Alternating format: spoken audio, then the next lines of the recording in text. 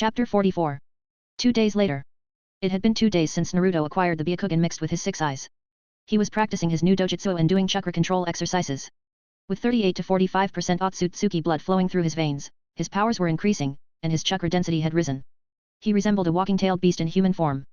Naruto strolled through Konoha's streets, unaffected by the hateful glares from the villagers. He had turned off Kagura's mind eye to avoid overwhelming his mind with negative and hateful emotions. He knew these people were insignificant to him, he could easily kill them if provoked. Basking in the sunlight, he closed off his senses and walked in peace. An apple in his hand, biting while heading forward. Soon, he found himself on an empty street, heading towards the training ground where he and his new team members were to meet. Suddenly, an ink tiger roared and lunged at him from behind. Naruto continued walking, taking advantage of his perfect Byakugan vision. Just as the tiger's paw was about to strike, it hit a fist-sized rock. Naruto appeared 20 meters ahead. Undeterred, the tiger roared again and charged at him. This time, a hawk swooped down from the sky, dropping explosive tags. Naruto, with his 360-degree vision, saw the approaching explosions. He quickly infused chakra into a kunao and threw it at breakneck speed, destroying the explosive tags and hitting the hawk. The hawk exploded in ink. Naruto jumped and turned to face the incoming tiger. Extending his left hand, a chain shot out from his palm, obliterating the tiger upon contact. The street ahead was soon filled with various ink creatures, ranging from dogs and cats to lions and rhinos on the ground, and crows and hawks in the sky. Naruto smiled, finding the situation intriguing. He didn't anticipate his new teammate possessing such powerful abilities. The ink creatures were numerous and diverse, posing a challenge even for a group of skilled Jonin ninjas. These creatures varied in rank from Genin to Jonin, and Naruto mused about how well Danzo must have trained his teammate. He observed the creatures closely, all within his field of vision. As they rushed towards him, a spear launched from an ink-formed man. Naruto deftly sidestepped, allowing the spear to pass harmlessly by his ear and hit another ink creature. Assuming a taijutsu stance, Naruto engaged in combat. His movements were fluid and graceful, each strike swiftly dispatching an ink creature. In just 3 minutes, all the ink creatures were vanquished, and not a single stain marred his clothing. Surveying his handiwork, Naruto noticed the destruction left in his wake. The street was now in ruins. Sai, who had been observing from a tree, was astonished by Naruto's taijutsu prowess. He was unaware that Naruto hadn't even employed his primary taijutsu style. Sai began drawing more ink creatures but felt a disturbance in the tree. "Are you done playing?" he heard a voice. Turning, he spotted Naruto leaning against the tree, watching him. Seeing Naruto there, Sai's iconic smile surfaced, giving him an innocent appearance. "Yes," he replied with a smile. Curious, Naruto asked, "So, who are you?" He knew Sai was his future teammate but played along. "Sai. I've been assigned as a new member of Team 7, Sai responded with a smile. Naruto nodded and commented, "That's good." He then leaped down from the tree, landing gracefully on the ground. Sai followed suit, and they continued towards their training ground in silence. During the journey, neither spoke, maintaining an uneasy silence. "You don't use your full power, do you?" Sai finally broke the silence, sensing an odd tension. Naruto grinned, replying, "You're right. Using my full power against your ink creatures wouldn't be much fun." He subtly indicated that Sai's attacks were relatively weak. Unfamiliar with emotional nuance and humor, Sai didn't catch the underlying message. "So, what's your real strength?" Sai inquired, genuinely curious. "Hehe, my true strength? You'll discover that in due time," Naruto responded enigmatically. Again, his words went over Sai's head, who simply smiled and feigned understanding. Sai was used to following orders and executing missions without such wordplay. Soon, they arrived at the training ground. Sakura was seated on a rock, waiting for her new teammates and the new sensei to initiate the mission. She noticed 2 boys approaching and observed their changed demeanor over the past 6 months, especially Naruto after his return from that mission. Her mindset had evolved during this time. As both boys reached her, she greeted Naruto, "Hey Naruto, how are you? I heard about your injuries. I'm sorry I couldn't visit. Tsunade-sensei had kept me busy." "I'm fine, Sakura. No need to worry," Naruto reassured her. Sakura turned her attention to the other boy, who greeted her with a smile that appeared somewhat forced. "I'm Sai, your new teammate. Nice to meet you," he introduced himself. Sakura regarded him with a perplexed expression, finding his appearance and mannerisms unusual. She settled onto the rock without saying much. Sai, unsure of how to initiate conversation, settled on another rock, slightly away from Sakura. Observing their interactions, Naruto also took a seat beneath a tree. The trio waited for their new team captain in silence. Leaning against the tree trunk with his left leg stretched out and his right leg bent, Naruto assumed a relaxed posture. His gaze was directed at a specific point, and his eyes glinted with intensity. His line of sight pierced through all barriers, reaching the Hokage's office. Merging the Byakugan with his 6 eyes eliminated the visual limitations he previously faced. Before, his vision extended infinitely as long as no obstruction intervened, and he could even see down to the atomic level at close range. After the merge, these weaknesses were eradicated, granting him the ability to see in all directions simultaneously without hindrance. His vision knew no boundaries, and he possessed the true all-seeing eyes. Naruto's gaze penetrated the barriers placed on the Hokage's office, finally landing on his intended target, the scroll of sealing. His gaze sliced through the seals as he studied and memorized the forbidden jutsus. His teammates regarded him curiously, witnessing his distant gaze and enigmatic smile. Eventually, Naruto emerged from his trance, meeting their puzzled stares. "Why are you looking at me like that?" he inquired. Sakura voiced her curiosity. "You seemed lost in thought. What were you looking at?" Naruto chuckled, revealing, "Oh.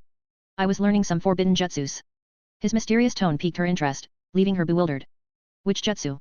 Sakura asked, intrigued by his enigmatic response.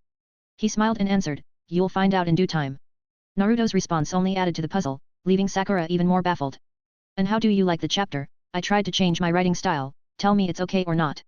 If you don't like I can switch to the previous one, but I hope this one is more refined. Before leaving for the next chapter I hope you could comment on this chapter about what you like or not. And give me some power stones, man. You know it's hard to write 2 chapters a day, so this is the request. Comment. 13 comment. Vote. Chapter 2. Chapter 45. Sakura looked puzzled. In the past months, she rarely understood the meaning behind his words. After the incident at the border of the Land of Water, the fight had taught her a valuable life lesson. Since then, her worldview had changed, and she devoted herself to training. She became less loud and annoying than before, and Naruto really appreciated her for the changes she had made. He no longer mocked her, understanding that she was striving to become strong despite her initial weakness. They were all waiting for their sensei to arrive. They didn't know who he was, and soon a figure appeared among them. All of them looked at him, recognizing a special jonin in their midst. They instantly realized that this man was their new team leader Yamato, the wood-style user. He sized them up, having an excellent mission record. When Tsunade assigned him to this team, he took full responsibility for it. Sai and Sakura also gazed at him, understanding that he was going to be their new team leader. "Hello, Yamato-san. How have you been?" Naruto spoke to him. "Naruto." Yamato replied. He was specifically chosen for this team because of Naruto. Neither he nor the Hokage knew that Naruto had full control over his Baijuyu. The wood style was known for suppressing Baijuyu chakra, but Naruto hadn't disclosed this. Sakura, on the other hand, had seen him use his full Kurama chakra mode, but she didn't understand it. In her opinion, it was just Naruto's jutsu. "I'm doing well," Yamato answered. Observing the interaction between Naruto and their new sensei, Sakura inquired, "Naruto, do you know him?" "Yes, we've met once before," Naruto told her, and she nodded. Yamato cleared his throat, "My name is Yamato. I'm a special jonin, and from now on, I will be your new team leader." After his introduction, Sai and Sakura also introduced themselves.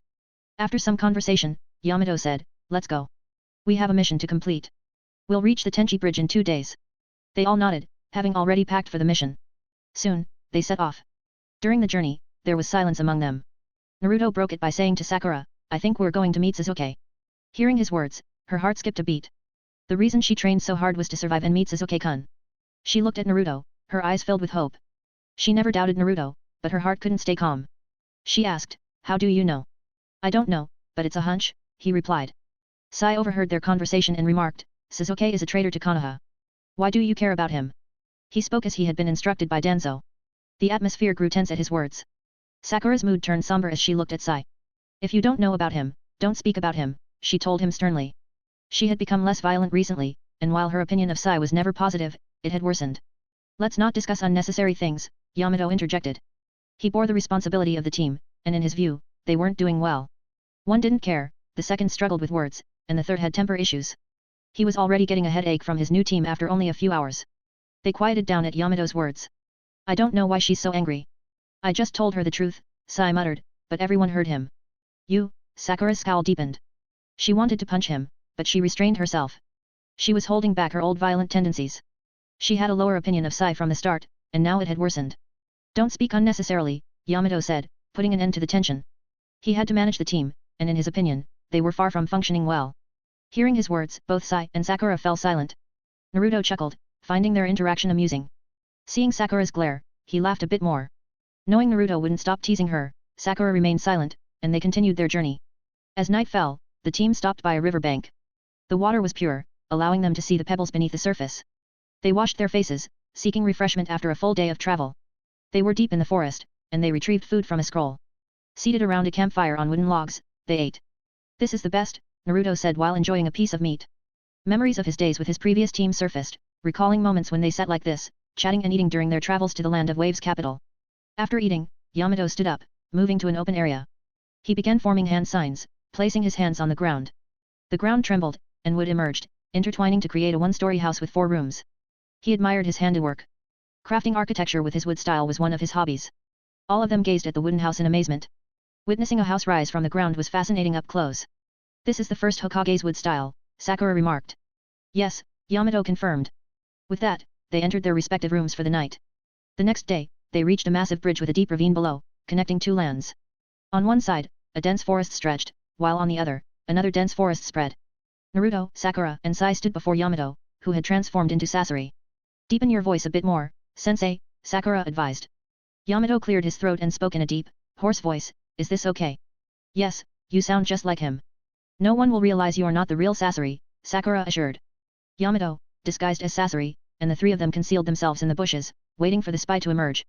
Soon, a silhouette emerged from the dense forest.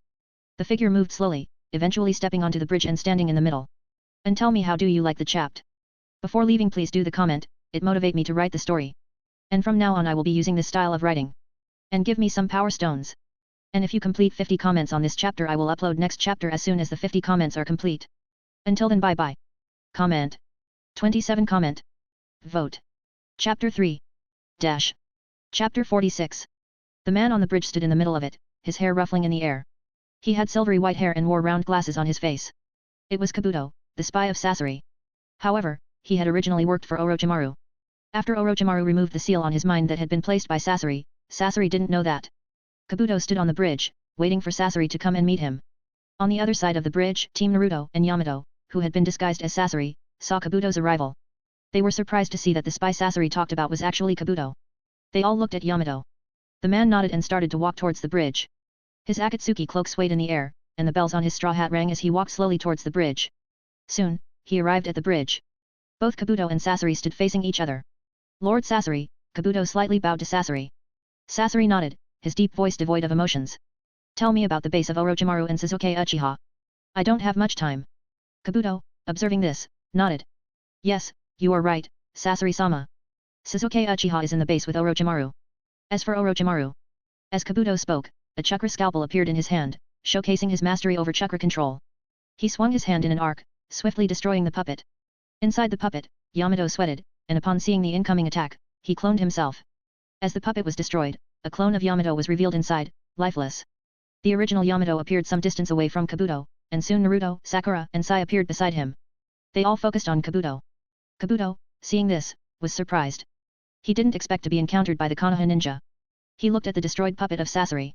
Kabuto looked at them and spoke, seeing that you are here means you have already killed the puppet master. Kabuto quickly deduced this, understanding the purpose of their mission. They intended to kill Sasori themselves. They also wanted to kill the Akatsuki members. Now, in front of him, were Konoha ninjas, not Sasori. That only meant Sasori had already been killed, and now there was no purpose in this mission. Kabuto was about to escape from this, he didn't want an unnecessary fight. But they all heard a chuckle coming from the other side of the forest, and soon, they started to hear footsteps, the crackling of wood breaking under the feet of an incoming person. Soon, they started to see the shadow of a man approaching them. The man in the shadow came out into the light. He had black hair, yellow eyes with slits, and pale skin. One of his eyes was hidden by his hair. The man was the infamous Sunin, Orochimaru. He stood in front of the bridge and looked ahead, particularly at Naruto. Kukiku. Naruto-kun, we finally meet again, Orochimaru spoke in amazement. Orochimaru, Naruto spoke while looking at him. They both looked at each other. Orochimaru had witnessed Naruto's powers when he was trapped in the middle of an explosion some days ago. You look very fine. I wonder if there was any other person in your place, he would have been dead long ago, Orochimaru spoke with curiosity and amazement evident in his voice. He had seen Naruto's healing powers and was fascinated by them. He wanted a body like Naruto's. After obtaining Naruto's Uzumaki cells, he started to experiment on them. And he found some of their secrets, becoming captivated by his discoveries. Now, the person whose cells alone were so powerful was in front of him. How could he not be curious and thrilled? He had come to kill Sasori, but he didn't know his luck would be so high to meet Naruto here. He wanted to reveal all the mysteries in Naruto's body, and now he was face to face with him. Yes, I am very fine and kicking around. Tell me, Orochimaru, how do you know this? Naruto asked. Kukiku. Naruto-kun, I witnessed it with my own eyes, and I must say, it was a piece of art, Orochimaru spoke, a creepy smile always hanging on his face. You don't realize what you've unleashed on this world, Naruto-kun. Do you? Orochimaru spoke in amazement. They all looked at him puzzled, and Naruto also looked at him with a puzzled expression, though he had a bad feeling about it. What do you mean by that? Naruto asked him. Kukiku. You will find out later, Orochimaru spoke with a mysterious smile, looking at Naruto. Orochimaru didn't mention that his cells were taken by him, not only by him but someone else. This time, Naruto was truly confused. He didn't know what Orochimaru was talking about, and Kabuto was also smiling at him. Orochimaru spoke again, addressing Naruto's friend Sasuke Uchiha. Your friend Sasuke Uchiha was so worried about your safety. And I must say, he is more powerful than you. Orochimaru tried to provoke Naruto, knowing Sasuke was his weak spot. However, Naruto's response was unexpected. Naruto simply looked at Orochimaru, thoughts swirling. Seeing this, Orochimaru spoke again, do you want to know his location? Orochimaru asked. But this time, it was Sakura who spoke instead of Naruto. She had been listening to the whole conversation, and when Orochimaru spoke about Sasuke's location, she didn't stay still. Tell me where Sasuke-kun is. What have you done to him?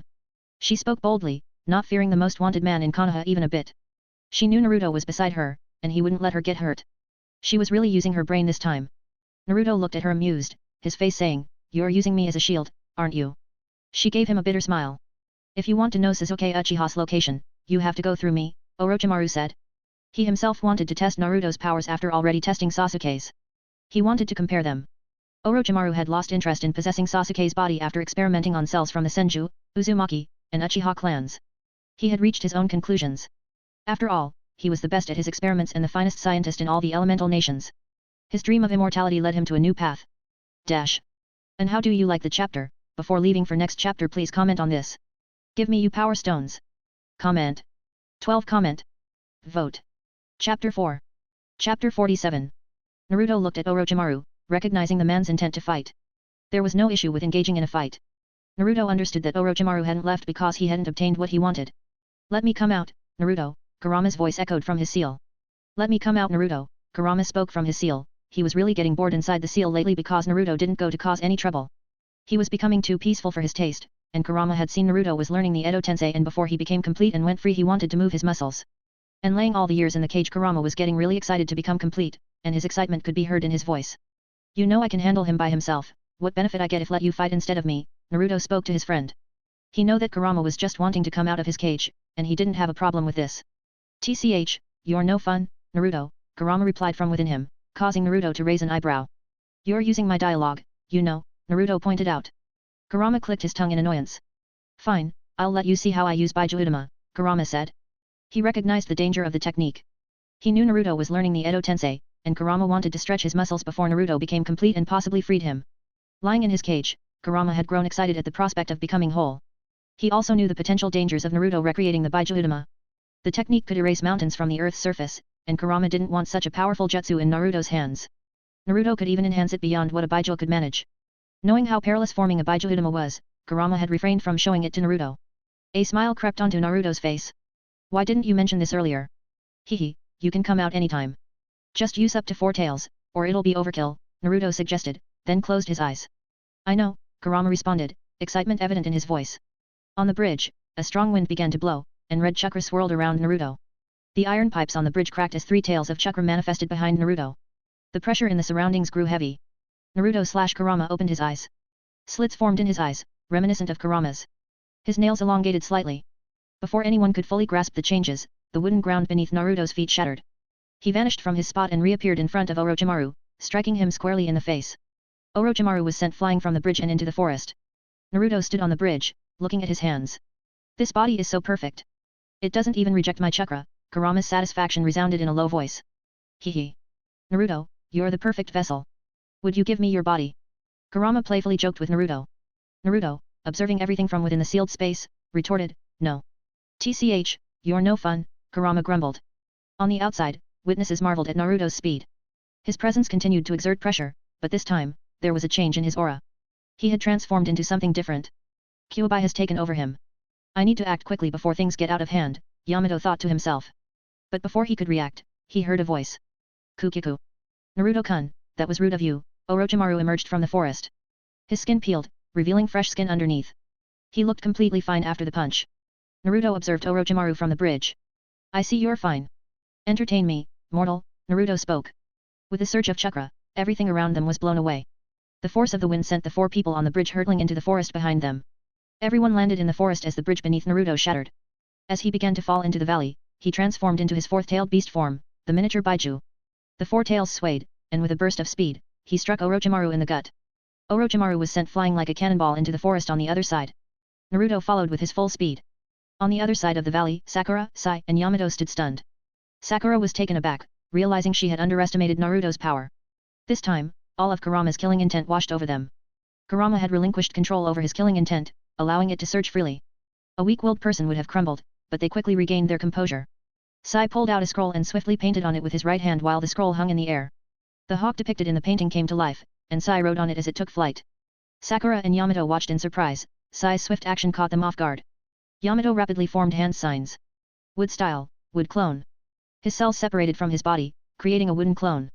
Yamato extended a long piece of wood from his hand, connecting the sides of the valley. The wooden clone leaped onto the wood and advanced toward Naruto's location. This wood clone was distinct, it formed from the user's cells and could employ all their known jutsu. It maintained continuous communication with the original user. As Sakura and Yamato stood alone on one side of the bridge, Sakura asked worriedly, "Will Naruto be okay?" "Yes, he'll be fine. If anything goes awry, I'll subdue him, and he'll regain his senses," Yamato reassured her. Yamato's clone advanced toward Naruto and Orochimaru, relaying all information to the original. Meanwhile, Yamato provided updates to Sakura. Author's note, and that concludes this chapter. How do you like it? Share your thoughts in the comments. The fight between Orochimaru and Naruto will continue in the next chapter. Do as many comments as you can on this chapter. And give me your power stones. Comment. 13 comment. Vote. Chapter 5. Chapter 48. Kurama, in the form of Naruto, stood facing Orochimaru. Their eyes locked onto each other. Now, Naruto had transformed into his many-tailed beast form. His four tails were swaying and hitting the ground beneath him, shattering it. The pressure around them was immense, and the wind was blowing strongly. The ground was barren, flat, devoid of trees, stones, or anything else. Just a simple piece of land, roughly 400 meters in radius. Naruto sat within his seal space, watching everything happening outside. "This feels refreshing," Kurama, in the form of Naruto, inhaled deeply and remarked, "This is the perfect body. My chakra doesn't even harm it, even in this many-tailed beast form," Kurama said with excitement. A sinister grin on his face, which appeared even creepier in his many-tailed beast form. Kurama looked at Orochimaru and added, "Entertain me, mortal. Here I come." Kurama slammed his tails onto the ground, causing it to shatter. He dashed towards Orochimaru, covering the distance in the blink of an eye. Orochimaru anticipated the attack, ducked, and managed to evade Kurama's punch. Undeterred, Kurama leaped behind Orochimaru and delivered a roundhouse kick to his back, sending him flying. Orochimaru hit the ground twice before steadying himself, coughing out blood. A wicked smile played across his lips as he gazed at Kurama. "You're actually good," Orochimaru complimented with a twisted grin. He extended his hands towards Kurama, summoning two giant snakes from his sleeves. The serpents hissed and opened their jaws, charging toward Kurama. Observing this, Kurama placed his hands on the ground, channeling his chakra. Hands formed from his chakra emerged beneath the snakes, grabbing them by the neck and disintegrating them. His chakra was potent and dangerous, anyone touching it would turn to ashes, as the snakes did. The chakra hands remained suspended in the air, forming two more hands that aimed directly at Orochimaru. As Orochimaru dashed to avoid them, the ground shattered wherever the chakra hands struck.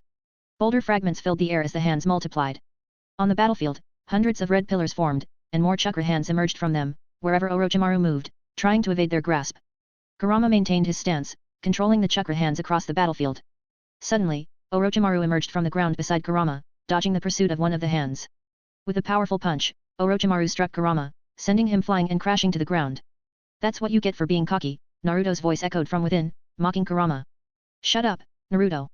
I'm just getting used to it," Kurama responded, ignoring the jest. Kurama slid across the ground and regained his footing, his gaze fixed on Orochimaru. Orochimaru's face contorted into a creepy grin as he licked his lips with his long tongue.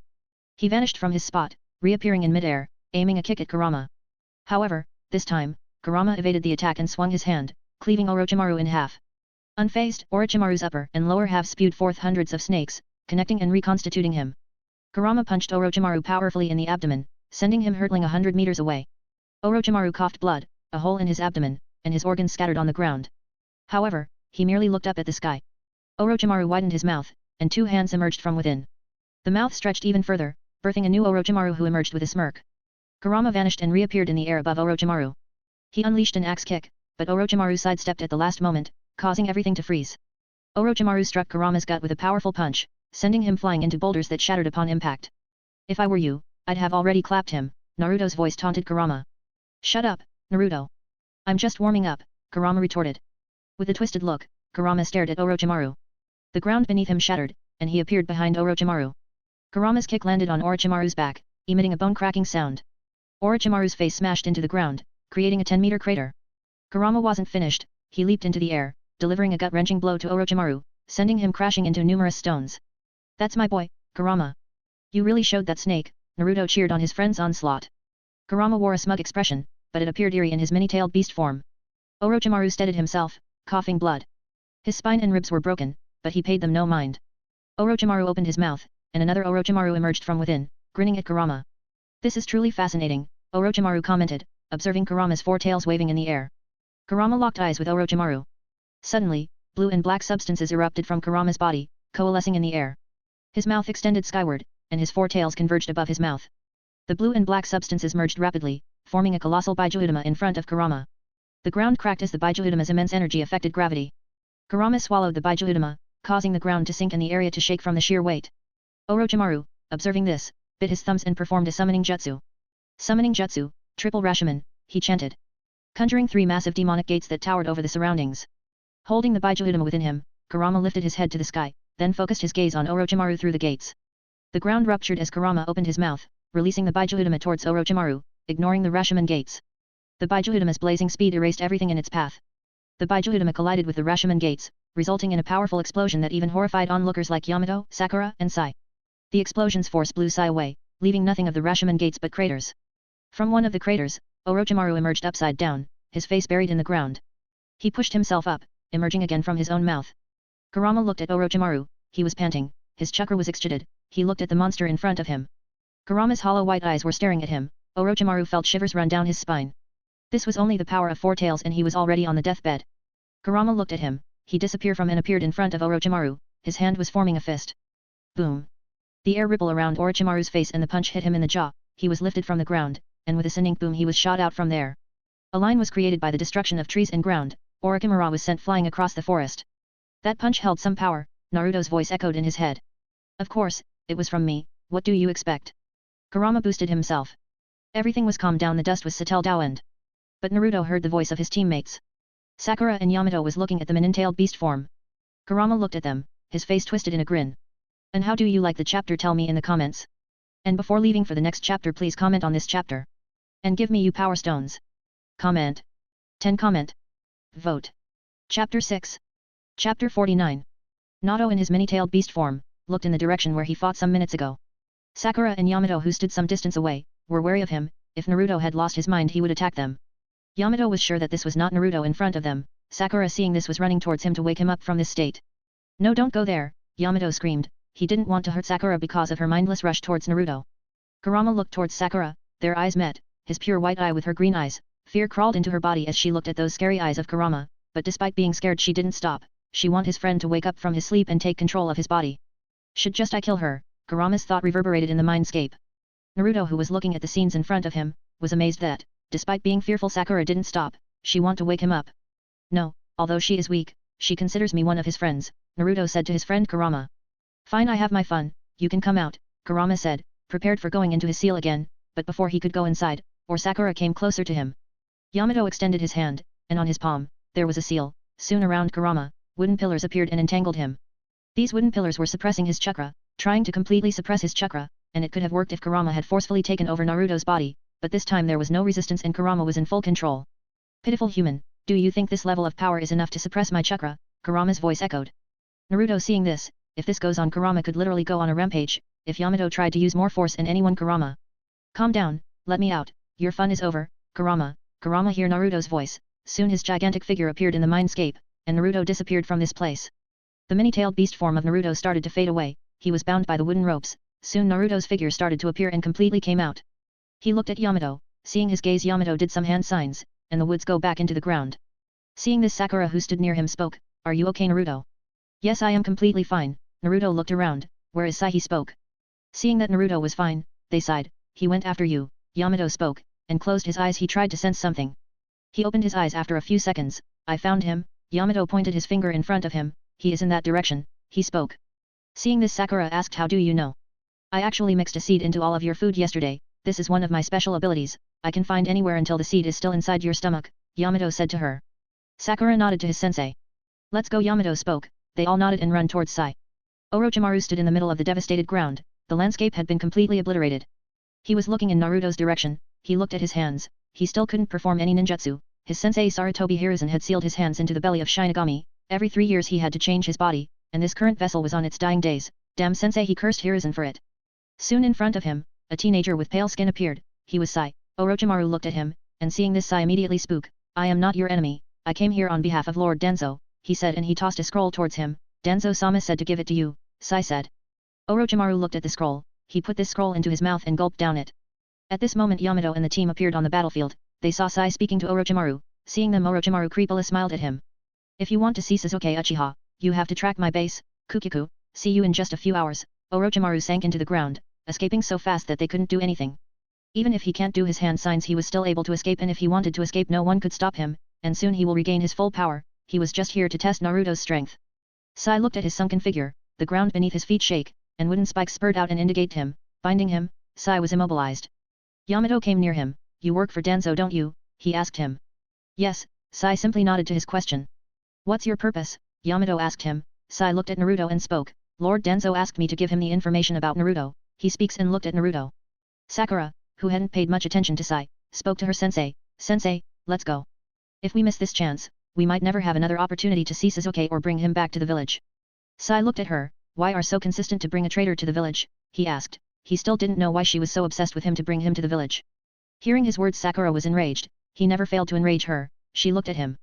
He is our friend, and he is not a traitor, she shouted at him, and emotions filled in her voice. Hearing her words, Sai quit down, and he remembered his brother. They share all their food and tools. They were brothers in his eyes, but one day everything changed. He couldn't find him. If he got his news, he will be like Sakura, but he didn't meet him again. He didn't know what happened to him. Thinking this, he looked at Sakura. I will go with you. I want to see how you will bring him village. Sai spoke. Yamato unbind him, and looked at him. Even if work for Danzo, he was still on his team, and it was his responsibility to take care of them, so Yamato just looked at him. They all looked at each other. Let's follow the trails of that snake, Yamato spoke to him. He uses his seeing abilities and found a direction. They all headed towards the base where Sasuke was. And tell me, how do you like the chapter? I know it was not so good, but bear with it. I had completely rewritten chapter 39 Deidara Returns. I hope you read that chapter, it was your request after all. And one question for the future, should I revive his mother Kushina or not? Comment. 12 comment. Vote. Chapter 7. Chapter 50. Naruto, Sakura, Sai, and Yamato started to follow the trails of Orochimaru. They ran towards him at full speed and soon exited the forest they were traveling in. As they ventured forward, the travelers encountered a desolate expanse of barren land that seemed to stretch endlessly. The landscape was devoid of life, populated only by withered trees and massive boulders that lay like ancient sentinels. The earth beneath their feet appeared cracked and parched, yet their determination urged them to press on, unfazed by the unforgiving terrain. Soon they came in front of two big boulders. They were bigger than any of them. This was the entrance of Orochimaru's hidden lab in this area. Orochimaru had countless hidden bases all over the elemental nations. That was the reason that he was still alive. They all looked at these two big stones that were in their way. These stones at least 10 meters in height, containing tons of weight. They all looked at Naruto, and he nodded to them. He came near the boulders and extended his palm, and a raised nan started to form in his hand, but this didn't stop. The raised nan started to get bigger and bigger until it completely erased the stones. The giant raised nan was at least 10 meters in diameter. They all looked at the sheer size of the raised nan. They were so small compared to it. Naruto looked at them. Let's go. Saying this, they all entered the hidden lab. Within the confines of the dimly lit expanse, a recurrent pattern adorned each wall and extended onto the floor, casting a bewildering spell upon any who dared step inside. This clandestine lair, belonging to the enigmatic Orochimaru, unfolded into a sprawling expanse. Countless rooms lay nestled within its depths, waiting to be unveiled. Undeterred, they embarked on a resolute journey, vowing to scrutinize every room that crossed their path. Let's split up. There are many ways in this lab, Yamato said to them. They all nodded and split up. They went in different ways, and started to search for Sasuke. Sakura was the one who was getting impatient. She searched every room in the hope to find her Sasuke, but it was futile. She couldn't find anything. They were all empty. Suddenly everyone heard a loud explosion in the lab. In the aftermath of the explosion, the once dimly lit laboratory transformed, bathed in a renewed luminance that painted every corner. Amid this metamorphosis, Sakura's attention was captivated by a radiant gleam that pierced the shadows, originating from an unexpected source. Entranced and driven by a mix of wonder and resolve, she sprang into action, hastening her steps toward the enigmatic brilliance that awaited her. Naruto also saw the white natural light. He started to run toward it, and the same could be said about Sai and Yamato. They all started to run toward the white light. They all soon reached the destroyed area. They were underground when they reached the area, and they could see the sun was over their heads. The roof was gone. There were boulders and some destroyed rebels on the ground after the loud explosion. They all reached the destroyed place at the same time from different directions. They looked at each other, and then they lifted their head towards the sky. 10 feet above them on the ground, a figure's shadow stretched out before them, its presence commanding attention. It was Sasuke. His eyes descended, meeting their collective gaze, and in that moment, a torrent of memories surged forth. The days of their shared academy life, the bonds forged through training, the poignant departure that Naruto had fervently tried to prevent, and the unceasing rivalry that had spurred them onward all converged into a vivid tableau. Naruto, his voice reverberated, bearing the echoes of their history. His gaze then shifted to Sakura, the words he uttered carrying a subdued weight. Sakura. Sakura's gaze remained riveted on him, a silent plea emanating from her eyes, urging her lips to form the words she had longed to utter. However, the words eluded her, ensnared within the confines of her constricting throat. The syllables escaped her lips, fragile and tremulous. This very instant, the one she had anticipated for so long, was upon her. Yet, as he stood there, her voice seemed to desert her, as though a shroud of silence had enveloped her. A profound inertia gripped her body, a once indomitable force now transmuted into an unmoving statue, encapsulating a storm of unspoken feelings. Naruto looked at him, and the memories of his with Sasuke started to play in his mind like a movie, their conversation, how he wanted to always stop him from getting away from the village, his fight with him at the Valley of the End. All of his memories were being surfaced. He shook his head and looked at him. Naruto's hand extended towards Sasuke, a swirling raised nan materializing within his grasp. It burgeoned, swelling in size akin to an Dama raised nan, before the energy within condensed rapidly, a spectacle of compression unfolding before his palm. Aligning two fingers, Naruto directed his focus towards Sasuke, and on those outstretched fingers resided the culmination of his efforts, a highly condensed, compressed raised nan. Naruto's hand stretched out in Sasuke's direction, the ambient chakra coalescing into the iconic form of a raised nan. Akin to the Dama raised nan, it expanded, its dimensions growing before his intent gaze. Then, with astonishing rapidity, the chakra within underwent a remarkable transformation, compressing to an extraordinary degree. The culmination of this intricate process lay at the tips of Naruto's outstretched fingers, a minuscule yet potent raised nan, dense with energy and purpose. Rasen, Dan. Naruto's voice hung in the air, a harbinger of the imminent spectacle. With a velocity beyond the ken of mortal sight, the raised nan hurtled forward, a testament to Naruto's mastery over chakra manipulation. Within Sasuke's Sharingan, a maelstrom of crimson spun, a visual testament to his Uchiha lineage. Yet, despite the whirlwind of his gaze, his corporeal form remained a portrait of stasis, untouched by the current of time. And so, the projectile surged onward, a blur of determination and power. At the precipice of impact, it coursed through Sasuke's form, a phantom passage a mere breath away from his head, etching an ephemeral testament to their complex history. The raised nan struck Orochimaru, his concealed form suddenly revealed in the face of the attack. The impact was catastrophic, rending his head apart with visceral force. A burst of crimson erupted from the wound, an eerie dance of blood against the backdrop of violence. Gravity seized Orochimaru's lifeless form, and he plummeted unceremoniously to the ground. In the blink of an eye, the entire sequence unfolded, lasting a mere fraction of 3 seconds. Soon Kabuto appeared beside Orochimaru and started to stop the bleeding. He knew that Orochimaru would die if didn't do anything, but he didn't. How Naruto was able to find them. They had perfectly masked their presence and used the best camouflage technique. Sakura, Sai, and Yamato stood in silent witness to the unfolding tableau, their emotions entangled in a tempestuous dance. Dread held them in its grip as they beheld Naruto's seemingly fatal attack aimed at Sasuke. Time seemed to constrict around them, trapping their impulses in inertia. However, the course of events took a sudden twist that defied their expectations. The trajectory of the raised nan altered, sparing Sasuke from its intended impact. Instead, Orochimaru bore the full brunt of the attack, a brutal spectacle that played out before their eyes. A collective breath they hadn't realized they were holding rushed out, mingling with a potent blend of emotions. Their initial horror transformed into a surge of profound gratitude, as the weight of the impending tragedy lifted. The fabric of fate had rewoven itself, granting them an unexpected reprieve. That was for hitting my face, bitch, Naruto spoke to now headless Orochimaru, although it was Kurama, but he was using his body, his pride don't allow him just be hit by someone without paying them back. The jutsu Naruto wielded bore the name Raisen Dan.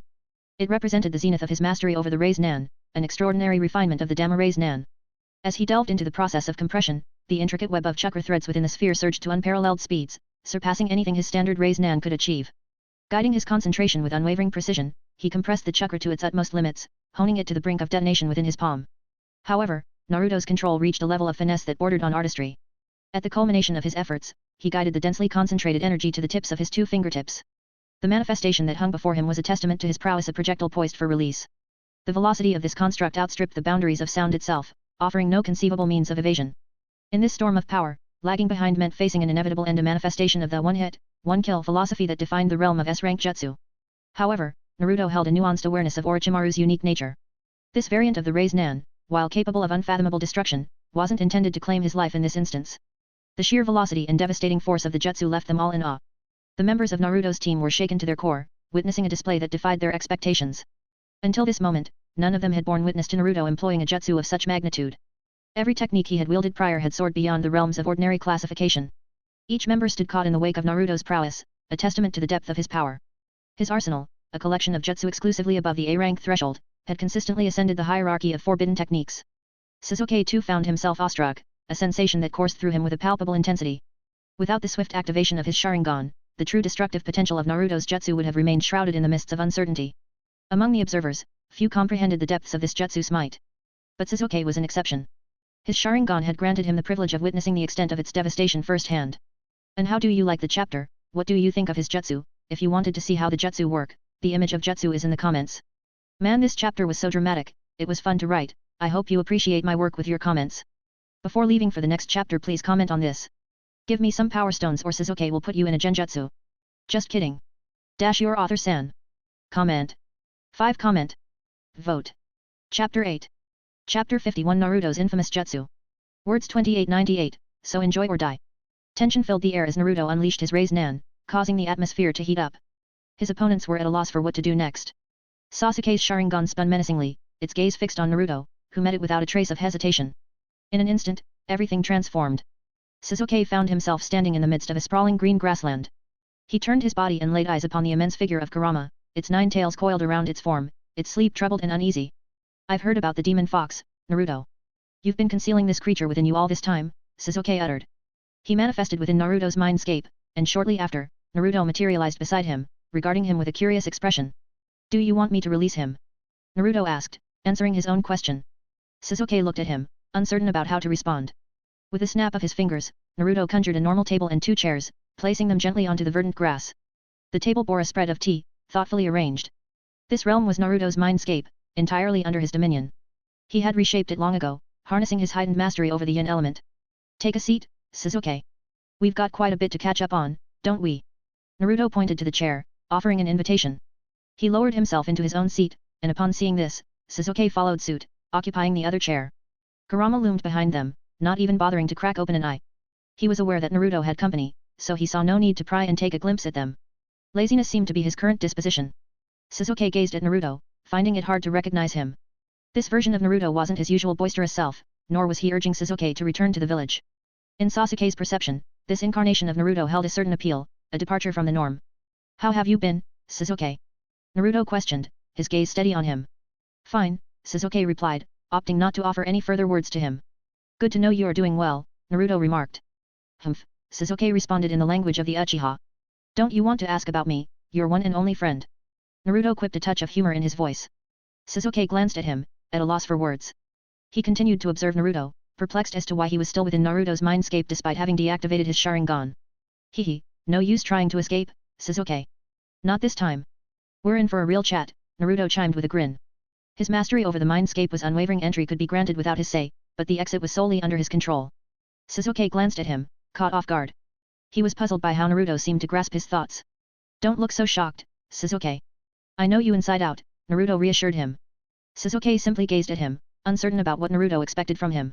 The way Naruto spoke, as if addressing an old friend who understood him deeply, puzzled him. Yet, he couldn't help but find it not unpleasant. Join me, Sasuke, Naruto urged, breaking the silence. Naruto's words seemed to stir the very air, causing the ambient temperature to climb.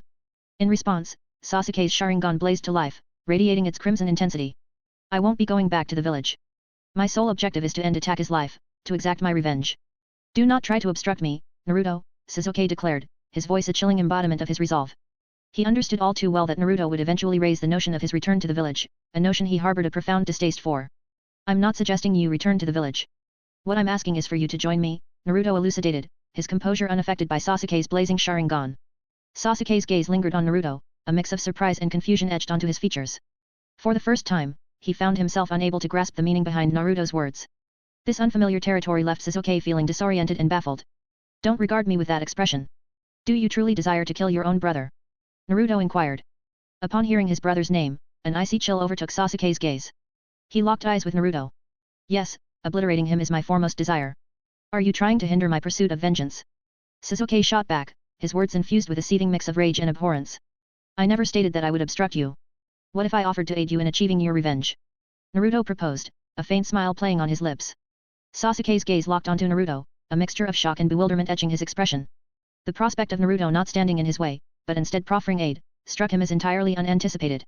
It went against the grain of Naruto's typical behavior, his unwavering effort to halt Sasuke's pursuits. Sasuke's thoughts whirled as he grappled with this unexpected turn of events. Don't appear so taken aback. After all, aren't we friends? If you find yourself in need of support to attain your goal, isn't it my obligation as your friend to lend a hand? Naruto asserted, his gaze unwavering as he awaited Sasuke's reply. Sasuke found himself torn by conflicting emotions. Experience had taught him that most offers of help were laced with hidden agendas, and few were truly altruistic. Yet, as he locked eyes with Naruto, an inexplicable sense of trust began to seep in. Sasuke's instincts for discerning those who sought to manipulate or endanger him were usually spot on, but he sensed none of that in Naruto's eyes. There were no veiled intentions, no hidden motives, just a genuine offer of support. This marked the first instance where someone genuinely wished to assist him, and that someone was his soul friend. Buried within his heart was an unspoken desire for support, a yearning for someone who could truly understand him. Though he considered Naruto a friend due to their shared experiences, he often felt that Naruto failed to comprehend him on a deeper level. Yet, this moment felt different. It felt as if Naruto had truly grasped the essence of his being. A persistent longing had always resided within him, a desire for companionship and support. He never wished to traverse his path alone, but those around him remained oblivious to his anguish, suffering, and motivations. In his early years, he radiated happiness and cheer, but the devastating massacre of his clan by Itachi had annihilated everything he held dear. The depths of his pain remained unseen, his suffering unacknowledged, his motives unnoticed, a heart-wrenching isolation he carried with him, yearning for solace amidst the void. His reluctance to return to the village was rooted in a deep-seated distrust that had taken hold over the years. He saw the village populace as harboring insincerity, their actions often veiled with hypocrisy. Meanwhile, the higher echelons of Konoha appeared driven by selfing agendas when it came to him. Some sought his clan's material assets, the wealth and possessions that came with it. Others eyed his clan's prestigious name as a means of advancing their own standing. Within the village's midst, he found no genuine confidants. His friendships were marred by a failure to truly understand him, often imposing their own perspectives while disregarding his. It was a reality where his viewpoint remained ignored, his emotions and experiences relegated to the sidelines. The villagers saw his clan's name as a means to their own ends, using it to further their own interests. Within Konoha's confines, there remained nothing that held significance for him. For what reason did he have to venture back to a place that had dismantled everything he held close? That village had ruthlessly stripped away his mother, his father, his entire family, his esteemed clan, and his joy. The possessions he once cherished had been swept into oblivion, leaving him in a desolate void, devoid of meaning. In the depths of Naruto's gaze, Sasuke recognized a rare gift and unspoken acceptance of his vengeful path. Naruto didn't seek to divert him from the darkness he had chosen. While Sasuke remained resolute in his journey of revenge, he discovered solace in knowing that, amidst that very darkness, a companion was willing to tread alongside him. A weighty burden seemed to lift from his heart, casting aside the cold isolation he had carried for so long. For the first time in years, his heart felt a glimmer of warmth. Amidst the vastness of the world, he was no longer alone, his friend stood beside him. His mind wrestled with a dilemma: how should he respond, what words should he choose? Witnessing the struggle evident in Sasuke's demeanor, Naruto addressed him. He comprehended the internal battle Sasuke was grappling with. Deep down, Naruto knew that Sasuke will always be on his side. He was prepared to offer Sasuke what he yearned for, be it revenge or any other form of assistance. How about I reveal to you the identity of the one who ordered your brother to annihilate your family? And did you know he accepted the task without any hesitation? Naruto suggested, his words aimed squarely at Sasuke. Once again, surprise overtook Sasuke as he learned of the involvement of a third party in the massacre of his clan. He had long believed that Itachi had murdered his family as a display of power. However, now confronted with the knowledge that someone else was pulling the strings, his fury ignited.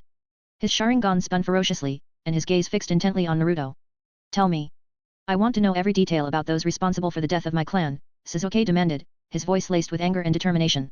Naruto's gaze remained steady on Sasuke. Don't allow your anger to overwhelm you, Sasuke. I'll provide the answers you seek, but there's something I need to know first, Naruto conveyed. Growing increasingly impatient, Sasuke's gaze remained fixed on Naruto. Just ask your question, he pressed, his tone betraying his eagerness for answers.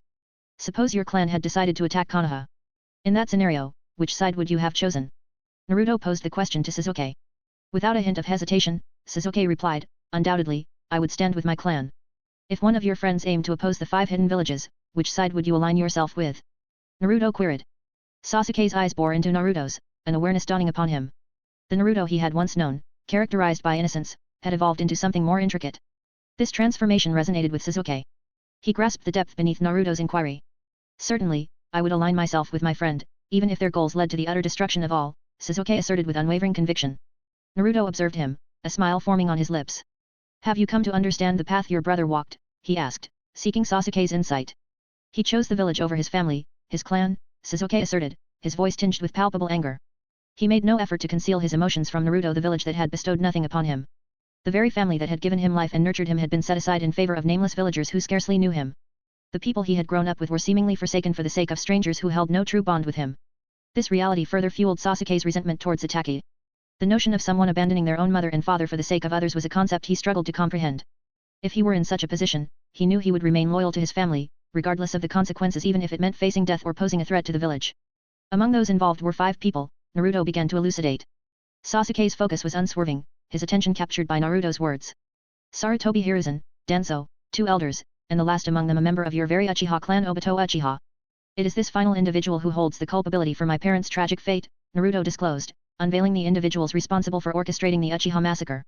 Sasuke echoed those words in his mind, each syllable igniting a fiercer determination within him.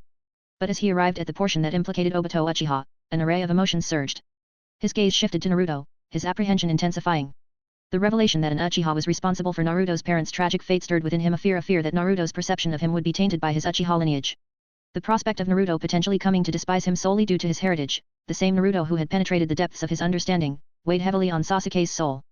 Naruto's gaze remained locked on Sasuke. During that time, you were only a newborn. It wasn't your burden to carry those emotions, Naruto addressed Sasuke's silent worries, perceiving the internal turmoil Sasuke was grappling with. Sasuke's gaze lingered on Naruto, his eyes transformed into a softer expression that caught him off guard. He came to recognize that the companionship of just one individual could unravel the shackles of isolation completely. Don't drown in your thoughts too much. It's not really your style. Naruto suggested playfully. HNN. Sasuke spoke to him. Now, what's your plan? Are you going to join me or head elsewhere? Naruto inquired, well aware that if he wished Sasuke to come to the village, he likely would. I'm not sure anymore, Sasuke admitted candidly. The weight that had burdened him for so long had been lifted, altering his perspective on the world around him. Naruto fixed his gaze on Sasuke. Why not come along with me? We can grow stronger together. Besides, there are some nuisances that need to be dealt with. How do you plan on managing them if you are far from the village? Naruto suggested to Sasuke. Sasuke stood at the intersection of uncertainty, grappling with the direction he should take. The pursuit of revenge, once cloaked in formidable challenges, now appeared within his grasp almost deceptively simple. His self-assurance had surged, propelled by Naruto's companionship. Doubt no longer shadowed his steps, he was resolute in his conviction that he possessed the ability to confront attack whenever he deemed fit. In acknowledgement of his friend's statement, Sasuke offered a simple nod. It was a quintessential attribute of the Uchiha clan. Once you earned their friendship, they were prepared to exert extraordinary efforts on your behalf. Conversely, should you find yourself marked as their adversary, they would ceaselessly strive to eliminate you. How do you like my cells? Naruto inquired of Sasuke. He could sense his own cells intermingling within Sasuke's body, infusing him with an unparalleled potency. The integration of his cells had served to enhance Sasuke's Uchiha lineage to the utmost degree, aligning them seamlessly.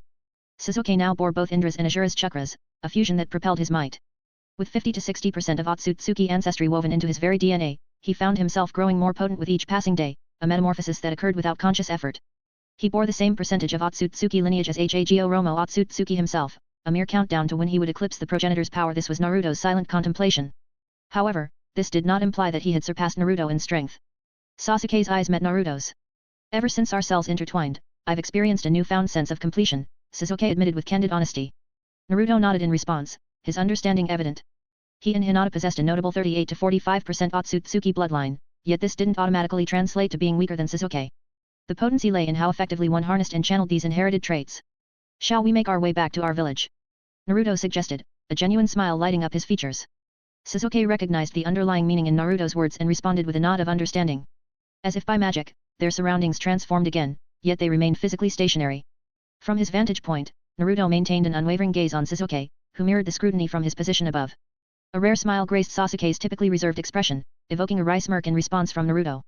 In actuality, a mere 3 seconds had transpired. The onlookers exchanged perplexed glances as Naruto's demeanor prompted speculation about the possibility of him being trapped in a genjutsu. Yet, reality revealed itself, and their apprehension waned as Naruto's smirk spoke volumes. Meanwhile, a smile had unfurled on Sasuke's face.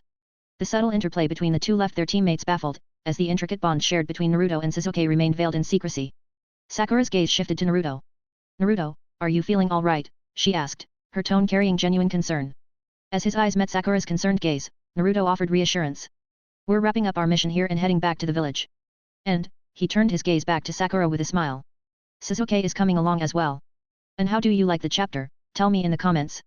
I have tried my best to write this chapter, so you have to do comments as much as want to show me some gratitude, so I will write more chapters like this. Should I kill Nagato or not? Give me some power stones or Orochimaru will bite you. Just kidding. Dash your dear author San. Comment. 34 Comment. Vote.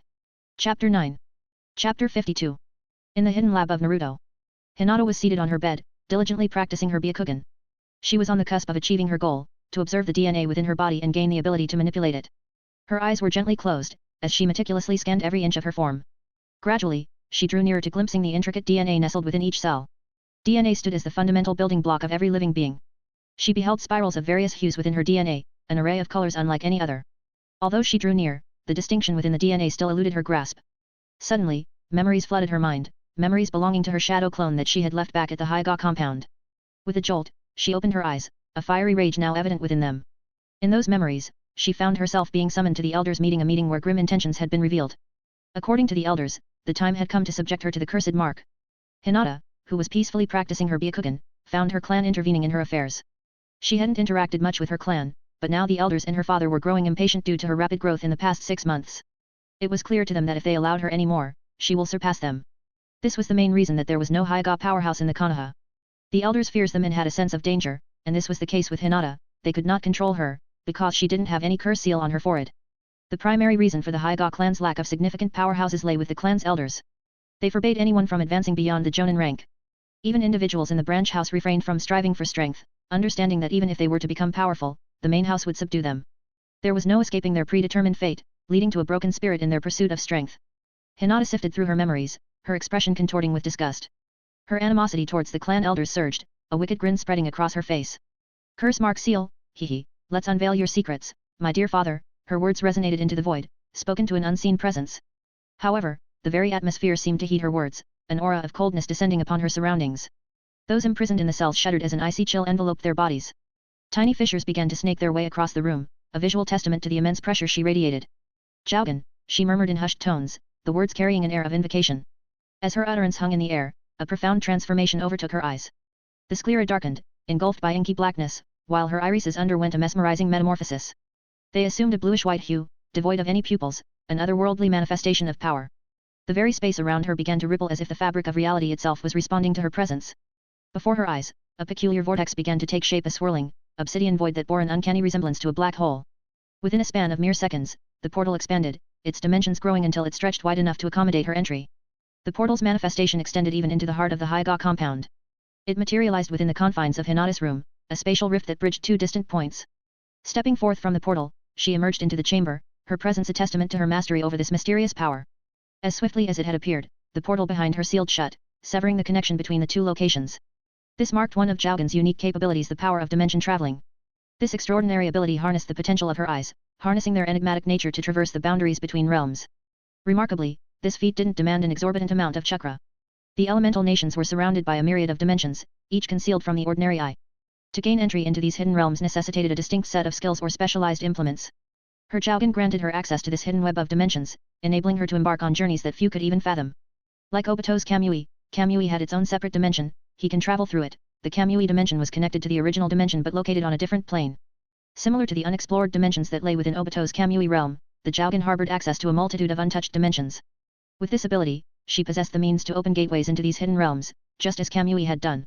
However, unlocking these passages required a distinct connection and innate attunement to the dimensions themselves. To navigate these alternate realms, the Jaugen's power went beyond mere mechanics. Sensing the presence of these dimensions was the initial step. Once she established this connection, the Jaugen would seamlessly facilitate her passage, orchestrating her journey through the enigmatic web of dimensions. Indeed, Hinata stood as an unparalleled figure within the elemental nations, possessing the extraordinary ability to teleport to various dimensions at will. Her mastery over dimension traveling through the Jaugen marked her as the foremost adept in this esoteric art. Whether she relied on specific coordinate points or honed her innate ability to sense the desired destinations, the realms and dimensions of the world were at her fingertips, waiting to be explored with her unique prowess. Indeed, the dimension traveling capability was merely one facet of the Jaugen's vast repertoire. This enigmatic dojutsu held a trove of uncharted abilities waiting to be unearthed. With its potential seemingly boundless and its mysteries deep, the Jaugen stood as an unparalleled force among dojutsu. In summary, its multifaceted nature and latent powers positioned it as one of, if not the most, formidable and versatile dojutsu in existence, possessing abilities that could shape the course of events on a grand scale. Hinata materialized within the confines of her room, her gaze sweeping across the familiar surroundings. Drawing in a deep breath, she soaked in the ambience that surrounded her. It's been some time, she whispered to herself, the words carrying a tinge of nostalgia. Ever since Naruto's discovery of the concealed laboratory, her presence had remained tethered to it, both as its guardian and as her representative within the Haiga clan.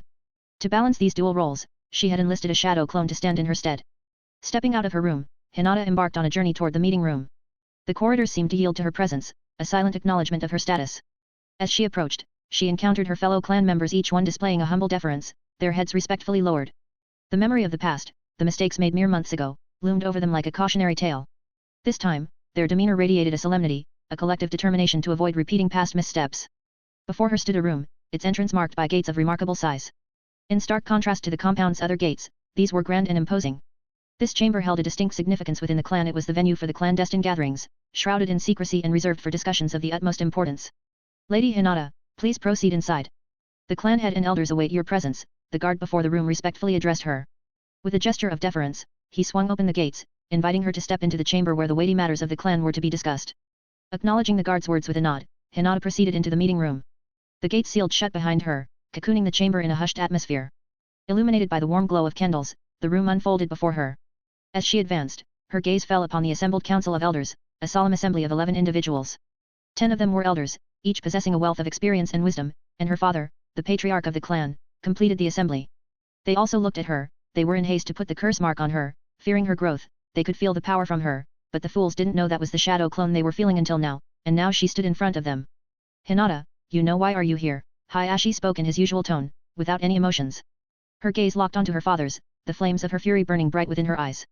With deliberate steps, she advanced and took her seat, positioning herself across from Hayashi. The tension in the room palpably hung in the air, a silent testament to the emotions that simmered beneath the surface. A seemingly innocent smile graced Hinata's lips as she addressed her father. I don't know why I'm here, could you please enlighten me, dear father? Her words carried the sweet cadence of sincerity, the smile she wore radiating a sense of purity. Yet, hidden within that facade was a veiled malevolence, a darkness lurking behind her expression. The elders, seasoned observers, sensed the duplicity woven into her words, recognizing that she was far from genuine in her demeanor. Drop the pretense of innocence, Hinata, Hayashi's voice cut through the air, its icy tone carrying a hint of exasperation. The transformation in Hinata was swift and chilling. Her once warm smile gave way to eyes as cold as ice, her visage assuming an unyielding stoicism. The very air within the room seemed to congeal with frost, an eerie chill descending upon them all.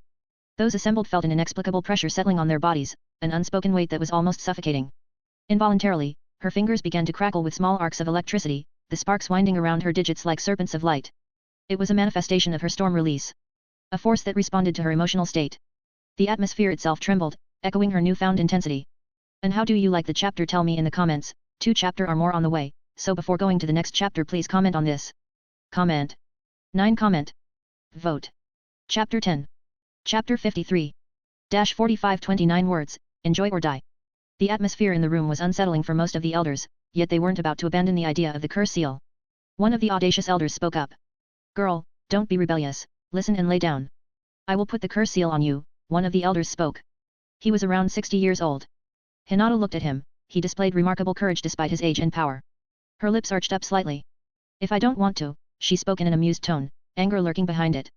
This is for the greater good of clan, you rebellious girl, another elder spoke, the same age as the other elder. He pulled out a small box of green ink and a small brush. This was the special ink for the curse seal, only the Hyga clan know how to make it. Hinata looked at the box in front of her. She knew what it was, she was the main branch member, so she was familiar with these things. However, they didn't matter to her now. Tell me, all of you, who wants to place the curse seal on me? She spoke while looking at all of them. Seeing her gaze, some of them gulped nervously, their mouths suddenly dry. As they looked at her, they felt as if their souls were being suppressed. This power difference was evident, and some of them understood it solely from her gaze. A few still held on to the typical Hyga arrogance and the pride that came with being a noble clan. Initially, they had all decided to apply the seal on her, but now, uncertainty crept into the minds of a few. 7 of them raised their hands up in agreement to put the seal, and 3 were back down. They value their life, and this skill made them alive till now. A chilling smile curved Hinata's lips as her gaze settled upon the assembled council members. Yet, amid this unsettling display, Hayashi's perception of the situation was keen. His experience as a special Jonin allowed him to sense the surge of chakra radiating from his daughter. An urgent realization dawned upon him, prompting him to react swiftly. Defend yourselves, he roared, his voice a stark warning that cut through the charged atmosphere. A powerful chakra pulse resonated from her body, and in the blink of an eye, a dome of chakra around 20 meters in radius came into view. This chakra dome was rotating at an incredibly high speed, its epicenter being Hinata herself. It resembled a raised nan. To an observer from the outside, every shard of chakra was swirling around her, forming a black dome with blue lightning crackling around it. It destroyed everything in its path. In a matter of mere seconds, the sturdy structure of the house was obliterated, reduced to a chaotic whirlwind of debris. As the remnants tumbled earthward, the scene bore testament to the ruthless might of the chakra dome's rotation. The guards stationed at the gate, unfortunate souls caught within the vortex's path, met a gruesome fate. The relentless grinding of the rotating energy tore through them mercilessly, leaving them ripped apart and lifeless in its wake. The cataclysmic phenomenon unfolding before them was none other than the infamous technique of the Hyga clan, the rotation. This technique harnessed chakra from all Tenketsu points across their body, propelling them into a rapid rotation. Traditionally, Hayashi had demonstrated its use within a radius of approximately 10 meters. However, what Hinata was unleashing was beyond any expectation. The scope of her technique had doubled, enveloping an area that exceeded her father's capabilities. This awe-inspiring display was, in essence, the Hyga clan's ultimate defense. Known for its overwhelming power and defensive capabilities, the rotation technique embodied their prowess, channeling the force of their chakra to create an impenetrable barrier of rotating energy. Indeed, the sheer destructive potential of the rotation technique was formidable. Employed within a crowded area, it would inevitably result in a massacre of catastrophic proportions. In the expanse of the 20-meter radius, devastation reigned supreme. The once prestigious house that had stood proudly was now reduced to ruin, its architectural grandeur replaced by the ominous presence of the massive chakra dome. This scene, witnessed by every member of the Hyga clan present, cast a pall of awe and realization. The spectacle underscored the raw might inherent in the clan's techniques, serving as a stark reminder of the strength that dwelled within their ranks. What is that?" one of the branch members exclaimed, his voice trembling with fear. "It's the rotation technique from the main house," another responded, the awe and apprehension evident in his tone. "But it's immense, far beyond Hayashi-sama's capabilities." "Who could it be?" a third questioned, his bewilderment mirroring the sentiments of the group. "I don't have the answer, but let's not waste any time. We must go and witness this," someone proposed, prompting unanimous nods of agreement.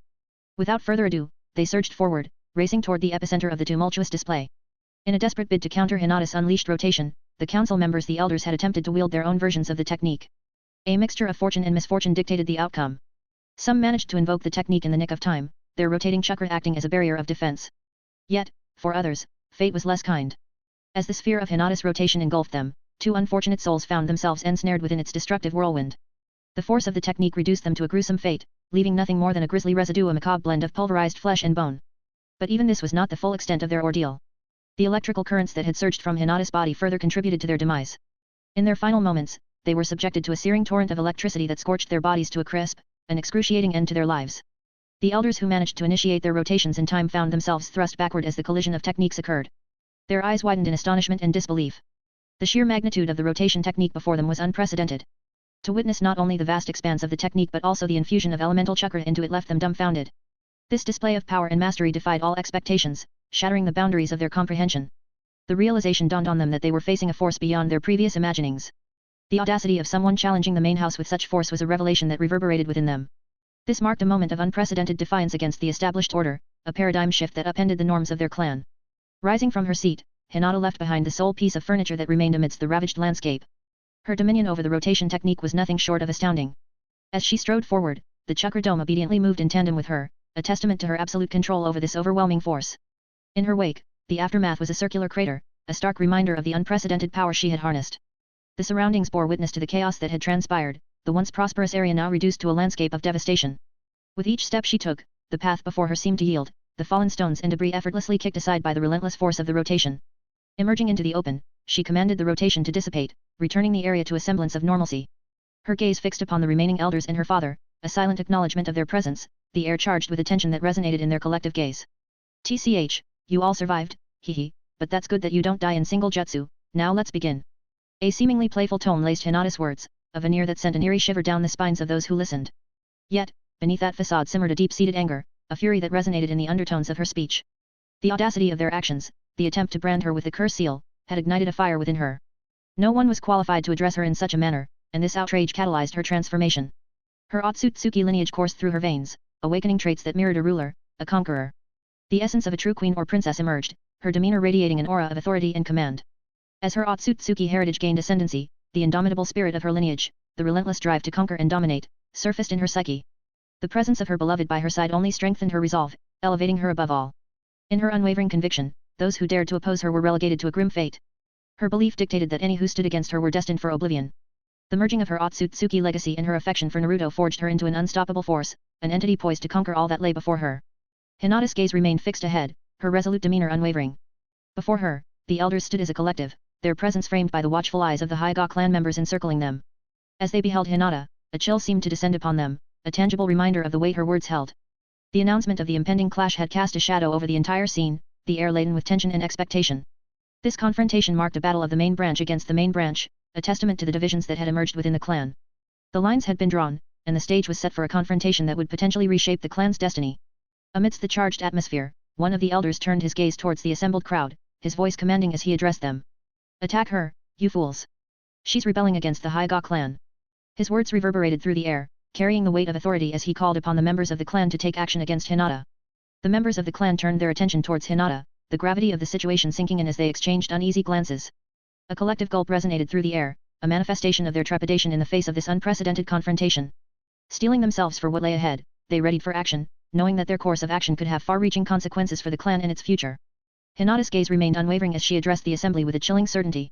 Should death be your wish, take a single step forward, and I shall grant you. Her words rang out in a tone devoid of emotion, each syllable cutting through the air like a blade. The weight of her resolve was palpable, causing each member to reconsider their course of action. With her command, a collective retreat ensued, the prospect of crossing her proving to be a risk none were willing to undertake. Worthless fools, the elders spoke, he knows he can't force them by curse seal, because if can do it so Hinata. The remaining elders steeled themselves for the impending conflict, their resolve solidifying in the face of the unavoidable confrontation. With the realization that retreat was no longer an option, they accepted the path they had chosen, fully prepared to engage in battle. Observing their collective adoption of the gentle fist stance, a smile tugged at the corners of Hinata's lips. Their determination to stand their ground was met with her own unyielding resolve. The air was charged with anticipation, the clash between the main branch and the elders was now inevitable. The tension hung palpably in the air, a prelude to the clash that was about to unfold. Assuming the gentle fist stance, Hinata's positioning mirrored that of the elders. However, a marked difference distinguished her stance from theirs. As she settled into the form, a manifestation of her potent abilities began to take shape. In her left hand, an ominous dark purple hue materialized, reminiscent of a lion's head, a harbinger of her unique prowess. Meanwhile, her right hand crackled with the frenetic energy of lightning, the electrified currents swirling around her hand ache into a fluid dance. Her mastery of storm release became evident as well. The energy of the storm surged through her, channeled into her feet, where lightning crackled in a display of her control over this elemental force. Her chakra pulsed with a dangerous intensity in both her hands, the air around her charged with the foreboding power she held at her disposal. This showcase of her abilities served as a stark reminder of the might she wielded, a harbinger of the storm that was about to be unleashed upon the battlefield. In an instant, they vanished from sight, their movements executed with a synchronicity born from their shared purpose. Simultaneously, their voices resounded, a chorus of determination that rang out as one. 8 trigrams 64 palms. The technique, renowned for its precision and an overwhelming barrage of strikes, was unleashed by the elders with a collective ferocity that aimed to overwhelm Hinata. As the invisible 8 trigram symbol materialized beneath them, Hinata's acute senses guided her evasive maneuver. Swiftly tilting her head, she deftly avoided the incoming palm strike aimed at her. In the same fluid motion, her left hand surged forward, her lion-shaped manifestation clashing with one of the elders. The very nature of this dark entity became apparent as it began to drain his chakra, an eerie realization dawning upon him even as he attempted to leap away. But escape proved futile, and Hinata's right palm found its target on his chest. In that instant, the fusion of lightning release and water release surged forth, weaving a torrential current of lightning and water chakra that infiltrated his pathways. The resulting shockwave of electricity and elemental might surged through his chakra network, annihilating and searing the very chakra points it encountered. The fusion of elements and sheer power of the technique left him incapacitated, his form convulsing in response to the onslaught. Before he could recover from the devastating assault, a swift kick surged forth with the additional force of lightning-charged chakra. The impact landed squarely in his abdomen, propelling him backward with a speed that defied comprehension. As he hurtled through the air, destruction followed in his wake, shattering through any obstacle unfortunate enough to obstruct his path.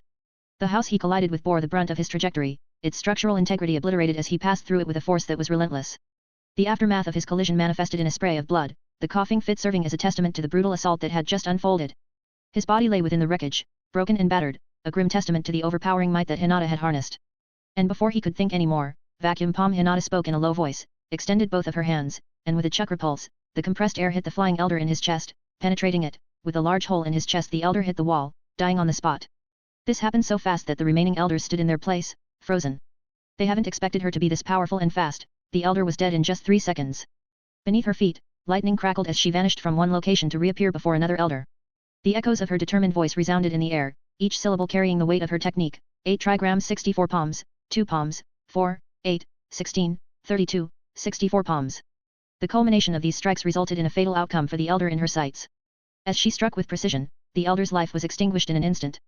The power of her technique saw her storm-infused palm descend upon him, drawing away his chakra while simultaneously obliterating his chakra points. The result was a catastrophic disruption to his very life force, his body succumbing to the overwhelming forces of destruction. His end was marked by the chaos that unfolded within his chakra network, leaving a macabre testament to the potency of Hinata's mastery over her abilities. The satisfaction of vengeance was palpable as Hinata's sweet smile graced her features. In this moment, her long-standing grievances were being settled, and the very individuals who had looked down upon her were now reaping the consequences of their actions. The taste of payback was as sweet as it was bitter, an emotion that resonated deep within her. Sweet revenge, she whispered in a hushed tone, the words carrying an undertone of triumph. The satisfaction of finally reclaiming her power and standing up against those who had belittled her was a triumph that she relished. In the blink of an eye, the Lady Elder's life was extinguished, her demise swift and irreversible. The assemblage of elders, who were themselves formidable at Jonin levels, stood no chance against the overwhelming prowess that Hinata exhibited. The stark reality of her power became undeniable. Her agility, speed, and mastery over her techniques placed her far beyond their reach. As the lone figure who could match her speed, Hayashi's position as a special jonin was the only semblance of parity in the face of her extraordinary abilities. Hinata's true strength, tantamount to that of a beyond cage level, was now laid bare for all to witness. Hinata looked at the remaining elders. There were only 6 present, their eyes wide and fear was present in them. Hehe, the look in your eyes. I like it. A sense of eerie amusement underscored Hinata's voice as she addressed the remaining elders. Her words, laden with a sinister tone, hinted at a newfound affinity for the fear that danced within their eyes. A series of intricate hand signs followed, their fluid execution weaving together a total of 57 gestures that would unleash her next display of power. As the hand signs came together, the heavens responded to Hinata's manipulation. Dark clouds began to converge overhead, the very sky transforming from day to night. The atmosphere crackled with danger as bolts of perilous lightning arced across the sky, their deafening roars echoing throughout the village. The ominous spectacle painted a vivid backdrop to Hinata's insurmountable prowess, an undeniable testament to her command over the elements. The people around them started to get away. The whole village saw this. Storm release, downpour. With a commanding whisper, Hinata invoked her storm release technique, aptly named downpour. The air seemed to tremble in response to her declaration, a herald of the impending deluge. Her hand, raised with purpose, began its descent in a deliberate and measured motion. As it fell, the atmosphere around her shifted, and the skies above responded to her will. The culmination of her power was soon to be unveiled as the impending torrential onslaught began to take form. A deafening cacophony rent the sky asunder, the very air trembling with the resonance of power. In an instant, the heavens seemed to rupture, and streaks of lightning cascaded downward like a torrential downpour. The Haiga compound bore the brunt of the assault as columns of electrified pillars rained down upon the earth, a ferocious display of elemental might. The village itself was ensconced in the chaotic symphony of thunder and lightning, the reverberations echoing far and wide. Hinata's mastery over the storm release technique was on full display, an awe-inspiring spectacle that left no doubt as to the extent of her command over nature's fury. As if the very skies had opened up, lightning descended in a relentless deluge, cascading downward like raindrops. The brilliant blue bolts struck the ground with a ferocious intensity, leaving behind in their wake a landscape transformed by their devastating impact. Pits and craters marred the earth's surface, a testament to the incredible destructive force that was being wrought upon the land. Nature's fury was unleashed in a breathtaking display, leaving an indelible mark on the terrain and painting a vivid tableau of power and chaos. In the face of this unprecedented natural disaster, the clan's elders were rendered utterly powerless. Their eyes widened in sheer shock and horror as they comprehended the magnitude of the impending catastrophe. The specter of mortality loomed ominously over their consciousness, and their worst fears were realized in a harrowing sequence of events. The relentless onslaught of concentrated lightning strikes began to target their very chakra domes. The once safeguarded barriers proved ineffectual against the unrelenting barrage of nature's wrath. The resonating crashes of lightning mingled with the panicked cries of those ensnared within the maelstrom, an echo of the destruction that now consumed their surroundings. Plop! Amidst the chaos, a single lightning bolt found its target with unerring precision. It struck one of the elders directly, obliterating him in an instant. The force of the impact tore through his form as if he were made of paper, leaving nothing but gruesome aftermath. The smell of burning flesh wafted through the air, mingling with the cacophony of destruction. The visceral sound of pain and anguish filled the air, a chilling reminder of the devastating toll that Hinata's elemental fury was exacting upon the clan. In a matter of minutes, the once formidable elders of the Haiga clan were reduced to naught but memories. Their lives, their authority, and their very existence were extinguished in the blink of an eye. The relentless onslaught of lightning strikes left no survivors in its wake.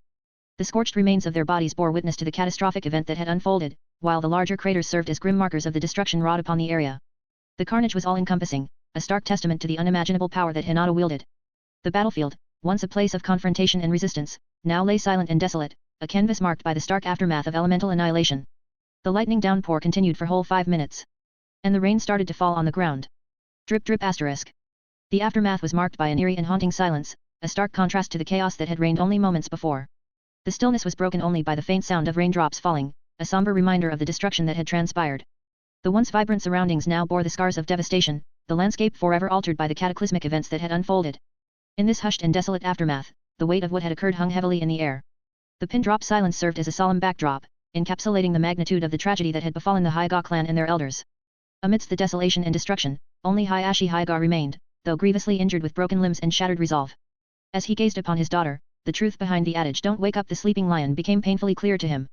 The events that had transpired had unmasked the full extent of Hinata's formidable power, a power that had lain dormant for so long. In the presence of the aftermath, the shattered remnants of their clan, and the incredible might displayed by his own flesh and blood, Hayashi's understanding deepened. "Father, do you regret now?" Hinata's voice carried a mixture of joy and anger, squatting down to his eye level. He just looked into her eyes, the fear, the regret was present in them. "Hehe, you should regret it. I don't want to kill you, after all, you are my father, you will live with this regret." She spoke with a smile. Hinata's gaze sharpened as a voice cut through the heavy atmosphere, piercing her awareness. The commanding tone belonged to Tsunade Senju, the Hokage of Konoha. The demand to surrender was firm, leaving no room for negotiation. Tsunade's voice carried an undercurrent of authority, reflecting the gravity of the situation. For Tsunade, the sudden appearance of immense thunderclouds and the onslaught of lightning strikes had signaled an imminent threat to the village. Her instincts had driven her to the scene, a foreboding sensation now confirmed by the tumultuous events that had unfolded.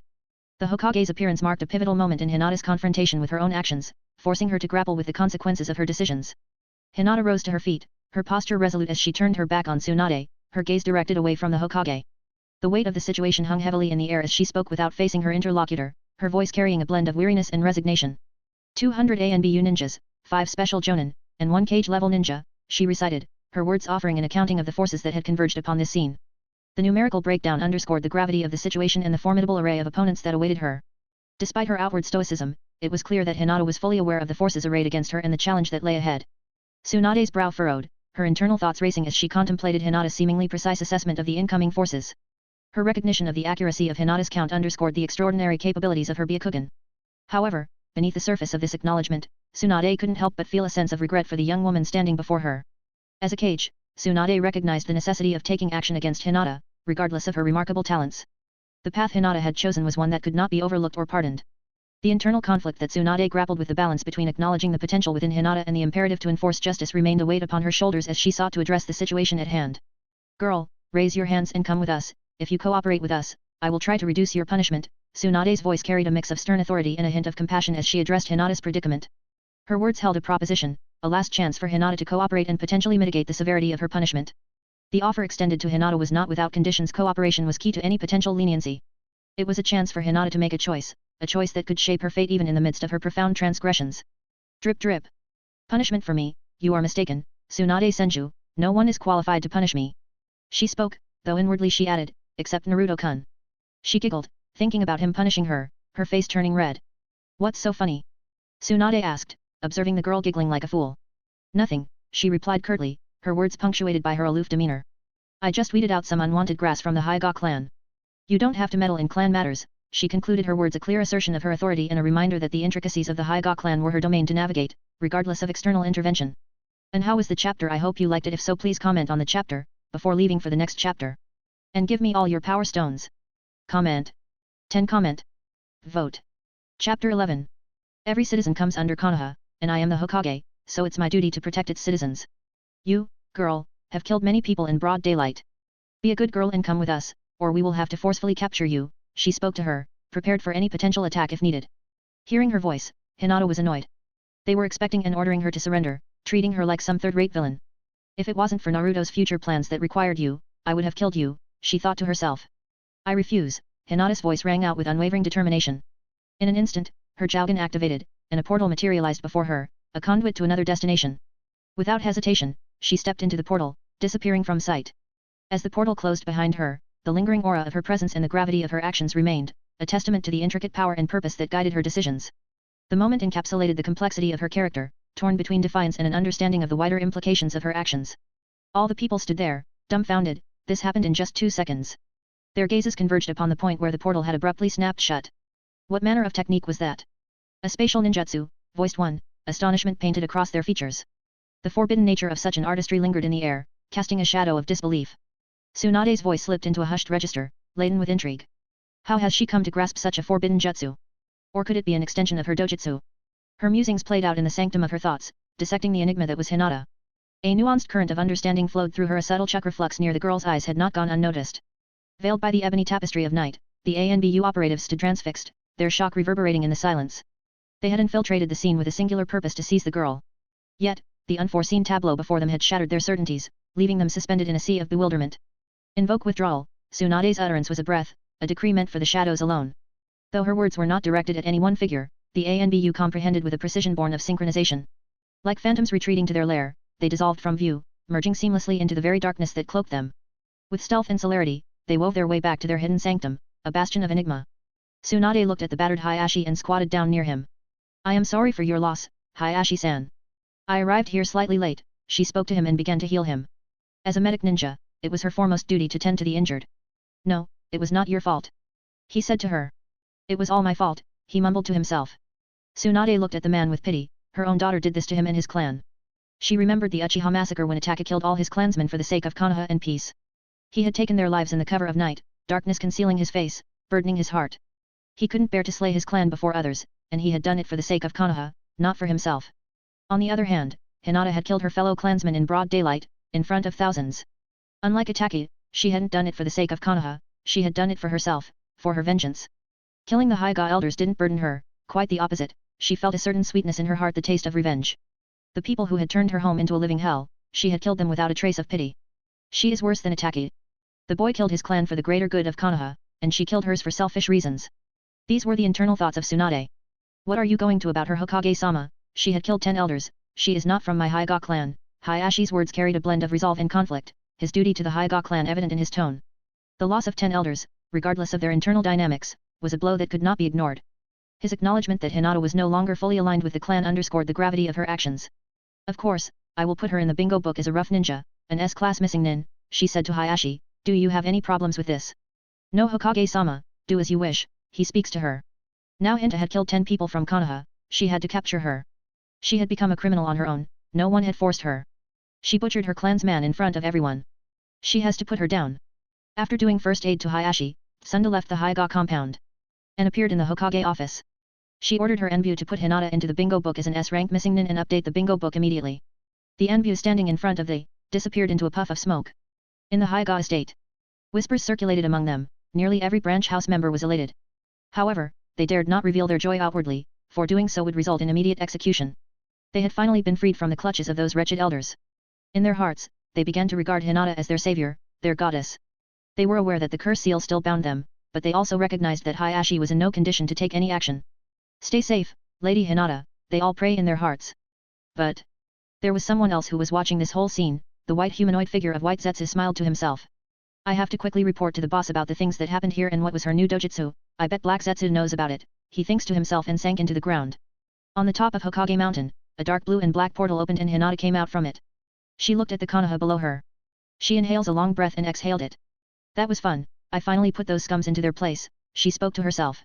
She knows she couldn't kill her father or her sister, she doesn't have the heart of a stone.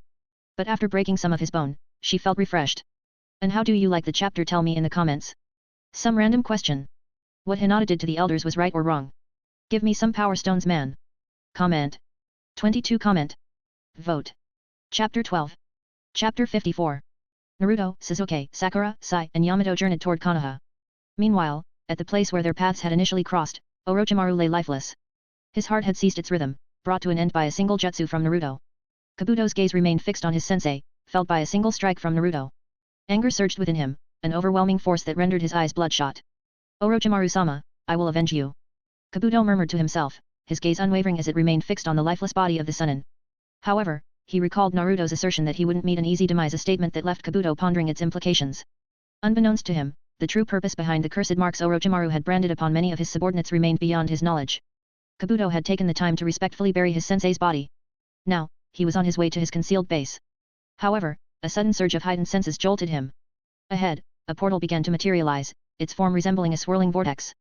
Emerging from this enigmatic portal was a masked figure, one of his eyes spinning in a mesmerizing manner. Sharingan. Kabuto uttered in a hushed tone, his voice tinged with astonishment. He was taken aback by the presence of a Sharingan that wasn't Sasuke's or Itachi's. Gazing at the man's attire, Kabuto's realization crystallized the distinct black cloak adorned with a crimson cloud pattern. Akatsuki. He whispered under his breath, his recognition undeniable. Kabuto, join the Akatsuki, Tobi's voice resonated. Kabuto regarded him, well aware of his master's betrayal. However, the enigma of their attempt to recruit him lingered. Why do you seek my allegiance? Orochimaru's treachery against you is evident. Aren't you concerned that I might follow suit? Kabuto inquired, concealing his chakra scalpel in his hand behind his back. Orochimaru is no more, and the Akatsuki will ensure your safety. Moreover, your considerable power renders betrayal a moot concern, Tobi stated with an authoritative tone, an underlying threat palpable in his words. He recognized that refusal could carry severe consequences. Tobi was well aware of Kabuto's brilliance, akin to Orochimaru's, and deemed him a pivotal asset for the upcoming war. Kabuto looked at him and nodded. He values his life. A considerable distance away, a team of 5 was making their way toward Konoha. Among them, Sakura exuded an evident sense of jubilation. Her happiness was palpable, her rosy cheeks complementing her vibrant pink hair. She intermittently cast glances at Sasuke, who strode ahead alongside Naruto. Living alongside Sasuke had been her cherished aspiration, a dream she held dear. Perhaps unbeknownst to her, a subtle but undeniable obsession for him had taken root within her. You seem incredibly joyful, Sakura, Naruto spoke, his keen observation evident through his perceptive gaze. It's not exactly what you think, Sakura replied, a faint blush coloring her cheeks as she directed her gaze towards Sasuke. Oh, so you're not happy about Sasuke joining us, he playfully teased, intentionally provoking her. No. I didn't mean it that way. Stop teasing me, Naruto, she chided, her gaze still fixed on Sasuke. Fine, fine, Naruto's response carried a sense of resignation. The group continued their journey, their destination drawing closer with each passing minute. However, their attention was diverted as a deafening thunderous roar echoed through the air. All eyes turned towards the horizon where Konoha stood. The sky had transformed into a tableau of dark clouds, and the brilliant flashes of lightning illuminated the landscape. The ominous sight evoked a sense of foreboding, hinting at the events that had transpired within the village, even from a distance. Boom. The group's senses were heightened by the cacophonous symphony of thunder and the blinding flashes of lightning that now engulfed Konoha. Each resounding strike reverberated with an intensity that could be felt even from their distant vantage point. The relentless onslaught of lightning painted an alarming picture of a village under siege by the elements themselves. The once familiar and serene village had transformed into a canvas of chaos and turmoil, a stark contrast to the peaceful village they knew. The spectacle before them underscored the gravity of the situation that awaited them as they neared the epicenter of the storm. A satisfied grin adorned Naruto's countenance as he witnessed the sequence of events through his heightened perception. The spatial divide was rendered insignificant, it felt as if he were present on the scene. So, she's accomplished it at last, he whispered softly, his words discernible only to Sasuke's acute hearing. Who done it? Sasuke inquired, their position at the forefront of the group ensuring their conversation remained private.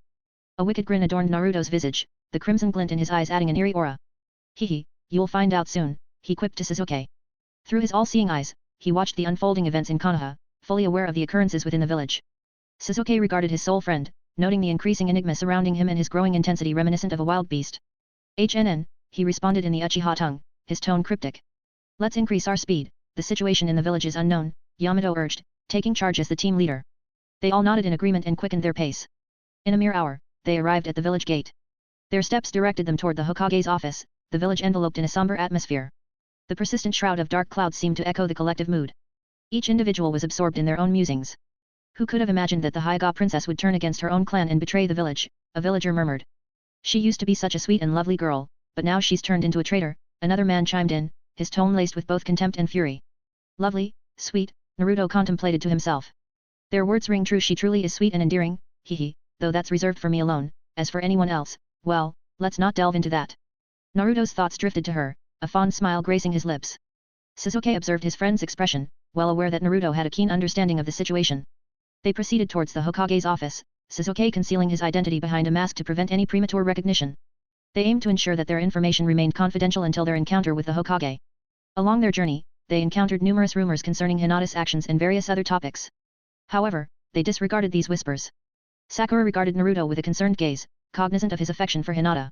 She wondered about his emotions, contemplating his potential reactions and internal turmoil. Unbeknownst to her, Naruto was already aware of the situation. Hinata was engrossed in honing her Byakugan in his concealed laboratory. Sensing her stare, he questioned, "Why are you looking at me like that?" he inquired, addressing Sakura's gaze. Hinata, she left the village, what will you do?" she asked him, voicing her concerns. Having witnessed his actions firsthand, including the demise of numerous ninjas during missions, she remained uncertain about how he would respond. "You don't need to be concerned about her," he reassured Sakura. She nodded in response, refraining from posing any further inquiries. In the Hokage office, Tsunade's gaze fixated on the 5 individuals before her, her attention particularly focused on Naruto and Sasuke. So he finally freed Sasuke from that snake, Tsunade thinks to herself, she had heard full information about their mission. Yamato had told her about the mission details. So he dispatched Orochimaru with a single move. He's becoming increasingly dangerous as time goes on. What about the Uchiha brat? How powerful has he become? There's a certain similarity in their chakra, Tsunade contemplated, her gaze remaining fixed on them. The 3 hidden villages Iwa, Kiri, and Kumo were growing uneasy with Konoha's increasing strength. They had begun to take action, their shinobi implementing tactics to hinder Konoha's operatives during missions. "You've done an impressive job, Naruto," she commended him. "And make sure you don't engage in anything perilous," she directed her words at Uchiha. Having assumed the role of Hokage after Sasuke's departure, she remained unaware of the boy's thought process. From her perspective, Orochimaru had likely influenced him to abandon the village. HNN. Sasuke responded to her. "It's unfortunate to lose one genius from the village, but on the positive side, Sasuke has returned. Things seem to be balanced for now, but I wonder how long this equilibrium will last," she contemplated silently. She cast her gaze upon them, another matter weighed on her mind, the necessity to address the deaths of numerous Konoha shinobi during their missions. "You're being assigned a mission, an S-rank mission," she informed them. They exchanged glances, weariness evident on their faces. The burden of back-to-back missions seemed to have taken its toll on them all, except for Naruto and Sasuke, who appeared relatively unfazed. Tsunade observed them closely, aware that they had only recently returned from their previous mission. Recognizing Naruto and Sasuke as two of the village's most powerful shinobi, she felt an urgency to address the issue promptly. The loss of several chunin from Konoha in the mission weighed heavily on her mind. Fully aware of the inherent danger, Tsunade held steadfast confidence that this challenge could be successfully resolved by entrusting it to them. Given your recent exhaustion, I'll assign this mission solely to you two. The rest of you should take the time to rest, she declared, her gaze first fixing on Naruto before addressing the others. Without questioning the Hokage, they departed from the office, leaving only Naruto and Sasuke behind in the room. So, what's the mission? He spoke in a casual manner and sat on the couch in the room. Tsunade cast a gaze in his direction, remarking, at the border of the Land of Fire, rumors have circulated regarding a mysterious bandit group. Tragically, numerous of our ninjas lost their lives during the mission. The group's size and strength remain uncertain, yet judging from the reports, it's plausible that several jonins are part of this group, she shared with them. Naruto's attention was immediately captured.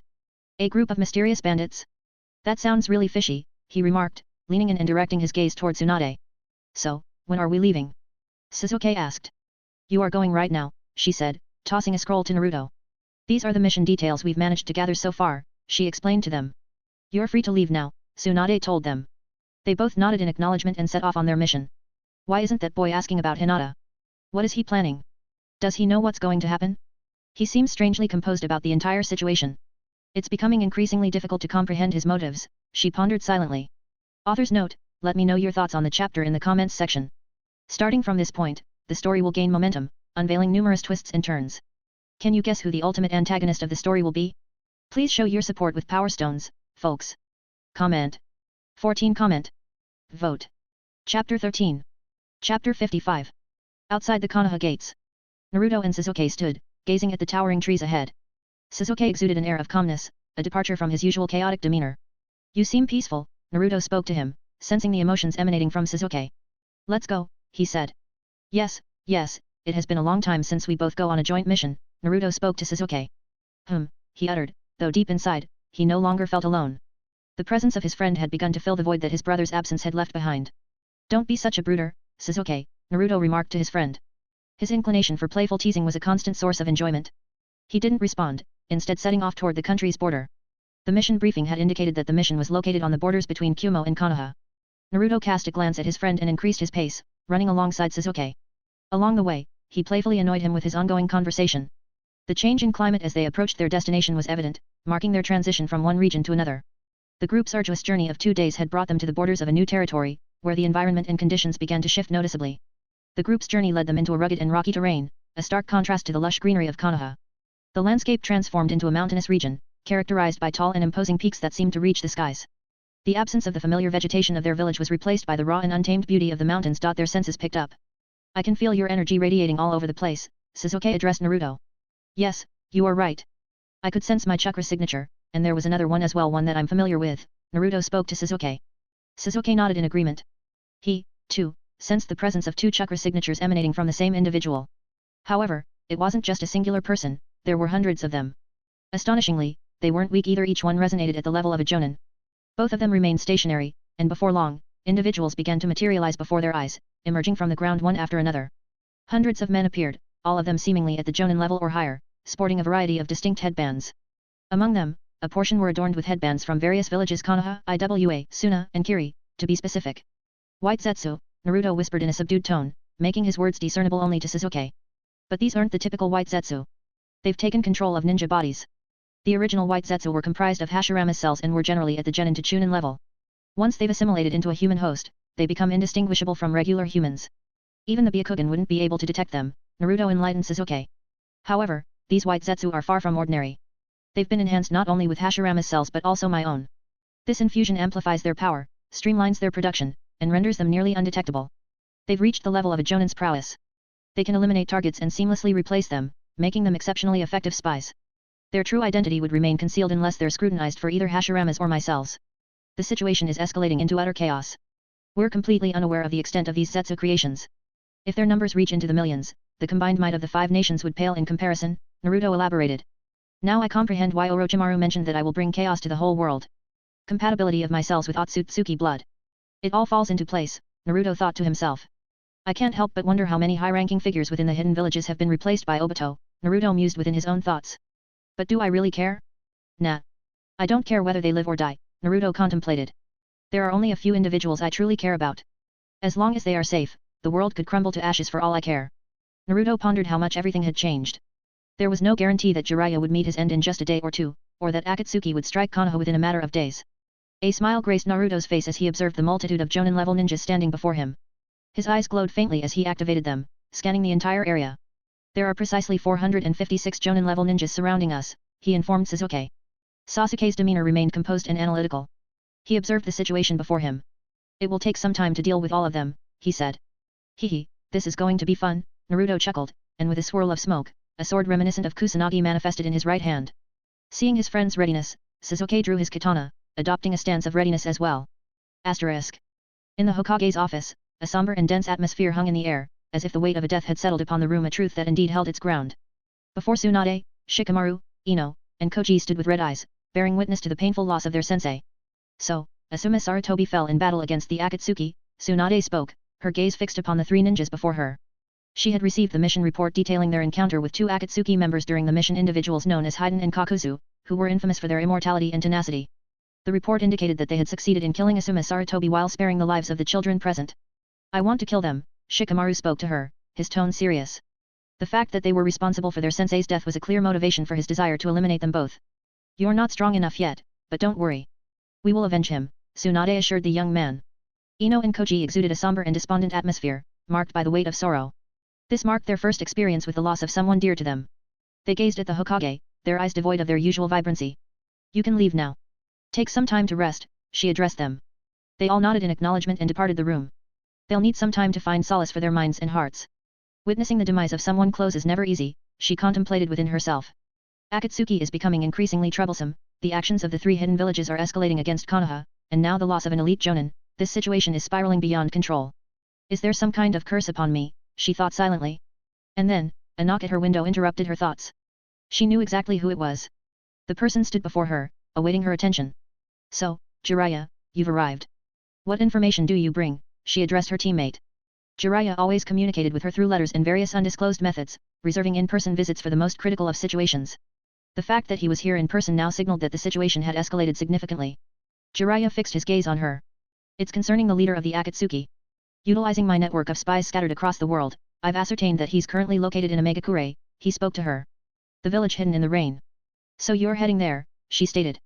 Yes, that's correct. I've been informed that they've successfully gathered all 7 of the tailed beasts, with only the 8 and 9 tails left, he shared with her. Tsunade's expression turned into a frown. They possess 7 of the tailed beasts, and you're planning to confront their leader in the village hidden in the rain, she addressed him. Yes. I must proceed with it, for the safety of the village and for you, he affirmed with a smile. A feeling of unease gripped her heart as his words reached her ears. You will return, won't you, she spoke, her voice slightly strained, her throat feeling dry. Absolutely, I'll return, he replied with a smile, then gracefully leaped towards the window. Look after yourself, Tsunade, he said, meeting her gaze one last time before departing with a smile. Tsunade yearned to halt him, but he was already gone, leaving her with an unease that settled heavily in her heart. A peculiar sensation enveloped her, a premonition that she might never lay eyes on him again. Tears welled up and traced down her cheeks, her gaze fixed upon the setting sun beyond the window. Soon, darkness descended upon the village once more. And guess what is coming next? Do 40 comment on this chapter and I will upload next chapter. Give me some power stones, man. Comment. 56 comment. Vote. Chapter 14.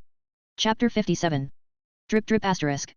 The relentless rainfall painted a vivid picture of the country hidden in the rain. The constant downpour created a flowing network, with water coursing through the sewers and streets alike. The perpetually wet environment seemed to suggest that the rain hadn't ceased for an extended period of time, casting a melancholic atmosphere over the landscape. The architecture of the city was a stark departure from the natural surroundings they had left behind. Tall, futuristic buildings dominated the skyline, giving the city an almost cyberpunk-like aesthetic. These towering structures formed a unique backdrop, blending modernity with the somber rain-soaked environment. The mention of the tallest building housing the enigmatic figure known as Pain, the de facto ruler or god of the country, added an aura of mystery and power to the scene. The imposing presence of Pain in the highest tower symbolized his dominance and control over this rain-drenched realm. The title of god held by Pain was not just a mere appellation but a recognition of his role in liberating the Rain country from the oppressive rule of Hanzo. His actions had earned him the reverence and admiration of the people, who looked up to him as a savior. Pain's intervention had brought an end to the era of Hanzo's rule, a period marked by turmoil and suffering. Besides Pain, the presence of an angel named Konan added another layer of significance to their leadership. Together, Pain and Konan had emerged as the guiding forces that had quelled the long-standing civil strife that had plagued the Rain country for decades. To prevent further bloodshed and ensure the stability of the Rain country, Pain and Konan had taken the radical step of sealing the country off from the outside world. By closing its gates, they aimed to maintain peace and isolate the nation from external conflicts. This act demonstrated their commitment to safeguarding the well-being of their people, even if it meant sacrificing international interactions. Owing to the incessant rainfall, all the water funneled into a sprawling circular trench encircling the entire village, forming a barrier that thwarted any attempts at entering. However, today, an air of peculiarity hung over the country.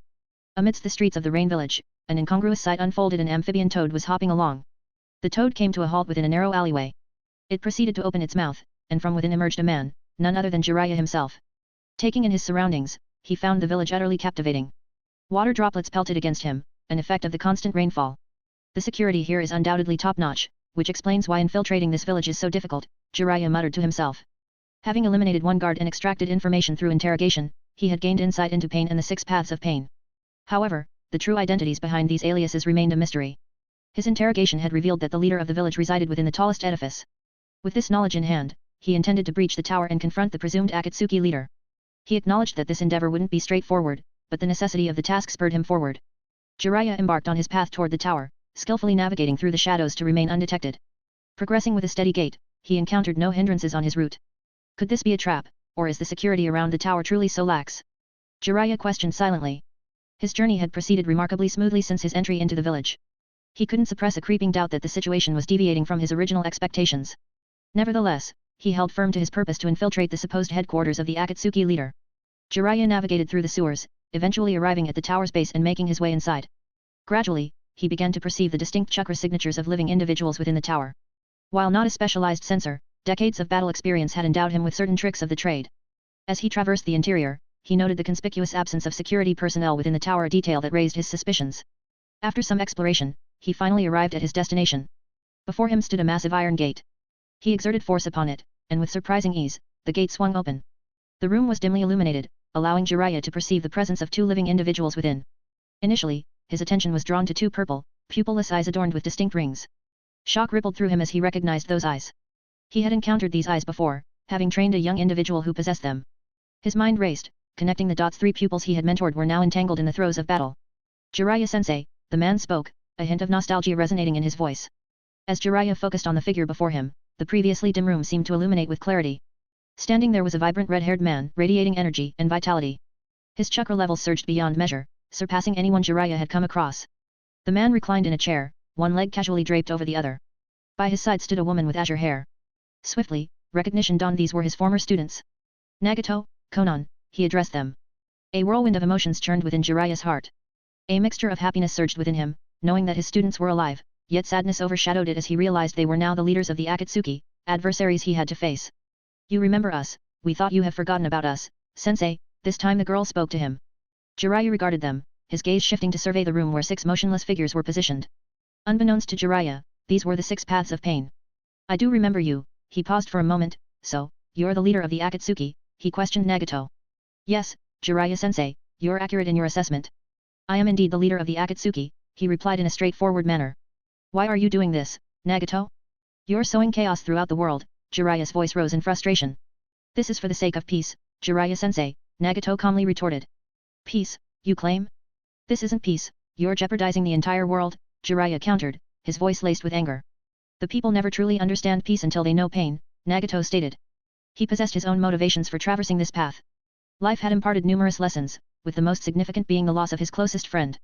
Yahiko had harbored a dream to achieve peace. Yet, the world's cruelty had shown no mercy to the weak. Konoha's ninjas had extinguished Yahiko's life and his aspirations. Nagato now carried his friend's dream as his own burden. The instrument of mass destruction became his objective. With such power, he believed that instilling fear in others would pave the way for genuine peace. Stand with me, Jiraiya-sensei. We can together forge a new era of peace, haven't you often expressed your longing for it? Nagato entreated. No, you're taking the wrong path. True peace cannot be birthed through such means, Jiraiya retorted. So what are you going to now? Nagato asked him. I have to stop you before you commit any more crimes, Jiraiya said to him. Hearing him, Nagato laughed. Crime, you call it? I view things quite differently. It's my goal that holds significance. If you intend to obstruct my journey towards that goal, then you'll have to perish, sensei, Nagato stated matter-of-factly. To him, his objective was all that mattered. The concepts of right or wrong held no sway in his perspective. Hearing his words, Jiraiya understood that there was no alternative. Fighting was inevitable. He braced himself, preparing for the confrontation. Gradually, a raised nan began to take form in his hand. Nagato rose from his chair, unaffected by the leg injuries that had once plagued him. The integration of Naruto's cells into his own body had wrought a miraculous transformation. All the injuries that had once burdened him had vanished. His life force, previously siphoned by the Gedo statue, was now fully replenished. The integration process had first purified his Uzumaki bloodline before seamlessly assimilating Naruto's cells. As a result, he wielded perfect control over his Rinnegan, which now no longer consumed his chakra. The Rinnegan had unreservedly embraced Nagato as its true master. Moreover, the purification of his bloodline alongside the infusion of Naruto's cells had endowed him with prodigious chakra reserves and an abundance of life force. With the passage of time, his chakra reservoirs continued to expand. Collectively, he now stood as the most formidable presence across the elemental nations, empowered by his mighty Rinnegan. Nagato turned his gaze towards Jiraiya, extending his hand with his palm aimed at him. Uttering a solitary phrase. Shinra Tensei. A tremendous gravitational force surged forth, propelling Jiraiya out of the tower. The impact obliterated everything in its path, a substantial portion of the tower vanishing instantaneously. Jiraiya was catapulted through the air akin to a rocket, obliterating walls along his trajectory. His body endured crushing impact upon impact, until finally colliding with the ground with devastating force. Numerous bones were broken upon impact, and he lay amidst a pile of debris. The sheer force of the collision resulted in the creation of a sizable crater where he had fallen. It was evident that the gravitational force had been focused solely on Jiraiya, sparing the village from its impact, which could have easily leveled it. Banch Tenin. Nagato spoke, and in response, an overwhelming force seized hold of Jiraiya's body. Despite his efforts to resist, the stones behind him succumbed to the pull, striking his form due to the inexorable gravitational attraction. Jiraiya was lifted into the air, hurtling towards Nagato at a breathtaking velocity, his control over his body utterly stripped away. Amidst collisions with numerous stones, he eventually halted in front of Nagato. Blood flowed from his mouth, the aftermath of extensive internal injuries, and nearly every bone in his body fractured. His body was further plagued by internal bleeding. Suspended in the air, Jiraiya gazed at Nagato, who extended his left hand. From Nagato's hand, black chakra rods began to emerge. Jiraiya experienced excruciating pain coursing through his entire body as he became impaled by an array of chakra rods, a multitude of them piercing him with lethal intent. The agony was unbearable, and it was evident that his life was swiftly ebbing away. Nagato directed his gaze towards his former sensei, observing the life fading from his eyes. With his final words, Shinra Tensei. Nagato exerted an immense force. Jiraiya was forcefully propelled through the air, his trajectory marked by collisions with numerous buildings along the way. Eventually, he crashed into the village's protective wall, shattering it upon impact, before plunging into the depths of the water that surrounded the village. A legendary Sunin had met his demise at the hands of his own student. Nagato and Konan turned their gazes toward the path that Jiraiya's trajectory had carved through the buildings. Was it necessary? Konan addressed Nagato with a somber tone. Yes, he stood in my path. I had no choice, Nagato replied to his companion. She merely nodded in response. And our favorite Jiraiya-sensei was died by the hands of his students, what a pity. Tell me in the comments how you feel about the chapter. And man, give me some power stones. Comment. 24 Comment. Vote. Chapter 15. Chapter 57. Naruto and Sasuke found themselves amidst 456 Jonin-level ninjas. They stood in silence, not exchanging a single word. Meanwhile, the white Zetsu clones sensed an intruder approaching their lair. Bound by their orders, they were prepared to eliminate anyone who entered through that route. Naruto channeled his chakra into his blade, and swirling water began to manifest along the entire sword. This was the water coating on the blade. The water spun furiously on the blade, resembling a tornado. As Naruto slightly lowered his blade and struck the ground, the impact shattered the earth beneath him. When the compressed water spun on a surface, its power became so immense that it could literally pierce through mountains, and its capability for destruction increased manyfold. Where Naruto's sword made contact, a large crater formed around it, with cracks radiating outwards. On the other side, Sasuke coated his blade with his Chidori. His mastery over this jutsu was exceptional. Chirp chirp, the sound of 1,000 birds chirping echoed in the surroundings. The edges of his blade became so sharp that it could cut through anything. Sasuke's Sharingan spun furiously. With full speed, they leaped into the crowd of ninjas. Pucci. Sasuke swung his blade horizontally. The man in front of him attempted to block it with his kunao, but alas, the sword cut through the kunao like butter and cleaved his neck from his body, killing him on the spot. Sasuke leaped into the air and landed amidst a group of 10 men. He swung his sword in a circular arc, lightning crackling along its edge. With a chirping sound slicing through the air, all the men were cut in half. Thud. Their lifeless bodies fell to the ground. Sasuke then swung his sword, creating a lightning slash that cut through the 3 men in front of him. On the opposite flank of the battlefield, Naruto, brandishing his sword, surged forward toward the throng of Jonin-level ninjas. The tightly compressed water continued to swirl at a rapid pace along the length of his blade. As he swung his sword, it collided with an opponent's blade. In the clash, Naruto's sword shattered the enemy's weapon and bore into the man's chest. The impact yielded no immediate spurt of blood, yet the unmistakable sound of bones fracturing resonated. The force of the strike proved overwhelming, propelling the man into the air before hurtling him backward with remarkable velocity. In his trajectory, he unwittingly became a deadly projectile, inadvertently felling several of his comrades along his path of trajectory. Both Naruto and Sasuke were akin to chakra-fueled titans, their bodies devoid of any hint of fatigue as the massacre commenced. Electric currents crackled at Naruto's feet, intensifying his speed to an astonishing degree, rendering him little more than a blur as he surged forward, leaving a trail of destruction in his wake. Before him, the ranks of enemy ninjas fell like wheat before a scythe. Heads were sent flying, limbs severed, and a macabre mist of blood painted the air with its gruesome hues. Sasuke mirrored Naruto's fervor, the scene no different in his wake. Naruto's voice echoed fire style, great fireball jutsu. Accompanied by a sequence of intricate hand signs, he conjured an immense fireball that erupted from his fingertips. The heat emanating from the blazing sphere was so intense that nearby stones began to liquefy under its scorching influence. The fireball collided with the men before him, obliterating them in a flash of evaporation. Placing his sword securely on his back, Naruto unleashed a burst of chakra, propelling himself skyward with remarkable force. As he soared aloft, he surveyed the mob of adversaries below, and then initiated a free fall from his elevated vantage point. Raised Nan. An enormous-sized raised Nan appeared in front of Naruto while he was airborne. It was as big as a house. He slammed the raised Nan into the ground, grinding the 50 men to their deaths with a single jutsu. As the raised Nan hit the ground, the earth shook violently, and a 100-meter-wide crater formed. Naruto landed in the center of the crater, one knee on the ground, both arms spread out, and a savage grin on his face. He gazed ahead, surrounded by hundreds of men. Sasuke, jump, Naruto commanded. Upon hearing his voice, Sasuke leaped higher into the air. Uzumaki sealing arts, adamantium chain, Naruto intoned, and from his palms emerged 2 chains adorned with spear-like points. The chains swayed with an eerie grace in his hands before suddenly spiraling around his axis like a malevolent tornado. These 2 chains whirled around him, a deadly dance of destruction that swiftly eviscerated all within a 70-meter radius. Merely 10 seconds of this cataclysmic rotation reduced every individual in the vicinity to dismembered fragments, none retained an intact body, their heads severed and launched like carelessly discarded cabbages. Brain matter oozed from the decapitated remains, imbuing the ground with a grim and unrelenting crimson hue. The scene was an unadulterated massacre, and Naruto's visage bore an unbridled, savage grin. He turned his gaze toward Sasuke, who had just landed before him.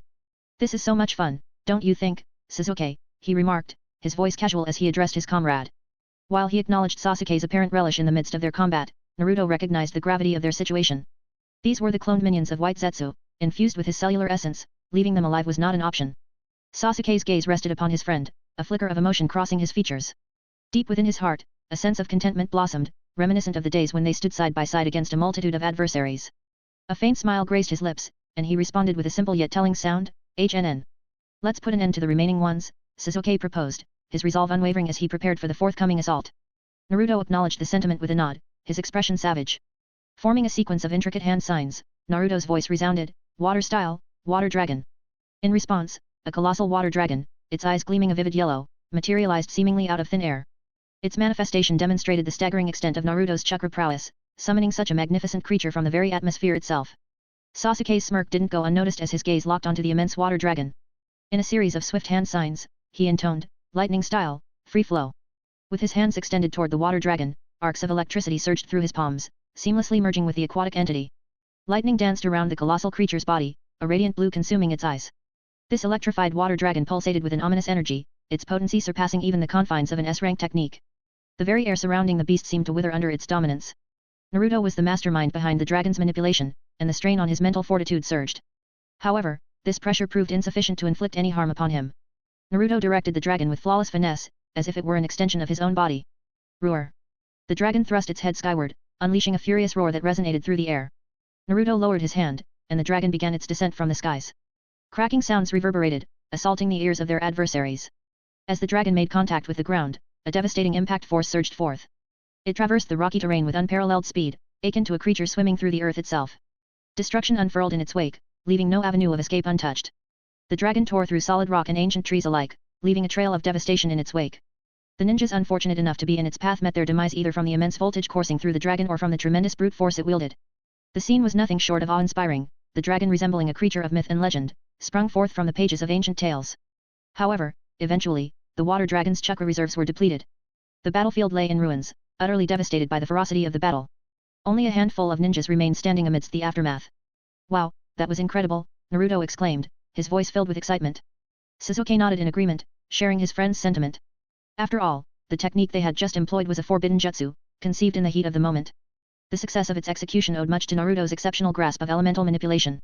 Without his extraordinary understanding, such an achievement would have been impossible. Naruto began to form a series of hand signs, his fingers moving with practiced precision. "Earth style, earth burial," he pronounced, placing both hands upon the ground.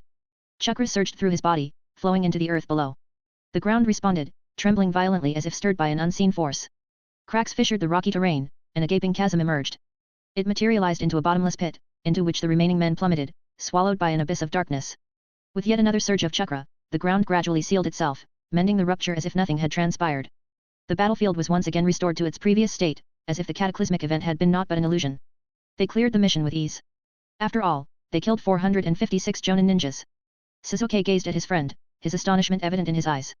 He marveled at the multitude of jutsu Naruto had wielded throughout their battle, recognizing the stark contrast from the Naruto he once knew, the impulsive boy who charged into enemies without a plan.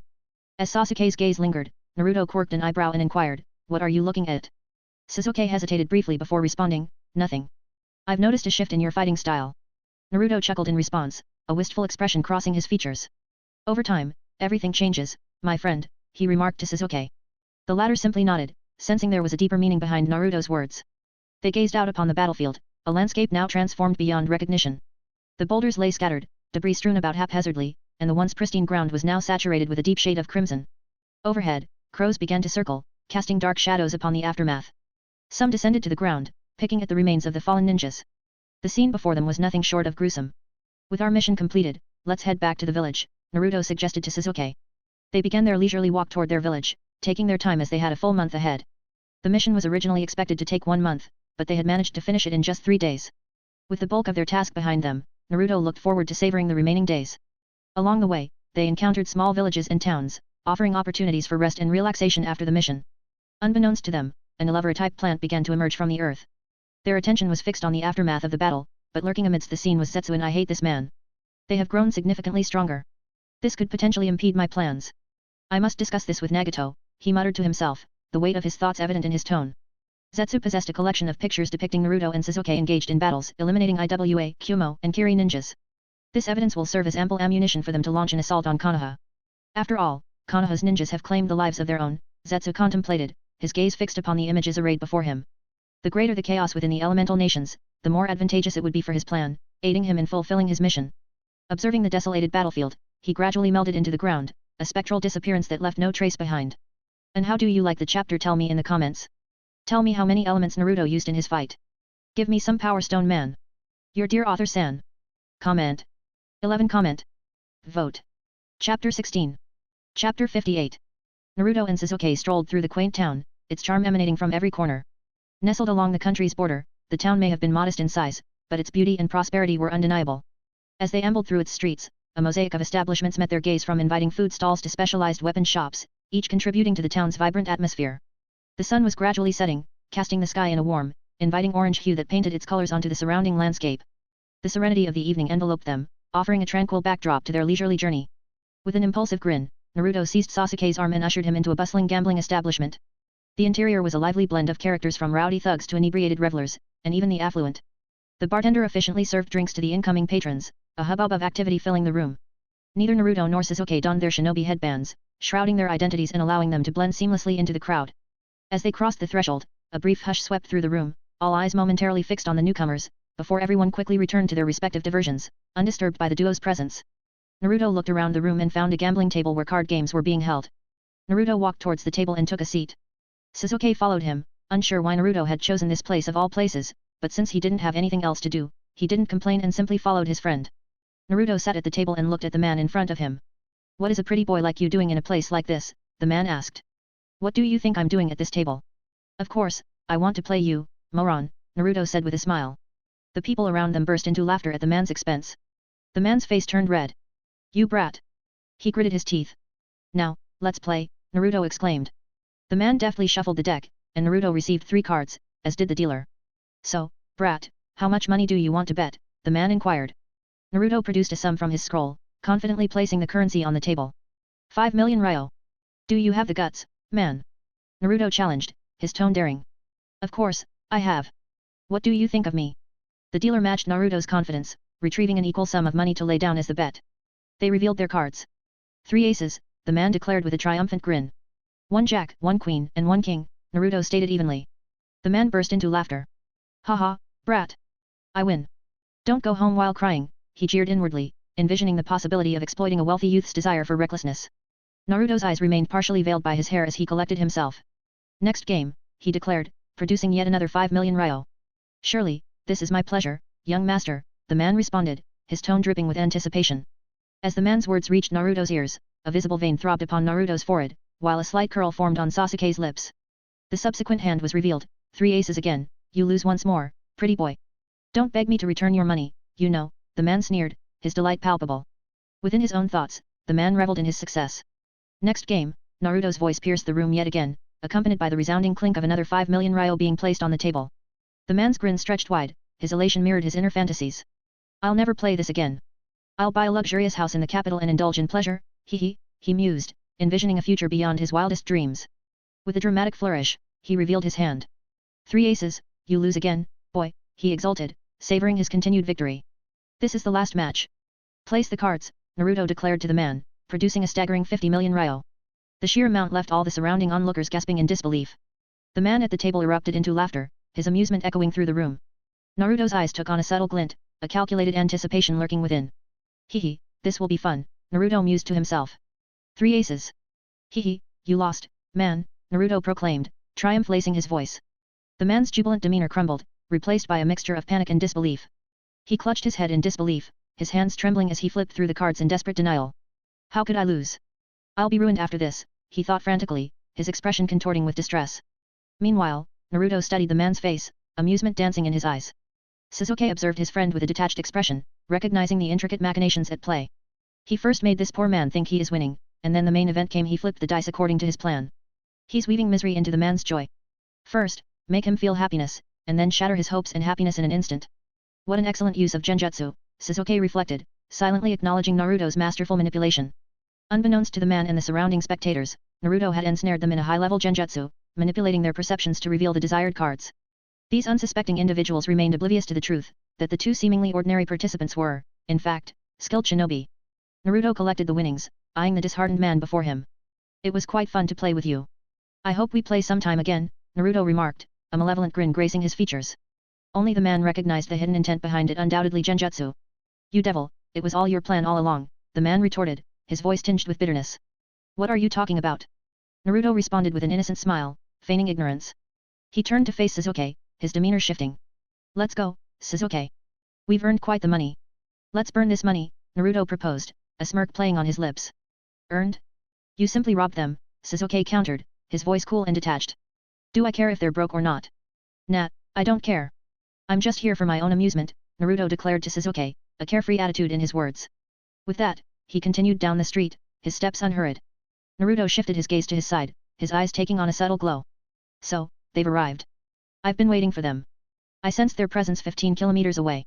They sure took their time, Naruto mused to himself, his attention directed toward his left side. 2 figures emerged into view, positioned 5 kilometers away from their location. After all, having Byakugan and 6 eyes have its perks. The newcomers were adorned in black cloaks bearing red cloud patterns and wore straw hats upon their heads. 5 kilometers from the town. One of the men subtly lifted his head, his black eyes transforming into a vivid shade of red. 3 tomos spun within his eyes as he directed his gaze ahead. Beside him, the other man regarded his friend with a questioning expression. What is it? Why did you turn your eyes on? He inquired. Nothing. It's as if someone is watching us from afar, the man with red eyes disclosed. Don't be so paranoid, the other man dismissed, his tone bordering on skepticism. With Naruto. A smirk adorned his face. So you noticed my gaze, your instincts are very good, Naruto mused within himself. His gaze shifted to Sasuke. Sasuke, Naruto called out to him. Sasuke turned his head towards Naruto, detecting the seriousness in his tone. What is it, Naruto? He inquired. Are you ready? Naruto inquired. Ready for what? Sasuke responded, seeking clarification. For your revenge, Naruto stated plainly. Hearing Naruto's question, Sasuke's eyes turned red, and the 3 tomos spun furiously within them. An intense aura burst forth from him. I've lived for this moment. I will kill him, Sasuke declared with unwavering determination. He understood that Naruto had sensed someone, and he was certain that this individual was his brother. Where is he? Sasuke inquired, his face contorted with visible hatred towards his brother. Follow me, Naruto instructed and swiftly headed to the left. Sasuke followed closely behind him. After running for 2 minutes, 4 individuals positioned themselves in a confrontational arrangement, 2 figures forming each opposing side. As the wind gained momentum, it spirited the leaves into a swirling dance around them. The sun, inching closer to the horizon, cast a warm, golden glow upon the surroundings, while the burgeoning moon began its ascent, its silvery presence beginning to grace the night sky. Little brother, the man spoke in a calm voice. It was Itachi Uchiha, the elder brother of Sasuke Uchiha. Itaki. I've been waiting for this moment my entire life, you kinslayer, Sasuke spoke to his brother, his voice infused with anger and malice. The man before him was none other than his elder brother, Itaki Uchiha. Despite the admiration Sasuke once held for him, Itaki had perpetrated the gruesome massacre of their family. He had annihilated their mother, father, and the entire clan, sparing not even the unborn children in their mother's wombs. The toddlers who had yet to learn to walk or speak had met their demise at the hands of this very man, his beloved elder brother. And the rationale for this horrifying act? The purported greater good of Konoha, for the sake of peace. Itaki had chosen the welfare of some unknown peasants over the lives of his own flesh and blood. Such individuals were what disgusted Sasuke the most. He looked at Itaki.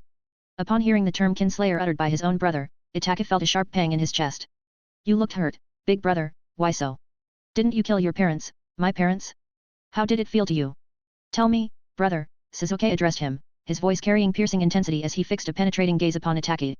Yes, I killed them. Your hatred for me is enough. Don't you want to kill me? Itaki spoke to him in a calm voice. Yes, I will. With my own 2 hands. I will avenge my family. You snatched everything from me, my mother, my father. You made me an orphan. I admired you the most, but you killed everyone. You took everything from me, Sasuke declared to Itaki, his words carrying a potent mixture of hatred and anguish. He unsheathed his sword as he spoke. And man, I have posted over 60 chapters and there are not even 50 reviews on the book. I hope you can write a review of my book. And give me some power stones. Comment. 20 comment. Vote. Chapter 17. Chapter 59 Kisame. Naruto and Sasuke stood opposite Kisame and Itaki. Sasuke's Sharingan was activated, its red eye spinning manically as he locked his intense gaze onto his brother. Naruto placed his hand on Sasuke's shoulder, his gaze steady. Do you need my help to deal with him? Naruto inquired, his willingness to assist Sasuke evident. Sasuke met Naruto's gaze, and a sense of gratitude stirred within him, appreciating his friend's offer to aid him in fulfilling his vengeance. His eyes softened as he regarded Naruto. No need, I will kill him by myself. You know I am stronger, Sasuke responded to Naruto. He then shifted his gaze to Itaki, his eyes ablaze with anger, an intense desire to tear this man apart fueling his resolve. Do as you please, I will deal with this shark man, Naruto declared, his gaze shifting to Kisame. Sasuke nodded in acknowledgement. In unison, they launched themselves at Kisame and Itaki. Naruto drew his sword and swung it towards Kisame, while Kisame readied his same hata, revealing its dark blue, shark-like scales as the straps around the sword fell away. As Naruto's slash approached, Kisame countered with a powerful swing of his same hata. The clash of their attacks resonated with a resounding clang. The ground beneath them shattered, giving rise to a substantial crater. Kisame regarded Naruto with surprise. The boy had absorbed his attack with apparent ease. A grin spread across Kisame's face, his battle-crazed demeanor revealing his shark-like teeth. Your strength is amazing, boy, he commented, his words accompanied by his fierce grin. Naruto met his gaze firmly. You realize it now. Let's fight somewhere else. Let the brothers resolve their matters themselves, Naruto proposed to Kisame. Kisame nodded in understanding, acknowledging Naruto's sentiment. Before departing for his confrontation with Kisame, Naruto turned his attention to Sasuke one last time. Be safe while I'm gone, he advised Sasuke before dashing towards the forest, where Kisame awaited him. Sasuke watched Naruto go and nodded in response. Meanwhile, the two brothers locked eyes, both stepping back to create some distance. Sasuke's sword and Itaki's kunai remained poised for battle. Itaki broke the silence. You have a good friend, he observed. Sasuke regarded his older brother coldly. Yes, and 1,000 times better than you, he retorted with anger lacing his voice. Far from the brothers, in the forest. Kisame and Naruto confronted each other, the need for words unnecessary. Their gazes locked as a tense silence hung between them. Naruto swiftly charged at Kisame, his sword held diagonally as he swung it with immense force, cutting through the air with precision. Kisame, observing the incoming attack, responded by lifting his same hata in a sweeping motion to counter the slash. Clang! The resounding clash echoed through the surroundings, its impact sending shockwaves that uprooted nearby trees. You sure have raw strength, Kisame commented as they momentarily separated from their clash. Naruto looked at him, a grin playing on his lips. This is just the beginning, he retorted. Naruto thrust his sword forward, aiming to pierce the shark. In response, Kisame positioned his sword in front of his stomach. Once again, the two blades met with a reverberating clang. The air around them rippled, and with a resounding bang, Kisame was propelled backward at breakneck speed, shattering numerous trees in his path. Stunned, he managed to stabilize himself in the air after leaving a trail of destruction. A small droplet of blood escaped his mouth as he did so. Gazing at the path of devastation he had inadvertently created, Kisame's eyes narrowed. He had been flung back an astonishing 50 meters from his initial position. Such brute force, Kisame muttered to himself as he wiped the blood from his mouth, acknowledging Naruto's formidable might. Naruto inspected his sword, its tip now bent from the force of impact against same hata. TCH, weak sword. I should buy a better one, he muttered to himself in dissatisfaction. Meanwhile, Kisame had regained his balance. Swiftly, he appeared behind Naruto, launching a swing aimed at Naruto's neck. Reacting with agility, Naruto twisted his body, managing to intercept the attack just in time. Clang! Another sound rang out as the force of Kisame's strike shattered Naruto's sword into two pieces. The sheer power behind Kisame's attack proved overwhelming, and the impact sent Naruto hurtling backward. With a skilled twist of his body, Naruto managed to regain his balance in midair and landed safely on the ground. Gazing at his broken sword, he threw it sideways. Without lingering, Naruto took swift action. He charged at Kisame, simultaneously forming a raised nan in his left hand. As Kisame swung his sword downward, Naruto raised his left hand to deflect the incoming attack. With his right hand coated in lightning chakra, he slammed a punch into Kisame's abdomen. The surge of electricity coursed through Kisame's body, accompanied by a resounding bang as he collided with a nearby tree. Coughing up a spatter of blood, Kisame's body hit the tree with force. He observed Naruto, his expression serious as he spoke, "You were able to wound me, that's good, brat." Kisame's comment reflected his acknowledgement of Naruto's prowess. Naruto directed his gaze to his left hand, where the raised nan still spun in his palm. His sword absorbed half of my raised nan, Naruto thought. The truth was that Samehada had the ability to absorb chakra from opponents, which explained why Naruto hadn't coated his sword with any specific chakra nature. With a flick of his hand, Naruto dispersed the raised nan. The surroundings underwent a swift transformation as the humidity in the air escalated. Kisame's focus remained forward as he sheathed his sword on his back, his hands forming intricate hand signs. Water style, exploding colliding water wave, he declared, and in response, an immense tidal wave surged forth beneath him. Elevating him nearly 20 feet into the air, he skillfully rode the colossal wall of water. With increasing velocity, he directed this aquatic force towards Naruto. As Kisame advanced, destruction unfurled in his wake. Trees were mercilessly uprooted, and stones were reduced to fragments. The enormity of the wave he rode rendered everything in its path powerless. Naruto, however, faced the incoming spectacle with a savage grin. A ninjutsu battle, you will lose miserably, man, Naruto mused inwardly. Naruto remained rooted in place, his stance unwavering, as he awaited the impending collision with the oncoming wave. From his vantage point atop the colossal wave, Kisame observed him closely, his thoughts forming a confident assertion, "This is the furthest you'll go, brat." As the surging water approached Naruto, he extended his right hand deliberately. Upon the initial touch of the wave's leading edge against his palm, an immense surge of chakra pulsed forth from him. In a low voice that carried an air of command. "Ice release, freeze." At his utterance, a remarkable transformation unfurled. The mammoth wave, previously bearing down on him, now began to undergo a swift crystallization. This process originated from the point of contact with Naruto's hand, its icy grip extending outward toward Kisame's position. In the span of an eye's blink, the once mighty water wave had transitioned into a frozen tableau, arrested in place by the pervasive force of Naruto's technique. Observing this, Kisame's eyes widened in surprise, prompting him to leap from the frozen water. "Akeki Genkai, this is way too powerful," he mused, recognizing the might of the ice release technique. Springing into the air, he began to manipulate a series of hand signs with precision. "Water style, water bullet technique," he exclaimed.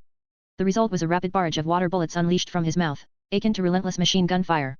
With the incoming onslaught of water bullets, Naruto swiftly reacted. In a fluid motion, he extended his hand in a sweeping gesture. The already frozen water, now an ice shield, responded to his command. Morphing and shifting, it coalesced into a robust barrier of ice. As the torrent of water bullets sped toward him, they met the unyielding resistance of Naruto's icy defense, each impact absorbed by the formidable barrier. Landing decisively in front of Naruto, Kisame executed a ferocious swing of his sword with unrestrained power. The ice shield, once formidable, yielded to the impact and shattered. Yet, his senses alerted him to an unseen threat. A lightning-charged fist collided with his sword, prompting an anguished cry from Samehada itself. The sheer intensity of the blow proved nearly overwhelming for the sword, such that Kisame had narrowly averted potential disaster. Had he not swiftly repositioned his blade, the punch might have found its mark, delivering a potentially lethal blow to his neck. As this perilous exchange unfolded, beads of sweat began to manifest on Kisame's brow, a testament to the precariousness of the situation. Undeterred, the onslaught continued. Another punch found its mark against Samehada, its unrelenting force propelling Kisame downward. The earth quivered beneath the impact, a testament to the immense energy being unleashed. A substantial crater emerged around Kisame's figure, in the aftermath of the collision. Emerging from the remnants of the crater. Crack crack asterisk. A testament to the bones that had been fractured upon impact. With a determined grip on his sword, he commenced the process of self-healing. Drawing upon the chakra within the blade, Kisame deftly began the mending of his injuries. In mere moments, his wounds yielded to the sword's restorative power. The expanse of his body, once marked by damage, was restored to a state of health and vitality. A grin crept on Naruto's face as he fixed his gaze upon Kisame. "You have a good sword, but it won't save you this time," he said. Naruto advanced toward Kisame, a wide and exuberant grin stretching from ear to ear. An unmistakable thrill coursed through him, as he was clearly relishing the engagement. Engaging in a series of intricate hand seals, Naruto anchored himself with both hands upon the ground. "Ice release, frozen surface," he whispered, setting into motion a torrent of concentrated icy chakra that emanated throughout the vicinity. From the very spot he stood, a pervasive wave of freezing chakra propagated outward. It took mere moments for the ground beneath him to succumb to frost, and with remarkable velocity, the freezing phenomenon surged across the encompassing landscape. Trees became ensnared in crystalline prisons as the ice rapidly consumed them. Like a painter crafting a canvas, the surroundings transformed into a frozen tableau. An extensive layer of ice, measuring 2 meters in thickness, took form, encasing the environment. In response, Kisame's instincts kicked in. Recognizing the imminent danger, he vaulted into the air, propelled by the urgency to escape the encroaching frostbite. As his eyes scanned his surroundings, they widened. A frigid dominion had emerged, asserting its supremacy over the once verdant terrain. An entire half of the forest succumbed to the icy embrace, rendering it an expanse of frozen splendor. Towering trees, formerly symbols of life, now stood imprisoned within colossal ice sculptures. Kisame was acutely aware that Naruto stood as his most formidable adversary. The knowledge that Naruto possessed the capability to freeze his water-based jutsus cast a foreboding shadow over their confrontation. As he soared through the air, Kisame's gaze shifted downward, only for his heart to plummet in tandem. The frozen landscape was undergoing a sinister transformation, the ice beneath morphing into an array of menacing spikes. Naruto's dominion over the ice on the ground was undeniable, an extension of his chakra that yielded to his every command. This mastery granted him the authority to shape and wield the ice according to his whims. With Kisame still descending from the air, Naruto fixed his gaze upon him, a glint of death in his eyes. "Let the game of cat and mouse begin," he uttered, his hands sweeping upwards in a fluid motion. The ice spikes, now under his command, ascended into the sky, converging to encircle Kisame. Fueled by Naruto's chakra, the spikes became a relentless cascade, surrounding Kisame in a frosty embrace. Kisame swung his sword, a relentless effort to shatter the onslaught of ice spikes. Yet, his attempts were met with a surprising twist. The destroyed spikes began to reform, persistently chasing him down.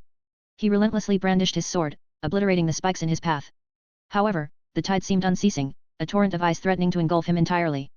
Surrounded by a landscape of unyielding ice, Kisame's movements became hindered. His very footing was compromised by the frozen ground beneath him. In response, Naruto executed a swift one-handed sequence of hand seals, his intent clear. "The thousand stinging needles of death," he intoned, invoking a technique that harnessed the lethal potential of the ice spikes. He spoke in a low, ominous voice, and in response, a myriad of ice needles sprouted forth, an unyielding manifestation of his intent. These needles, imbued with an insidious sharpness, possessed the potential to penetrate anything that dared stand in their way. Swoosh! A resolute surge filled the air as the needles surged forward, converging upon Kisame. His eyes widened, a mix of apprehension and determination flashing within them. He commenced a desperate endeavor to deflect the incoming onslaught, yet the sheer number of needles overwhelmed his defenses. One after another, they found their mark, breaching his defenses and impaling his body. With each piercing impact, they left minuscule voids in his bones and sinews, a trail of blood staining the pristine snow beneath him in an unsettling red hue. Kisame knew his end was near. He had done so many wrongs in his life, but his last wish was that he could die on the battlefield, and his wish was soon going to fulfilled. Naruto looked at him, but he didn't say anything. With an explosive surge of chakra channeling into his feet, Naruto propelled himself into the air. He cast his gaze downwards upon the frozen expanse of the forest and, with a series of hand signs, summoned forth a voluminous sphere of water. His left hand brushed the surface of the sphere, channeling his water chakra into it, causing the sphere to expand and swell until it engulfed half the forest in its aqueous embrace. The colossal water mass cast an imposing shadow, its darkness descending upon the snow-draped landscape. Stretching across a radius of 500 meters, Naruto's hand connected with the water mass. His voice resonated with a low command, "Freeze." In an ephemeral blink, the expansive water sphere crystallized into an icy monolith, encapsulating the essence of motion. "Fall," Naruto uttered, his hand sweeping downward. Like a titanic boulder composed of solid ice, a colossal meteorite plummeted from the skies, its weight and might casting a sinister aura. The atmosphere quivered and contorted around the plummeting mass, and with a cacophonous impact, the immense ice rock struck the earth below, obliterating everything within its destructive path. The moment of impact triggered an earth-shattering quake, unleashing devastation upon the terrain. The ground convulsed, and a profound stillness followed as debris filled the air. The shockwave propagated outward in a relentless torrent, leaving a trail of obliteration in its wake. Naruto gracefully descended onto the colossal meteorite, surveying the shattered and frozen realm that lay before him. Amidst the chaos and icy desolation. "This is the beauty of ice," he spoke to himself, his voice a mere whisper against the chilling wind. His gaze lingered upon the aftermath, a testament to his power over this frigid domain. Satisfied with the spectacle. And tell me, how do you like the chapter? I hope you have guessed Naruto's power in this chapter, and this was a fraction of his true powers, and for the people asking about his chakra levels, it's already surpassed 9 taels in volume. Give me power stones, man. I fucking uploaded 3 chapters today, so appreciate my work in the comments. Comment. 18 Comment. Vote. Chapter 18. Sasuke's unyielding gaze was fixed upon his brother, the weight of their shared history palpable in the charged air between them. Words were rendered unnecessary by the intensity of their mutual desires. Sasuke's thirst for vengeance and attack, his longing for his brother's hand to deliver him from his tormented existence. In a flurry of motion, Sasuke lunged forward, his blade poised to strike. Itachi responded in kind, producing a short blade to meet the impending assault. The clashing of steel echoed through the forest as their weapons collided, their opposing forces locked in a fierce struggle for dominance. With a calculated twist, Sasuke's blade deflected off Itaka's weapon, inching perilously close to its intended mark Itaka's chest. Reacting with instinctive agility, Itaki executed a fluid backpedal, narrowly evading Sasuke's lethal strike. The intensity of the confrontation left no room for hesitation as Sasuke continued his unrelenting pursuit. His sword whistled through the air in a relentless assault, aimed at severing his brother's neck. Itaka managed to evade the attack by gracefully ducking beneath the swing and launching himself backward, creating a necessary distance between them.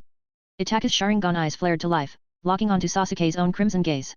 The two brothers stared into each other's eyes, the powerful ocular prowess of the Uchiha clan bearing witness to their emotions and determination. Sasuke's assertion filled the air, "My Sharingan is stronger than yours." A blur of movement followed as he once again surged towards Itaki, his speed and ferocity mirroring a tempestuous whirlwind. Recognizing the futility of this relentless exchange, Itaka deftly leaped back, his hands weaving intricate hand signs. "Fire style, great fireball jutsu," he shouted, placing his index fingers near his mouth. Inhaling a large breath of air, he released a massive fireball that was at least 10 meters wide. Witnessing the approaching fireball, Sasuke replicated the same hand signs and expelled a large fireball from his mouth. With a resounding boom, the two fireballs collided, creating a substantial crater upon impact. The surroundings illuminated with intense heat as the clash occurred, and soon Sasuke's fireball began to overpower Itaka's. His fireball was more potent, containing a significant amount of heat. Infusing more chakra into his jutsu, Sasuke's fireball gradually eradicated Itaka's, its superior energy prevailing. Observing the oncoming fireball, Itaka placed his left hand over his left eye. And his eyes transformed into Mangekyo Sharingan. "Amaterasu," he said, and a vortex of black flames shot out from his eye. The obsidian flames started to engulf Sasuke's fireball and surged toward him. Witnessing the approaching black flames, Sasuke leaped and landed on the other side. The black fire began to relentlessly consume the surroundings. Sasuke didn't allow his brother a moment's respite.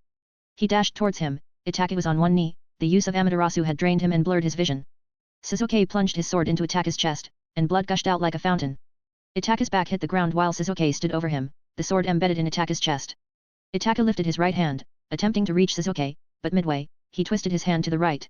Sasuke followed his gesture and tilted his head to the right, and suddenly, a new Itaka was standing near a tree, gazing at him.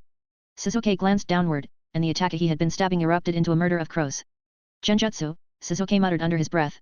Now, Itaka stood leaning against a tree, a sword piercing through his chest from his back.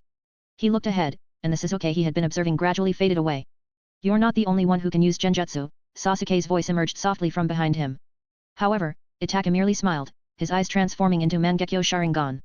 His form fragmented into countless crosses, only to reform a few meters away from Sasuke. "You've grown strong, little brother," Itaka spoke to him.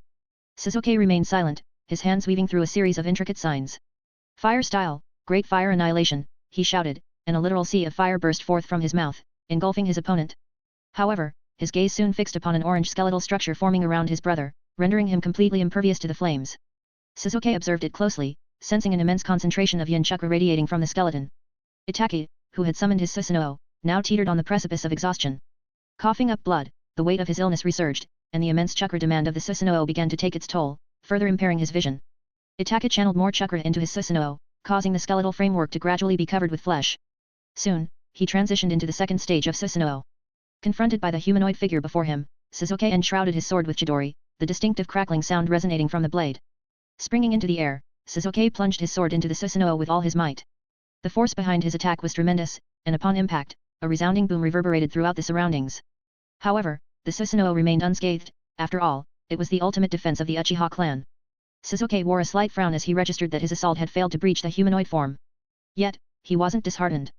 He lifted his sword high into the sky and struck again, achieving the same outcome. Leaping back from the Susanoo, he directed his gaze toward the orange-hued figure. "Let's see how long you can endure," Sasuke spoke to his brother. He started to do some hand signs, causing the sky above them to darken. Lightning crackled within the clouds, accompanied by deafening echoes reverberating through the atmosphere. Day turned into night as the landscape was engulfed in an azure luminescence, the only discernible presence amidst the darkness. Sasuke concluded his hand signs, his right palm raised toward Theskis, poised as if to grasp something intangible. Suddenly, a lightning-formed dragon descended from the sky, its massive form encircling the surroundings. Streaks of lightning crackled around the dragon as it emitted a furious roar, its electric vitality palpable. Itaka widened his eyes, uncertainty gnawing at him regarding whether his Susanoo could withstand this perilous jutsu and emerge unscathed. He began infusing every ounce of his chakra into his Susanoo, fortifying its resilience. Sasuke locked eyes with his brother. "Kirin," he pronounced, prompting the lightning dragon to roar once more. Sasuke lowered his hand, directly aiming for the Susanoo, and with lightning-like speed, the electrifying beast collided with the ethereal form. A colossal boom resonated, the sound echoing far and wide. A brilliant flash of light enveloped the vicinity, momentarily obscuring everything in its radiance. The ground vaporized upon the dragon's impact, and as the brilliance subsided, Sasuke beheld his brother, blood seeping from his eyes, his form now kneeling. Itaka's vision was blurred, the haze of his surroundings exacerbated by his infusion of all chakra into the Susanoo, leaving him teetering on the precipice of blindness.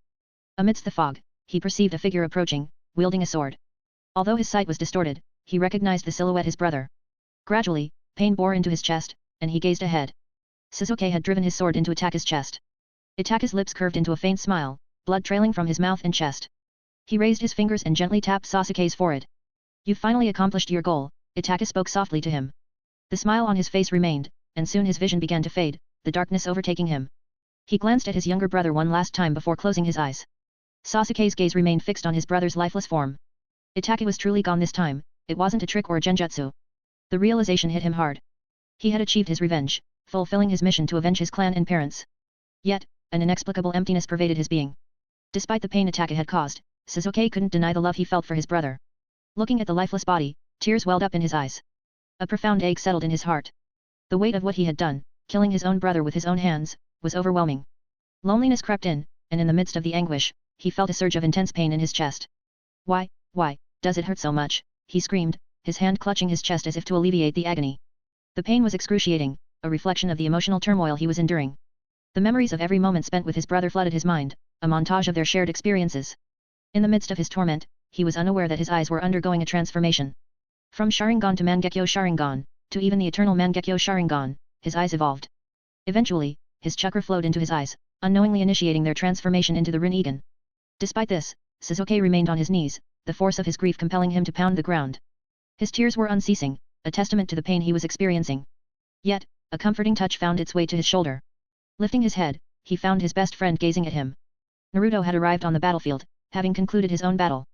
Sasuke turned his gaze to Naruto, his voice quivering as he spoke, "Why am I feeling so much pain?" Naruto met his eyes, delivering an honest response. "Because you loved him.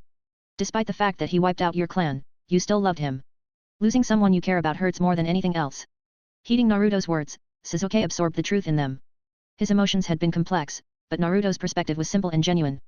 "But don't feel sad," Naruto continued, his expression earnest. "You know your brother wanted to die by your hands. He loved you, Sasuke. Your revenge is complete, and there's an entire world ahead of you." Sasuke observed his friend, wiping his tear-streaked face. He responded in a soft voice, gratitude resonating in his words, "Thanks." Naruto's understanding was what he needed at that moment. The burden of his emotions began to lighten, he didn't feel as isolated.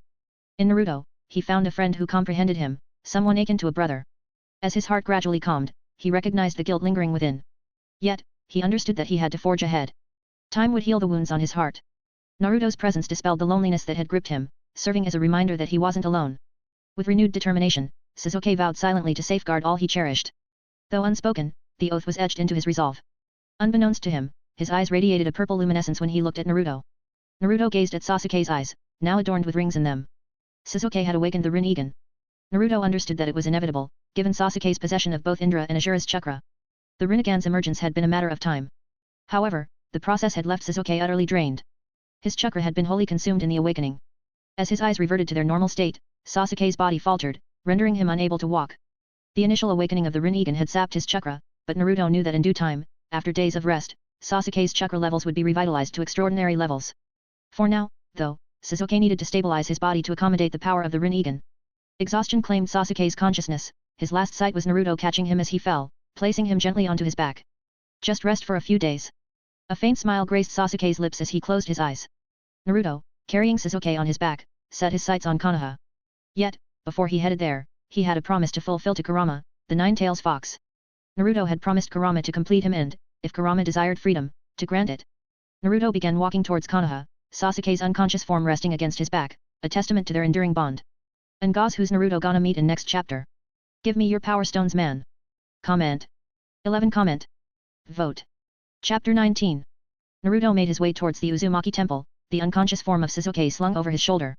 As he walked, the surroundings seemed to fall away, and he was left with his thoughts, the rhythmic sound of his footsteps. After a while, Naruto arrived at the outskirts of Konoha. He stood before an abandoned shrine, a place of significance to the Uzumaki clan, the Uzumaki Shrine. The shrine, originally erected in honor of the Uzumaki clan, now bore the signs of neglect and decay. Its once proud structure had fallen into disrepair, exhibiting visible cracks and surrounded by overgrown weeds. Observing the sorry state of the shrine, Naruto shook his head in a mixture of disappointment. His voice carried a tinge of anger as he muttered, Konoha really didn't care about its own allies. Stepping into the shrine, he was here to take the Shinigami mask. As he ventured deeper into the shrine, he eventually arrived at its basement. The walls were adorned with numerous symbols, each carrying a piece of the Uzumaki clan's history. Naruto located a room within the shrine and put Sasuke on a bed. It'll take some time for him to fully recover, he voiced his thoughts. Leaving the room, Naruto stood before a wall within the shrine. Suspended on the wall was a striking demon mask, its vivid red hue capturing his attention. His hand reached out, making contact with the mask's surface. As his fingers met the cool texture of the mask, a chilly sensation spread through him, an ethereal connection forming between Naruto and the mask. With the demon mask now secured at his waist, Naruto prepared to leave the shrine.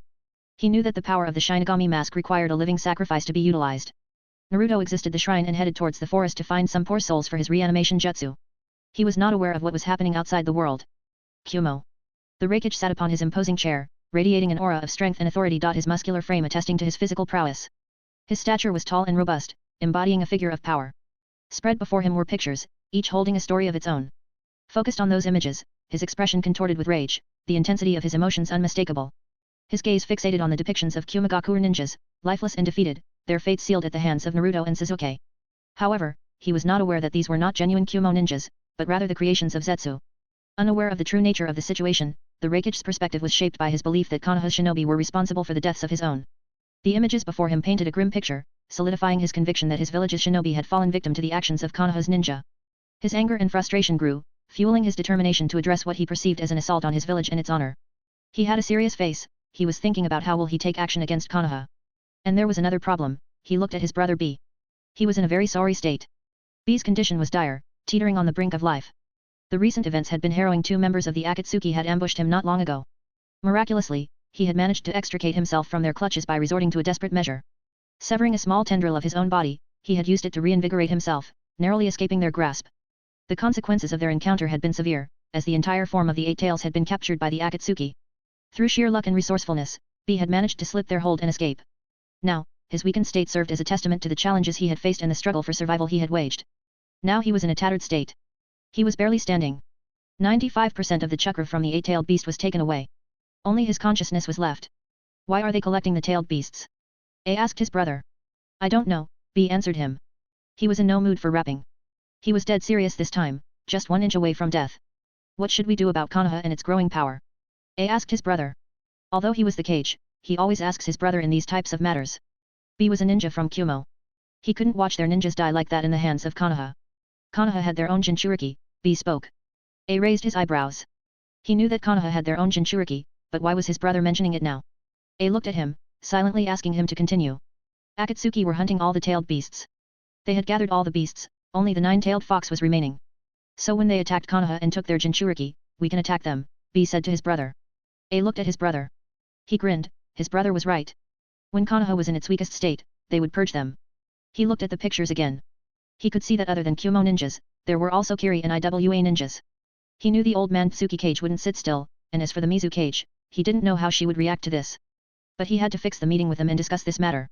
He started to write something on the empty scroll and with a whistle, an eagle landed on the edge of the window.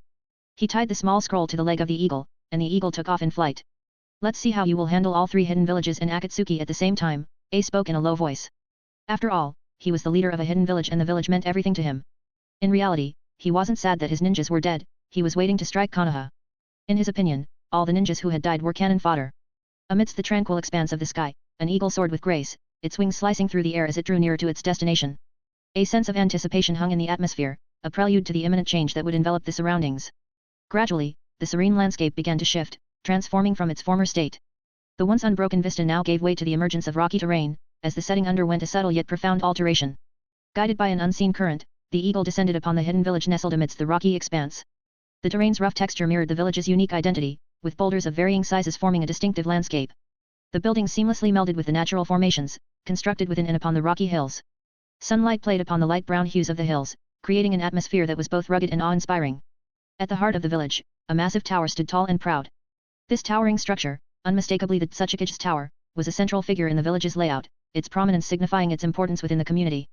Amidst the rocky backdrop, the village exuded a distinct character, setting it apart from others in the shinobi world. In the tower, an old man with short height and a big red nose sat on the chair. He was looking ahead. On the table, there were some pictures. In those pictures, he saw how Naruto and Sasuke were butchering Iwa ninjas. These were the ninjas who had gone missing for some days, and he couldn't find them. But now, everything was in front of him. He knew who had kidnapped their ninjas and killed them. It was all Konoha's doing, he spat out in anger. In front of him, his son and granddaughter were standing. They all looked at him, anger present in their eyes. How could they not be angry? Someone had killed their ninjas. Onaki's gaze was fixed on an image of Naruto, his expression a mixture of contemplation and anger. He had been informed by some unknown source that claimed Naruto was the offspring of the Yellow Flash, the very man responsible for the deaths of countless IWA ninjas during the Third Great Ninja War. And now, his son was doing the same, killing IWA ninjas. I will kill this brat. I wasn't able to kill his father, but his son? I can kill him, Onaki said while looking at Naruto. Witnessing his grandfather's angered demeanor, Kurosuke stepped forward, her voice infused with confidence and determination. Don't worry, Grandpa. I'll kill him, she spoke with a resolute tone. Her age mirrored Naruto's, and she carried with her the unique ability of lava release, a testament to her own strength. Her words conveyed her assurance that she would take on the responsibility of addressing the situation. Onaki looked at his granddaughter. He was proud of her. He knew that there was no one in the younger generation that could be compared to his granddaughter, but he was not sure if she would go against Naruto or not. However, he was confident in his granddaughter. Yes, you can kill him, but first you have to train more and reach the cage level, he spoke to her. He knew she could become a cage level ninja in due time, she was now an elite jonin. Kurosuke smiled. She had made up her mind. She would kill her enemies, and now her enemy was Naruto, the son of the Yellow Flash. Knock knock. They all heard a knock on the window and saw an eagle. Onaki opened the window and let the bird come in. He looked at the bird's leg and saw the letter. He knew this letter was sent by the wreckage. He quickly opened the letter and started to read. As he read, his smile became wider. He chuckled a bit while reading the letter, then he looked at his son and granddaughter. You two, prepare our ninjas. Soon, very soon, we will attack Konoha. But first, we will go to the Land of Iron. The wreckage has set up a meeting, he spoke. In the letter, he read that the wreckage wanted to attack Konoha, but first, they had to form an alliance between them. Onaki had been waiting for this moment for many years, and now this was his chance. He wanted to acquire good resources for his village, and Konoha had a rich amount of resources. This was his opportunity. The meeting was scheduled for 3 days from today. Kiri. A captivating woman occupied the seat reserved for the cage, her presence commanding attention. With vibrant orange hair that caught the light, her fair skin contrasted elegantly against the backdrop. Her lips, adorned in a shade of cherry red, conveyed a sense of allure. An air of confidence emanated from her curvaceous figure, her body displaying a captivating blend of sensuality and strength. The sunlight played upon her smooth white legs, creating a radiant glow that enhanced her striking appearance. Engrossed in the letter from the wreckage, the woman's contemplative expression revealed her internal struggle. Her village had only recently emerged from a civil conflict, leaving them in a fragile state. Among the 5 great villages, they were considered the weakest. The decision before her was a pivotal one, an opportunity to elevate her village's standing and gain advantages in the aftermath of Konoha's downfall. Her mind churned with conflicting thoughts, torn between the potential benefits and the moral implications of forming an alliance with someone who intended to attack another village. Should I do it or not? In this moment of uncertainty, she grappled with the ethical dilemma and the potential consequences of her choice. The allure of potential gains and resources that a successful attack could provide weighed heavily on her mind. The prospect of securing a significant amount of wealth and resources for her village was a tempting proposition. However, the looming uncertainty of failure cast a shadow over her thoughts, reminding her of the potentially catastrophic consequences that could unfold. Deep in contemplation, she deliberated on the decision before her. The enormity of the choice was not lost on her. Ultimately, she resolved to seek further insight and perspective by attending the cage meeting. This meeting, where leaders would gather, held the promise of shedding light on the intricacies of the situation. With her decision made, she rose from her seat, a determined expression on her face. She prepared herself for the journey to the Land of Iron, where the Cage Summit awaited an event that would likely shape the course of the shinobi world. And how do you like the chapter? Tell me in the comments. Man, I hate these types of chapters, the politics sucks. And give me your power stones. Comment. 13 comment. Vote. Chapter 20. Chapter 62. Naruto walked into the dense forest in order to find some bandits. He was in no hurry. His hands were in his pockets, his hair swayed in the wind, and his black cloak fluttered behind his back. He had activated his Kagura's mind eye, allowing him to sense chakra signatures within a range of 10 kilometers. He quickly detected a group of bandits in his vicinity. As he walked, he soon found himself standing atop a hill. Below him, he sensed the presence of the hidden bandit group. Although they were imperceptible to the ordinary observer, they remained within Naruto's grasp. He placed his hand on the surface of the hill and infused it with earth chakra. Whoosh! Thump! The wind blew as a result of the chakra pressure, causing the hill to split open into 2 parts, revealing the bandits who now appeared foolish. There were 5 men of Chunin level standing together. Suddenly, they noticed that the roof above them had disappeared, splitting open to reveal the bright sky above. They looked upward and saw a shadowy figure gazing down upon them. The cloak behind him fluttering in the wind, and his red eyes glowing like those of a predator. When they met his gaze, chills ran down their spines, and they shivered. They couldn't explain it, but they felt an overwhelming sense of inferiority under his stare. Naruto had no quarrel with them, they just happened to be the nearest living beings to him. He extended his hand, and a chain shot out from his palm.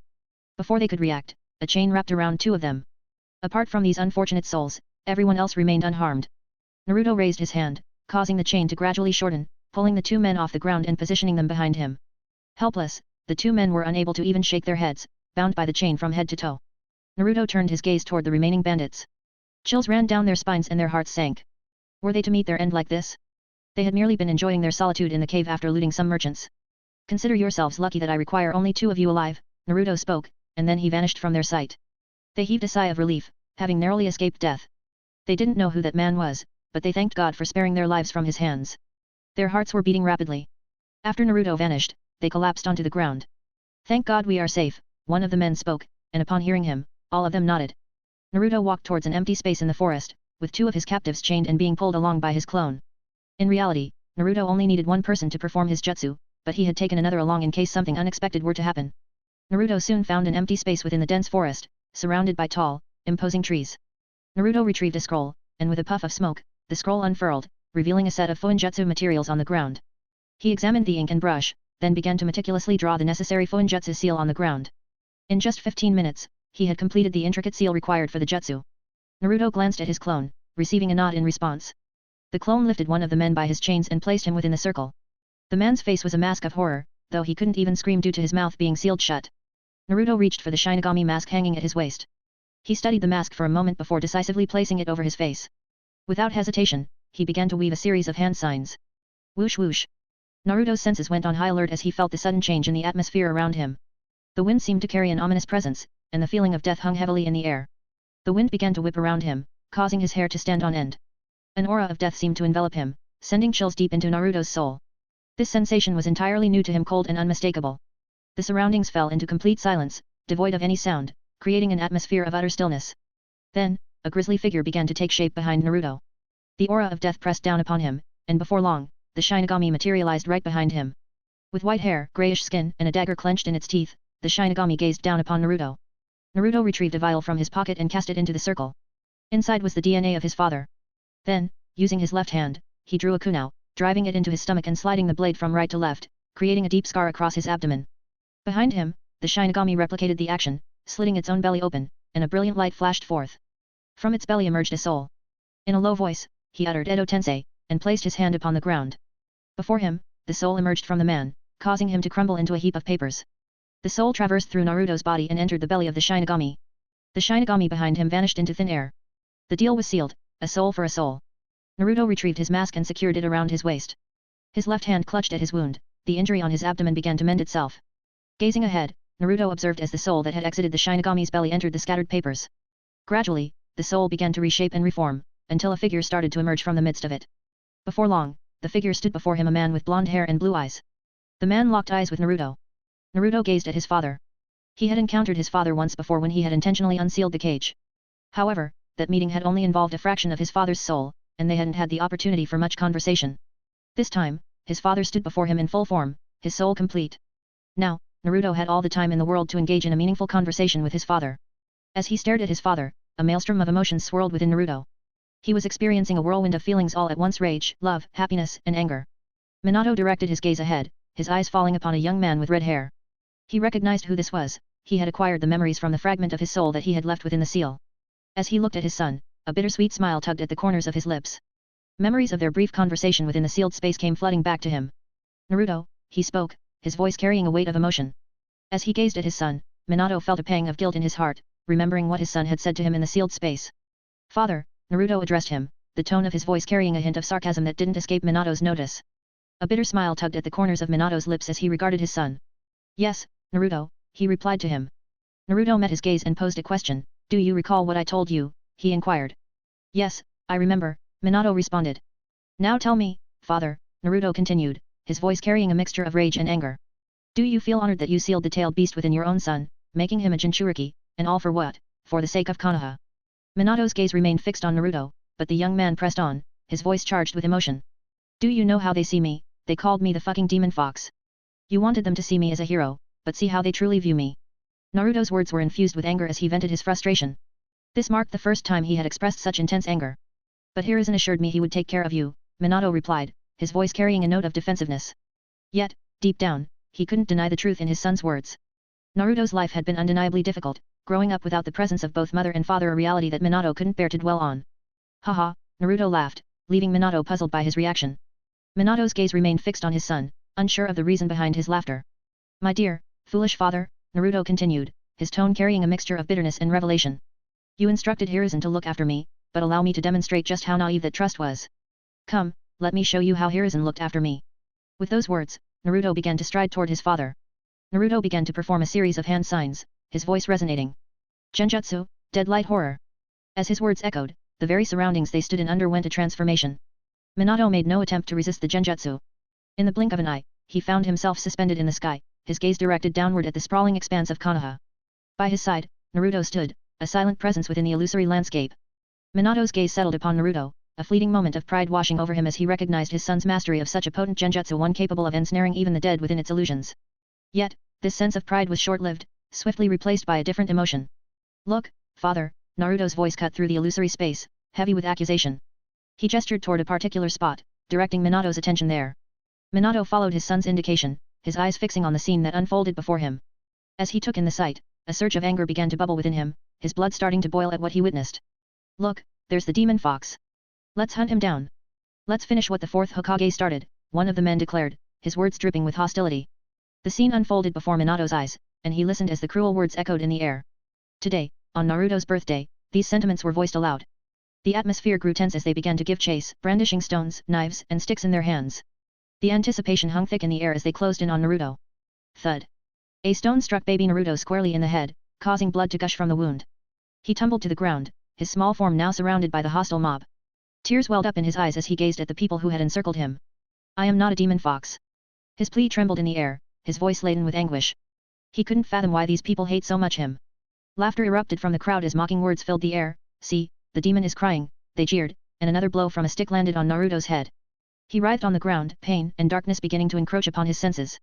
At only 4 years old, he was on the brink of losing consciousness, his small body unable to endure the cruelty of the world around him. The mob remained relentless, their kicks raining down upon Naruto without mercy. His cries pierced the air, desperate pleas for help escaping his lips. Somebody, help me. Why are you doing this to me? Mother. Father, where are you? His tears mingled with the dirt on the ground, his voice eventually fading as unconsciousness claimed him.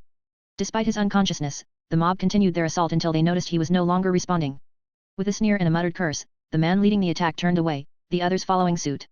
They were well aware of the watchful eyes of the ANBU and the potential wrath of the Hokage. They didn't wish to attract that kind of attention. Minato watched the harrowing scene unfold beneath him, his heart aching as he witnessed the brutal attack on his own son. His lips tightened into a grim line, his hands trembling with a mixture of fury and helplessness. He descended hurriedly, attempting to reach Naruto's unconscious form, yet his hands phased through him as if he were a specter. He tried again and again, desperation evident in his actions. Somebody help him, he implored in a hushed voice, his plea caught in his throat, the weight of his inability to intervene pressing down on him. After half an hour had passed, 2 ANBU operatives materialized before Naruto's unconscious form. One of them clicked their tongue in irritation. TCH. Looks like we have to do this again, they muttered. The other ANBU nodded in agreement, their voice devoid of emotion. Pick him up and get him to the hospital. You know the Hokage's orders, they commanded. Minato's anger burned hotter within him as he watched the ANBU. He seethed with frustration and helplessness, his gaze fixed on the guards who had observed the entire ordeal. Overwhelmed by rage, he lashed out, attempting to strike them, but his blows passed through them as if they were insubstantial apparitions. Naruto appeared beside him and put his hand on his shoulder. Minato looked at him. Look father, this is just the beginning, Naruto spoke to him with a smile. Snap. In an instant, everything shifted. Naruto's power as the caster of the genjutsu became evident as he revealed to his father the grim reality of his life. Scenes played out before Minato's eyes, a montage of the relentless torment Naruto endured on each of his birthdays. It showcased how people shunned him, how they refused to acknowledge his worth, and how they treated him as a pariah. How people avoided him, how the Hokage showed up at the last moment and tried to manipulate him. He showed him everything that the village had to offer to them. The scene shifted once more, returning them to the forest where they had begun. Minato's gaze remained fixed on his son, a maelstrom of emotions churning within him. Guilt welled up within him, a heavy weight pressing upon his chest, as he realized the choices he had made. He had chosen the village over his own flesh and blood. He had hoped to see his son regarded as a hero, yet the reality was starkly different. Naruto remained unrecognized, a lonely figure. Minato's fists clenched, his internal struggle evident in his tense posture. And tell me your thoughts in the comments. Give me some power stones, man. Comment. 28 comment. Vote. Chapter 21. Chapter 63 Kurama is free now. Naruto gazed at his father, his only desire being to reveal how the village he held dear treated him. And so, he did just that. Minato looked at his son, filled with disbelief. How could the villagers treat his son this way? He had entrusted Hiruzen to care for Naruto, but it seemed that trust had been misplaced. Instead of protection, Naruto had been treated as a tool, manipulated for Hiruzen's own gain. Naruto looked at his father. Do you feel guilty, father? Naruto spoke to him. Minato remained silent. Yes, you should feel guilty for what you did to your son, Naruto continued. A raised nan began to take shape in his hand. He slammed it into his father. His upper body was incinerated, only to reform again. Naruto slammed his raised nan into his father once more, incinerating him anew. Minato remained silent. I want to do this for a long time, Naruto spoke as he dispersed the raised nan. He simply needed to release his anger on his father for choosing the village over him. Did you feel good? Minato spoke to him. Naruto nodded and looked at his father. Do you know why I summoned you? Naruto asked. Minato nodded in response. Yes, I understand. You summoned me to take the other half of the fox from me, he conveyed to his son. Yes, Naruto affirmed, nodding to his father. He acknowledged that the decision to seal Kurama inside him had been made by his father. He couldn't change anything, it had been his father's decision to save the village, not their family. What could he do? The past was set, but a brighter future lay ahead of him. Naruto remained silent. He walked toward Minato and placed his hand on his abdomen. A surge of power emanated from within him. Deep inside Naruto, Kurama sensed the presence of his other half. Impatience brewed within Kurama as he yearned to reunite and make himself whole once more. Kurama held the belief that completing himself was an unattainable goal, especially since his other half had been sealed within the Shinigami's belly. But now, the opportunity presented itself as he stood face to face with his other half. The yin half within Minato also sensed the presence of its counterpart. As Naruto placed his left hand on his body, the seal on Minato's form illuminated, revealing intricate black markings. Naruto's hand emitted a vibrant red glow. He began the process of extracting the yin half from his father's being. Crack. Ah. Naruto felt immense pain coursing through his body. He had never experienced this type of agony before. His face grew pale, and beads of sweat formed on his skin. It was as if his soul had been pierced by thousands of needles. He swiftly pulled his hand back. Naruto, are you okay? Minato spoke, his expression one of concern. He couldn't bear to see his son in pain. Naruto looked up, his body drenched in sweat. He saw the worry in his father's eyes. Nodding, he replied, I am fine. Naruto, the seal is cracking, he heard a voice in his head. Kurama, who was confined within the seal's space in Naruto's mindscape, began to witness cracks forming. He didn't understand why, but when the yin chakra started to enter the seal, these cracks began to appear. Feeling pain, Naruto could sense the cracks spreading within his mindscape. Swiftly, he pulled up his shirt and infused chakra into his seal. Black markings began to emerge on his abdomen. What is this? Naruto spoke in a hushed voice. He could see the small cracks on the seal, with small gaps appearing within it. It felt as if the seal could break at any moment. The seal is starting to break, Minato said with deep concern. And if this seal breaks, you will die, Naruto, he spoke, his gaze fixed on his son. Why is this happening? Naruto pondered for a moment. He then nodded his head. I understand, he said to his father. This seal was only meant to contain the yang half of Kurama. If another energy enters the seal, it will begin to break, Naruto explained to his father. The cracks began to appear when he infused the yin chakra of Kurama into the seal. However, this seal was not designed to contain the full power of Kurama. When Minato sealed Kurama into his infant body, he crafted the seal to only accommodate half of Kurama's power. It was evident to Naruto that he couldn't contain the entirety of Kurama within the seal without causing it to break. If the seal were to break, he would die. It was a clearly defined rule that when the Baijuyu is separated from the Jinchuriki, the Jinchuriki's life is forfeit. I have no intention of dying, Naruto said to himself. Kurama observed this and was certain that if Naruto were to infuse more chakra into the seal, it would break, resulting in Naruto's death. Kurama couldn't bear to lose his only friend. Let's stop, Naruto. I don't want the yin half, Kurama said to his friend. He didn't want to lose his friend. In centuries, he had found someone who didn't hate him. Naruto was his one and only true friend, and he couldn't let him die. If Naruto died and he became whole again, he didn't want it. Naruto sensed Kurama's emotions. Haha, Naruto laughed. You don't have to worry about me, Kurama. I'm not going to die that easily. Naruto spoke to his friend. How could he die? He hadn't become the strongest in the entire elemental nations, and he hadn't accomplished his goals. How could he die without fulfilling his aspirations? There was someone waiting for him, after all. Minato and Kurama were puzzled. They didn't know how he would go about it. Minato's gears started to spin in his head. He gazed at his son.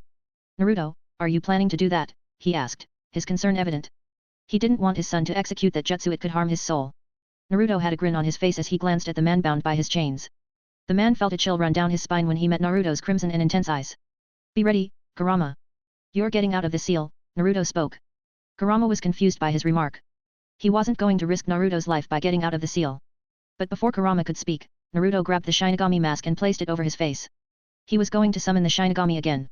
He intended to extract Kurama from the seal with the Shinigami's assistance, without succumbing to death. This was reminiscent of when Minato had summoned the Shinigami during his birth to split Kurama into two parts, one sealed inside Naruto, and the other sealed within Minato. But during that time, Minato didn't utilize a Shinigami mask or require any sacrifice. He had summoned the Death God without the Uzumaki mask and sacrificed himself. But this time, Naruto didn't intend to sacrifice himself. As Naruto put the mask on his face, the temperature dropped and cold winds began to blow. The aura of death descended upon Naruto. But this was his second time summoning the Shinigami, and he wasn't as intimidated as before. Naruto began to perform hand signs, and a greyish figure with white hair and a dagger in its mouth started to materialize behind him. Mentally, Naruto conveyed his intentions, giving commands to the Shinigami. One of the Shinigami's hands pierced Naruto, while the second hand reached toward the man. Inside the mindscape, Kurama felt chills running down his spine. He had experienced this sensation once before. Before he could react, a hand emerged in the mindscape, grabbing Kurama and pulling him towards the outside. As Kurama began to exit the seal's space, cracks started to appear within the mindscape. In a matter of seconds, the mindscape was completely destroyed. Thud. Naruto fell to his knees, his hands hitting the ground. The mask dropped from his face with a thud. Everyone could see that his face was as pale as a sheet. Huff, huff. He breathed heavily. Naruto, a heavy and raspy voice spoke. Naruto lifted his head, a smile appearing on his face. The wind was howling, and the ground shook. Kurama's nine tails swayed in the forest and the majestic figure of Kurama looked down on Naruto. The aura of imminent danger was clearly palpable in the air. If anyone were to witness the swaying of Kurama's nine tails, they would likely succumb to a heart attack. But Naruto was accustomed to his friend. He gazed at Kurama and asked, "How do you feel?" "Ha ha ha," Kurama laughed heartily, his laughter echoing through the forest. "This is refreshing," Kurama said. He could feel the cold air on his fur. Despite being made of chakra, he could experience all the sensations. "Good," Naruto nodded. He glanced at his father and then at Kurama. Both of them understood the implication. Kurama raised one paw, and a large nail touched Minato's abdomen. The yin chakra began to seep out from Minato. As Kurama received his yin chakra, he grew larger and larger. The surroundings became distorted, and the temperature began to rise. In a matter of minutes, Kurama successfully absorbed all of his chakra from Minato. He lifted his head and roared towards the sky. He was completely free and complete. His size had grown larger than mountains, with his chakra immensely potent and his overall powers doubled. He glanced at Naruto. Naruto looked up and their eyes met. "I have my promise," he said to his friend. "Even if you are complete, don't get cocky because I still have more chakra than you," Naruto said with a grin. "TCH, you are such a mood killer, Naruto." Kurama's voice echoed in the surrounding, but he didn't deny the fact. Naruto placed his hand on his belly and murmured to himself, "I feel empty here." Kurama glanced at his friend, yearning for liberation and fulfillment, but unable to find happiness. As he observed his friend, a profound sadness engulfed him. Fear arose within him, wondering if he would once again be trapped in loneliness. Naruto looked at his friend, and he could feel his emotions. He knew that his friend was feeling sad. "You know, I can always visit you. And when you feel bored, you can come to visit me," Naruto said. "What's your plan now that you are free?" Naruto asked Kurama. Kurama looked back at Naruto and replied, "I don't know. Just send me to my lair so I can sleep peacefully." Naruto laughed at his friend's antics. "Goodbye, Kurama," Naruto said. Kurama looked away as Naruto began to perform a series of hand signs. Slamming his right hand onto the ground, black markings started to form beneath Kurama. With a puff of smoke, Kurama disappeared. Now there was only Naruto and Minato were present. Naruto looked at his father, having mixed feelings. On one hand, he didn't want to send him back. He had spent 15 years alone without his parents, and now his father was in front of him. He hardened his heart and looked at his father. "You don't have to spend your time in Shinigami's belly. You are free from him," Naruto spoke to him. "You can now finally unite with Mother. Tell her that I am fine and I have a girl that I love the most. Tell her that her son is fine," Naruto spoke, his voice getting dry. "Thank you, Naruto. I will tell her," he said and hugged Naruto. Naruto stood there and closed his eyes, embracing the moment. "If everything goes well, I will meet both of you," he said, before parting ways with his father. With some hand signs, he released the jutsu, and Minato's body crumbled. Naruto looked at the empty space, now alone. He leaned against a boulder. Huff. He breathed heavily. He was very tired when Kurama was extracted from his body and mind took damage and he experienced constant pain. However, he couldn't show this to his friend and father because he didn't want Kurama to feel guilty. "This will take some time to heal," Naruto said in a low voice. If it weren't for his perfect Uzumaki and Hyuga bloodline, he was certain that he would have sustained even more damage. It will take a maximum of 6 to 7 hours to fully recover from his injuries. And then he will be at his peak again, more powerful than ever, even though his chakra reserves have far exceeded to Kurama's chakra. But the extraction took its toll. If someone sealed me into Kurama, it will be like Kurama the nine-tailed foxes became the Jinchuriki of Naruto. He laughed at his thoughts. Leaning against the boulder, Naruto closed his eyes, longing to get some rest. Dash. And Naruto's current chakra reserves are more than 9 tails, because of his perfect bloodline. Kurama is now official summon of Naruto. And Kurama's extraction was important because now there was no way he could die. First, he could die if someone like 10 tails could rip off Kurama from him as it did in canon. Next chapter, pain above Konoha. Give me some power stones, man. Dash. Comment. 12 comment. Vote. Chapter 22. Chapter This World Shall Know Pain. Konoha. The bustling village lay under the brilliant midday sun, its golden rays beating down from directly overhead. The streets were alive with activity, as villagers went about their daily routines, casting long, vibrant shadows that danced across the cobblestone paths. A gentle breeze wafted through the air, causing the leaves on the trees to sway gracefully. The temperature was pleasantly mild, making it easy for everyone to find comfort. In the heart of this idyllic scene, children laughed and played in the park, their voices carrying on the wind as they enjoyed the perfect weather. People bustled back and forth, entering and exiting the shops lining the streets. However, a stark contrast could be felt within the Hokage's office, where a heavy sense of gloom hung in the air. The faces of those present were marked by shadows of concern and seriousness. Tsunade's eyes glistened with moisture as she gazed ahead. 2 elderly toads occupied the chairs before her. Additionally, another toad was present, there was some text written on its back. Tsunade's voice quivered slightly as she addressed the elderly toads, her question carrying a mix of hope and apprehension. Is Jiraiya really died? Tsunade inquired, her voice steady despite the emotions welling up within her. She clenched back her tears, determined not to appear vulnerable before her subordinates. Present in the room were Kakashi, Sai, Sakura, Shikamaru, Shikaku, and her apprentice, Shizune. Shikamaru and Shikaku were engrossed in deciphering the text that Jiraiya had inscribed in his final moments. Yes, you are correct, Jiraiya, the boy died in battle, the elderly toad affirmed. Where is Naruto? Tsunade inquired, her concern evident in her voice. Both toads wore troubled expressions as they exchanged glances. We have been unable to summon him. A red line appears across his name in the summoning scroll, the toad explained, its voice tinged with worry. You mean to tell me that you can't summon him? Tsunade's voice carried a mixture of disbelief and anxiety. With everything else already weighing heavily on her mind, the revelation that Naruto couldn't be summoned added another layer of complexity to the situation. We're not sure how, but his name has been severed from the summoning scroll. And now that I think about it, he hasn't summoned any toads in the last 7 months, the toad explained with a touch of concern in its voice. This time, the female toad spoke, perhaps Naruto has found a more powerful summoning creature than toads, one that could potentially replace his name on the summoning scroll, she speculated. Tsunade clasped her hands tightly, her composure wavering in the face of this crisis. With Jiraiya's recent death and the inability to summon Naruto, the situation felt increasingly dire. She was acutely aware that she had dispatched Naruto and Sasuke on their mission, but the gravity of the circumstances now demanded their immediate presence. At that moment, Shikamaru spoke up, breaking the tense atmosphere. We have decoded the text, he announced. All eyes turned toward him, anticipation evident on their faces. Shikamaru gazed at the group, then began relaying the deciphered message. The text reads, he paused briefly, gathering their attention. Pain possesses the Rinnegan. All eyes remained fixed on Shikamaru, several members of the group clearly uncertain about the significance of his revelation. Rinnegan? Sakura questioned, seeking clarification. It's an ocular jutsu said to have been possessed by the father of all shinobi, the sage of the 6 paths, the elder toad elaborated, shedding light on the matter. What? Kakashi exclaimed, his eyes widening in astonishment. Asterisk. At that moment, in the park nearby, children were engrossed in their play. Amid their laughter and games, one child's attention was drawn to the sky above. What's this? The child queried, directing the question to their friends, curiosity evident in their tone. All of them turned their gazes skyward, focusing on the anomaly that had captured their attention. It's like a black dot, one of the children observed aloud. No, it's more like a person, another child chimed in, their sharper eyesight allowing for a clearer view than their friends. Hey! What do you mean by a man? They asked, curiosity piqued by the description. In the sky, a black cloak fluttered. The figure extended his arms wide. His purple eyes emitted an eerie glow, casting an otherworldly hue upon his enigmatic form. This world shall know pain, the man spoke in a chillingly cold tone, his words carrying a weight of ominous certainty. He extended both of his hands, fingers splayed wide as if preparing to unleash a force beyond comprehension. Shinra Tensei. An short but good chapter, I guess. Random trivia: what if somehow Naruto swaps his body with Hinata? Will you like the story? Hinata as a main lead, I mean Naruto? Hehe, my mind sometimes turns strange. Comment. 18 comment. Vote. Chapter 23. Chapter 65 Fate. It was noon. The wind gently swept from left to right, carrying a soothing breeze that enveloped the surroundings in a comfortable atmosphere. Birds filled the air with their cheerful melodies. The distant murmur of flowing water added a serene undertone to the natural orchestra, creating a tranquil backdrop for the scene. Deep within the forest, situated about 50 kilometers away from Konoha, a solitary boulder served as an unlikely resting place. Upon it lay a teenager, his breathing steady and measured. In the heart of the forest, none other than Naruto himself lay, having recently extracted Kurama.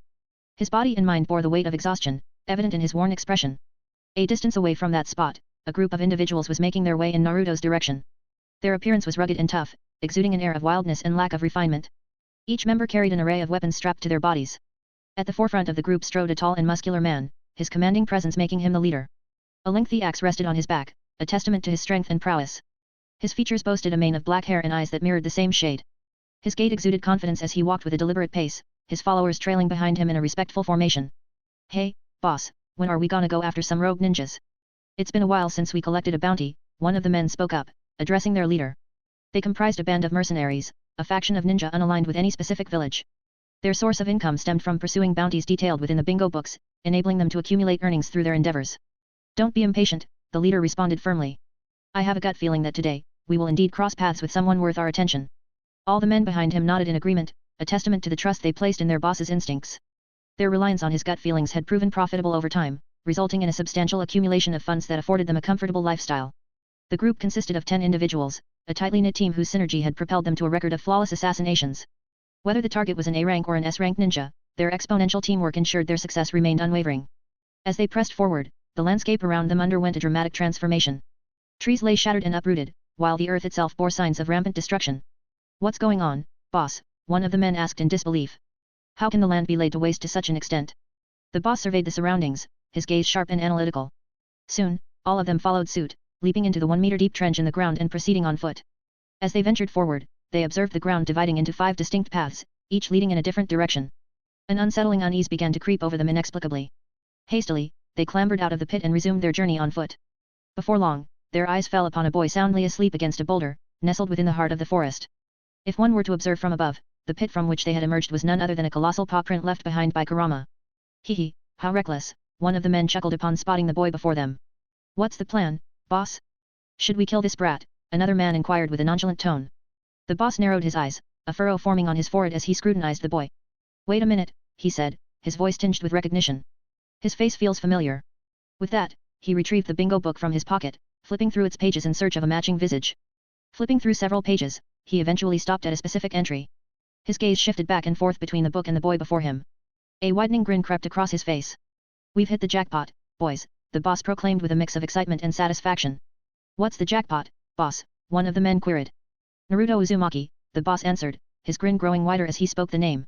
"Wanted by IWA and Kiri. Total bounty of..." He let the words hang, his expression resembling that of a delighted trickster. Excitement painted their faces as they envisioned themselves reaping the rewards of the bounty. "Surround him," the boss commanded, a determined edge to his voice. His orders were met with unanimous nods of agreement. Positioning themselves strategically around Naruto, they brandished their weapons, their goal clear. They only needed his head to collect the prized bounty. Naruto, who had been peacefully sleeping for over 12 hours, suddenly sensed a foreign presence nearby. Reacting instinctively, he activated his Byakugan, his vision piercing through the surroundings. He saw that 10 men had encircled him, their awareness of his vigilance non-existent to them. His eyes remained closed. "What should I do with these lowlifes? Should I toy with them or let them leave?" Naruto contemplated silently within his thoughts. "If they make the first move, there's no turning back," he reasoned further, assessing the situation. Impatience got the best of one of the men, prompting him to hurl a kunai with breakneck speed. The ripples in the air caught Naruto's heightened senses, and he tracked the trajectory of the kunai with his Byakugan.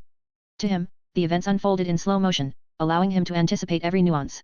When the kunai was mere inches away from his heart, a chain burst forth from Naruto's chest, coiling around the projectile and halting it in midair. The men's collective actions froze in shock. Their initial perception of an easy kill was shattered as they gazed upon the crimson chain. Dread crept into their hearts at the unexpected turn of events. Naruto rose to his feet with deliberate grace, his gaze sweeping across each of them in turn. As their eyes met his, an uncanny sensation overcame them. It was as if his stare pierced through their very souls, leaving them exposed and vulnerable in his presence. Observing their reactions, Naruto couldn't help but grin. He relished in the realization that they were clearly unnerved. This was a sensation they had never experienced before. For the first time, they were encountering someone who possessed an aura that left them feeling truly intimidated.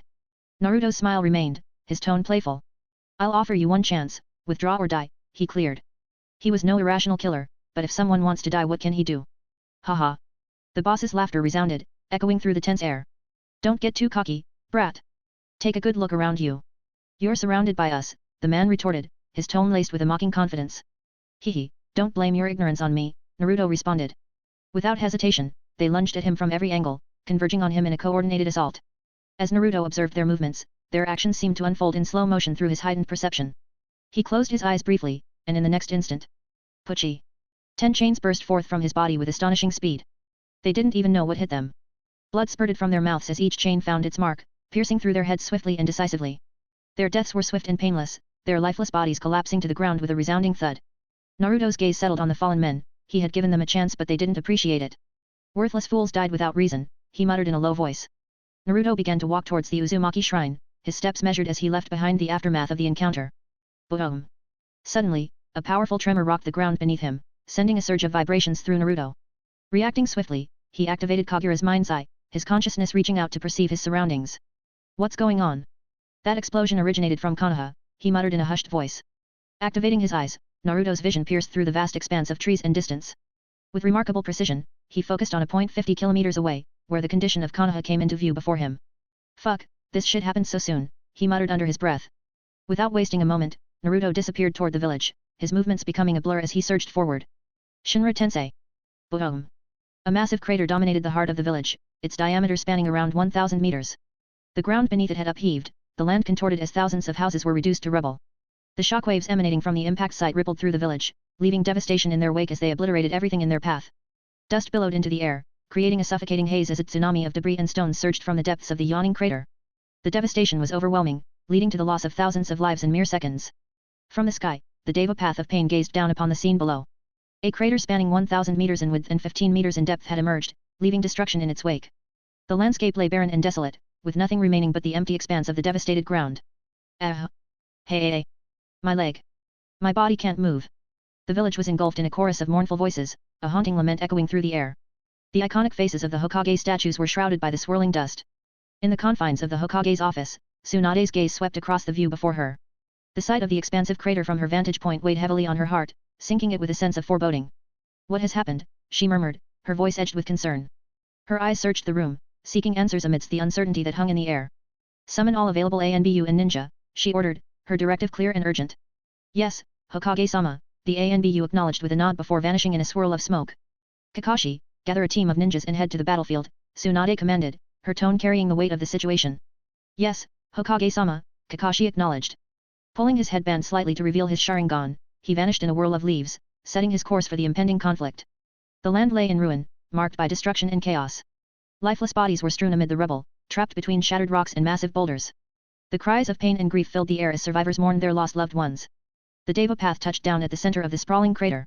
Surrounding him were the other paths, each radiating chakra levels equivalent to or surpassing those of S-rank ninjas.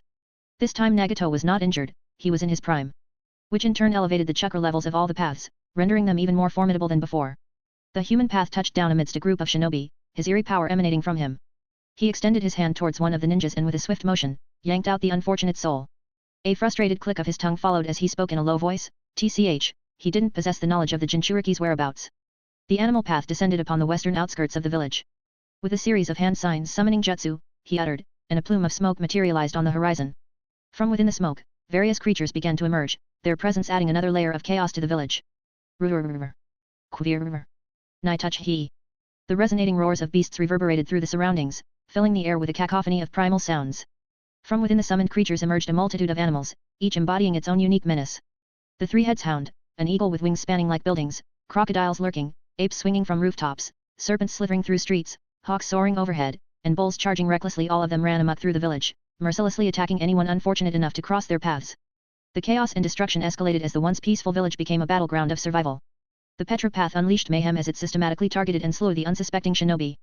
Fire style, fireball jutsu, water style, water bullet jutsu, earth style, earth spikes. A barrage of jutsus were hurled at the path in a desperate attempt to repel the threat. However, the scene took an unexpected turn as the path extended his left hand, effortlessly absorbing every ninjutsu directed at him. What? The startled cries of the shinobi resonated in panic, but their terror was far from over. With a swift motion, the path lowered his left hand and raised his right, causing all the absorbed jutsus to surge back with intensified force. The shinobi, caught off guard and defenseless, met their demise in a torrent of devastating power, leaving a trail of destruction in their wake. Across the village, the Azura path was wreaking havoc, firing off missiles that tore through the ranks of the ninjas. Its extended arms, each adorned with spinning blades, became instruments of death as they mercilessly cut down any unfortunate soul that crossed their path. Meanwhile, the Deva path stood resolute in the center of the crater, his presence an ominous symbol of the destruction that had unfolded. Before him, a group of defiant shinobi had gathered. Why are you attacking our village? What do you want? The man spoke with. This man was none other than Irika Umino, his voice reflecting the collective worry of the village's defenders. What do I want? Tell me, where is Naruto Uzumaki? The Devapath demanded. Upon hearing Naruto's name, Irika's eyes widened in surprise. The gravity of the situation became palpable. Devapath, also known as Pain, extended his hand, his tone resolute. Bansho Tenin, he uttered, invoking a powerful attractive force that seized Irika and lifted him from the ground. Helpless in the grip of the force, Irika was drawn inexorably towards Pain, his struggles proving futile against the overwhelming pull. As Irika was hurtling towards Pain, his descent abruptly halted, and he was slammed to the ground mid-air. Gasping for breath, he found himself on his knees. Tell me, where is Naruto Uzumaki? His demand echoed through the tense atmosphere. I won't tell you, even if I die, Irika declared with a steely resolve. Then die, Pain responded coldly. Extending his hand, a black chakra rod formed in his palm. With a decisive thrust, he unleashed the power within. Author's note, let me know your thoughts on the chapter in the comments. What do you speculate about Irika's fate? Will he survive or not? And who's gonna die in the next chapter? And if you enjoyed the read, don't forget to give some power stones, or else be prepared for the Naraka path to make an appearance and jestingly yank out your soul. Winking face, just kidding. Your devoted author. Devils_hand. Comment. 14 comment. Vote. Chapter 24. Chapter 66 Dead as hell. Then die, Pain declared, his tone unwavering. He extended his hand, and in his palm, a sinister black chakra path materialized. With a forceful thrust, he unleashed the power contained within. Pucci. The black rod pierced through Irika's heart, a painful and fatal blow that caused him to expel mouthfuls of blood.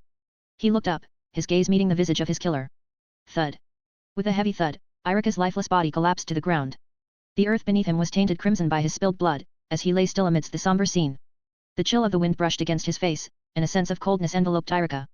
He closed his eyes, his final moments arriving on the battlefield he had fought so valiantly for. This was his last stand, his ultimate sacrifice for the village he held dear. A heavy silence settled over the scene, a poignant stillness that permeated the air.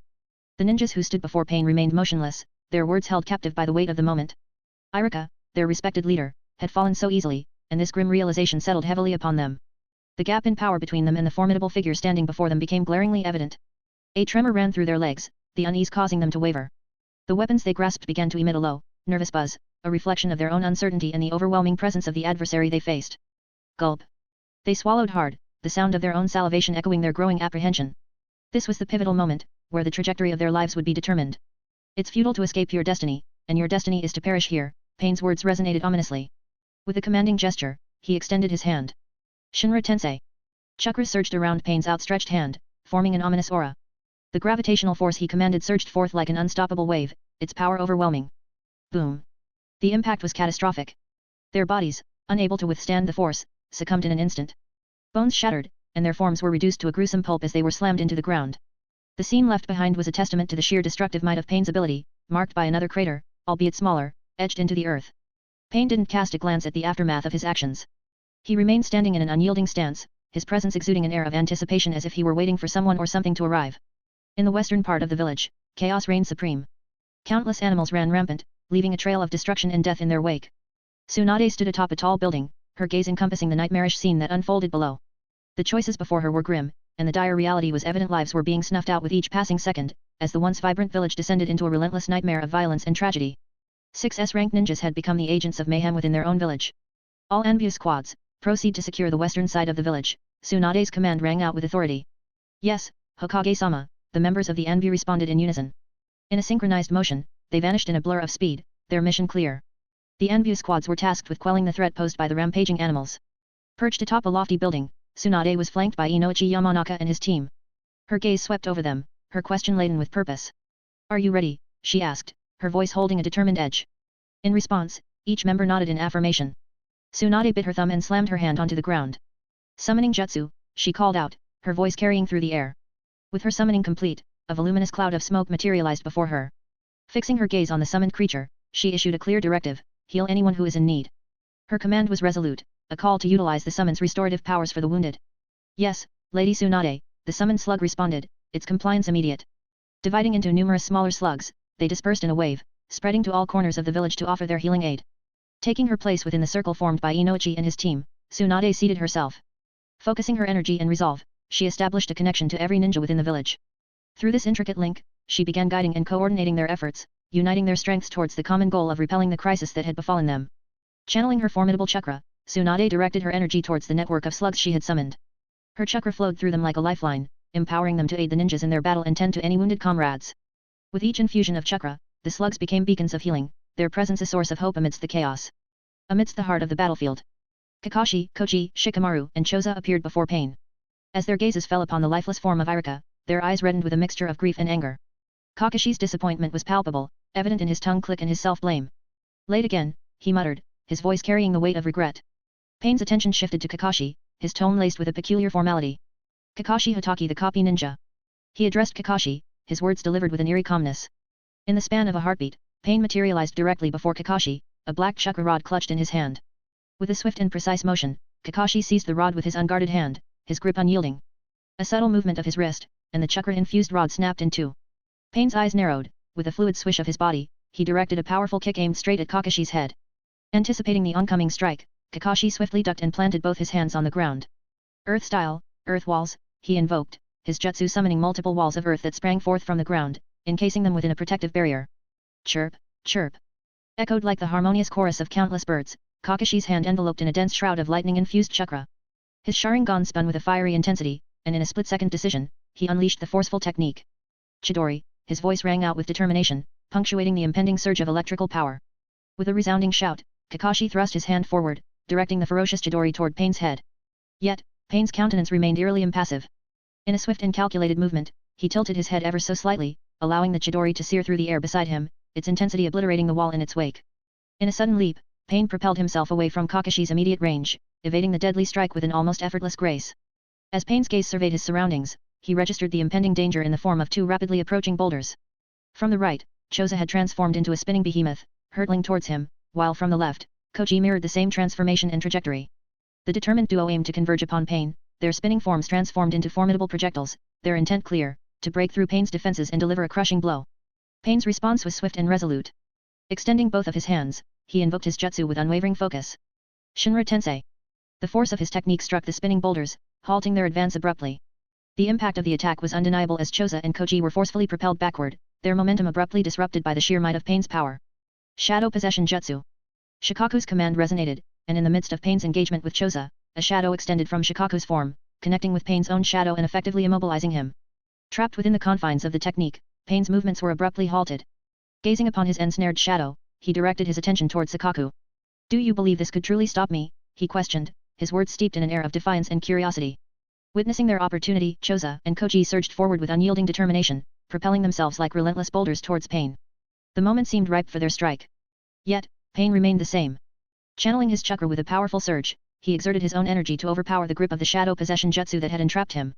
The shadow's hold loosened, and Pain's movements were restored, allowing him to confront the charging pair head-on.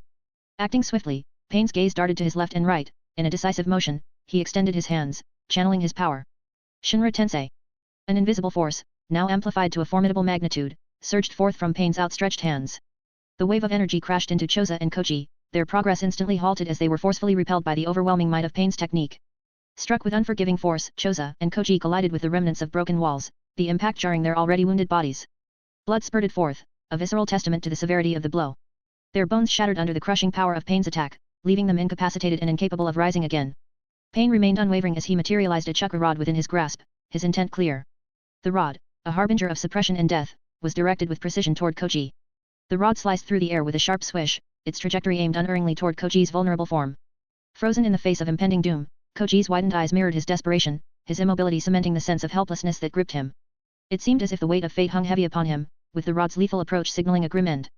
His heart started to sink, and in his desperate moments a portal opened in front of the black rod, and the black rod disappeared.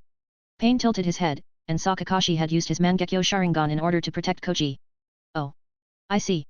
Pain speaks." And extended his hand, "Bensho Tenin," he spoke. Kakashi's sense of control over his own body was abruptly wrenched away. As if seized by an invisible force, he was lifted off the ground and propelled through the air with astonishing velocity. His limbs moved against his will, his body hurtling toward Pain with a speed that defied comprehension. As Kakashi hurtled toward Pain with inexorable momentum, the brink of impact loomed. Yet, once more, Pain's commanding voice intervened, invoking the same formidable jutsu. "Almighty push." With those words, an unseen force surged forth from Pain's outstretched hand. Kakashi's involuntary flight came to an abrupt halt, suspended in midair as if ensnared by the invisible grip of an otherworldly power. Boom! The overwhelming gravitational force crashed into Kakashi with unforgiving brutality, shattering bones upon impact. His body became a mere puppet to the relentless power, hurtling through the air like a missile. The trajectory of his flight was marred by collisions with debris and stone, each impact adding to the agony he endured. Finally, his tumultuous journey came to a jarring halt, his broken and battered form coming to rest amidst the devastation that surrounded them. Blood-soaked and grievously wounded. Kakashi's feeble coughs released more crimson evidence of his dire condition. In the aftermath of Pain's assault, he clung to a thread of life. Pain's gaze fixated on the broken Kakashi, a display of cruel intention in his eyes. With a simple gesture, he summoned forth a needle that had been concealed within the wood below. The needle broke free from its wooden prison, poised between two of Pain's fingers, gleaming malevolently in the dim light. As if orchestrating a macabre performance, Pain extended his fingers, presenting the lethal needle to his intended victim. The needle hung suspended, a harbinger of impending doom. The air seemed to quiver around it, as if recoiling from the sinister energy it held. In the blink of an eye, the needle was set into motion, propelled with deadly accuracy towards the gravely injured Kakashi. The needle cut through the air like a bullet, a silent harbinger of devastation hurtling toward its target with unnerving swiftness. A minuscule portal materialized in front of the hurtling needle, abruptly drawing it into its enigmatic depths. Kakashi's head snapped back violently as if struck by an invisible force, crimson liquid spewing forth from his left eye. His body slumped, lifeless and devoid of the vitality that had once defined him. The legacy of Kakashi Hatake, known as the Copy Ninja, came to an end, a victim of the harrowing toll that chakra exhaustion had exacted upon him. Asterisk. Amidst the chaotic battlefield, Tsunade's heart sank as her senses locked onto the lifeless form of Kakashi. He had been one of the pillars of their village, a mentor and a skilled ninja. The weight of his loss added to the burden she already bore as Hokage, overseeing the devastation unfolding before her eyes. With each passing moment, the situation seemed to worsen, eclipsing even the challenges posed by the previous wars. Her fingers clenched on the rooftop's edge, torn between her responsibilities and the need to act. The village was bleeding, her people falling like leaves in a storm. She understood that stepping away from the communication circle would mean breaking her connection to her ninja, leaving them disoriented and vulnerable. But she also knew that the loss of Kakashi had further tilted the scales against them. If she initiated a battle against Pain, it was certain that numerous lives would be lost. To prevent this, she extended her chakra to aid in the healing of those injured. What should I do? Is there no way to solve this problem? Her words were a quiet murmur, barely audible. Asterisk.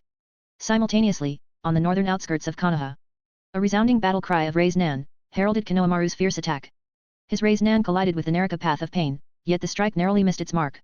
The intended target adeptly sidestepped at the critical moment, evading the impending impact of the Raise Nan. The sound of an explosion reverberated through the air. The buildings directly in the path of the Raise Nan were reduced to rubble. The Naraka path raised an intrigued eyebrow. Had he not evaded the attack, he was certain it would have spelled his demise. Swiftly retaliating, he delivered a forceful kick to Konohamaru's abdomen, causing the boy to expel a mixture of saliva and air before colliding with the wall behind him. The Naraka path seized Konohamaru by the neck, fixing a stern gaze upon him. "Tell me, boy, where is Naruto Uzumaki?" he demanded. At the utterance of his name, Konohamaru met the Naraka path's gaze head-on. "I am not going to tell you," he retorted steadfastly. "Oh, is that so?" the Naraka path responded. Suddenly, a tentacle materialized in his hand, snaking its way to seize Konohamaru's tongue. With a forceful tug, he began yanking at it. Poof! In an instant, Konohamaru vanished into a dissipating cloud of smoke.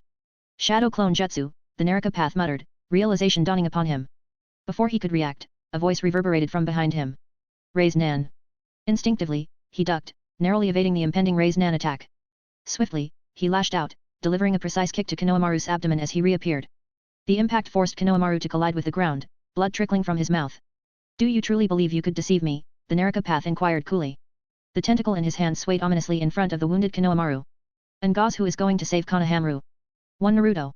2. Hinata. 3. He will die. Give me your power stones." Comment. 17. Comment. Vote. Chapter 25. Chapter 67.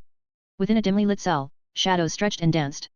A solitary candle cast flickering illumination, its feeble light pushing back the encroaching darkness. Tack-tack. The rhythmic sound of the needle meeting the needle resonated through the confined space, creating an eerie cadence within the cell. This room belonged to none other than the Hyuga princess. Hinata sat within, diligently sewing a black scarf for Naruto. A gentle smile graced her features as her thoughts drifted to Naruto. Hum. She hummed softly, the melody accompanying the fluid motion of her hands. Clearly, she was in a good mood. But some time ago she felt an explosion. With her Byakugan, she had seen the event occurring in Konoha. But this had nothing to do with her. With a heart full of happiness, she continued her humming and dedicatedly sewed the scarf for Naruto. As long as it wasn't connected to Naruto, she didn't care even if the world burned in front of her eyes. Tack. With the final stitch, the scarf was complete. She gazed at the black fabric before her, a tangible manifestation of her love and dedication for Naruto. This will look good on Naruto, she said in a low voice and giggled while imagining him wearing the scarf that she made lovingly. He delicately folded the scarf and placed it on the bed. Seated upon the chair, the candle's flame danced, casting a gentle glow that illuminated her flawless, alabaster complexion.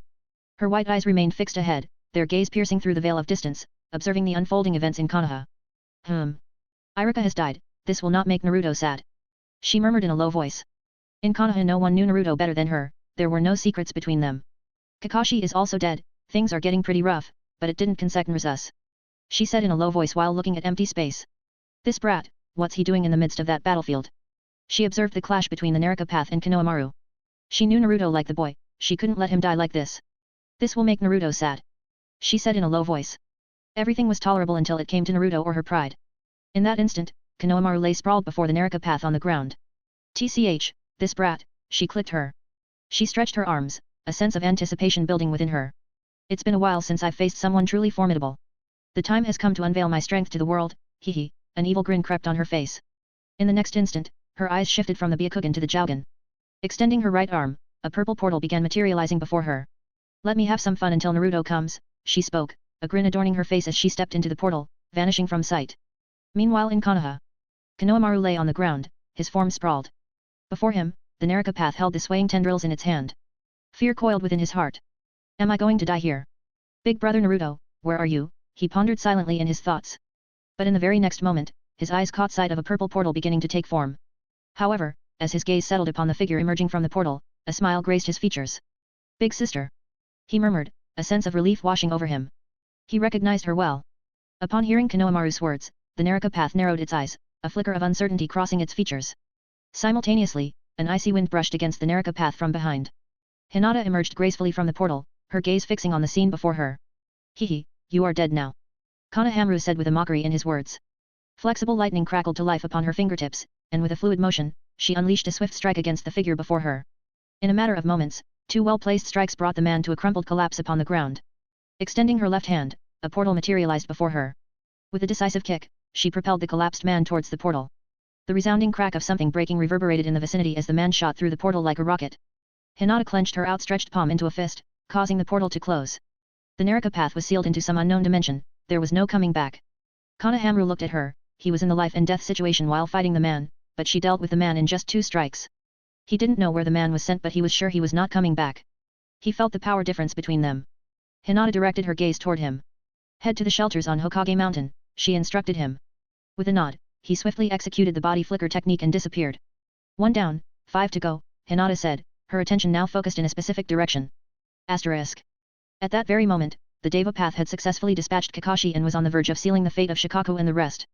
However, its connection with the Naraka Path was abruptly severed, any trace of its presence vanished as if it had been erased from existence. The final image etched into his sight was that of a girl with dark blue hair. The paths, intricately linked, came to a simultaneous halt as if guided by an unseen force. With synchronized precision, they surged forward towards the Deva Path. Tsunade was engrossed in the task of guiding civilians and tending to injured ninjas when a potent surge of chakra signature registered within Konoha's bounds. Hinata. She whispered under her breath, a note of surprise in her voice. Having previously declared her a missing ninja, Tsunade was puzzled by her unexpected presence in the village.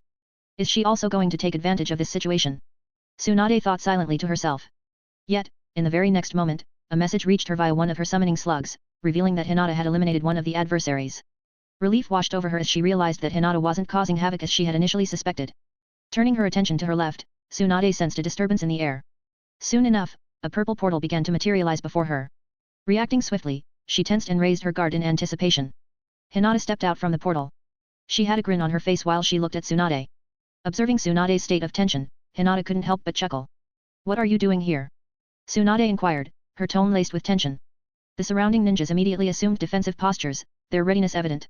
Seeing the gathered ninja, Hinata pointed to herself with a playful smile. Me? Oh, I'm just out for a little stroll, she replied with feigned innocence. Hinata's response caused a vein to visibly throb on Tsunade's forehead, her patience wearing thin. Such an explanation in the midst of such a situation was simply unacceptable. Enough of this nonsense, Tsunade snapped, her tone now edged with anger. Tell me why you are truly here. As she spoke, Tsunade shifted into a fighting stance, prepared for any possible confrontation. Tsunade stood poised, prepared for combat should her opponent make any aggressive move. Hearing her tone, the smile vanished from Hinata's face and her face became cold. Lightning flickered on her body, and the heat increased in the atmosphere. This bitch. I came here to solve her problem, but look at her, fuck it. If she behaves like this, I will not restrain myself, hehe. Her cold face regained a smile again. I advise you to evacuate everyone from the village, don't blame me if anyone dies in my fight. She said to her. Hinata began walking towards Tsunade, who instinctively tensed in response. However, before any action could be taken, a portal materialized between them, and Hinata vanished from sight. Unflexing her Jougan. But before she could ask what she meant, the portal had already closed. Tsunade looked at empty space in front of her. Evacuate everyone and clear the village, Tsunade commanded with urgency. The assembled ninja nodded in swift acknowledgement before promptly disappearing to carry out the task. Asterisk. Once more, the purple portal materialized within the heart of the extensive crater, and Hinata emerged from its depths. The remaining 5 paths of pain stood side by side, having congregated at the same location in the center of the village where the Deva path was stationed. The Deva path's gaze fixated upon Hinata. She appeared before them, adorned in a white kimono embellished with delicate snowflake patterns.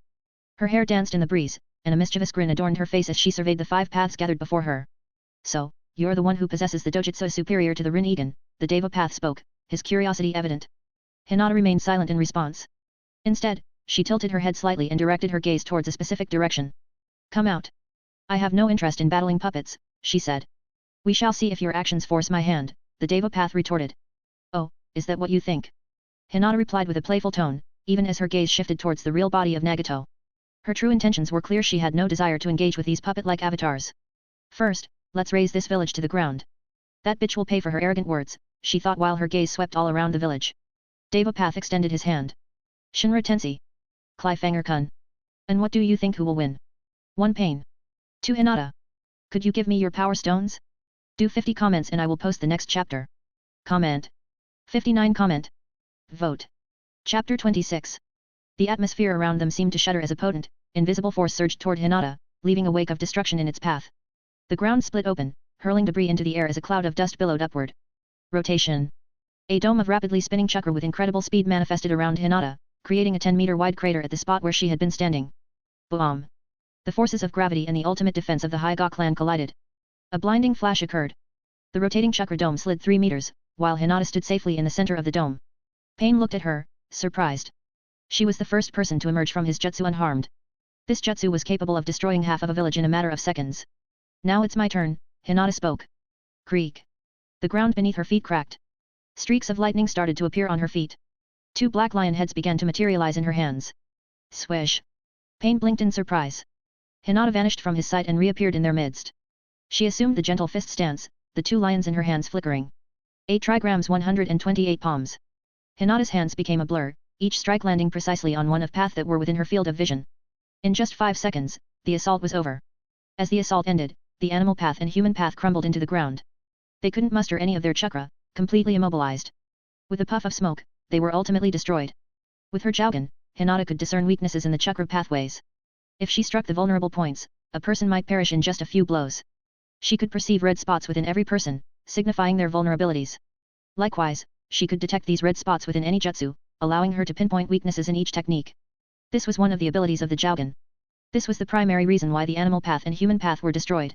She could effortlessly identify weaknesses in her enemies, and when she observed the red dots on them, she could easily exploit and eliminate those vulnerabilities. Now, only the Deva path, Asura path, and Prita path remained. When Pain realized that things were taking a turn for the worse, he began hovering in the air. He looked down at Hinata from the sky, extending his hands and aiming them towards her. Shinra Tensei, he spoke, and a tremendous gravitational force emanated from his palm. The force was potent enough to obliterate mountains. Hinata understood Pain's intentions. She clicked her tongue, unwilling to bear the full force of the attack. When possessing an overpowered dojutsu like the Jougan, why would she? A smile graced her face as she gazed at him, and a portal materialized between them.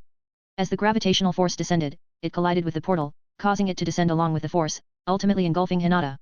Boom! The ground quaked, sending dust billowing into the sky. Another crater emerged in the heart of the village, obliterating everything in its trajectory. Did I hit? No, this cannot be this easy, Pain thought to himself as he hovered in the sky. His senses picked up on something. He tilted his head westward and witnessed a portal rising from the ground. As the portal emerged, it revealed Hinata standing within it. She wore a mocking grin on her face as she looked at him. He remained silent, merely extending his hand in her direction. In a low voice, he uttered, Shinra Tensei. Another invisible force began descending toward her, reducing everything in its path to dust. Houses, shops, buildings, everything crumbled to the ground in pieces. Just as the force was about to strike Hinata, a portal materialized in front of her. Upon impact, the force was redirected towards the portal, engulfing Hinata as it did. She vanished once again. The rampaging animals in that area turned into piles of meat. With a puff of smoke, they all vanished from the scene. Pain gazed at the devastation left behind. In Konoha, 3 significant craters now marred the landscape, with 75% of the buildings reduced to rubble. He tilted his head and observed a portal beginning to materialize behind the Prita path and Asura path. 2 hands emerged from the portal, surrounded by dancing streaks of lightning. This lightning possessed the fluidity of water and emitted a dangerous aura, capable of obliterating everything in its path. Storm release, palms of death, a cold voice emanated from the portal. Before the Azura path and Preta path could shift from their positions, the lightning struck them. The lightning bolts, resembling serpents, began to pierce through them. The blue lightning bolts, like veins, ensnared them, searing their bodies. Boom! With a resounding blast, their bodies exploded into pieces. Hinata emerged from the portal. The Preta path couldn't absorb the Kekii Genkai, this was the reason for its destruction. Storm release was one of the most dangerous Kekii Genkai. It possessed the attributes of intense heat, the fluidity of water, the speed of lightning. Hinata had mastered storm release. With her Jougan and unparalleled attack power, she could practically eliminate anyone. Now, only one path remained, and it was currently hovering in the air. He extended his hand. Bansho Tenin. The ground around Hinata began to crack, and stones started to be pulled towards the sky. She felt an attractive force tugging at her, and soon she was flying towards pain. Her body was out of her control, but upon realizing her situation, a smile appeared on her face. As she drew near pain, a portal materialized between them. The portal remained stationary, not budging an inch. Due to the force of attraction, Hinata was drawn directly into the portal. Then, a purple portal manifested on the ground, and Hinata emerged from it. Pain was becoming increasingly annoyed by her teleportation ability, as it directly countered him. Enough of it, he said in annoyance, extending his hand. A black sphere began to materialize in his palm as he poured an immense amount of chakra into it. Chibaku Tensei, he spoke and hurled the black sphere above her. The overwhelming suction force began to pull everything towards it. The earth shattered, the ground split open, and stones and fallen houses were lifted into the sky. Gradually, the black sphere started to expand, growing bigger and bigger. Hinata stood beneath the gravity ball, having infused chakra beneath her feet to anchor herself to the ground. However, the ground she stood on was rapidly ascending, and if it continued, she would be crushed. Remarkably, there was no trace of panic on her face. As she ascended with lightning speed, she performed a series of hand signs. A powerful chakra pulse emanated from her, and she clapped both of her hands together. Storm release, Thunder Dragon, she uttered softly. The surroundings began to transform as a dragon comprised of storm release energy materialized, coiling around her and letting out a resounding roar in the sky.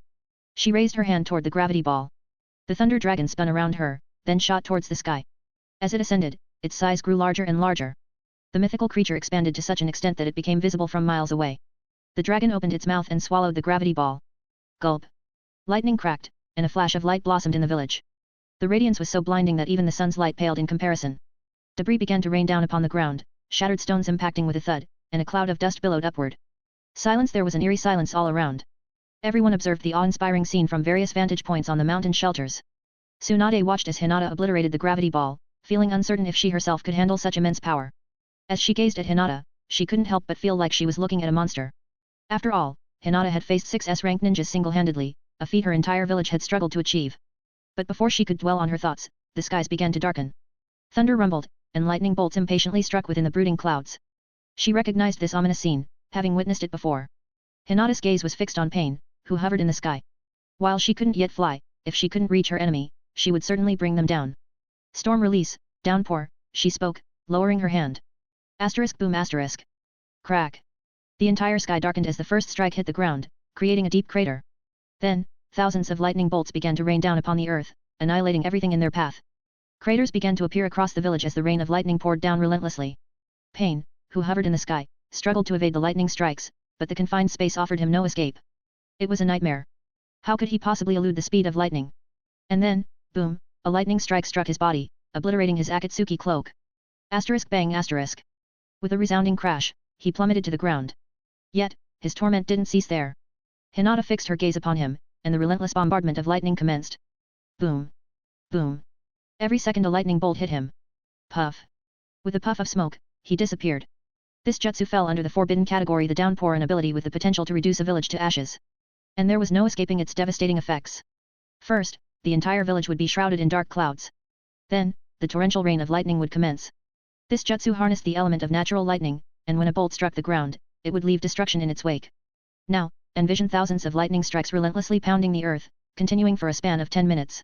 There was no doubt that the village would be leveled after the downpour. In reality, Hinata inflicted greater harm upon the village than Pain did. Did she care? Nah. Hinata gazed at her handiwork, a satisfied smile gracing her face. There was no way she would lose to the puppets. It didn't matter how strong the puppet was, after all, a puppet was still just a puppet. She directed her gaze outside of Konoha, murmuring in a low voice, "Are you not willing to come out?" Though spoken softly, her words were heard by the other party. She averted her gaze, shifting her attention to another direction, and a beautiful smile graced her face. She seemed almost like a fairy. Her smile was incredibly radiant. It had been quite some time since she had been reunited with her love. Without a care for anything else, she extended her hand, causing a portal to materialize in front of her. With a swift motion, she leaped into the portal. And there you have it. I hope you enjoyed the chapter. I put in my best effort to write it neatly. Let me know whether you liked it or not. Random trivia. Will Naruto fight Pain? Or manipulate him? Comment. 17 comment. Vote. Chapter 27. Chapter 69R16. In Konoha, everything was devastated. The rubble was everywhere, the land was torn apart, and the village that was once so beautiful that everyone praised it was now nothing but piles of stones. Thousands of people had died, their corpses lay on the ground. No one knew the exact number of casualties. The people on Hokage Mountain were mourning the deaths of their loved ones. Just 2 hours ago, everything was fine. People were chatting, and children were playing. Everything was going smoothly, but suddenly a loud bang was heard and everything was destroyed. The people of Konoha didn't even know what their fault was. They were just normal civilians doing their duty. As they looked at their village from the Hokage Mountain, there was nothing left. They saw two monsters fighting with each other without caring about anything else. They had destroyed their homes. Now, where would they go? Tsunade Senju stood on a destroyed roof, gazing at her once precious village that was now nothing but piles of stones. Why did this happen so suddenly? There was no warning or anything. They just attacked and left. What was their motive? She said in a low voice while looking at the destroyed village. The working ninjas were now digging through the corpses and calculating the casualties. She was furious. She clenched her fist so tightly that blood was dripping from her hand. This was the first time that Konoha had been destroyed, and she was the Hokage. How could she have let this happen? She looked all around, and soon her apprentice appeared in front of her. Sakura, what are you doing here? She spoke to her. Her voice was empty. Sakura looked at her teacher, she had never seen her so sad. I helped out at the hospital, she replied. Actually, there was nothing much to do at the hospital. The number of people who had injuries was very low because pain had killed them on the battlefield, and the remaining ones were in shelters. Do you think he was the one that Master Jiraiya had told us about? Sakura asked her. Yes, he was the one with the Rinnegan, she answered. She was the strongest kunoichi, but now she was powerless in front of that monster. But then she remembered how Hinata had fought him.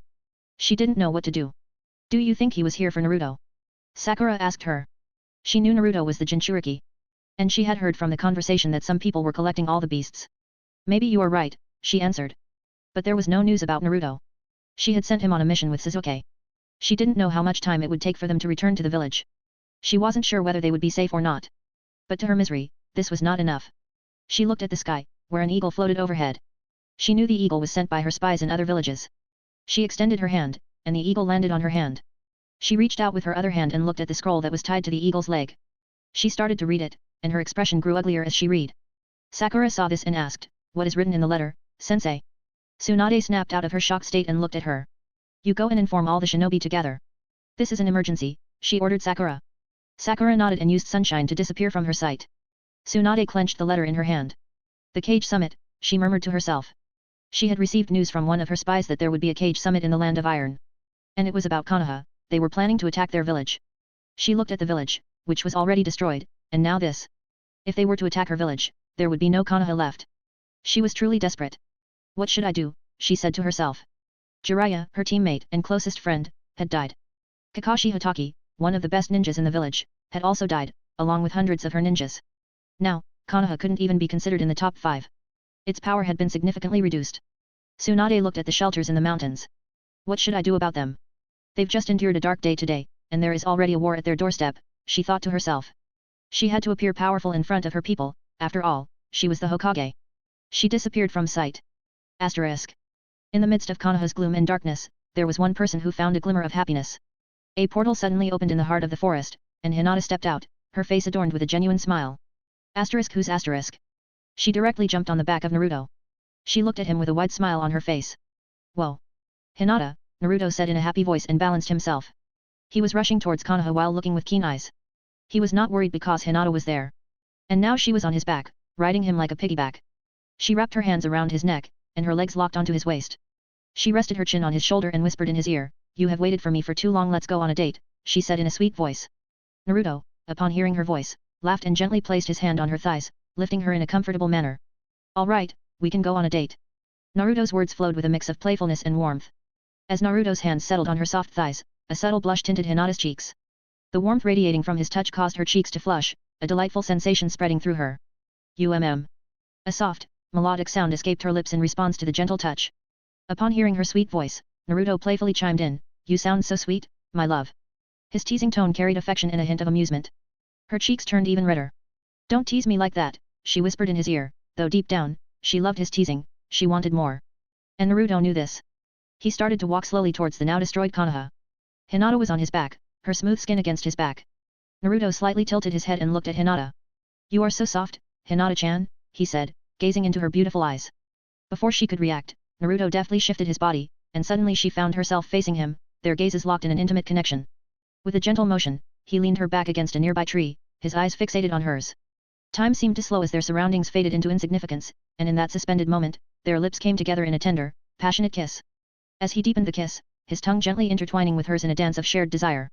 Hinata's hand found its way to the back of Naruto's head, her fingers threading through his hair as she pulled him closer, reveling in the intensity of their connection. Hinata delicately parted her lips from his and gazed into his eyes. Within her gaze, an unmistakable blend of pure love and deep desire shone. He represented everything to her, her love, her life, her world. He encompassed her heart and soul. Naruto's eyes held an equal intensity. To him, she was his everything, the destruction of Konoha paled in comparison. In that moment, all that mattered was right in front of him, held in his arms. Without the need for further words, their lips met once again, drawn together by an insuppressible longing. Her sweet voice resonated in the shared space of their kiss. Her delicate hands pressed against his head, while his own hands held her waist with a possessive tenderness. As the minutes ticked on, their fervent kissing came to a breathless halt. They parted, both gasping for air, their labored breaths intermingling. Hinata's eyes glistened with a mixture of happiness and desire as she looked at him, her emotions laid bare. "You are so sweet, Hinata," Naruto murmured, his gaze fixed on her hazy, adoring eyes. A seductive playfulness crept into Hinata's voice as she teased, "How about you eat me? You know what I mean, hee." Naruto's smile grew wider as he looked at her, a hint of mischief in his eyes. "That's why I love you so much," he replied, his fingers lightly squeezing her thighs in response to her moan. His gaze lingered on her face, appreciating the beauty that he held so close. "Beautiful. Do you like the chapter? Tell me, do you want more? Yes. No. If you like the chapter, give me your power stones. Comment. 16 comment. Vote. Chapter 28. But suddenly, Hinata spoke, "You know it's rude to look at others when they are making love." Her voice turned cold in an instant. Naruto gently put her down. He had noticed the intruder and was on guard, but at that moment, the intruder wasn't his primary concern. "You took your time," the man spoke, his gaze fixed upon them. Hinata stared at the man standing before her. He had rudely interrupted their intimate moment, and her face displayed unmistakable anger. Her gentle eyes transformed into the Jougan, an eerie black lion head started to materialize on her hands. Faint crackles of light emanated from under her feet, a clear indication of her readiness to attack the man before her. Her confidence was unshaken, she believed herself to be the strongest, especially with her beloved Naruto standing beside her. Just as Hinata was about to unleash her attack, Naruto placed a calming hand on her shoulder, restraining her impulse. Sensing his touch, her tension eased, although the chill in her eyes remained. Naruto stepped forward, his gaze locked onto the man standing opposite them. This man shared the same crimson hair as Naruto, and his eyes were ringed with an enigmatic shade of purple. His black cloak, adorned with red clouds, hinted at his identity. The chakra emanating from the man was on an entirely different level. Upon seeing the man, a faint smile tugged at the corners of Naruto's lips. "Nagato Uzumaki," Naruto spoke, his words carrying a mix of recognition and depth as he locked eyes with the intruder. In the outskirts of the now devastated Konoha, Naruto and Hinata stood facing the man responsible for the destruction of their village. However, the shattered village was not at the forefront of their minds. Hinata's irritation simmered, her focus directed toward the man who had callously disrupted her precious time with Naruto. On the other hand, Naruto had thoughts running in his hands. First of all, he was sensing his cells in the man in front of him. And secondly, his chakra was off the charts, but that didn't concern him. Naruto had two things on his mind: should he fight the man, or should he recruit him to his team? The danger was brewing, and he knew about it, now that he had released the 9 tails into the world. The 10 tails would appear soon, and the war was about to happen. He was not concerned about the war, but the 10 tails was a different thing. Now he realized that he was lucky enough that he had successfully pulled out Kurama from his body. If someone had forcefully tried to extract Kurama from him, he would have died. He gazed at the purple eyes of the man in front of him and said, "Nagato Uzumaki." They were both from the same clan, and they could feel the connection with each other. The Jinchuriki of the 9 tails, Nagato addressed him. "What do you want?" Naruto asked him, knowingly full of himself. Nagato looked at him. "You seem so calm even though your village has been destroyed," he asked, slightly curious about how he was so composed in this situation. "Haha," Naruto just laughed at him. Nagato looked at him, not understanding why he was laughing. "Look at her," he pointed at Hinata and continued, "the person who matters to me is with me, so why should I care about anything," he said to him. Hearing his voice, Hinata blushed and a proud smile appeared on her face. She knew Naruto loved her unconditionally, but hearing it from his mouth made her heart melt. Nagato had a somewhat unreadable expression on his face. The boy in front of him wasn't even slightly worried about his village. But it didn't matter to him, the thing that mattered to him was the 9 tails, and the Jinchuriki was in front of him. Tell me, Nagato, why do you want to collect all the Baiju? Naruto asked him. It's for the peace, he said to him. He was not in a hurry to capture him, he had all the time in the world. They had collected the chakra of all the tailed beasts, only the 9 tails was remaining. Oh, for peace. Naruto mused at him. He knew the man was telling the truth. And how do you know that collecting all the tailed beasts will bring peace, he asked him. The world will never know true peace until they know pain. And when they know pain and come to fear the weapon of mass destruction, they will not attack each other, and will always fear my weapon, eventually regaining peace, he elaborated to him. Naruto nodded in understanding. To some extent, it was true. The elemental nations would fear the power of the 10 tails and come under the same banner to protect themselves. However, Nagato didn't know that he would bring disaster to the world. It was all part of the bigger plan of Zetsu that Nagato was not aware of. And even if all the villages came under the alliance, they would still attack him and more blood would be spilled. There is no way peace could be maintained. Though Naruto cared didn't less. Peace is never an option, Naruto thought to himself. So, you want to create peace in the world, he asked, and Nagato nodded. So, why do you want the power of the 10 tails? Why not use your own power? You might not be able to control the power of the 10 tails, Naruto said to him. I can control the power of the 10 tails. I am the chosen one, Nagato said while indicating towards his Rinnegan. Naruto laughed inwardly. The power of the 10 tails could not be controlled.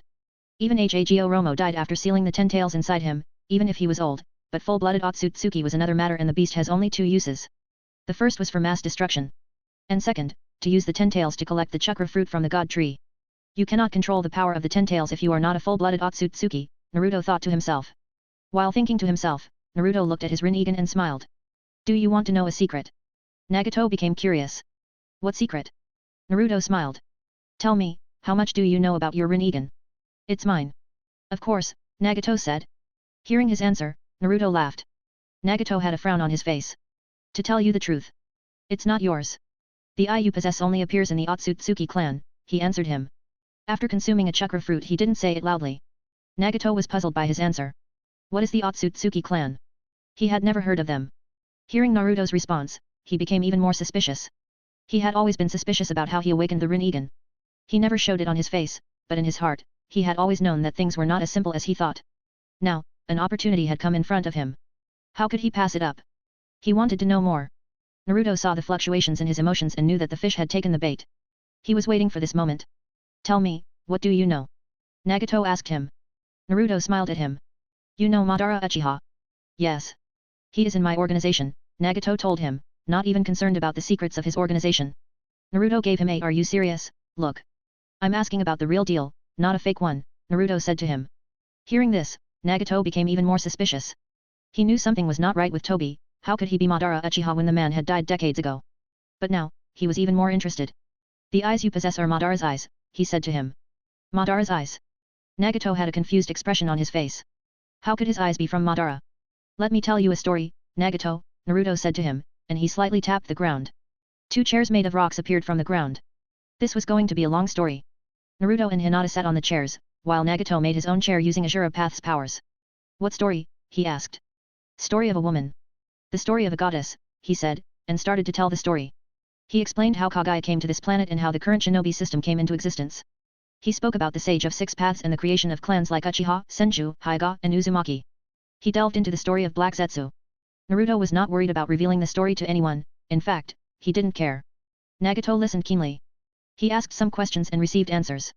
Now, all things started to make sense to him, how the original Akatsuki fell, the attacks on his friends, and the death of his best friend. Eventually, he came to a grim realization, he was a pawn in the grand schemes of things. To confirm his heart, he asked Naruto another question. He knew Naruto didn't lie to him, he could sense the emotions of people due to his ability as a sensor and having the Rinnegan. Some things are written in the Senju library, some in the Uchiha library, and something deep inside the Konoha library, he told him, a half-lie and half-truth. But the story he told was the truth. Nagato nodded to him. He knew Naruto was telling him the truth. All of his hard work was planned by others. Yahiko's death was planned, his whole life was planned. He was just a pawn to revive Madara Uchiha, he thought to himself. His whole life started to crumble in front of him. His sacrifices made no sense. His village, his plan to capture the tailed beasts, all were planned by Obito. Sensing his emotions, Naruto smirked, you want peace? Nagato looked at him. You can achieve your goal.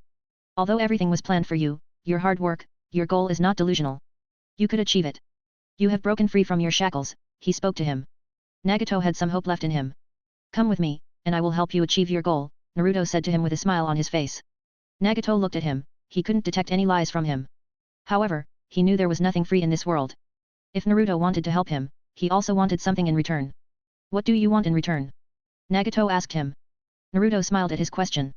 You are powerful, and you could become even more powerful if you stand beside me. What I want in return is your help in defeating those white-skinned clan members, Naruto replied sincerely. Although he was full confident in his capability, but having a backup plan didn't harm. Are you telling me the truth? If I help you, will you bring peace to the world? Nagato asked him. Naruto shook his head. Yes, you're right. Help me, and I will also help you. Nagato nodded. He had found Naruto to be worth following, and there were no lies coming from him. He could trust him, the first person beside Konan. Do you have some friends in your organization? Naruto asked him, and Nagato nodded. Good, bring them to this location. Naruto handed him a paper. Nagato looked at him and stood up from his chair. Naruto and Hinata also stood up. Naruto looked at him. We are family, if we don't help each other, who will help us? Remember, family matters the most. Nagato looked at him and nodded. There was a connection between them, after all, they were from the same clan, and not many of them remained alive. At this moment, Nagato had fully considered Naruto as his family. He looked at them one last time and nodded before flying away.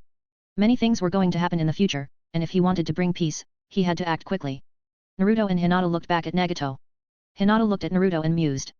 You don't seem to be bringing peace to the world, she knew him very well. Haha, you know me very well, darling. Bringing peace to the world is not my task, Nagato will handle that.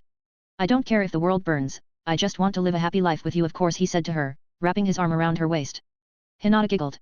This was the Naruto she knew. And what do you think of Naruto's end goal? 1. Dominate the world. 2. Live a peaceful life with his family. 3. Create his own village on the ruins of Konoha and rule it. 4. None of the above. If you like the chapter, give me power stones. Comment. 30. Comment. Vote. Chapter 29. Equals equals equals. Equals equals equals. Equals equals. Equals. Naruto and Hinata stood in the middle of the forest, their eyes fixed on Nagato as he flew away. Naruto's gaze then shifted towards Konoha, where Tsunade was presumably dealing with the aftermath of the fallen ninjas. She directed the ninjas to calm down the civilians and organize the construction of temporary shelters for the displaced people. Naruto, positioned about 10 kilometers away, effortlessly read her lips. His unique combination of 6 eyes and the Byakugan granted him an unparalleled perception of his surroundings. Distance held no hindrance for him, his 6 eyes allowed him to discern even the smallest atoms within any substance, while the Byakugan granted him the power to penetrate through obstacles. Hell, when he raised his head and gazed at the moon, he could even discern the features of the colossal castle resting upon it. His extraordinary sight extended to every corner, even to the seal where Kagaya Otsutsuki had been imprisoned. Nothing remained concealed from his all-seeing abilities. Naruto turned his gaze to Hinata and offered a warm smile. My darling, you mentioned a dimension earlier. Can you tell me more about it? He inquired curiously. Hinata's unique eyes, the Jigen, also recognized as the pure eye, possessed the ability to perceive spatial rifts. These rifts are interconnected with distinct pocket dimensions, each a separate realm of existence. Within this intricate network, countless pocket dimensions existed, ranging from barren ones to those infused with various forms of energy or natural forces. Empowered by her Jigen, Hinata possessed the ability to seamlessly enter or exit these dimensions. Her control over space was such that she could establish a link between 2 points and create a spatial tunnel, effectively enabling teleportation. Naruto's interest was piqued as Hinata spoke about this unique dimension. He leaned in, his curiosity evident in his expression. Tell me more about this special dimension, he urged, eager to learn about the mysterious place she had encountered. This dimension is very special, hehe, you will love it. She said with a smile. Tell me, what's so special about it? Naruto asked her. The time difference between our dimension and this dimension is 1:0.001, she said. Naruto looked at her, thoughtful. You are telling me the time ratio is 1:0.001, you know that means the time in that dimension is 100 days equivalent to 1 day here. He said to her. Yes, the time did not flow there as it flow here, more or less when you enter that dimension your sense of time, your age came to semi-halt. She said to him. Are you sure about that? He inquired, a hint of skepticism tinging his words, even though Naruto held unwavering trust in her. Yet, this dimension seemed to defy the very laws of physics. 100% sure, once you step inside, everything will become clear, she assured with a confident smile.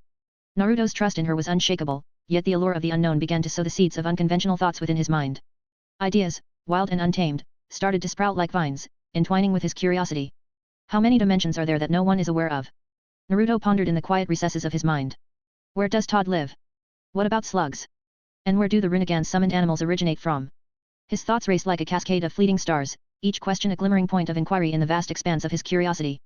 Naruto's mind was a whirlwind of countless questions, yet one thing remained unequivocally clear, these dimensions were anything but simple.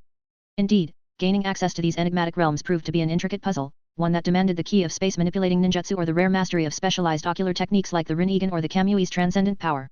And the Chowgan is the most broken dojutsu in terms of space ninjutsu. And this is one of its abilities. Truly worthy of being called the God's Eye, Naruto thought to himself as he looked at Hinata. His smile widened. You know what this means, he said to her. Yes, she replied with a smile. Suddenly, she remembered something and looked at Naruto. I have a gift for you, she said to him. Gift? Where is it? Naruto asked her curiously. She extended her hand, and a small portal appeared in front of her hand. Then, she pulled out the scarf that she had been sewing for him. She had made this scarf for him. Naruto's eyes lingered on the scarf held delicately in her hand, its intricate patterns a reflection of the care and affection she had poured into every stitch. A smile touched his lips, a testament to his appreciation for her heartfelt gesture. It's beautiful, he breathed, his fingers dancing lightly over the fabric as if tracing the invisible threads of their connection. Why don't you wear it? She said. Her question prompted a playful glint in his eyes. Why don't you wear it to me? He challenged, a mischievous note underlining his words. A soft blush tinted her cheeks, she nodded in agreement. With a tenderness that spoke volumes, she began to drape the ebony scarf around his neck, the simple act carrying a weight of emotion that words could hardly convey. Her touch was gentle, each fold a silent promise of her feelings. As the scarf settled against his skin, their eyes met, a universe of unspoken sentiments passing between them. This was more than just a piece of fabric in that moment, the blush on her cheeks and the depth in his eyes spoke of her love. Naruto gazed at her, his eyes tracing the gentle arc of her hands as she lovingly draped the scarf around him, a gesture reminiscent of a devoted wife. In that moment, his heart swelled with a warmth that transcended words. This was more than just a gift, it was an outpouring of emotion, a sentiment he had never experienced before. Amidst the whirlwind of his thoughts, Naruto found solace in the realization that he was truly cherished by someone. The depth of Hinata's affection touched him profoundly. With the final fold of the scarf, Hinata met his gaze, her eyes shimmering with tenderness. Do you like it? She inquired, her voice a soft melody in the air. A soft smile curved his lips, his eyes reflecting the depth of his emotions as he met her gaze. I love it, he said softly, the words carrying the weight of his feelings. Her smile in return was a treasure, a confirmation that his heart wasn't mistaken. In her eyes, he saw a reflection of his own sentiments, a connection that was growing stronger with each passing moment. It's time. I will go to the village, hee, you wreaked havoc there, he said to her. That bitch didn't speak to me respectfully, so I had to teach her a lesson, and my pride won't allow me to leave without retaliation, she explained. Naruto affectionately patted her head, his voice soothing, good girl, now let me handle my business with them. You know we will go to that dimension. Wait until I call you back, Naruto reassured her, his hand gently stroking her head. She nodded and opened a portal and reappeared from there. Naruto was headed to Konoha while some thoughts lingered in his head. Separate dimensions. Where is the separate dimension in which Hago Romo lives? Why was he in that dimension, and what was he waiting for? Why has he been waiting in that dimension for so long? Why do Indra and Azura reincarnate? Does this have something to do with Hago Romo? Did he want to revive himself through his son's reincarnations? But how? How do Otsutsuki revive themselves? Karma seals. Naruto's eyes widened. Now I remember, Hago Romo gave him and Sasuke the Sun and Moon seal. These Sun and Moon seals are, in reality, karma seals. He granted them power. He bestowed upon him the six-path chakra, and upon Sasuke, he bestowed his eyes. These powers make them compatible to contain his essence. But what went wrong that he couldn't revive himself? Perhaps all the power within the karma seals was used in sealing Kaguya. She was even more powerful than he had estimated. Those fucking Otsutsuki, their genes never change. Naruto let his thoughts run wild. I am cursing them, yet here I am, wishing to alter my genetics to Otsutsuki. Isn't it ironic? Hee. So what? Naruto chuckled to himself. In fact, Hinata could see her DNA with her Byakugan. Likewise, he could also see his DNA. They simply needed some pure Otsutsuki DNA for reference, allowing them to modify their own DNA to match that of the Otsutsuki. And Naruto had a particular person in mind, but his current strength was not sufficient to confront an Otsutsuki, even if the Otsutsuki was in a weakened state. And this dimension would serve this purpose. There were so many things to accomplish. But first, let's visit the village, Naruto thought as he sprinted towards Konoha. And you know, every Otsutsuki has some spatial abilities. What will be Naruto's? 1. Devo veering. 2. Vis Nori. 3. Time manipulation. / If you like the chapter, give me power stones. Comment. 18. Comment. Vote. Chapter 30. Chapter 72. The Fourth Great Ninja War is brewing. Naruto was running towards the village. It didn't take him too long to enter the village. He stood on the destroyed wall of the village and looked at the devastated village in front of him. There was no house that remained unscathed. Rubble lay scattered everywhere, forming a chaotic landscape. Amidst the destruction, 5 large craters punctuated the heart of the village. These craters were no mere indentations, they stretched easily half a kilometer in diameter, their edges overlapping, creating a scene of profound devastation. Pain really did a number on the village. Naruto muttered to himself. They really went all out, without me, it's quite the spectacle to fight in the heart of the village, he mused, a fleeting sense of exhilaration crossing his mind. Hinata and Pain didn't hold back when destroying the village, each had their reasons. Hinata was giving it her all because Tsunade hadn't spoken to her politely. Yet, it's hard to expect politeness when she herself was a criminal. But that didn't matter to Hinata, her pride didn't allow her to lower herself to anyone other than him. As for Pain, let's just say he was exacting his revenge for what Konoha did to his village in the past. Thousands of people died when he unleashed his Shinra Tensei. Poor souls didn't even know what had hit them. This time, they won't get the chance of revival, Naruto thought to himself. He gazed ahead at the Hokage mountain. There, a shelter had been established to house the remaining villagers and shinobi. Tsunade was consoling them, assuring them that the ordeal had come to an end.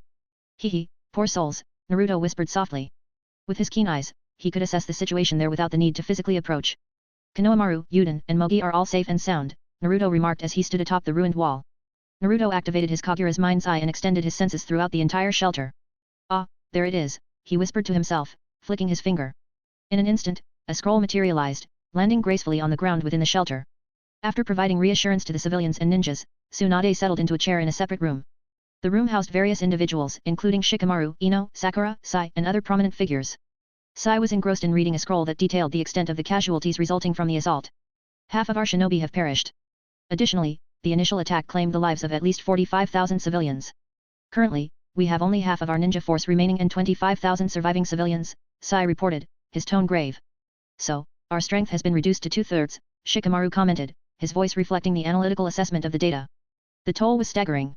Numerous high-level shinobi had fallen, including Kakashi, Jiraiya, and many other Jonin-ranked ninjas. His father lay in the hospital within the shelter, while his close friend Koji fought for his life against severe injuries. Asuma Sarutobi, his sensei, had met his end. The village, once thriving, now lay in ruins. Furthermore, he was left in the dark about the whereabouts of his friend Naruto. Though their conversations had been sparse, Shikamaru held Naruto in high regard, considering him a genuine friend. Yet, even Naruto was now missing. Shikamaru's life had taken a grim turn. As he ruminated on his absent friend, a sense of heaviness enveloped his thoughts. As he dwelled on thoughts of his friend, the scroll held by Sai suddenly vanished, and in its place, Naruto materialized right before him, causing Sai to jump in startlement. I see you're getting rusty, Sai, Naruto gestured at his teammate. That was unexpected. Sai responded with his characteristic smile, his honesty apparent. Naruto tilted his head, casting his gaze over all of them. A pall of gloom and despair seemed to envelop their spirits, their emotions evident to him. He shifted his attention to Tsunade. Amongst the occupants of the room, she appeared to bear the heaviest burden of brokenness. She gazed at him, the weight of a difficult truth pressing upon her. She desired to convey the news of Jiraiya's demise, yet courage faltered within her. Yet, summoning her resolve, she forced her mouth to open. Naruto. I am sorry, her voice carried a somber tone. Sorry for what? Naruto's genuine surprise was evident. He couldn't fathom the reason behind her apology. Observing Naruto's reaction, Tsunade took a deep breath, her voice lowered as she continued, Jiraiya is dead, and Kakashi has also passed away. She struggled to maintain eye contact with Naruto, her avoidance apparent. A heavy silence settled upon the room. No one uttered a word. The truth was known to all. Naruto had embarked on training with Jiraiya, and Kakashi had been his team sensei. The weight of their absence hung in the air, stifling any attempts at speech. Naruto was momentarily stunned. Jiraiya is dead, he thought. He knew he didn't have a deep attachment to the man, but his heart felt a slight pang. After all, he had spent some time with the man, and now he was gone. What was he supposed to feel? There was nothing he could do, this was Jiraiya's choice. As for Kakashi, he felt a twinge of sadness for the man. Although there wasn't a strong attachment between them, Kakashi hadn't taught him anything. He was biased, but... Naruto gazed at the horizon, his head held high. I see, he spoke in a low voice. Life is unpredictable. The strong win and the weak lose. This was the rule of the world.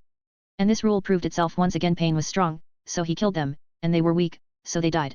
Tsunade didn't say anything more, she knew it was difficult for Naruto to accept their deaths. Unfortunately, she was mistaken about this. Naruto lowered his head and looked at her. I have good and bad news, which one do you want to hear first? He asked. He knew the woman in front of him was in a state of depression, but she had chosen the duty of being Hokage, so she had to bear the responsibility. I see. I sent you on the mission, is it related to this? She asked him. He nodded. Fine, tell me the good news first. I want to hear something positive in this bad situation, she said to him. Naruto looked at her. Wouldn't that make you sad when you hear the bad news? Women are unpredictable, Naruto thought and shrugged. It's her choice. The two Akatsuki members, Kisame and Ataki, are dead. We encountered them on the way and took them down, he informed them. All the members in the room were shocked, but they didn't interrupt the conversation with the Hokage. That's good news. These people are after the Bijus, so it's a positive that some of them are dead. Now, tell me the bad news, she said to him, her mood slightly brightening. She wondered what the bad news could be, hoping it wouldn't overshadow the good news. The bad news is that, you sent us on the mission where our ninjas were going missing. Is that correct? He inquired of her. Yes. What's the bad news? Tsunade responded, her curiosity piqued. There were 456 Jonin-level ninjas that were killed, he stated, dropping the bombshell. What? She exclaimed. How can there be so many high-level ninjas gathered in one place? She asked him. The members in the room were taken aback. How could there be so many ninjas of this caliber? Their village had barely 100 Jonin-level ninjas, and that was the case for all hidden villages combined. What shocked them even more was that Naruto and his team managed to kill them. This force could easily annihilate their entire village. The casual manner in which they had been dispatched left them in disbelief. They stared at Naruto as if he were a monster. As he mentioned that they had killed the high-level ninjas, something clicked in Sakura's mind. Naruto was alone. Where is Sasuke, Naruto? She asked abruptly in the middle of the meeting. Did he die, or has something bad happened to him? She wondered silently to herself. Upon hearing her question, Tsunade also turned her gaze toward Naruto. He's fine. You don't have to worry about him, he assured them. They all heaved sighs of relief. Tsunade's shoulders slumped down. 456 Jonin-level ninjas, thank God they took care of them, she thought, feeling a sense of relief as one problem was resolved. Seeing her slightly relaxed posture, Naruto dropped another bomb. We're getting off topic. I haven't finished conveying the information, he interjected, capturing everyone's attention. What? Is there something else? Tsunade inquired. Hehe. Do you think that's all? Those were just clones. And guess what, how many of them? Naruto's voice took on an eerie quality as he left the sentence hanging. Things cannot be that bad, right? She asked. Right. No, you're wrong. There are 90,000 to 100,000 Jonin-level clones ready to strike, he dropped another bombshell. Gasps filled the room, the magnitude of the numbers causing their hearts to momentarily skip beats. Even if the clones weren't of Jonin caliber and were mere Genin-level strength, the sheer volume was overwhelming. The realization dawned that resistance would be futile, regardless of their own strength or the combined might of all the hidden villages. The scale of this force was beyond anything they could imagine. We are doomed, one of the ninjas spoke, a tone of despair gripping their words. The enormity of the situation had sunk in, leaving them feeling utterly powerless. Are you absolutely certain about this?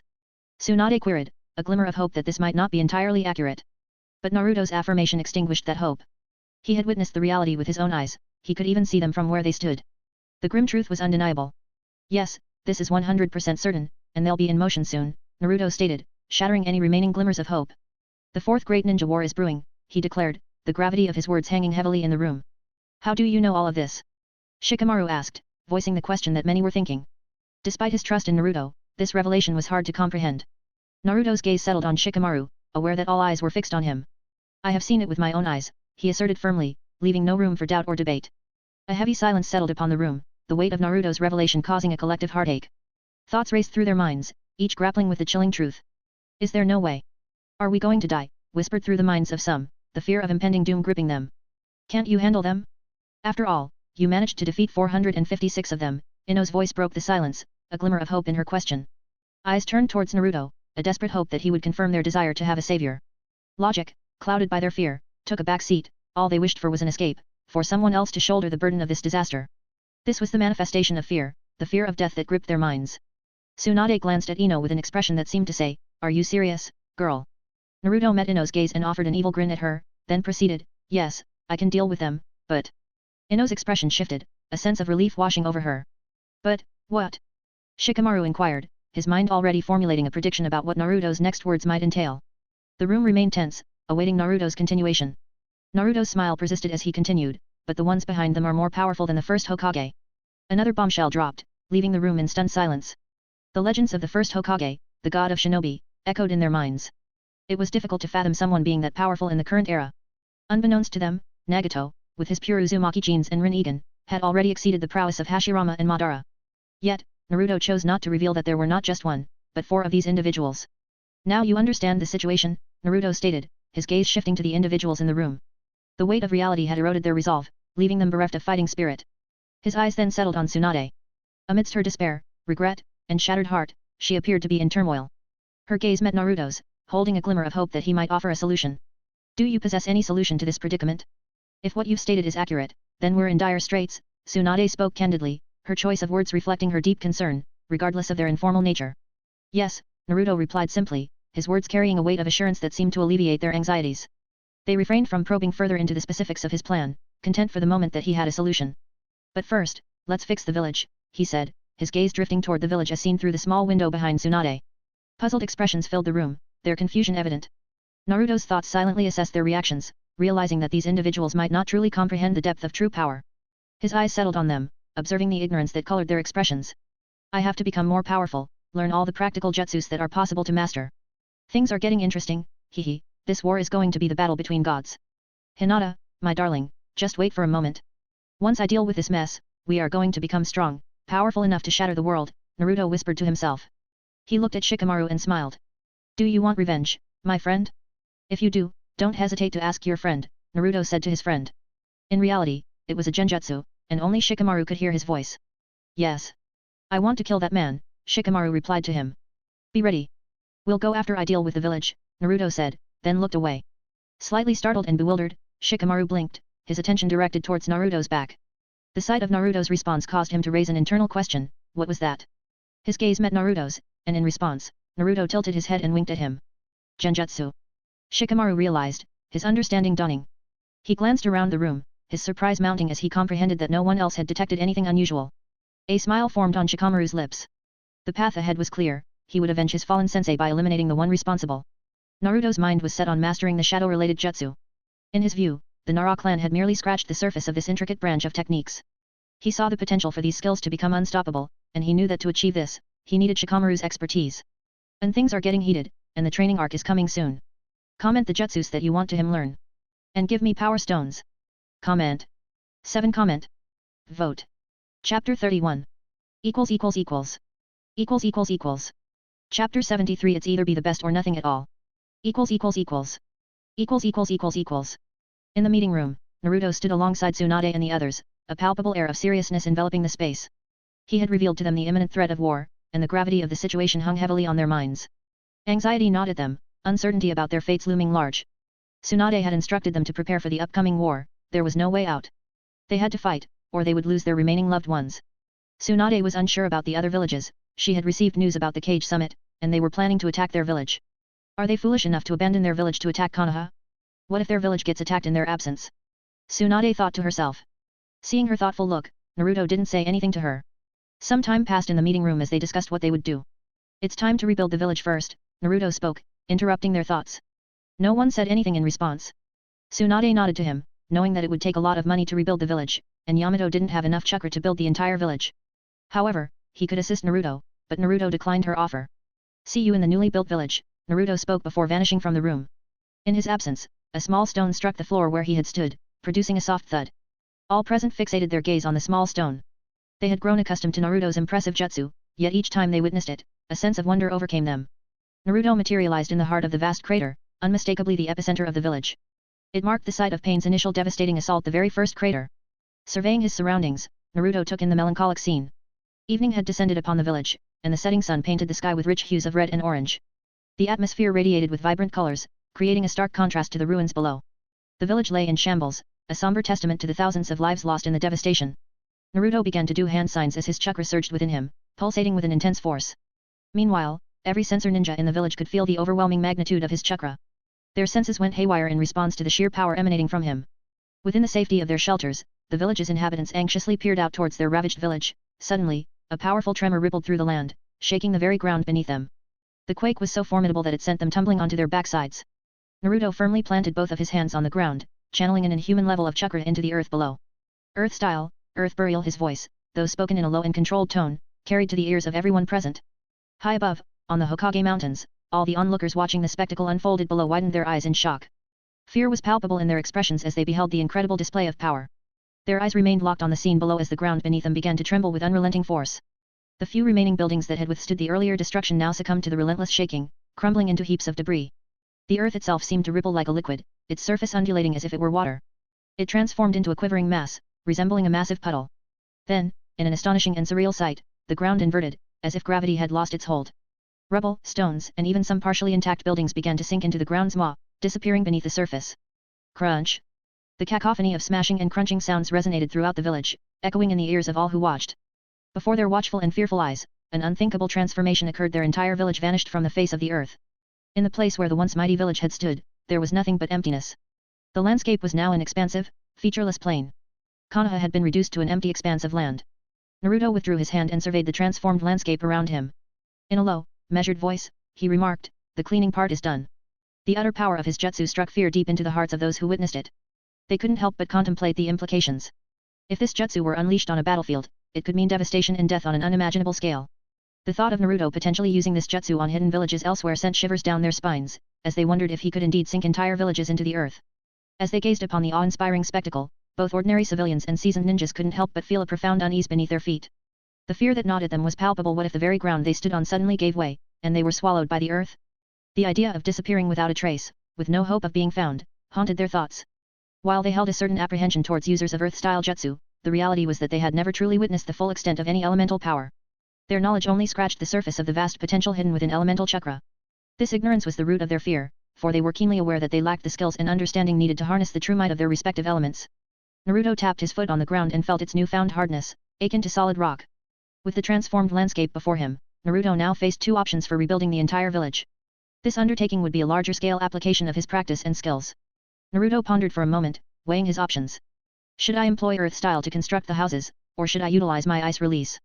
His thoughts swirled as he considered the possibilities.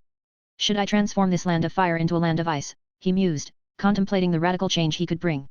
After a brief moment of reflection, he spoke aloud to himself, I have two options, which should I choose? With a mischievous grin, Naruto decided, let's use both, hehe, I'll turn this village into my masterpiece. He chuckled and turned his gaze toward the empty expanse before him. Naruto's eyes shimmered with a newfound light as he activated his unique ocular ability, allowing him to perceive the wondrous world around him. As his vision sharpened, he noticed tiny particles suspended in the air, distinct from the chakra he was familiar with. It was a different form of energy, one he recognized as nature energy. Unlike Sage Mode, Naruto didn't seek to absorb this energy into his body. Thanks to his specialized eyes and perfect chakra control, he could harness this energy to a limited extent. Naruto intertwined his fingers, and in an instant, a shadow clone materialized by his side. The clone offered a confident nod, fully aware of its assigned task. Now, let's transform this land into a work of art. Naruto exclaimed with palpable excitement in his voice. Naruto began to perform a series of intricate hand signs before placing his palms firmly on the ground. Earth style, stones of Vajra, he intoned, directing his chakra deep into the earth. Closing his eyes, he relied on his impeccable chakra control and sensing abilities to gauge the extent of his chakra's influence, knowing that the success of his endeavor depended on his vivid imagination. Beneath his command, the ground began to tremble, and sturdy stones emerged from the earth. These stones, which now dotted the entirety of Konoha, assumed the forms of houses. Their surfaces glowed with a rich red hue and boasted an unyielding, steel-like hardness. The ethereal crimson sheen cast an otherworldly ambience upon the entire village. Naruto's chakra had sculpted the large, spacious houses, designed in an ancient Indian style that infused a sense of timelessness into the village's new architecture. Yet, within the village, there remained a space untouched by Naruto's previous efforts. With his eyes still closed, Naruto initiated another technique, his voice steady, ice release, frozen ground. A surge of chakra emanated from him, casting an icy blanket over the entire village. Snowflakes began to cascade from the sky, and the temperature plummeted dramatically. The ice, responding to Naruto's control, flowed and swirled gracefully, forming intricate and stunning houses. The pristine beauty of the icy structures stood in stark contrast to the vibrant red rocks that adorned the rest of the village. Now, side by side, the pure white of the ice and the fiery red of the rocks coexisted, creating a breathtaking and harmonious landscape within the village. The transformation of the village into a land of ice occurred within a matter of seconds. The remarkable feature of the white ice was its ability to change its color in response to sunlight. As a result, the village underwent a captivating metamorphosis every hour, mirroring the ever-shifting hues of the sky. In the morning, as the sun ascended, the village would take on a warm red hue, followed by the gentle transition to orange, and then eventually settling into its pristine white state. The changing colors mirrored the cycles of the sun, painting a vivid canvas for all to behold. During the night, the ice structures would reflect the soft, ethereal glow of the moonlight, creating a tranquil and enchanting atmosphere that bathed the village in a gentle, silvery radiance. Naruto gazed upon his masterpiece, a sight so ethereal that words could scarcely capture its true beauty. The village, now a harmonious blend of red rocks and pristine ice, appeared to be bathed in the golden light of evening. The reflection of the sunlight off the rocky and icy surfaces painted a breathtaking picture, akin to a paradise brought to life. Naruto's clone diligently worked to infuse nature energy into the newly constructed houses, ensuring that the interiors remained warm and comfortable, even as the frigid cold persisted outside. Thanks to the infusion of nature energy, these homes would remain resilient against the passage of time, unaffected by decay.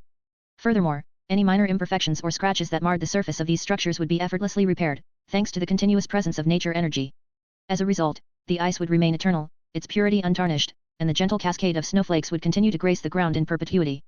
This is the true land of ice, Naruto chuckled, a deep sense of satisfaction filling him as he admired his creation. Taking a deep, contented breath, he couldn't help but acknowledge the mental fatigue that had settled upon him. Guiding his chakra throughout the entire village and crafting these intricate structures had been an immense undertaking. The onlookers were left utterly speechless, their eyes wide with disbelief. They had witnessed the entire process of village creation, but it seemed almost inconceivable. The magnitude of what they had seen was beyond comprehension, and they struggled to find words to describe it. Is this even possible? This isn't something a human could achieve, they thought in silent awe. They couldn't fathom the enormity of the village that now stretched before them, covering an expansive area of 40 to 50 kilometers. Is he even human? The question whispered through the minds of all those who bore witness to Naruto's incredible feat. Meanwhile, Naruto sensed their emotions and couldn't help but think to himself, ignorant fools. Despite the extraordinary spectacle before them, the people shivered in the cold, too overwhelmed by shock to notice the icy chill that had settled in the air. He's in a league of his own, Shikamaru remarked to the onlookers, his words breaking the silence that had fallen over them. No one present could deny the truth of his statement. The undeniable proof lay right before their eyes. Naruto's sheer mastery over chakra and the staggering control he exhibited led them to this conclusion. As they contemplated the extent of his power, it raised unsettling questions. Was Naruto already as powerful as the first Hokage, and he wasn't even in his prime yet? He was still a brat. As the cold gradually seeped into their bones, Tsunade couldn't help but reflect on the nature of power and its potential for both good and ill. Her gaze remained fixed on the enchanting snowy village that now graced the landscape before her. Why don't they use their powers like this for good, instead of constantly causing chaos and harm to one another, she pondered silently. Breaking the reverie, Tsunade addressed the group with a determined tone, let's prioritize the welfare of the civilians first, and then we can discuss our next steps. The priorities were clear, and it was time to focus on the well-being of the people who would soon call this remarkable village home. Tsunade's gaze remained fixed on the newly constructed village, and she couldn't help but be captivated by its sheer beauty. Her eyes drifted toward the Hokage Tower, standing tall and regal amidst the picturesque surroundings, resembling a castle fit for royalty. With a sense of purpose, Tsunade guided the civilians and ninjas towards their new homes. Their amazement was palpable as they stepped inside.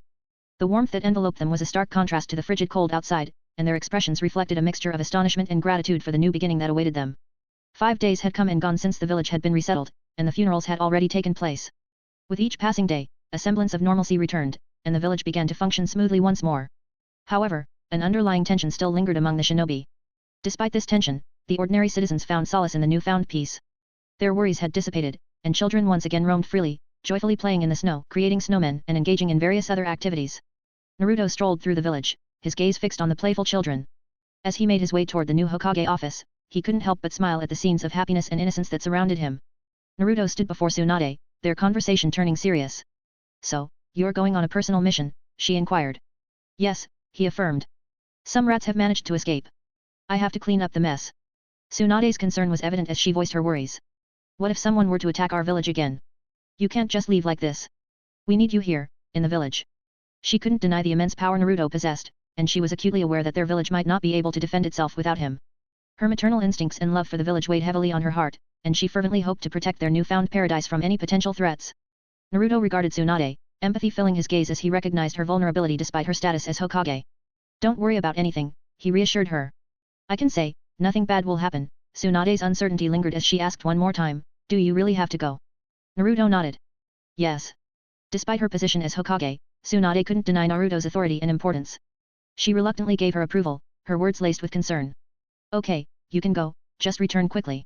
Naruto acknowledged her with a nod before exiting the Hokage Tower. As he departed, Tsunade couldn't shake the feeling of unease, despite her own formidable abilities as an S-rank shinobi. Standing atop a rooftop and gazing down at the village he had created, Naruto couldn't help but feel a deep sense of satisfaction. The beauty of his creation was unreal. You've made it truly beautiful, another voice spoke beside him, interrupting his thoughts. Of course.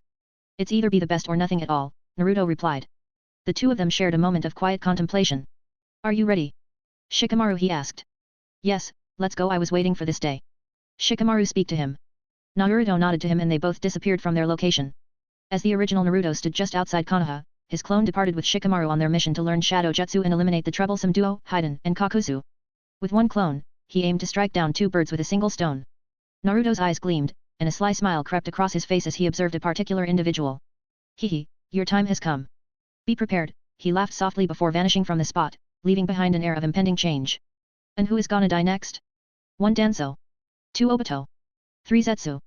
4 all of them. What do you think, is Naruto powerful than Hashirama? In my opinion, he is. Hashirama has all 5 nature transformations so he has. Hashirama has wood wrestlers so Naruto has ice wrestlers. Hashirama could use Sage Mode, so Naruto could manipulate nature energy without absorbing. Hashirama has fast regeneration so Naruto has an even more powerful. Hashirama chakra reserves were above 9 tails and so Naruto has. Naruto has many advantages like his eyes, shadow clones, and adamantium chains, so in my opinion Naruto is more powerful than Hashirama here. And some of the next chapters will be action-paced or R18, so be prepared. Tell me how you like the chapter and give me power stones. Comment. 19 Comment. Vote. Chapter 32. Chapter 74 Denzo Part 1. Naruto stood on the outskirts of Konoha, the cold wind sweeping through, tousling his unruly hair.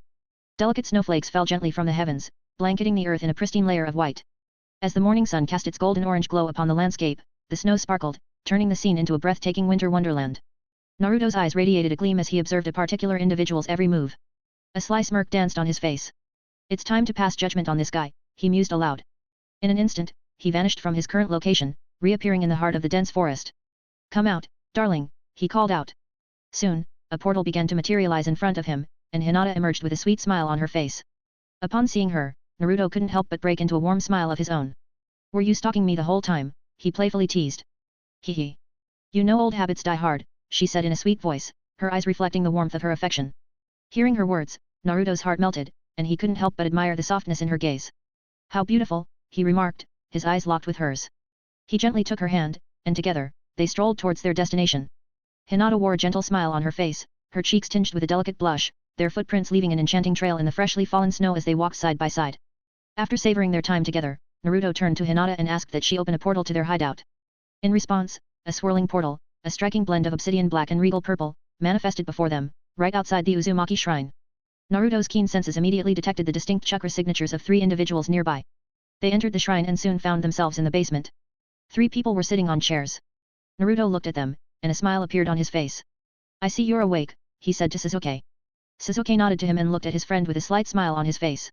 Naruto then turned his attention to the other man in the room. So, you've gathered your things from the organization? Naruto asked his fellow clansman. Nagato nodded to him. After chatting with Naruto, he went to Omegakure and brought Konan with him, as she was the most important to him. Now, she stood beside him and didn't question where he was taking her, she simply followed him.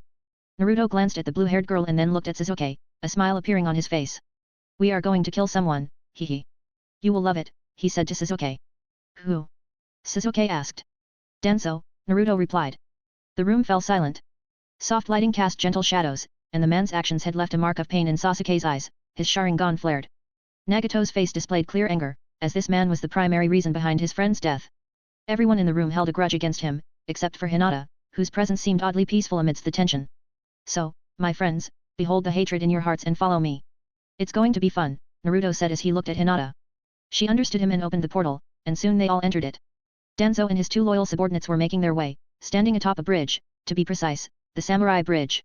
Denzo had managed to evade the recent assault, thanks to some spies who had informed him that Nagato was behind the attack. He realized that staying in the village would likely lead to his demise. Thus, when the first attack struck Konoha, he had escaped with the intention of returning later. However, destiny had other plans in store for him. As they walked along, the 2 loyal subordinates remained unaware of the events that had unfolded in Konoha, just 5 days ago. Denzo-sama, when will we return to the village? One of the men asked. When things settle down, I will lay siege to Konoha for good, he said to his subordinate. However, something unexpected occurred. A portal began to open on the bridge in front of him, and 5 individuals walked out. Among them were some he never expected to see again. Naruto, Hinata, Sasuke, Nagato, and Konan stood side by side, their eyes fixed on the man in front of them. Denso, we meet again, Naruto spoke in a playful manner. The man before him was the primary reason for the village's animosity towards him. He had been the one to spread the rumor that Naruto was a demon fox, the same person who had directly caused his parents to be killed by Obito. It was he who had disclosed the location of Naruto's birth. Hidden anger simmered in Naruto's eyes, and all present could sense it. Hinata, who understood Naruto better than anyone, sensed the concealed anger in his voice, and it saddened her heart. Soon, that sadness gave way to fury. The man standing before her had provoked Naruto's anger, and she didn't care about the reasons. This was the first time she had witnessed him in such a state. You will pay for this, she said in a low, eerie voice, sending shivers down the spines of those who heard her. Lightning sparked at her feet, and a large chakra scalpel materialized in her right hand. Crack! The ground cracked beneath her feet as she vanished, reappearing behind Denzo. Thud! Blood spurted out like a fountain, and Denzo's lifeless body fell to the ground, his head rolling across the ground. He had no idea what had struck him. Naruto gazed at her. How possessive is she? She had severed the head of a man who had angered him. This is my girl, he thought to himself. He then appeared in front of her, placing his hands on her shoulders. Calm down, are you really going to end his life just like that? He asked her. She met his gaze. But you hate him, Don't you? Why should I spare him? If he's upset you, he deserves to die, she said, her eyes locked onto his. Naruto looked into her eyes, unperturbed by her gaze. That's why I love you so much, he said to her. Her anger dissipated instantly, and her face flushed with emotion. All the people were shocked, the way she had killed the man, some of them hadn't even seen it. What's going on in this girl's head? 1 second, she was ready to kill anyone without a single thought, and now she's behaving like a little girl. What an unhealthy relationship. Normal people don't think that way.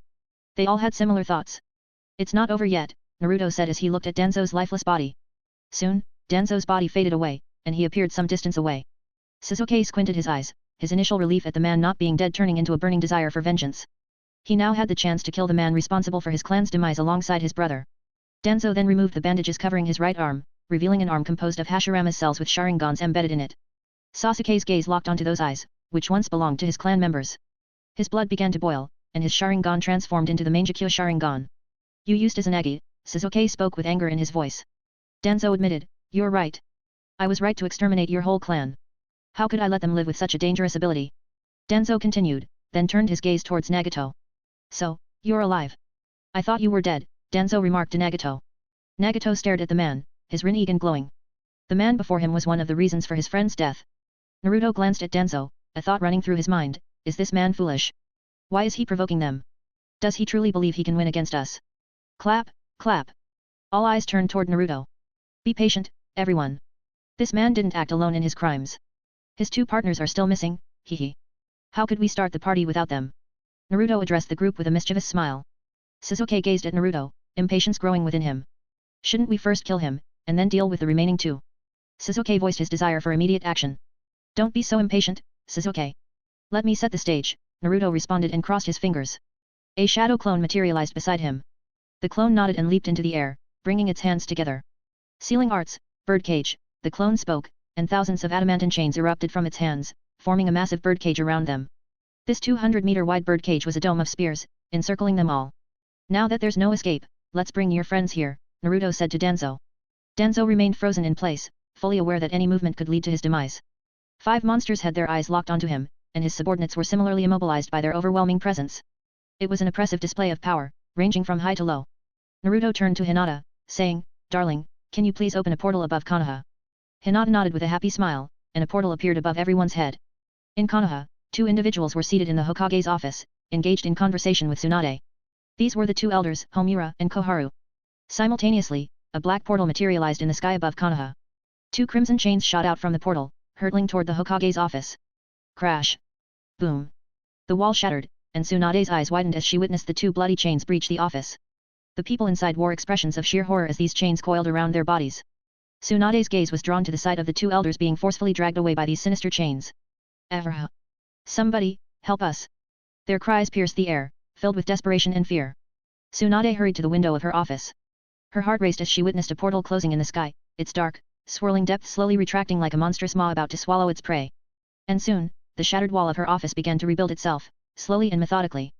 Naruto, what are you doing? She muttered in a low voice, a sense of foreboding settling in her heart. She knew that these elders would not live to see the next sunrise. And how do you like the chapter? Who is going to have the most kills of their prey? 1 Hinata. 2 Sasuke. 3 Nagato. 4 Naruto. If you like the chapter, give me your power stones and add the novel to the library. Comment. 19 Comment. Vote. Chapter 33. Chapter Buried Memories, Kushina. And what if I were to add my ice release into the Raise Nan, he thought to himself. You created a fucking jutsu that could literally blow up the planet, my father. Naruto thought. Thinking of his last meeting with his father, he didn't hate the man, he was just frustrated with him and vented his frustration. Now that his head was cool, he couldn't help but ponder, what would my life be like if I lived with my parents? Ah, should I revive him again? And then, like an apparition, a vivid face materialized in his mind, the face of a beautiful woman with cascading red hair, deep violet eyes that shimmered with an otherworldly allure, and fair skin. It was the face of his mother. He recalled their conversation within the sealed space, the warmth enveloping him as she embraced him. Flashback. Some months ago. Naruto sat on the edge of a hill, his legs dangling over the side as he gazed upon the warm, setting sun. The river before him mirrored the orange hues of the fading daylight. The gentle flow of water and the cool breeze caressing his face enveloped his senses. He had left Jiraiya some days ago, and now he was on his way to Konoha. He had met his father in the sealed space when he removed the seal on Kurama's cage, and it's safe to say that the meeting was far from ideal. But now that he had removed the seal from the cage, there was one person waiting for him, his mother. His heart pounded in his chest as he thought about her. He didn't know how to interact with her, he was afraid for the first time. He had never feared anyone, but now, he wanted to meet her. Yet, he didn't know what he would say to her or how she would react to him. Will she reject me, just like all the villagers? His irrational thinking was coming back. He didn't want her to ignore him. In the deepest part of his heart, he knew she loved him unconditionally. But when everyone hated him, he truly didn't know how to confront her. He wanted to see her, but at the same time, he was afraid. Afraid of being rejected, of not being loved by the person he wanted to see the most. Don't be like this, just come inside. His friend Kurama's voice woke him from his thoughts. Naruto nodded to him. Thanks. Saying this, he closed his eyes and found himself in front of the giant bars. With a push, he opened the gate. There he stood, waiting for something, and then it happened. His surroundings changed, the scent of flowers filled his senses. Golden clouds were everywhere, and he heard the sound of hair rustling. Upon hearing the sound, he turned around. And there she stood, adorned in a flowing white and green gown, her cascading red hair reaching down to her thighs. 2 shoulder-length strands of hair framed her delicate cheeks, emphasizing her striking violet eyes, like a fairy. She graced the scene, her eyes radiating warmth and affection as she looked at her son for the very first time. Naruto's body froze in place, his heart beating faster than ever before. There she stood, the person he longed for the most. His heart raced as tears welled up in his eyes. He couldn't believe it. His mother, the person he had yearned to meet all his life, was standing right in front of him. Kushina looked at her son for the first time, her voice trembling with emotion as she spoke. I've waited for this moment for too long. I finally met you, my precious boy, she said as she stepped closer. Naruto could hardly contain his emotions any longer. He rushed forward and embraced Kushina tightly, burying his face in her shoulder. He finally felt the warmth he had longed for, and tears streamed down, soaking her shoulder. I missed you too much, Mom, he whispered, his voice choked with tears. Kushina held Naruto even tighter, her own tears falling freely. I've missed you too, Naruto. I've waited here for you. Naruto stood there, holding her tightly, not wanting to let her go. Her hands patted his back as moments passed in silence. Reluctantly, he finally parted from her. There was so much he wanted to ask and so much to tell her. Kushina sat on the ground and patted the spot next to her, inviting Naruto to sit down. They both took a seat, and Naruto looked at his mother, saying, I wanted to ask you so much. I have so much to tell you. She placed her hand on his shoulder and gently caressed his cheek, saying, calm down, Naruto. I'm not going anywhere. He held her hand and looked at her, a slight smile appearing on his face. You are so beautiful, Mom. Kushina giggled at his remark and asked, what is so beautiful about me? Naruto, without hesitation, tightened his grip on her hand. Your hair is beautiful, your smile is beautiful. She laughed. So you like my hair, and yours are just like mine. You're the second person who likes my hair. She ruffled his hair fondly. Naruto laughed as she ruffled his hair. So, Naruto, where is your girlfriend? Hey, Naruto was surprised by the sudden question. What do you mean by girlfriend, Mom? I don't have any. She closed her eyes and tapped her finger on her head. I have seen you with a girl. What was her name? Hey. I couldn't remember it. It's like you were badly injured while fighting someone. Maybe I am a soul fragment, so I couldn't remember anything, she mumbled. Naruto looked at her, pondering. In his eyes, she looked so adorable, and he just wanted her in his life. Like any family, he wanted to live with her. What are you saying, Mom? I can't hear you. Kushina shook her head, too happy to see her son. It's nothing. Tell me, what do you like, Naruto-chan? Naruto averted his gaze, feeling embarrassed by his nickname. I like apples, sweets, he told her. Seeing her son embarrassed, she hugged him tightly, burying him in her embrace. You are such a sweet boy, my boy, Naruto-chan. Naruto felt embarrassed and didn't look up. He relished in her playfulness. Mom, it's embarrassing. Naruto-chan. Mom. Naruto-chan. He didn't say anything this time, just hugged her tightly. Seeing him like this, Kushina giggled. My son, you are such a sweetie. I wish I could stay by your side all the time, she said, her lips quivering as she spoke. Her time with her son was now over, and her eyes started to moisten. Naruto looked at his mother as she began to glow, realizing she was going to disappear. No. No, he tightened his hug, afraid she would vanish. He gazed into her eyes, not wanting her to go away. He would do anything to keep her by his side. I don't want you to leave. Stay with me, Mom. Is it selfish to ask this? Kushina gently patted his back. No, you are not selfish, Naruto-chan. Every child wants his mother to be with him. Kushina started to disappear, her body turning into golden particles. Naruto's tears fell uncontrollably. I don't want you to leave me. I want you to stay with me, even if I'm selfish. I don't care about anything, I want you to be with me. I will bring you back, no matter what. Seeing her son like this, her heart ached. She couldn't bear to watch him like this. I too wish I could stay with you, watch you grow up. For the last time, She hugged him tightly and kissed his forehead. Be happy, my son. Naruto watched her as she disappeared. I promise I will bring you back. There was nothing in his hands now, she was gone. His mother was gone. He looked at his empty hands. Even if I'm a bad person, even if I'm selfish, I promise I will bring her back. He stood up and wiped away his tears. End flashback. His heart ached suddenly, and he clutched his chest. Why am I remembering this now? He recalled his conversation with his mother. He remembered his promise to her. Original, you fucker, deal with your problems, he yelled. Every clone had the personality traits from the original. And this arrogant punk, who created 2S rank jutsu in the span of some minutes, is having his heart bleed. Family, love, friends, these are the bitter and sweet tastes of life. That's why Naruto didn't form bonds with everyone. Instead, he strengthened the bonds he had. Although his heart ached while remembering his mother, the woman who gave birth to him and died while protecting him, Naruto may be a jerk towards others, but there are some people he cares about most and loves dearly. They may be few, and you could count them on one hand, and his mother was one of them. He smiled when he remembered his mother holding his hand and talking about various things. At the same time, a hand pressed on his shoulder.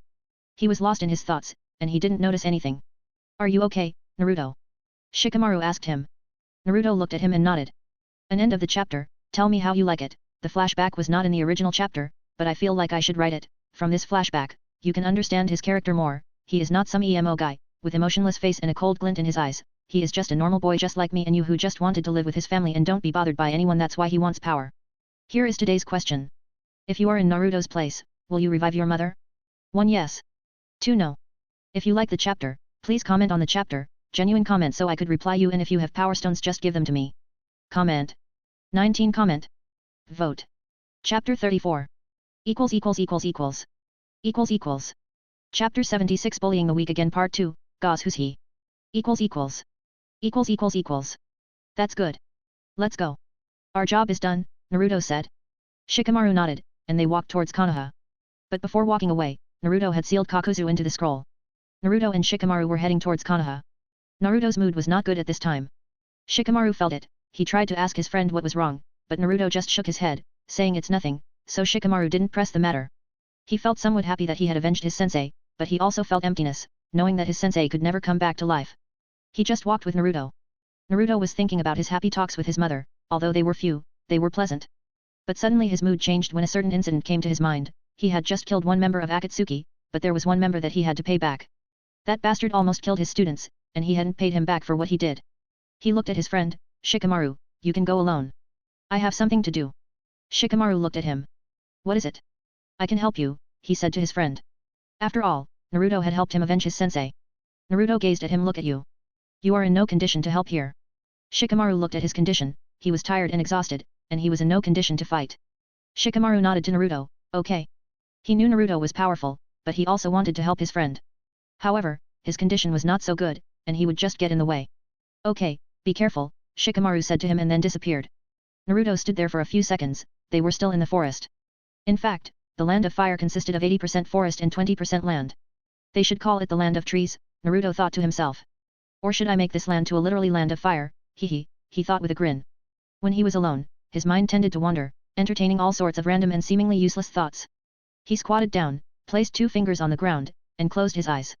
Using Kagura's mind eye and sensory abilities, he could sense people miles away, helping him locate the person he sought. He harnessed all of his abilities and tapped into the vibrations of the earth. Every person has a different chakra signature, and when they touch the ground, they produce different vibrations. Naruto has met him 2 times and knows his chakra signature, so he can locate him anywhere. His mastery over the earth element was immense. He could discern vibrations in the ground from hundreds of miles away. When combined with his sensory abilities, he could locate anyone within the elemental nations. Now Naruto think about why he didn't use his eyes. Damn, I forgot about them. Naruto chuckled softly. I think having so many ways to locate people has its disadvantages. Should I donate some of my abilities to some poor soul? Haha, he joked with himself, finding it rather amusing. People often struggled to find their lost pets, and here he was, trying to locate someone he didn't even know how to find. He glanced at a certain distance, saying, found you, bitch. He locked on his target's chakra and, with his eyes, tracked his location. Naruto stood up and flicked his finger. He appeared 10 miles away. He flicked his finger again, instantly covering another 10 miles. In just 3 seconds, he had traversed 20 miles. Land of Earth. In a restaurant, a blonde man was enjoying his meal of the day, and this man happened to be none other than Deidara. That was a good meal, he spoke and got up from the restaurant. As soon as he exited the building, he felt a sharp pain in his ribs. Be-boom. With a sonic boom, he was sent flying, demolishing the walls in his path. In just 5 seconds, he was out of the town and entered the rocky grounds. Boom. He continued to destroy more boulders until finally coming to a stop. He found himself stuck in a rocky crevice. His eyes were half open, and then he saw a black cloak flutter in the air, with red hair swaying in the wind. Only one person came to his mind. Naruto appeared in front of him. It's good that you're alive. Deidara felt déjà vu. This was how he had attacked Naruto some months ago. He knew that this time, he wouldn't survive, and there would be no Toby to save him. You're going to kill me. Fuck you, I don't care. Deidara yelled, attempting to activate his suicide explosion as a last resort. No, you won't, Naruto said, and shadows spread out from his body like a ripple, enveloping everything in darkness. Even a bird that was flying above his head remained suspended in the air, its shadow captured as well. Naruto gazed up at the bird above his head, its wings were outstretched, and it defied the laws of gravity by remaining suspended in the sky. I'm liking this more and more, he muttered in a low voice. Deidara looked at Naruto, unable to move his lips to curse him. At this moment, he knew he was fucked up. Naruto stood right in front of him, having recently created the wind-style Raise Nan a few hours ago. Which element should I use to bring the Raise Nan to its full potential? Naruto thought. We're in the land of Earth, so let's go with it. I wonder how different it will be from wind-style, he pondered. And just like before, Naruto extended his left hand, and a ball of condensed chakra appeared on his palm. Extending his right hand, he allowed earth chakra to seep into the ball, causing it to start spinning at his command. Due to his speed, the particles of the earth element began to condense, and Naruto started to feel the weight. The pure chakra thread streamed from his left hand, swirling over the earth element, creating the first layer of the Raise Nan. It felt heavy, around 2 kilograms. Soon, Naruto began to pour the earth element from his right hand. With his eyes, he could see the particles of earth chakra and discern how much was needed to achieve a perfect balance. As the layers upon layers began to form, the weight of the Raise Nan increased. Naruto soon found that the ground around his feet was cracking, and he had to support his left forearm with his right hand. The Raise Nan now weighed fucking 200 kilograms. It wasn't that Naruto couldn't lift this weight, the problem lay in the center of gravity. The Raise Nan was only 10 centimeters in diameter, yet it weighed 200 kilograms. But the next moment, Naruto got used to this weight. He gazed at the Raise Nan, finding it beautiful. Its color was brown, and the earth element spun so violently that it seemed ready to explode in his hand. An image. Naruto extended his arm, his palm facing Deidara. The earth-style Raise Nan spun madly in his hand, and then... swish! The Raise Nan shot out at a speed of 200 meters per second, destroying everything in its path. When it reached its target, it created a massive explosion in which microscopic particles of the earth element traveled at supersonic speeds in every direction. This damaged Deidara at a near-cellular level, much like the wind-style Raise Nan. The key difference was that the earth-style Raise Nan traveled at bullet-like speeds, causing greater impact damage. It exploded and dispersed instantly. Deidara was dead. Earth-style Raise Nan is much faster and kills the enemy instantly, but the recoil from the projectile is so high that if I didn't have enough strength in my arms, they would shatter. On the other hand, wind-style is light as air and kills the enemy slowly, torturing them to death. Its throwing speed is slower than earth-style Raise Nan, but one thing is common in both of them, they damage the opponent on a cellular level.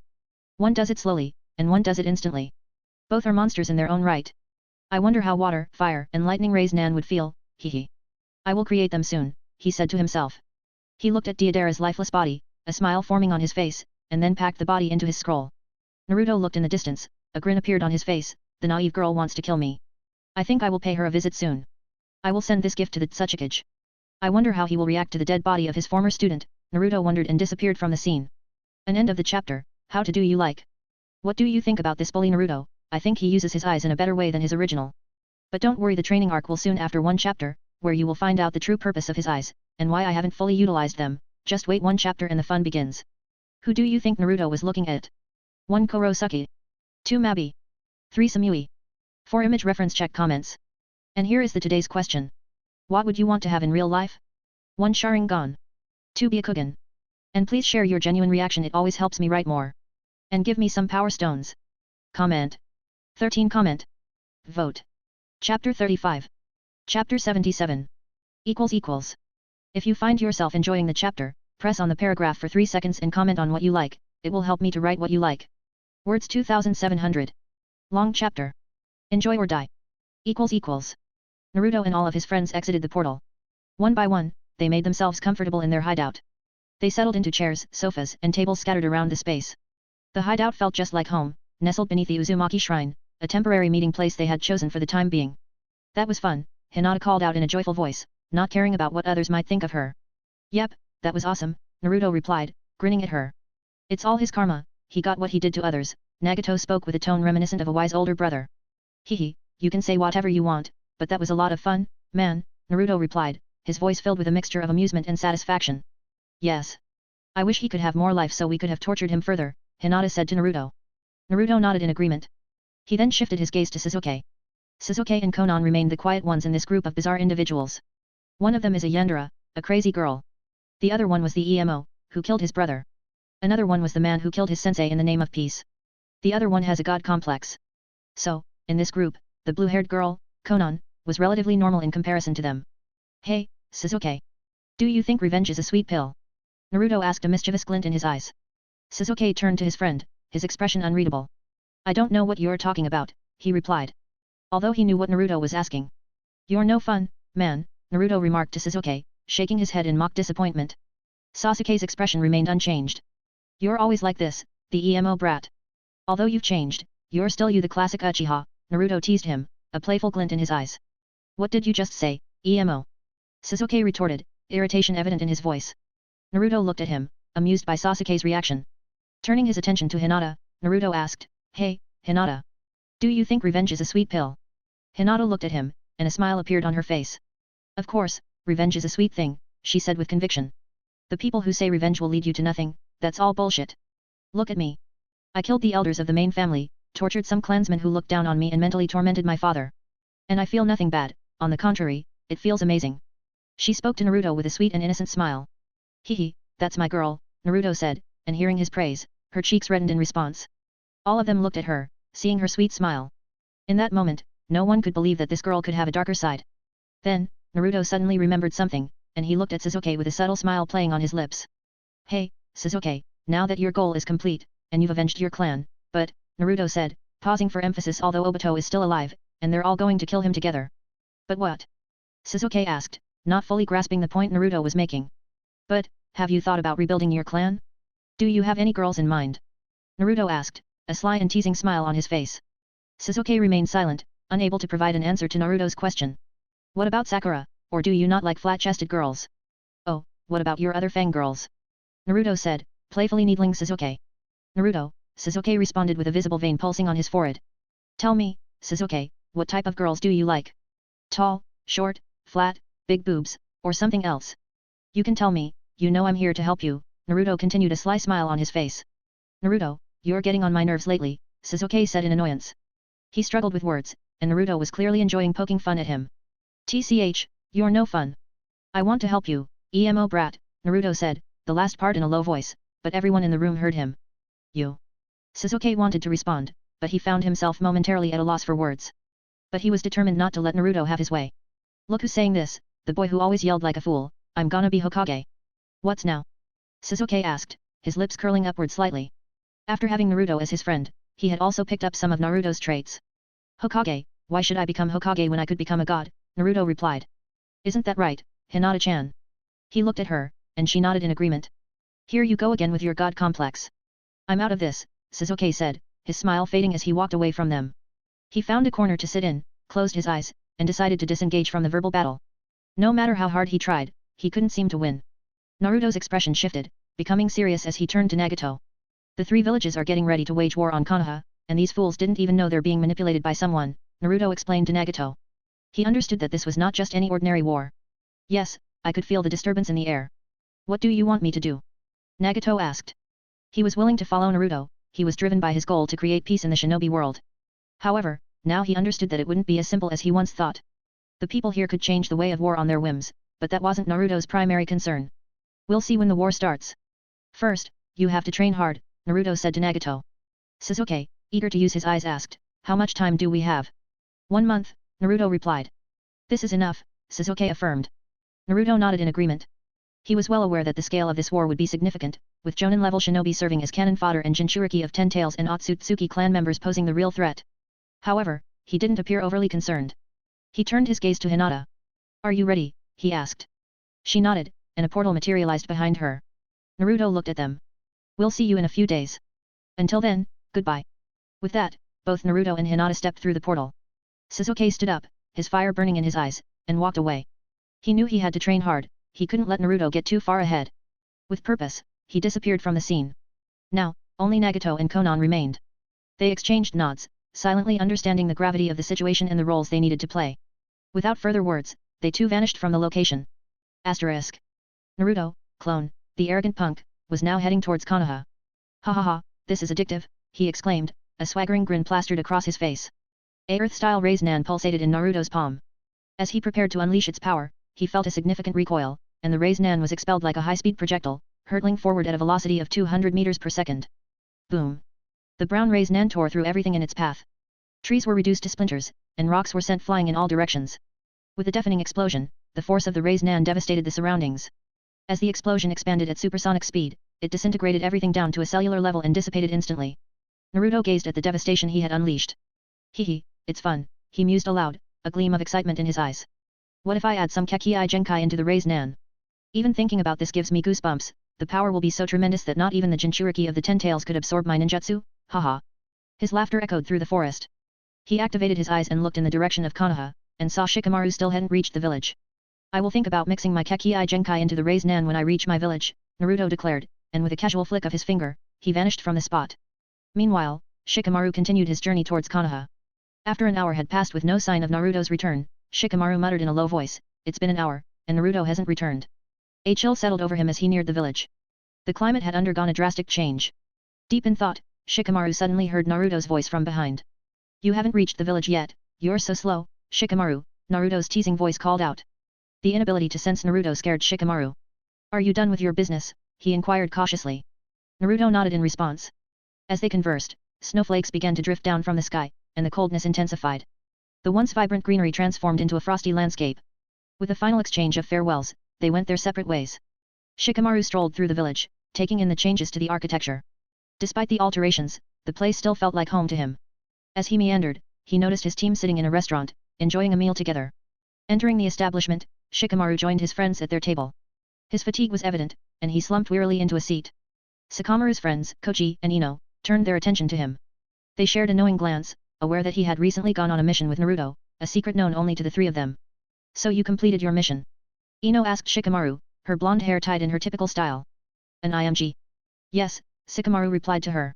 Meanwhile, Koji was munching on chips, even though there was still food on the table. Both Ino and Koji noticed that something was amiss with Sakamaru's demeanor. There was a clear unease in his expression that caught their attention. Ino, perceptive as ever, locked her gaze onto him. "What's on your mind, Shikamaru?" she inquired.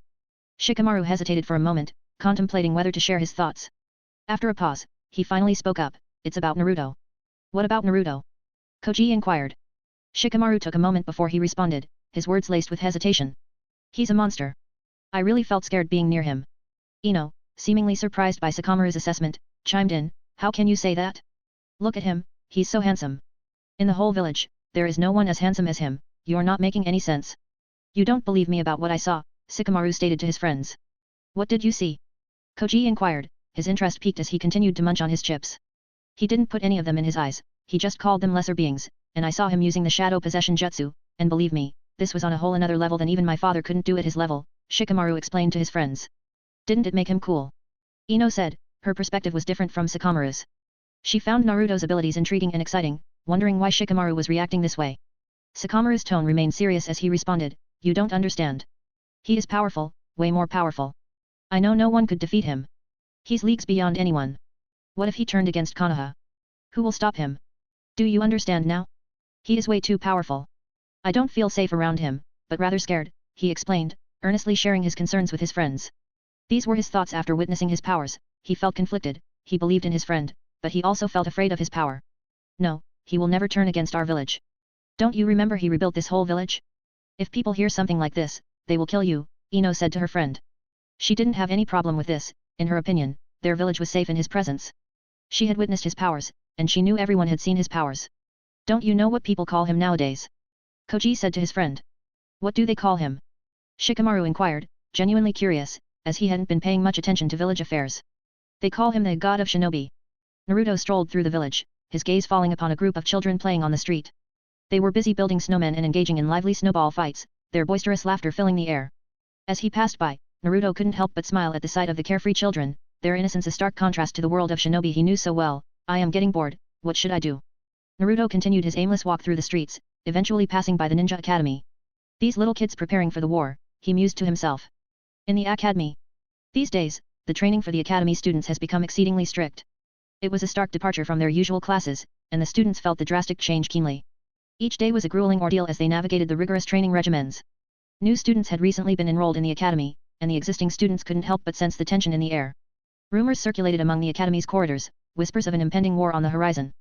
The rigorous training was indeed the reason they were pushed so hard, but now it was lunchtime, and the students had a moment to relax. As the lunch bell rang, they gathered in groups.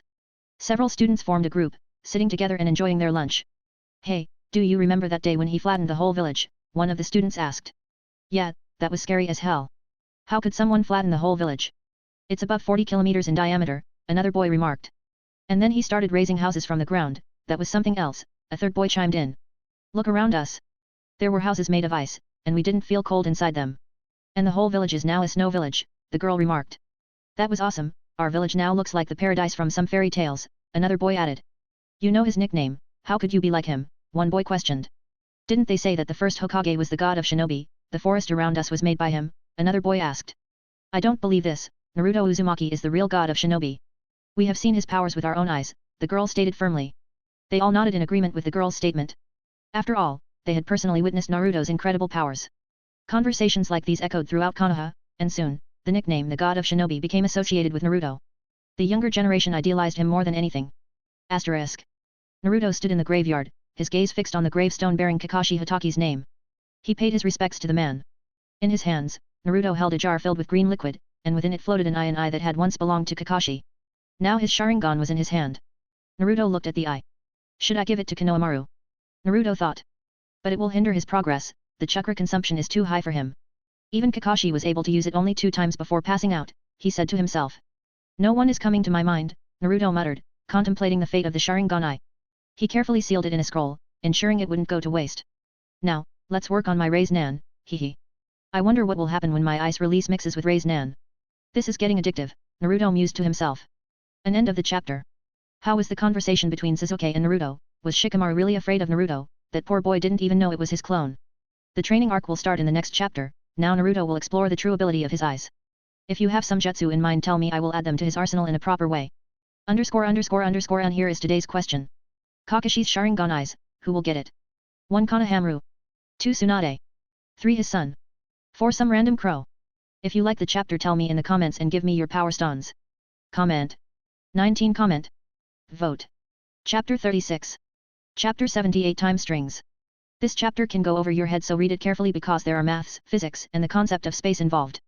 Naruto and Hinata exited the portal and entered a separate dimension. This was one of the pocket dimensions aligned with the original dimension. This dimension was strange, very strange. When Naruto entered, he felt something unusual in his body. His eyes flickered for a second, and he couldn't pinpoint what this feeling was. He looked around in this dimension, taking in his surroundings. Endless stretches of white sand formed a sprawling desert that seemed to extend into infinity. Despite its appearance, there was no oppressive heat radiating from the desert floor. Turning his gaze upward, Naruto observed the peculiar sky. Devoid of a scorching sun or twinkling stars, it presented an eerie sight. Instead, a solitary red moon hung in the vast expanse of the grayish sky, casting a pallid, otherworldly glow upon the desolate landscape. "So, this is the dimension you were talking about," he called out to Hinata. "Yes, I discovered this dimension some time ago," she replied to him. "This is strange, the time difference is 1:0.01 compared to the original dimension," he said while looking around. He squatted down and picked up some sand in his palm, examining it closely. "There is an abundance of natural energy here," he said as he scanned the sand in his palm. "Yep, and this is not the only thing," Hinata said, her Jougan activated. With her eyes, she could perceive the world around her in a very strange and bizarre way. "The space and time around this dimension move in parallel and intertwine with each other, you can see it with your eyes," she explained to him, while Naruto continued to scan the surroundings. He nodded. "Now that we don't have the limitation of time, we can train as much as we want. This is going to go a long way," Naruto said to her. "We have all the time we want," she replied, crossing her fingers. An army of shadow clones appeared. If she wanted to stand beside Naruto, she had to be powerful enough to protect him so she could not be left behind. It was her simple yet extreme thinking. "So what are you going to train?" Naruto asked her. "First of all the remaining elements. And then, create some Kekii Tota. You know I have a liking for the powers of that blue-haired girl, and I know it was her genetic Kekii Tota. Now I have a liking for that power, I want it for myself," she explained to him. The blue-haired girl, she meant Konan, Naruto thought. "So that's how it is, you want to combine wind, earth, and water to create the paper release," Naruto said to her. He knew she could do it, her Jougan was broken, and she had enough power to create it. She nodded to him. If she liked something, she would get it, no matter how. "You know, now that you mentioned it, I was also thinking of creating a Kekii Toda, he said to her. Which one? She asked him. The dust release, he said, a big grin on his face. The Tsuchigage's infamous dust release, the mixture of fire, earth, and wind, she said. You're right, my darling. But that man didn't have enough chakra to use it to its full potential. I have enough chakra, you couldn't even imagine how much more powerful it will become in my hands. Mixing it with my raised nan. I don't even want to think about how much destruction it will cause, Naruto mused aloud. Hee. I like it. Hinata giggled. Naruto also created an army of shadow clones. You guys, figure out the ratio, he ordered half of them. And the other half find a place for themselves, they know what to do. Hinata also ordered her clones to start. They all nodded to her and moved slightly away from her. Her clones first had to practice with fire, earth, and wind chakra. With her Jougan, it wasn't difficult, after all, it was called the most broken dojutsu for nothing. Naruto and Hinata parted ways to practice on their own. They didn't want to hinder each other. Now that Hinata was away from him, he sat on the sand. Now that my clones are creating dust release, it's time for me to create something even more destructive, hehe. I really love destruction, Naruto thought out loud. Naruto activated his eyes, and they emitted a subtle glow. His eyes were not like other dojutsu with attack and defense abilities, such as the Rinnegan or Sharingan. His eyes possessed a passive ability, they could perceive virtually everything. They granted him the power to create anything, with enough chakra control, he could alter the structure of any molecules. As an example, he could observe the molecular arrangement of carbon in the surrounding environment. With his exceptional chakra control and all-seeing eyes, he had the capability to alter the structure of carbon, transforming it from a gaseous form to a solid, like graphite. If he aimed to push the boundaries further, contemplated changing the molecular structure of carbon to turn it into a diamond. This was just an example of what he could do. In fact, I have the most broken eyes if they are used correctly, Naruto thought to himself. Now, first, create the things I've wanted for both long and short range attacks. Naruto crossed his fingers, and 6 clones appeared, arranging themselves in a circle around him. Naruto and his 6 clones locked eyes with each other as they sat in a circle. Their eyes all glowed, and together, they extended their hands, carefully releasing elemental chakra in a controlled manner. The first one was lightning chakra, followed by fire, wind, earth, water, yin, and lastly yang chakra. They released an equal amount of chakra, ensuring not even a single atom less or more. The yin chakra was invisible to the naked eye, but they could perceive it. As soon as all the elements collided with each other in the middle of their circle, a tiny black sphere began to materialize, initially so minuscule that it eluded the naked eye. However, as they infused more chakra into it, the sphere expanded, its blackness absorbing the chakra like a sponge. It grew larger, not by centimeters but millimeters. The toll of creating the truth-seeking ball was tremendous. Nevertheless, there was no shortage of chakra, considering Naruto was a Jinchuriki without a Baijuyu. Naruto and his clones, with their perfect chakra control, carefully infused the elemental chakra into the ball. Any mistake could lead to the ball's explosion, leaving no room for errors. Soon, the truth-seeking ball was ready. It measured about 7 to 8 centimeters in diameter. However, the power it contained was terrifying, costing Naruto approximately 5 to 6 taels worth of chakra. They stopped pouring chakra into the ball. Naruto gazed at the black ball in front of him. He extended his hand, and the ball flew toward him. It hovered just above his palm, and Naruto wore a grin on his face. It felt so natural, as though it were an extra limb. Naruto scanned the ball with his eyes. The density of the atoms was remarkably high, with hardly any space between them. If he were to calculate its weight, it would be above 6 to 7 tons. However, the ball was connected to his mind at a subconscious level, becoming like second nature to him. Naruto flicked his hand, and the ball above his hand began to rotate around his body. Although he didn't need to command the ball by using his hand, he could direct it with his thoughts.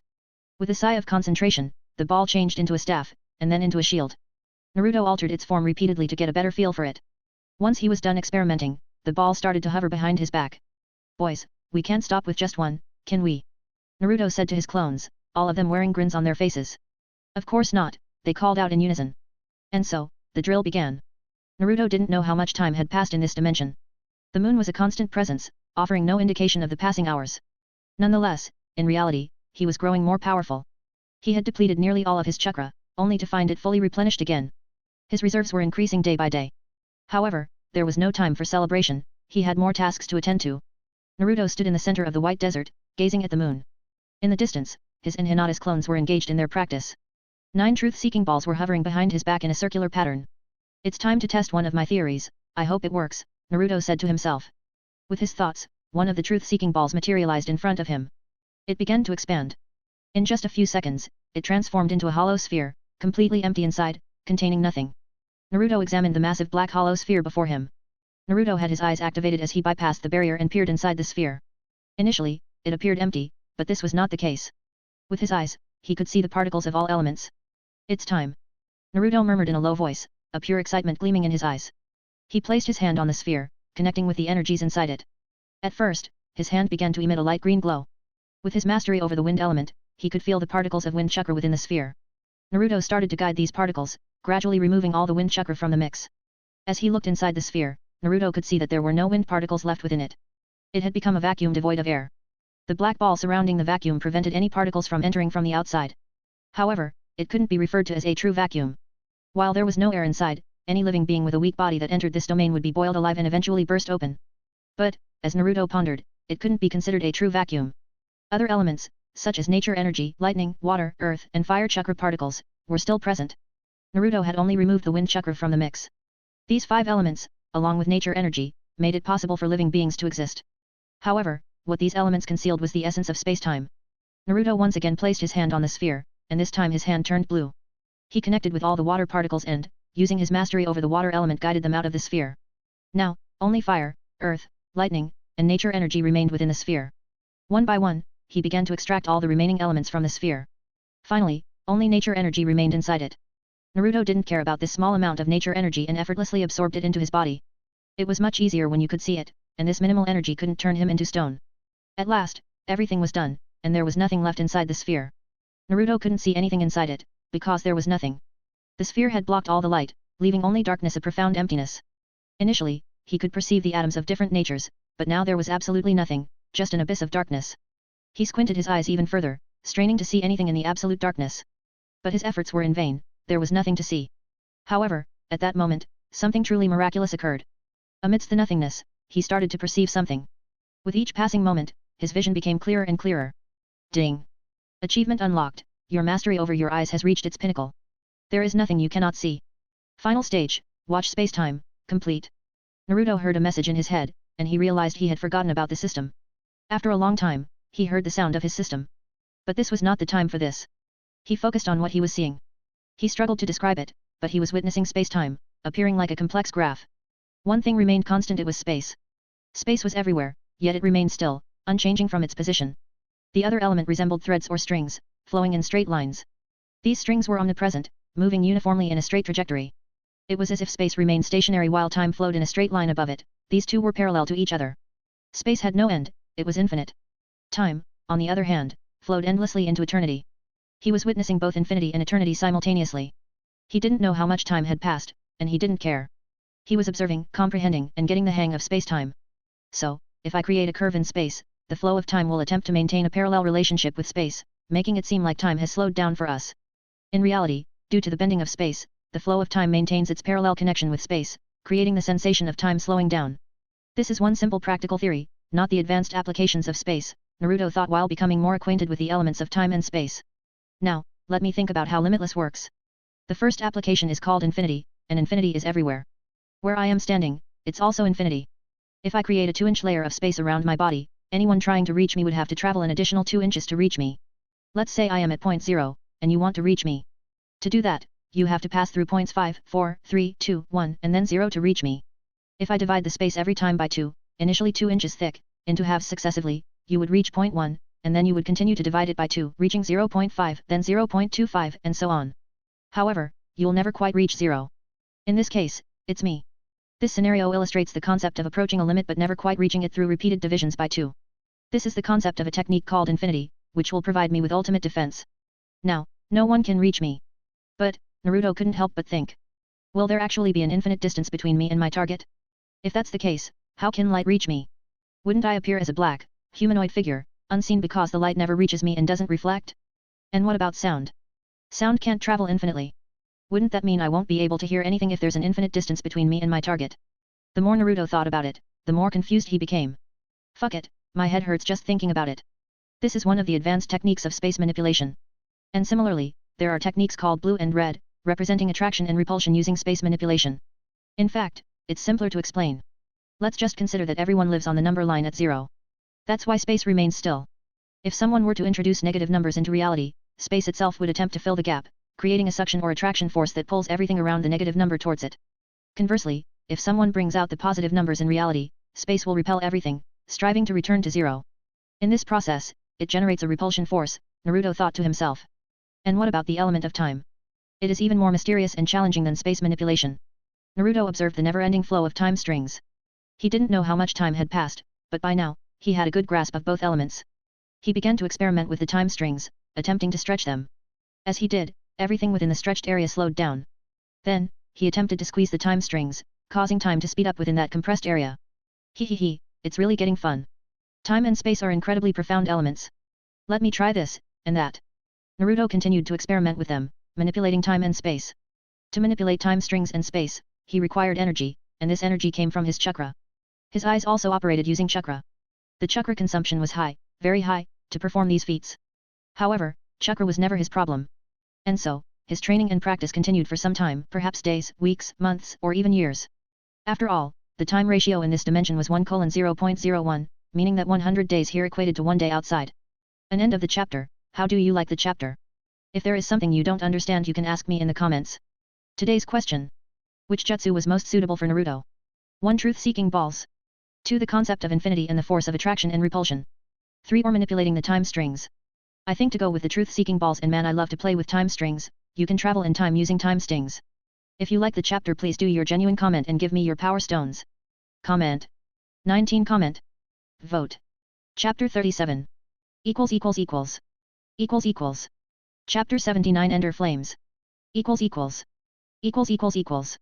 Naruto didn't know how much time had passed in this dimension. He was busy. Busy with his space and time element. The black sphere that was formed by the truth-seeking ball dispersed. Naruto had an excited grin on his face. His eyes were glowing differently. It was as if an entire nebula resided within them. Naruto observed the world around him, noticing the mysteries of this dimension through his eyes.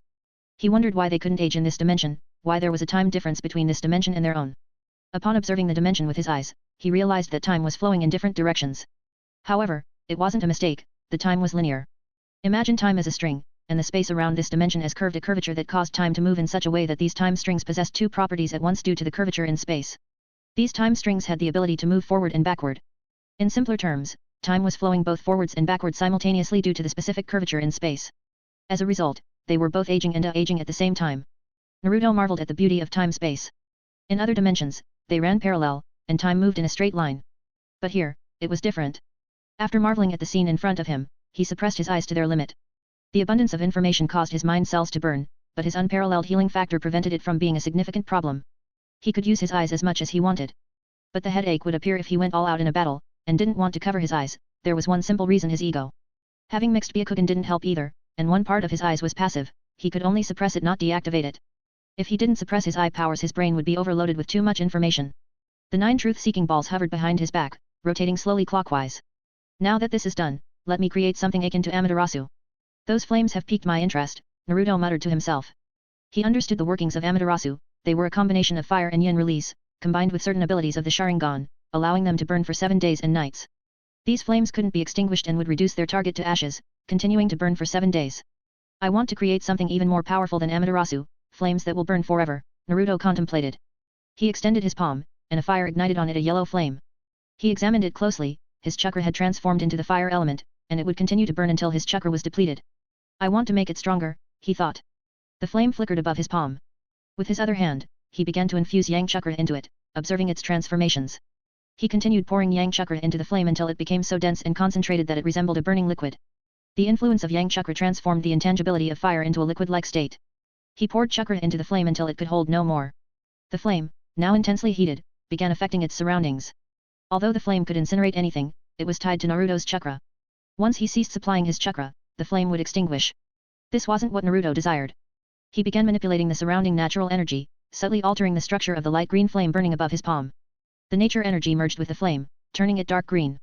As the ratio of these 3 energies was stabilized by Naruto, the heat dissipated, though not truly. Instead, the heat had intensified dramatically. This dark green flame contained so much energy that it could reduce anything to ashes. Thanks to the infusion of nature energy, Naruto no longer needed to supply chakra to sustain the flame. It burned autonomously, drawing energy from the environment due to the intricate structure of the flames. Now, Naruto only needed to control the flame, and it would burn indefinitely on its own. With a flick of his hand, he dropped the flame onto the white sand. Its structure remained unchanged. The flame continued to burn on the sand. One truth-seeking ball materialized in front of Naruto, transforming into a staff. Naruto gripped it and guided its opposite end into the flame. The staff's tip submerged in the green flames. Before Naruto's fascinated gaze, the black surface gradually turned red due to the immense heat. These flames are as powerful as fuck. Even Amaterasu couldn't harm truth-seeking balls, yet my creation can, Naruto exclaimed aloud, his excitement evident. Naruto retrieved the staff, which reverted to its spherical form and hovered behind his back. The flames remained unaltered. These flames might even have the capability to melt truth-seeking balls. This was expected from the blend of these three energies, Naruto mused to himself. Extending his finger, a dark green liquid-like flame began flickering. I shall name you the flames of Ender, Ender flames, which shall burn eternally. With a swift motion, Naruto sliced his finger through the air, launching the flame into the sky, and illuminating it. Hee. I wonder who could possibly compare to me. Naruto thought aloud. There's one more thing I wish to create before departing this dimension, Naruto exclaimed excitedly as he walked towards his practicing clones. 2 chapters today, enjoy. Author's note, end of the chapter. How do you like this chapter? What's your opinion of the Ender Flames concept? Before leaving the chapter, please leave a comment. Your feedback always motivates me to write more. And don't forget to give me your power stones. Comment. 12 comment. Vote. Chapter 38. Equals. Chapter 80 end. Equals. Naruto appeared among his clones. There were thousands of clones who were practicing new techniques. Naruto stood between them, closed his eyes, dispelled all of them, and gained all of the experience and skills that they had practiced until now. Naruto extended his hand, and a white cube started to appear in his palm. It was slowly rotating clockwise. The core of the cube was made of pure white light, and the edges of the cube were like mirrors. This was the infamous Kekii Tota, dust release, the perfect combination of wind, fire, and earth. All three of these elements made it the most destructive Kekii Tota. The ratio between wind, fire, and earth was 641:643:647. The 641 molecules of the wind element, 643 molecules of the fire element, and 647 molecules of the earth element made this Kekii Tota possible. This was the balance between these elements. Naruto gazed at the white cube cradled in his hand, its pristine surface seemed to shimmer as he infused it with more chakra. Gradually, the cube began to expand, growing larger and more imposing with each passing moment. His outstretched hand pointed skyward, and the once diminutive cube now dwarfed anything in its vicinity, stretching beyond a towering 10 meters in size. With a swift and practiced motion, Naruto released the cube from his grip, sending it hurtling through the air. In the blink of an eye, it collided with a colossal rock, easily spanning 100 meters across, and instantly swallowed it whole. Swish! The immense rock vanished within the white cube, leaving Naruto to watch in awe as it dissolved before his eyes. Every last trace of the rock was obliterated, right down to the atomic level. This was the formidable power of the dust release. Anything ensnared within the cube's grasp would be obliterated to its very atomic essence. Naruto had a satisfied smile on his face. He had created the most destructive Kekii Tota on his own, but he was not satisfied. He needed something even more destructive, a wide-range attack that could erase everything from existence. And what's better than his ultimate jutsu, the Raise Nan? Naruto extended his palm, and the core of the Raise Nan began to take shape on his hand. First, he started to infuse it with fire chakra, causing the fire chakra to swirl frenziedly around the core. Then, his raw chakra joined in, forming the initial layer of his jutsu. Next, he infused earth chakra above the first layer, but in the opposite direction, followed by his raw chakra, creating the second layer of the Raise Nan. Finally, he poured wind chakra above the second layer, causing it to spin in the opposite direction to the second layer. Once again, he enveloped it with his raw chakra. Now, the third layer was complete. Naruto repeated this process 2 more times, perfecting his jutsu. A new variant of the Raise Nan had been added to his arsenal, and it was the most dangerous among them. Naruto gazed at the Raise Nan in his hand. It was black at its core, with white wines swirling around it like rings, creating a mesmerizing image. This Raise Nan had the potential to erase the entire village of Konoha if dropped from the high sky, a chilling thought. Satisfaction filled Naruto as he beheld his creation, it was a thing of beauty in his eyes. What should I call you? Naruto pondered for a moment, then a name came to his mind. Dai Raise Nan, he said in a low voice, that's the perfect name for this. With that, Naruto dispersed his jutsu. Naruto had created so many jutsu that he himself didn't even know how many.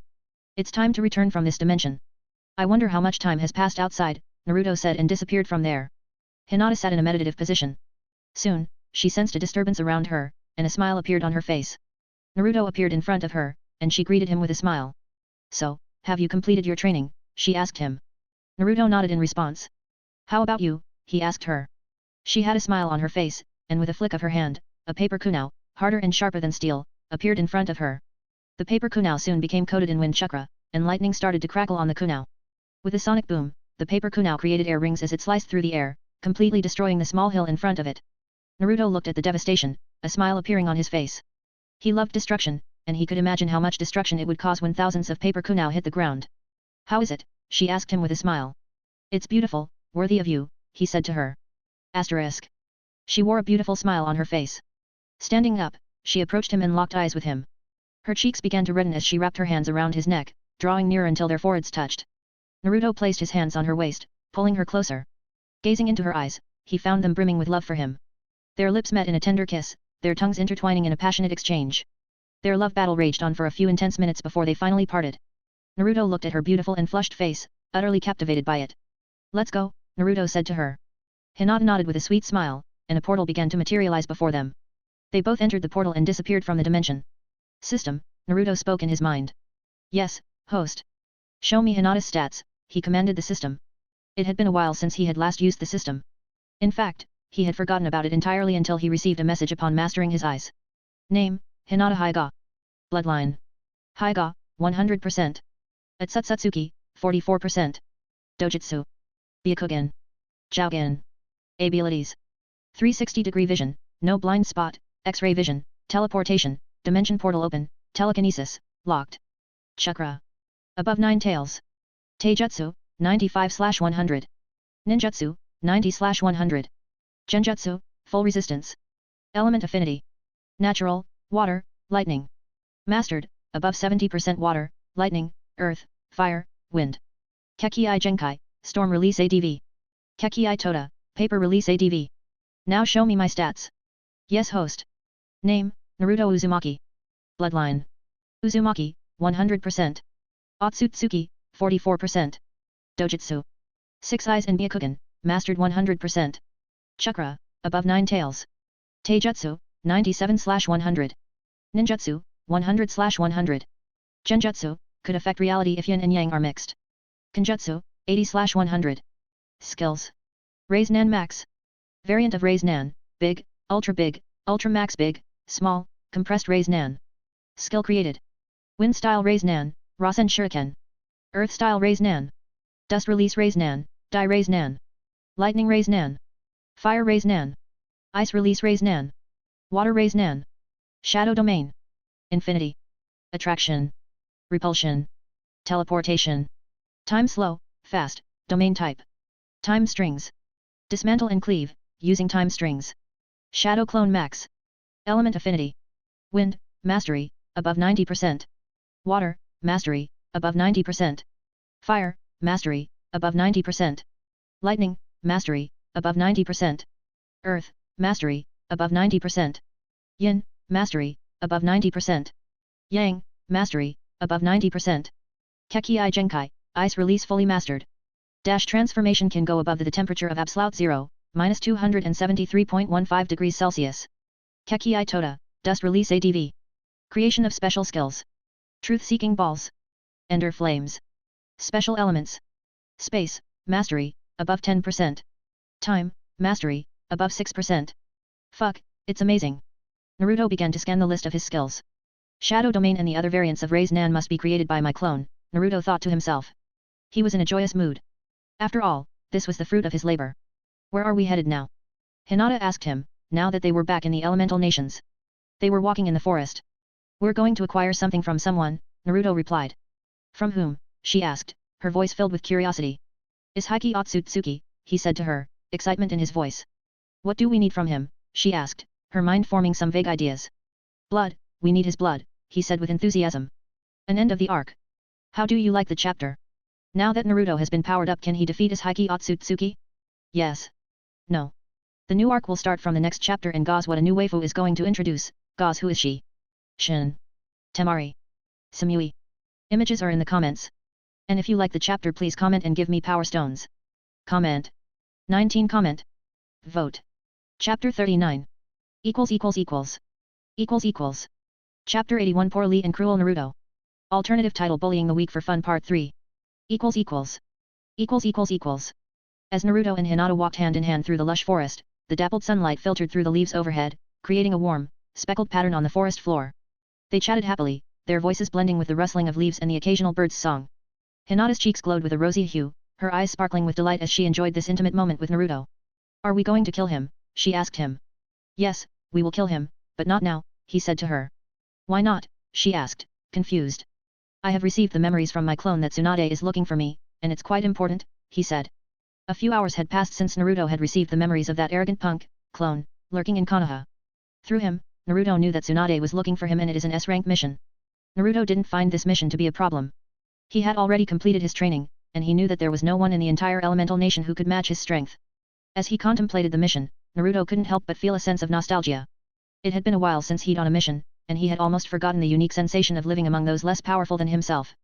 This mission was the perfect opportunity for him.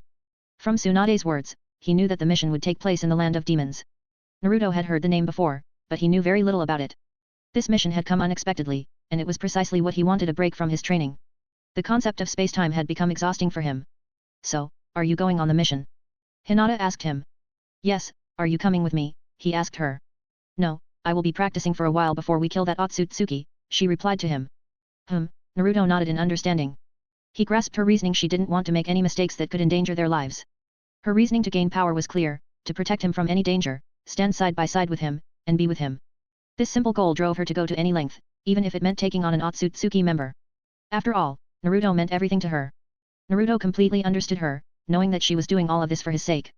Okay, you can practice, Naruto said to her. Hinata opened a portal, but before leaving, she approached him, wrapped her hands around his neck, and kissed him. She nodded in satisfaction and entered the portal. Bye, Naruto-kun. I hope you will have fun on your mission, she said as the portal closed. Naruto touched his lips with his thumb, feeling a sweet sensation. This girl, he said with a smile.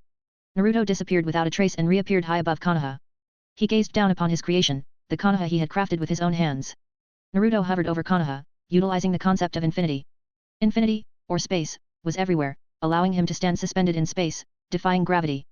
With the concept of infinity, positive and negative numbers, he could teleport anywhere, without limitations. Naruto employed the concept of negative numbers upon himself, while simultaneously bringing forth the positive numbers in the desired location of his teleportation. These interplay of negative and positive numbers generated an attractive force, effectively forming a wormhole in space. Through this process, Naruto could transition from a negative point to a positive one, enabling his teleportation. This was the mechanism behind his genuine teleportation ability. Naruto gazed at the Hokage's office, where Tsunade was assembling the village's finest ninjas. In the office, Niji, Lee, Sakura, Yamato, and Might Guy were already present, and he was the only one missing. Without hesitation, he vanished from his current location and reappeared in the Hokage's office. Upon his arrival, they all became alert, but their tension dissipated as soon as they recognized Naruto. However, in truth, they couldn't even sense him when he appeared. Naruto, you arrived just in time. The meeting was about to commence, Tsunade said to him before addressing the rest of the group. However, their attention was quickly drawn to the 9 black orbs hovering behind Naruto. Puzzled, they couldn't discern their nature and couldn't sense any chakra emanating from them. Curiosity got the better of them. What are these? Lee asked, unable to contain his curiosity. Naruto looked at Lee with a smile on his face. These balls are called truth-seeking balls, he replied to him. Tsunade, her eyes fixed on Naruto, asked, what are these? These balls are incredibly powerful, very powerful indeed, Naruto explained. They're a mix of all 7 chakra elements. If you want to create them, all you have to do is mix an equal amount of chakra from all the elements, and boom, you have these babies. He chuckled softly, knowing it was impossible for anyone to create these balls. First, you had to master all the elements above 75% and mix them in equal quantities, an achievement nearly unattainable. Naruto wanted to give them hope, only to crush it the next moment. Are you kidding me? Tsunade thought to herself. She understood that Naruto was toying with them. However, Lee was different. He didn't quite grasp what Naruto meant. For one, Lee didn't possess normal chakra, he could only use it when opening his inner gates. Secondly, not everyone present was familiar with the concept of yin and yang. Amazing. You're so cool, Naruto. Lee exclaimed in excitement. Naruto smiled and waved his hand. A truth-seeking ball materialized in front of Lee and gently fell to the ground. If you can lift it from the ground, you can have this one, Naruto said, pointing at the ball resting on the ground before Lee. Really? Lee responded with excitement. He crouched down and extended his hand, eager to pick up the ball. To his surprise, the ball remained immobile. Lee exerted all his strength, attempting to lift it, but it didn't budge. His pride was at stake. He couldn't even lift a ball. How would he ever face anyone again? First gate, open. Lee yelled, yet the outcome remained unchanged. Second gate, open, he cried out, but his efforts were in vain. Third gate, open. Fourth gate, open. Fifth gate, open. Lee shouted, channeling all his power, but the ball still lay on the floor, unmoved. The ground around Lee shattered, his hair stood on end, and his eyes turned white. He poured every ounce of his power into the effort, but that stubborn ball remained resolutely unmoved. He started to build up the power in order to open the next gate, but at this time. Stop it, Lee, you will hurt yourself. Guy-sensei put his hand on Lee's shoulder and calmed him down. Lee was ashamed that he couldn't even lift a ball. Naruto looked at him mused, he waved his hand and the ball lifted from the ground and appeared in his palm. Look, Lee, you couldn't even lift a ball, Naruto said to him while playing with the black ball in his hand. Lee lowered his head. Don't tell me this is your true power, Lee, Naruto remarked with a smirk, his words carrying a sharp sting. You know, you're quite weak. Lee's eyes welled up with tears. He had trained tirelessly, day and night, fully aware that he couldn't rely on ninjutsu. His dedication to taijutsu was unwavering, but now it seemed all for naught. His dream of surpassing natural talent with hard work had been shattered. Naruto's words pierced his heart, but Naruto wasn't finished. Lee, I thought you wanted to become the greatest taijutsu user, Naruto taunted, his tone mocking and cruel.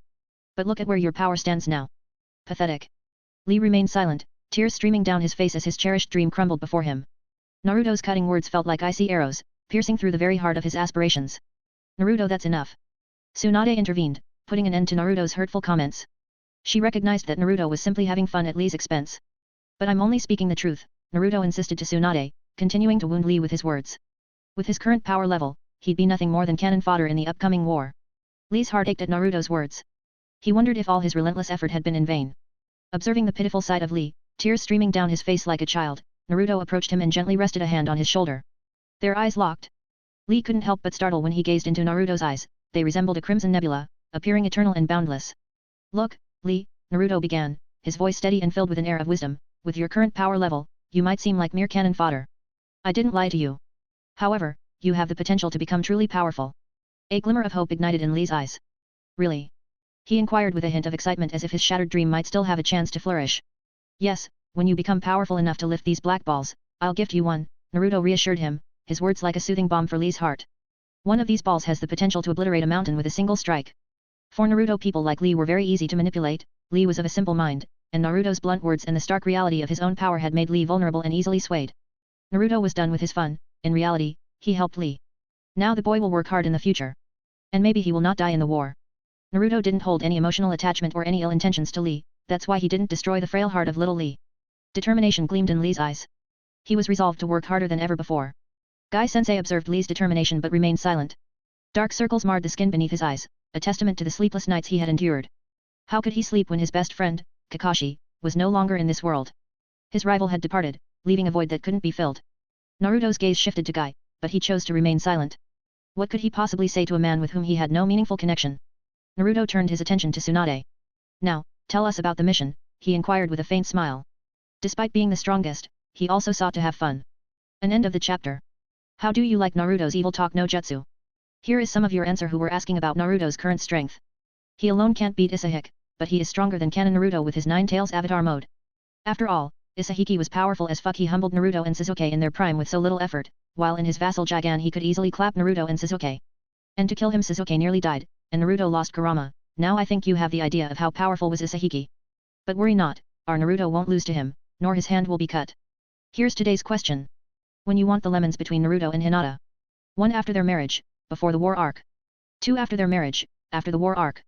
3 or do you not want our 1-8 chapters? If you like the chapter, tell me in the comments and give me your power stones.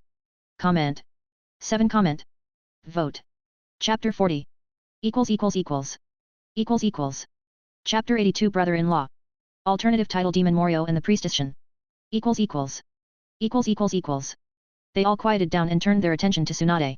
They were eager to learn what was so important that had brought them all together. Tsunade gazed at each of them and began, "We've received a mission from the land of demons." They all nodded. "A demon named Morio has been released from his sealed state," she spoke. Naruto looked at her, his interest piqued. He had never heard of demons before. He gazed at Tsunade and listened intently to what she was saying. The demon named Morio was sealed away by the previous priestess a decade ago, and now he is free. He commands a stone army that is beginning to move in all directions. This stone army is vast, and it moves in a straight path, destroying everything in its wake. The only way to stop this army is to either kill or seal Morio. Tsunade spoke to them in a solemn voice. "So, we have to kill this Morio guy?" Naruto asked her. Tsunade shook her head in denial and locked eyes with Naruto. "No, you have to protect the current priestess, and she will seal Morio away," Tsunade said to him. This was the mission she had received, but it had grown into something much bigger because the stone army had set its path toward Konoha. "So, we have to protect the priestess?" Niji asked her, to which Tsunade nodded. "You have to depart now. We don't know when the priestess may be attacked," Tsunade ordered them. They all nodded in agreement. Tsunade looked at Niji. "You will be the team leader," she said to him. "Why not me?" Naruto asked. "You are too powerful to be a team leader," she replied. "What kind of bullshit is this?" Naruto thought to himself. However, he didn't argue. After all, he was here on a mission as a regular ninja. Tsunade knew that Naruto wouldn't prioritize the mission if he found something interesting in his way, and this could endanger the lives of others. They were the finest shinobi in the village. "Fine," he said to her. "Promise me, Naruto, you will protect the priestess at all costs," Tsunade said to him. She didn't want Konoha to be destroyed again by some kind of stone army. And if Naruto promised her this, she could rest assured. After all, she knew Naruto never broke his promises. Okay, I promise, he said to her. This was also a new experience for Naruto. He didn't know what would happen in the future, and this excited him. That's why he wasn't going to use his full power and solve everything with just a snap of his fingers, it would ruin all the excitement and thrill. After Naruto made this promise, Tsunade felt relieved. She then looked at Yamato and Guy, saying, "You two, protect the borders of the Fire Country with some of our capable shinobi. We don't want the Stone Army to enter our land." They both disappeared from there, leaving only 4 people in the office, Naruto, Sakura, Neji, and Lee. "You 4 can go now, and I want this mission completed at any cost. Do you understand?" she said to them. Neji, as the team leader, nodded in acknowledgement. They all looked at each other and then disappeared from the Hokage's office, leaving Tsunade alone. 20 minutes later, Naruto, Neji, Sakura, and Lee stood in front of the main entrance of Konoha. The ground was covered in a blanket of white snow due to the snowfall. They all prepared their things for the mission. "Let's go," Neji said, and all of them followed him. Naruto had transformed his truth-seeking ball into bracelets that wrapped around both of his hands. They all looked at him. "So these balls of yours can transform anything?" Sakura asked. "Yes, they are only limited by the imagination of the user," Naruto replied to her, to which she nodded. They all focused on their journey. After some time, Naruto was getting bored. He had bullied Lee, and Sakura was his teammate. The only person remaining was Neji. Naruto shifted his focus to Neji. Neji had a bad feeling. With his Byakugan, he could see that Naruto was looking at him, and he had a smile on his face. "Hey, Neji," Naruto spoke in a playful voice. "Yes, Naruto, what is it?" Neji asked him. He respected Naruto after their fight in the Chunin exams because Naruto had shown him the right path. He showed him that everything was not decided by fate. "You should call me brother-in-law," Naruto said to him. For a moment, none of them understood the meaning of his words. But Neji immediately grasped the meaning. He had seen his sister Hinata with Naruto, and he was happy that she had chosen someone like Naruto. After killing the main branch member, she was considered a criminal by Konoha, but Neji knew that she was happy with Naruto. Before departing, Hinata had always considered him a brother. He wanted to see her and protect her as he had vowed. He knew she was with Naruto, and he had witnessed Naruto's power. It wouldn't be difficult for someone like him to hide her in Konoha. He had a gut feeling that she was still in Konoha, and it wouldn't be surprising if Naruto had his own house hidden from everyone in the village. "Okay, brother-in-law," Neji replied to him, not even a hint of anger or anything, quite the contrary, he was happy for his sister. Lee and Sakura had shocked expressions on their faces. They thought Neji would be angry or something, but they hadn't expected this. This didn't go according to Naruto's plan. His plan to tease Neji had failed. But he was happy that Neji cared for his sister. The rest of the journey was smooth. Asterisk. One day ago. In the land of demons. A man was standing in front of a shrine. A serene and contemplative atmosphere envelopes the shrine, which stands as a testament to centuries of devotion and reverence. It is nestled within a grove of ancient trees, their branches forming a natural canopy that filters sunlight and casts dappled shadows on the ground. The air is scented with the faint fragrance of incense, carried by a gentle breeze. The main entrance to the shrine is marked by a torii gate, a traditional Japanese gateway painted in vibrant vermilion hues. Beyond the gate, a stone path winds its way, its gravel surface crunching softly underfoot as visitors approach the heart of the sanctuary. At the center of the shrine complex seals are engraved. This was not a shrine where people come and pray. This was the place where the spirit of the demon Morio was sealed. The man entered the shrine. This man was none other than Yomi. He was an extremely dedicated individual who could go almost any length to achieve his goal. He came from a lone line of followers of Morio. Yomi had perfected the dark form of medical ninjutsu. He had fair skin, long black hair, light tan eyes with black pupils, and a facial goatee. He wore a grey attire, a black trench coat, and martial artist shoes. He had a large cut running from the top center of his chest down to his waist. An image. The entrance was forbidden in this shrine, but Yomi didn't care. He stood in front of a seal, radiating a pink and purple hue. This was the place where the spirit of Morio was sealed. Morio's body was sealed away in another shrine, and his spirit was sealed in this place. Yomi stood in front of the seal, and he slightly bowed. "Lord Morio, I have come here to free you from this seal," he spoke respectfully. There was a moment of silence. "Who are you, and what's your goal?" a voice reverberated in the surroundings. The eerie voice came from the seal. "My name is Yomi, and my goal is the same as yours, world domination," he replied. "I don't have a body, I am only a spirit," Morio's deep voice was heard. "You don't have to worry about that, you can use my body as a vessel until you find your own," Yomi said to Morio. There was no answer to his question, so Yomi took it as a yes. He slid his body from chest to waist and broke the seal. The dark purple substance started to leak out from the seal, it was Morio's spirit. Morio's spirit entered Yomi's body through the slit. As the spirit entered Yomi's body, he swiftly healed his wounds with his expertise in medical ninjutsu. Due to his expertise in medical ninjutsu, he was able to contain the demonic spirit of Morio. As Morio's spirit entered his body, he felt powerful, very powerful. He had enough chakra to share with his subordinates in the form of black snakes. These black snakes were his special jutsu that he created using dark chakra. They provided his subordinates with enough chakra to fight for extended periods and use it in dire situations. Now that he felt the power within him, and as the spirit of Morio entered his body, he gained access to the stone army of Morio that lay dormant in the land. With a swift command, he raised the stone army and sent it to conquer other lands. His only concern was the young priestess, she was the only one who could seal him away. So he had to kill her. Asterisk. Present. There were 4 heads of a purple dragon, these heads were made of dark chakra, and there was a boy who was fighting them. And in the next moment, one of the dragon heads pierced through the boy's body. He hung in the air while the dragon passed through him. The boy was dead. But all of a sudden, everything went black, and the scene shattered like glass. In the next scene, the boy was fighting the dragons, but this time, a green flame appeared in his hand, and the flames burned all the heads dragon. This time, he killed the 4-headed dragon. But once again, everything went black and shattered like a mirror. The boy was fighting the 4-headed dragon, and this time he was struck by the dragon and fell into the lava beneath him. The boy was dead once more. But once again, everything went black and shattered like a mirror. Once more, the boy was fighting the dragon, and this time there was a white cube in his hand. As the cube touched the dragon was erased from existence. Everything went black again. But this time, 2 pairs of unique violet, ornate, and ancient patterns eyes opened, and the next moment they turned into pale lavender eyes. Sweat beads were on her forehead. An image. The girl had blonde hair past her waist, tied at the end with a bow. As a formal priestess, she wore a lavender kimono. An image. This is not possible, how can someone have so many futures? It's like he could control his death or has the ability to see the future, the girl spoke to herself. This was Shin, the priestess of the demon country, or you could say that she is the princess of the country but nothing to rule over, the bird trapped in the cage. As she woke up from her sleep in the middle of the night, she heard a loud explosion. Protect the priestess, the loud sounds echoed in the surroundings. An end of the chapter. How do you like the chapter? Shin possesses time-related powers, which will be explained in the next chapters. Which genre of novels do you like the most? 1. Romance. 2. Action. 3. Harem. 4. Or cringe. If you like the chapter please leave a comment and give me your power stones. Comment. 11. Comment. Vote. Chapter 41.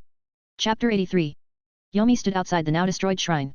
When the spirit of Morio was released, the shrine was obliterated in the process. However, the shrine's significance paled in comparison to current matters. Gazing downward, Yomi regarded the 4 individuals kneeling before him, his devoted subordinates. They were known as the Gang of 4, a group consisting of Kusuna, who served as their leader, along with Jitai, Setsuna, and Shizuku as its other members. They were loyal followers of Yomi. Yomi looked at them, he extended his hand and a chakra snake came out from his palm and entered the body of Kusuna. Kusuna was the only one who could use Yomi's chakra snakes fully. Your task is to eliminate the priestess, Yomi ordered, his voice void of any trace of emotion. Yes, Lord Yomi. We will do as you say, Kusuna, their leader, replied earnestly. Yomi conveyed his assent with a subtle nod, disappearing from view. His destination was the sealed body of Morio. Concurrently, he had dispatched a contingent of his stone soldiers to support the Gang of 4 in their endeavor to eliminate the priestess. When Yomi disappeared from there they all stood up, there were some stone soldiers behind them. Kusuna skillfully divided the black snake into sections, guiding the trio of separated serpents into his companions' bodies. This strategic move would grant them the ability to access the chakra contained within the snakes in times of dire need. They exchanged a knowing glance, their eyes locking for a moment, before vanishing into the shadows. The stone soldiers followed them. It didn't take long for them to materialize in front of the place of the priestess. Many guards were guarding the place. They had bows and arrows hung on their bodies. It was midnight, and some soldiers were sleepy. Don't lose your focus, one of the soldiers said to the drowsy comrade. Yes, sir. The soldier nodded, fighting off sleepiness. You know we have to protect the priestess at all costs, the soldier reminded him. All the soldiers who heard this nodded in agreement. After all, the priestess was the only person capable of sealing the demons, and they were willing to risk their lives to safeguard her. Boom. A deafening explosion reverberated, catching everyone's attention. The ground trembled as a powerful fire-style jutsu tore through the front wall of the place, reducing it to rubble. Amidst the chaos, they heard the unmistakable tapping sounds of the stone soldiers. Fire style, fire pillar. The voice rang out, followed by a commanding shout of water style, water rings. The soldiers heard the incantations just before a fiery pillar surrounded by water rings struck them. Fight to your lives, the leader of the soldiers urged, and they unleashed a barrage of arrows at the attackers. Many stone soldiers were destroyed in the hail of arrows. However, the Gang of 4 operated on a different level. The 4 individuals began to eliminate the soldiers and advanced toward the place where the priestess was staying. Protect the priestess, the soldiers yelled with all their might, fighting for their lives. However, their efforts seemed futile as they were overwhelmed and killed by the attackers. One of the attackers managed to reach the door where the priestess was sleeping. He opened the gate and gazed at the now awake priestess. She returned his gaze, no fear evident in her eyes. Her attacker, Jitai, regarded her. In his eyes, she appeared as nothing more than a helpless girl. He withdrew 8 kunao from his belt. With precise aim, he unleashed all 8 kunao ichen. Swish! The 8 kunao sliced through the air, cutting it with their deadly trajectory. However, just before the kunao could reach Shin, a soldier stepped in between, shielding her from the deadly projectiles. Blocking the kunao, all of them struck him in the back, causing blood to spill onto the floor. He locked eyes with Shin, and in her gaze, he saw a mixture of helplessness and guilt. She quickly concealed her emotions and turned her attention to the soon-to-be fallen soldier who had sacrificed himself to protect her. Priestess, you must go. I will hold them off. Quickly, run, the soldier urged, his lips stained with a trail of blood. Oh, you have some loyal soldiers, priestess, Jitai remarked to Shin, his eyes filled with the certainty of her demise. A soldier stepped forward, brandishing a kunao, and positioned himself between Jitai and Shin. But at this moment, Naruto suddenly appeared in front of Shin, leaving everyone in a state of astonishment. No one had noticed how he had materialized between them. Shin quickly recognized the boy standing before her. He appeared to be around the same age as her, approximately 15 to 16 years old. This was the very boy she had dreamed about just hours ago. Don't worry, I am here to protect you, Naruto assured her, gazing into her eyes. His eyes saw the world in a different way, and he couldn't help but feel intrigued when he looked at Shin. Shin gazed at the boy before her, finding his eyes filled with an intriguing interest. As she looked into his eyes, she felt a curious and almost hypnotic pull, like being drawn into an infinite void within the depths of his red nebula like irises. She sensed that all of her secrets were laid bare under his gaze, as if there were nothing hidden from him. For the first time, she experienced this feeling, where her concealed truths were exposed before him. It was as if she were an open book in his presence. Interesting, Naruto spoke with a tone of genuine interest. Within his eyes, the world operated differently. As he gazed at the girl before him, he noticed that the flow of time seemed distinct, almost as if it moved differently for her compared to other people. He observed her closely, noticing that the time strings around her followed a distinct pattern. Around every person, there were infinite time strings, which guided them along with the flow of time. However, Shin was different. Her time strings ran parallel to the regular time strings, as if she had an additional set of time strings. This set of time strings acted in opposition to normal time. It was as if time flowed backward for her, or she possessed the ability to send her consciousness into the past to warn herself of potential dangers. Time jumps. Naruto spoke in a slightly interested voice. With his eyes, his perception of time operated differently. When he fully utilized his eyes, he could stretch 1 second into several minutes. Naruto observed Shin for what seemed like minutes, but in reality, only a few seconds had passed. Are you done looking? Shin inquired. Naruto shifted out of his stance and directed his gaze at her, a smile appearing on his face. Let's go, he said to her and then turned to the soldier. Can you handle him? Yes, you protect the priestess. I'll hold him back, the soldier replied, glancing at Jitai. Naruto nodded to the soldier and firmly took hold of Shin's arm, leading her out of the place.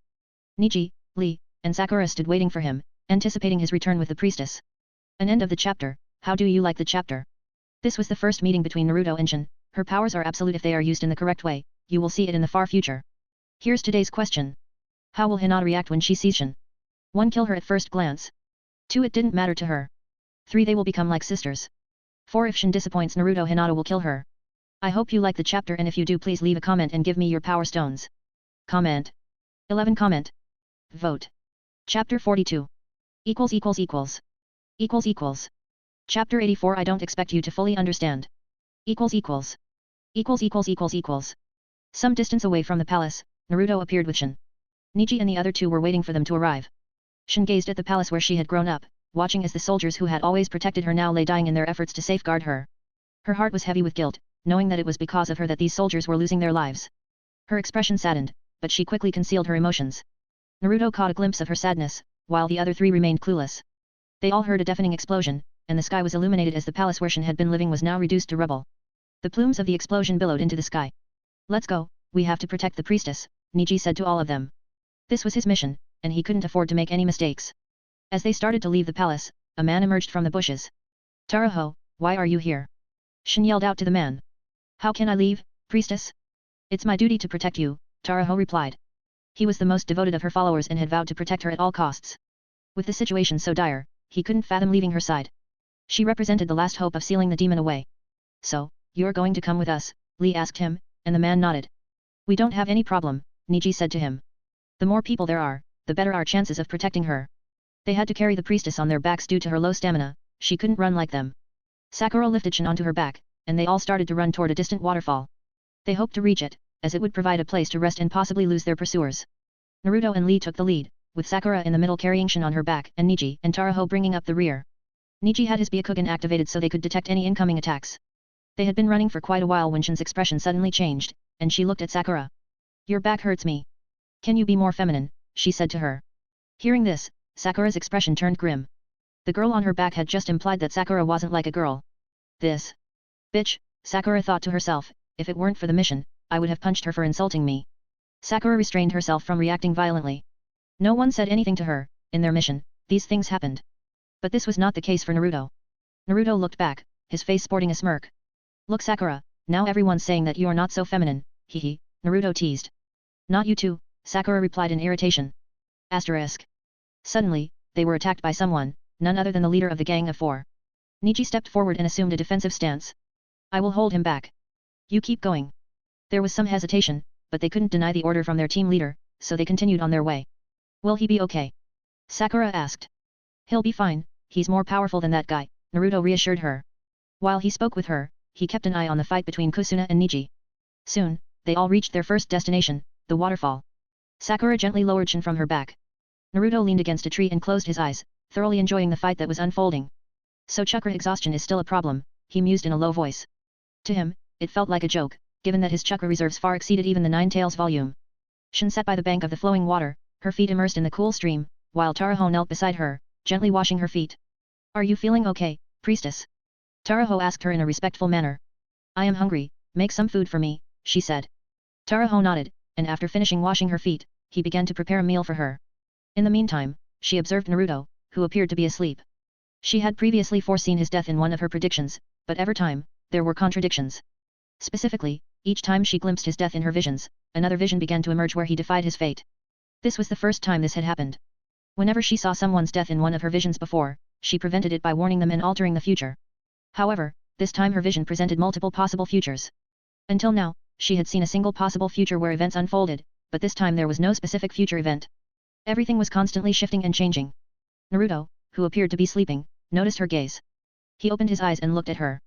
Are you done staring at me? He asked. Caught off guard, her face blushed, and she averted her gaze. She didn't know why she couldn't answer. Seeing her in this state, Naruto didn't say anything. Meanwhile, Taraho had prepared the food and served it to the priestess. He had made rice balls and soup. Shin began to eat, but after a few bites, she tossed the food onto the ground.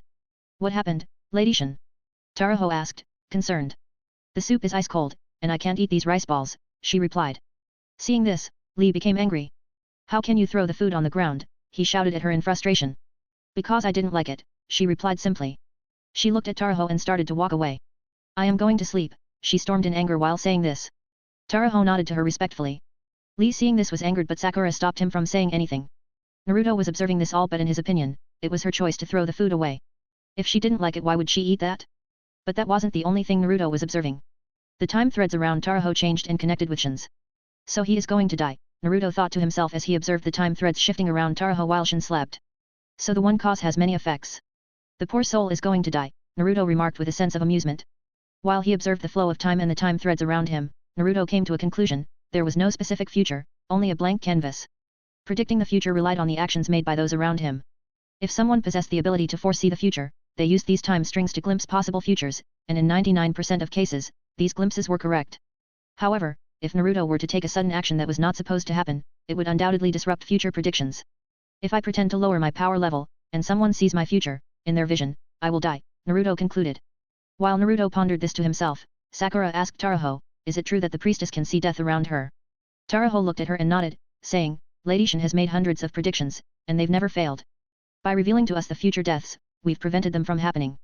Sakura nodded in understanding. Taraho had lit up the fire and stood on a log. He couldn't sleep while the priestess was resting, as he was guarding their surroundings. Sakura and Lee were sleeping on some tree branches, and Naruto was on night watch duty. Naruto sat beside Taraho, and there was silence between them as they both gazed at the crackling fire. Are you thinking that Lady Shin was a bad person when she threw the food away? Taraho asked suddenly. I don't know what you're getting at, Naruto replied. Lady Shin has been pampered since childhood due to her unique ability to see the future, and she is the only one who can seal the demons away, Taraho explained. Naruto nodded as he listened to the story. Due to her ability to predict the death of someone, people started to fear her and isolate themselves from her. They didn't want to become subjects of her predictions. So all the children her age distanced themselves from her, as their parents told them to stay away from her. Taraho shared Shino's story with Naruto. As Naruto listened, he found this somewhat familiar. Like himself, Shino was also feared by the people around her, and children avoided her due to their parents' warnings. In reality, she is a lonely girl. Her mother died while sealing Maroyo in front of her eyes. She had no friends of her own, the guards around her protect her out of duty because of her special ability to seal away demons, Taraho explained.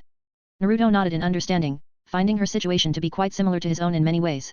I don't expect you to fully understand, you come from a prosperous and powerful village, but I just felt like sharing with you, Taraho spoke to Naruto. Naruto thought to himself, man, you have no idea how much I understand her. Nevertheless, he nodded in agreement. Thanks, man, for telling me this. I hope she'll find someone who can understand her, Naruto expressed to Taraho. Taraho nodded while gazing at the crackling fire in front of him, feeling as though a weight had been lifted from his heart. An end of the chapter. Naruto can relate to her but Taraho has no idea about it. The seed is planted in Naruto's heart by Taraho. Let's see how will this go. Will he just take her? Or Shin will go with him by herself? Here's today's question. You know Sasuke is training when he comes out, what will be his power levels? Can he beat Naruto? 1 Hell no, Naruto is too strong for him. 2 Absolutely not. 3 Maybe yes. If you like the chapter please leave the comment and give me your power stones. Comment. 18 Comment. Vote. Chapter 43. Chapter 85 Naruto and Shin Part 1. It was a tranquil night, with everyone peacefully asleep, except for Taraho and Naruto, the appointed guardians. Naruto had witnessed the battle between Neji and Kusuna. Both of them were depleted of chakra, and Neji was now making his way toward them, while Kusuna had retreated in the opposite direction. Shin's eyes snapped open, sweat beads glistening on her forehead as she quickly surveyed her surroundings. With a sigh of relief, she finally relaxed. Rising to her feet, she approached the spot where Naruto and Taraho were seated. Her eyes fixed on Taraho, a man whose loyalty had never wavered. She spoke with a sense of urgency, I've glimpsed my own death in my visions, her words directed solely at him. The man was clearly shocked, he quickly stood up. Lady Shin, let's go. We can't wait here any longer, he said to her. You are not coming with us. You must return to the palace. I will handle the ceiling by myself, she yelled at him. This wasn't the first time she had seen her own death and every time, she promptly alerted her soldiers, who took measures to safeguard her. No, I won't leave, Taraho's voice boomed, his commitment resolute. Protecting her was his sworn duty. You are not coming with us, this is my order, she spoke in anger and walked away from there. Shin walked away from there, and after a while, she found herself beneath a colossal tree. Her palm rested against the tree's rugged trunk, her head hanging low as she stared at the ground. She didn't want any of this, none of it. In reality, she had glimpsed 3 visions. One of them depicted her own death, while the second vision showed Taraho's demise. In each vision, she saw death, and she didn't want any of it. The soldiers died while protecting her, and she blamed herself for their deaths. She felt guilty because of protecting her. The soldiers died, her heart couldn't take the burden. Her palm rested on the tree trunk and her head hung low, her eyes became watery, she wanted to cry but couldn't, so people don't think she is weak. Why are you holding back? She heard a voice from behind her. She turned around and looked at him. Naruto was standing there, gazing at her. What do you mean? I'm not holding anything back, she replied defensively. You think you can fool me? Naruto's words carried a weight, his eyes scrutinizing her. He had seen through her facade. She met his gaze with a mixture of emotions, a complexity that had rarely been witnessed. No one had ever glimpsed her in this vulnerable state, to everyone else, she was either a revered priestess or an object of fear. She couldn't bear to look into his eyes any longer, so she turned around, her face towards the tree. Do you feel guilt in your heart? Naruto asked her. There was a moment of silence. She nodded, recalling her soldiers who had died protecting her. Her eyes welled up with tears that were about to fall. They died because of me, she whispered.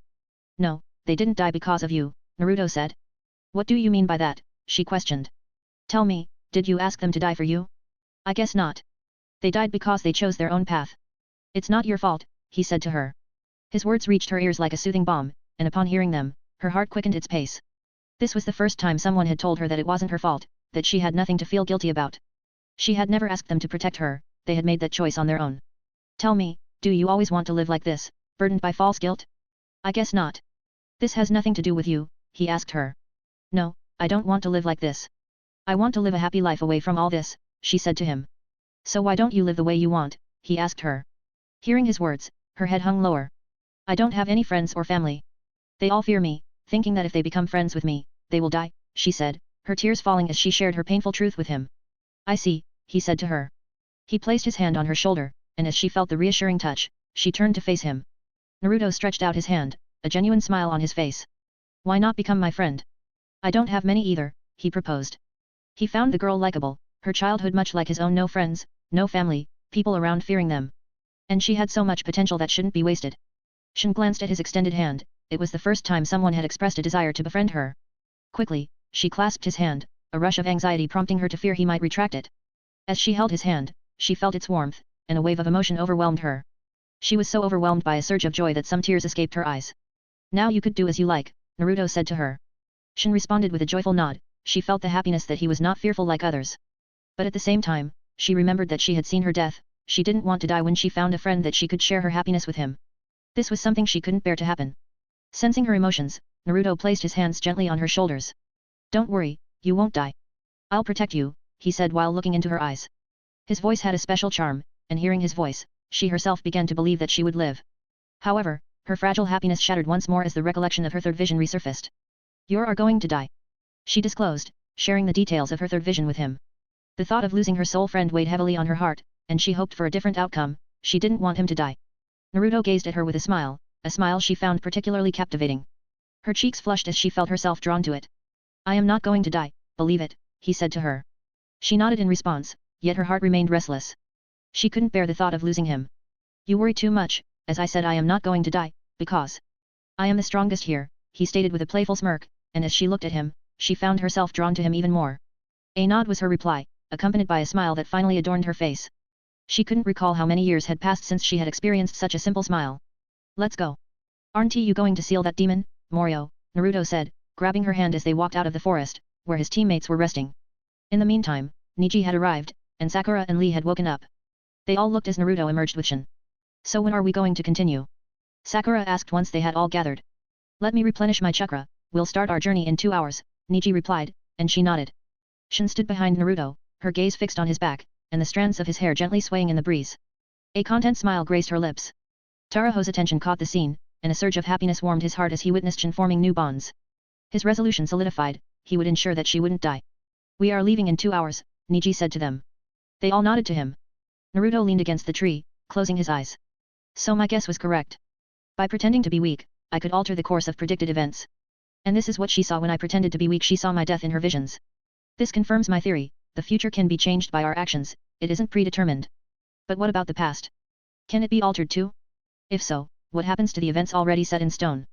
Would they vanish, or would a new timeline branch out? It's not so simple to create timelines, the energy required would be colossal. But where could such energy come from? It doesn't seem feasible. Here I am thinking useless thoughts again. Naruto laughed inwardly. Naruto sensed that someone was watching him, but he didn't react. Even though his eyes were closed, he could tell that Shin was looking at him. His eyes were closed, but that didn't mean he couldn't see her. Shin was gazing at him with a smile on her face. He looks really handsome when he's sleeping, she thought to herself as she continued to watch him. Not knowing that he could see her. An end of the chapter. While writing the current chapters, a thought occurred in my mind. After altering their DNA to be similar to Kagai's DNA, Naruto and Hinata will have almost identical DNA, didn't that make twins or siblings? I can't imagine Hinata calling Naruto Oni-chan when they were alone, my mind became so corrupted, God forgive my insolence. Tell me, do you want her calling him Oni-chan? Here's today's question. How do you want Naruto and Shin's relationship to build up? 1. Fast but reasonable. 2. Slow but with some intimate actions. If you like the chapter, please leave a comment and give me your power stones. Comment. 5. Comment. Vote. Chapter 44. Chapter 86 Naruto and Shin Part 2. It was the middle of the night, and the moon hung low in the starry sky, casting a silver cascade of moonlight onto the tranquil ground. Naruto and his teammates were nestled in their makeshift camp, the gentle glow of the moonlight revealing the contours of the surrounding landscape. Niji had replenished his chakra enough for the time being. Naruto was leaning against a tree and sensed an unfamiliar gaze fixed upon him. It felt different from before. It was Taraho who was watching him. Naruto furrowed his brow and raised an eyebrow. Taraho gestures to him. Shortly after, Taraho moved to the other side, catching Naruto's attention. As Naruto observed him, Taraho vanished from sight. Naruto also disappeared from there, leaving behind a standing shadow clone. This went unnoticed by everyone. Before long, Naruto reappeared in front of Taraho, fixing his gaze upon him. So what's the matter? Naruto inquired. Taraho met Naruto's gaze, his determination clear. You need to proceed with Lady Shin before any of them awaken, Taraho urged. Naruto studied Taraho. Why do you want that? He questioned. Because I don't want her to die, Taraho replied solemnly. Naruto nodded to the man. He understood what he wanted to do and walked away from the spot. Meanwhile, everyone began to awaken. Niji activated his Byakugan and sensed that something was amiss, but he chose not to comment on it. Shin sat beneath a tree, her back comfortably resting against its trunk. Niji stood up and once again scanned the surroundings with his Byakugan, confirming their safety. He called out to the group, everyone, let's go. The path is clear, he announced. Hearing Niji's voice, everyone quickly got ready. Sakura approached Shin and gently placed her on her back. They exchanged glances before heading on their mission to the location where Morio's body was said to be. As they made their way forward, some hours had passed, everything was going fine, but Niji suddenly came to a halt. Before anyone could react, a water bullet struck Shin in the head. Sakura, who was carrying Shin on her back, felt Shin's grip weakening, and she watched in horror as Shin tumbled to the ground. No, this can't be happening, Sakura exclaimed, her eyes fixed on the fallen girl's body. Haha, that was easy, a voice came from behind, revealing one of the members of the gang of 4 Shizuku. She gazed at Shin's fallen form. Our mission is complete, she declared before the remaining 3 members of her team emerged. Niji remained composed, having quickly grasped the situation. Puff. Smoke enveloped Shin, leaving everyone stunned. The realization struck them like a lightning bolt. The girl they had been protecting all along was none other than Taraho. He had skillfully employed the transformation jutsu, assuming Shin's appearance. As he looked around, a satisfied smile adorned his face. He had fulfilled his duty, successfully protecting the priestess. Sakura stood in shock, her eyes fixed on the scene before her. Instinctively, she looked at the area where Naruto had been running alongside them, but there was no sign of him. And then, it all became clear to her.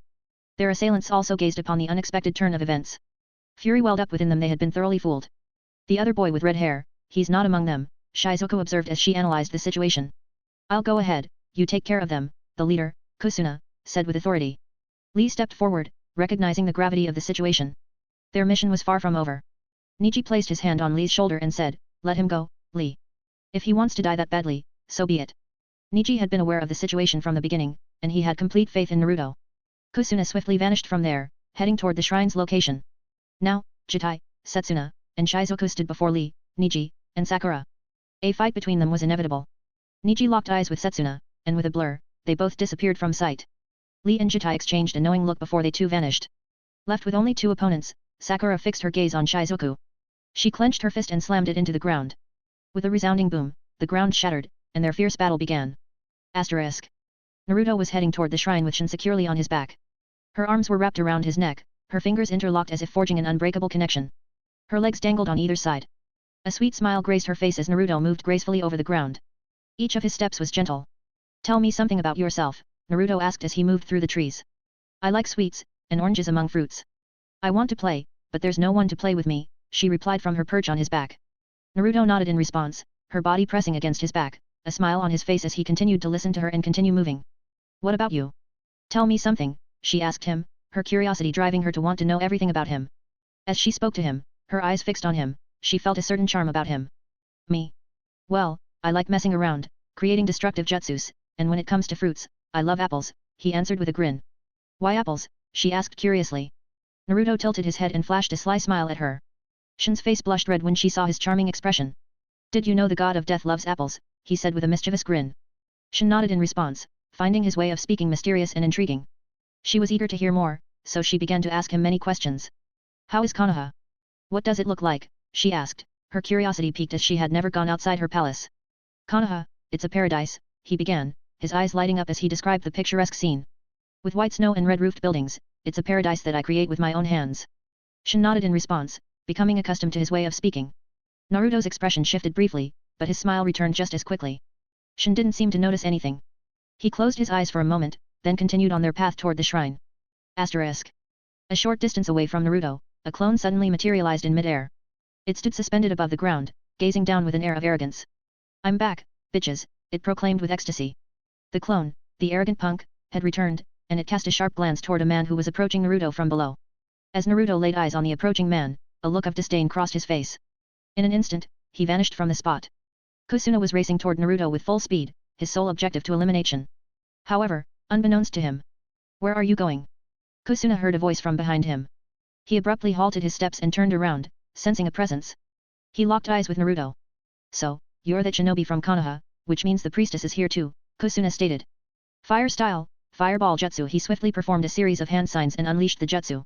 The fireball hurtled toward Naruto without giving him a moment to react. The fireball struck Naruto head-on, and seeing this, Kusuna relaxed. So, this was your power. I had expected too much from you, Kusuna commented, looking ahead of him. Kusuna's eyes widened in shock as he witnessed Naruto emerging unscathed from the fireball, as if it had no effect on him whatsoever. This is my first time using this in battle, Naruto murmured to himself. He had activated the infinity technique for the first time. The space around him had been manipulated into a complex arrangement, making it increasingly difficult for anyone to approach him the closer they got. How are you still alive? Kusuna yelled in frustration. He quickly performed hand signs and released another fireball, directing it straight at Naruto. Naruto remained unmoved as the fireball failed to reach him. He emerged from the fiery explosion completely unharmed, a cocky grin forming on his face. Now do you feel the power difference? he taunted. You brat! I will kill you! Kusuna roared in anger, the power granted by Yomi surging around him as a snake, composed of dark chakra, manifested. The serpent lunged at Naruto. Ender flames, burn, Naruto murmured, flicking his 2 fingers. Dark green flames materialized, and with a swift motion of his hand, they engulfed the snake, reducing it to nothing but ashes. Kusuna was left in shock, unable to fathom how Naruto could burn chakra. Determined to press on, he attempted another attack, summoning his snakes once more. Don't get cocky with borrowed power, fool, Naruto said, and in an instant, he appeared in front of Kusuna and delivered a brutal kick to his head. Kusuna was sent hurtling at breakneck speed, crashing through several trees along the way. He lay sprawled on the ground, and Naruto reappeared in front of him. Naruto raised his right leg and delivered a powerful stomp, shattering Kusuna's right hand with the force of his blow. Kusuna screamed in excruciating pain as his right hand was broken. Naruto lifted his leg once again and brought it down with a powerful stomp, shattering Kusuna's left hand. Kusuna's agonizing yell echoed through the forest, his left hand now broken as well. A sinister smile formed on Naruto's face, and his evil laughter sent chills running down the spines of all who heard it. He lifted his leg again, and stomped on his head. Kusuna's head was buried in the ground. This was disturbing me when I was talking with her. Naruto said, his voice was eerie, sending chills everywhere. He stomped again and again until his head was gone from his body, his brain matter was splattered all around. This is where you belong, saying that Naruto disappeared without any trace. The headless body of Kusuna lay on the ground. An end of the chapter. How do you like the fight between Naruto and Kusuna? This arc will end in next 3 chapters. Here's today's question. According to you, which one is Naruto's strongest jutsu? 1. Raise Nan. 2. Shadow Posse Zion. 3. Ender Flames. If you like the chapter, please do comments and give me power stones. Comment. 11. Comment. Vote. Chapter 45. Chapter Naruto and Shin Part 3. Naruto had a smile on his face as he absorbed the memories from his clone, enjoying Shin's joyful voice. The shrine they were heading to was located atop the volcano mountain. They had to climb all the way to reach it. Naruto was moving gracefully toward the shrine as he climbed the mountain. There was a narrow path encircling the mountain, leading to its summit. They had reached the halfway point, yet abruptly, stone soldiers began to materialize on the narrow path, obstructing their progress. Naruto had seen them with his eyes, but he chose to proceed without stirring any disruption, not wanting to interrupt the flow of their shared moment. A stone soldier stepped forward, its fist ready to strike Naruto. Naruto easily blocked the punch, but this sudden movement startled Shin, and the shockwave from the punch hit her. Thrown off balance by the sudden shift, her hold on Naruto loosened, causing her to tumble from his back. As she dangled in midair, there was nothing but empty space below her. With a heart-stopping plunge, she began her free fall from the mountain's heights, hurtling down from a dizzying altitude of around 500 meters. As she gazed at Naruto, a wave of anguish washed over her heart.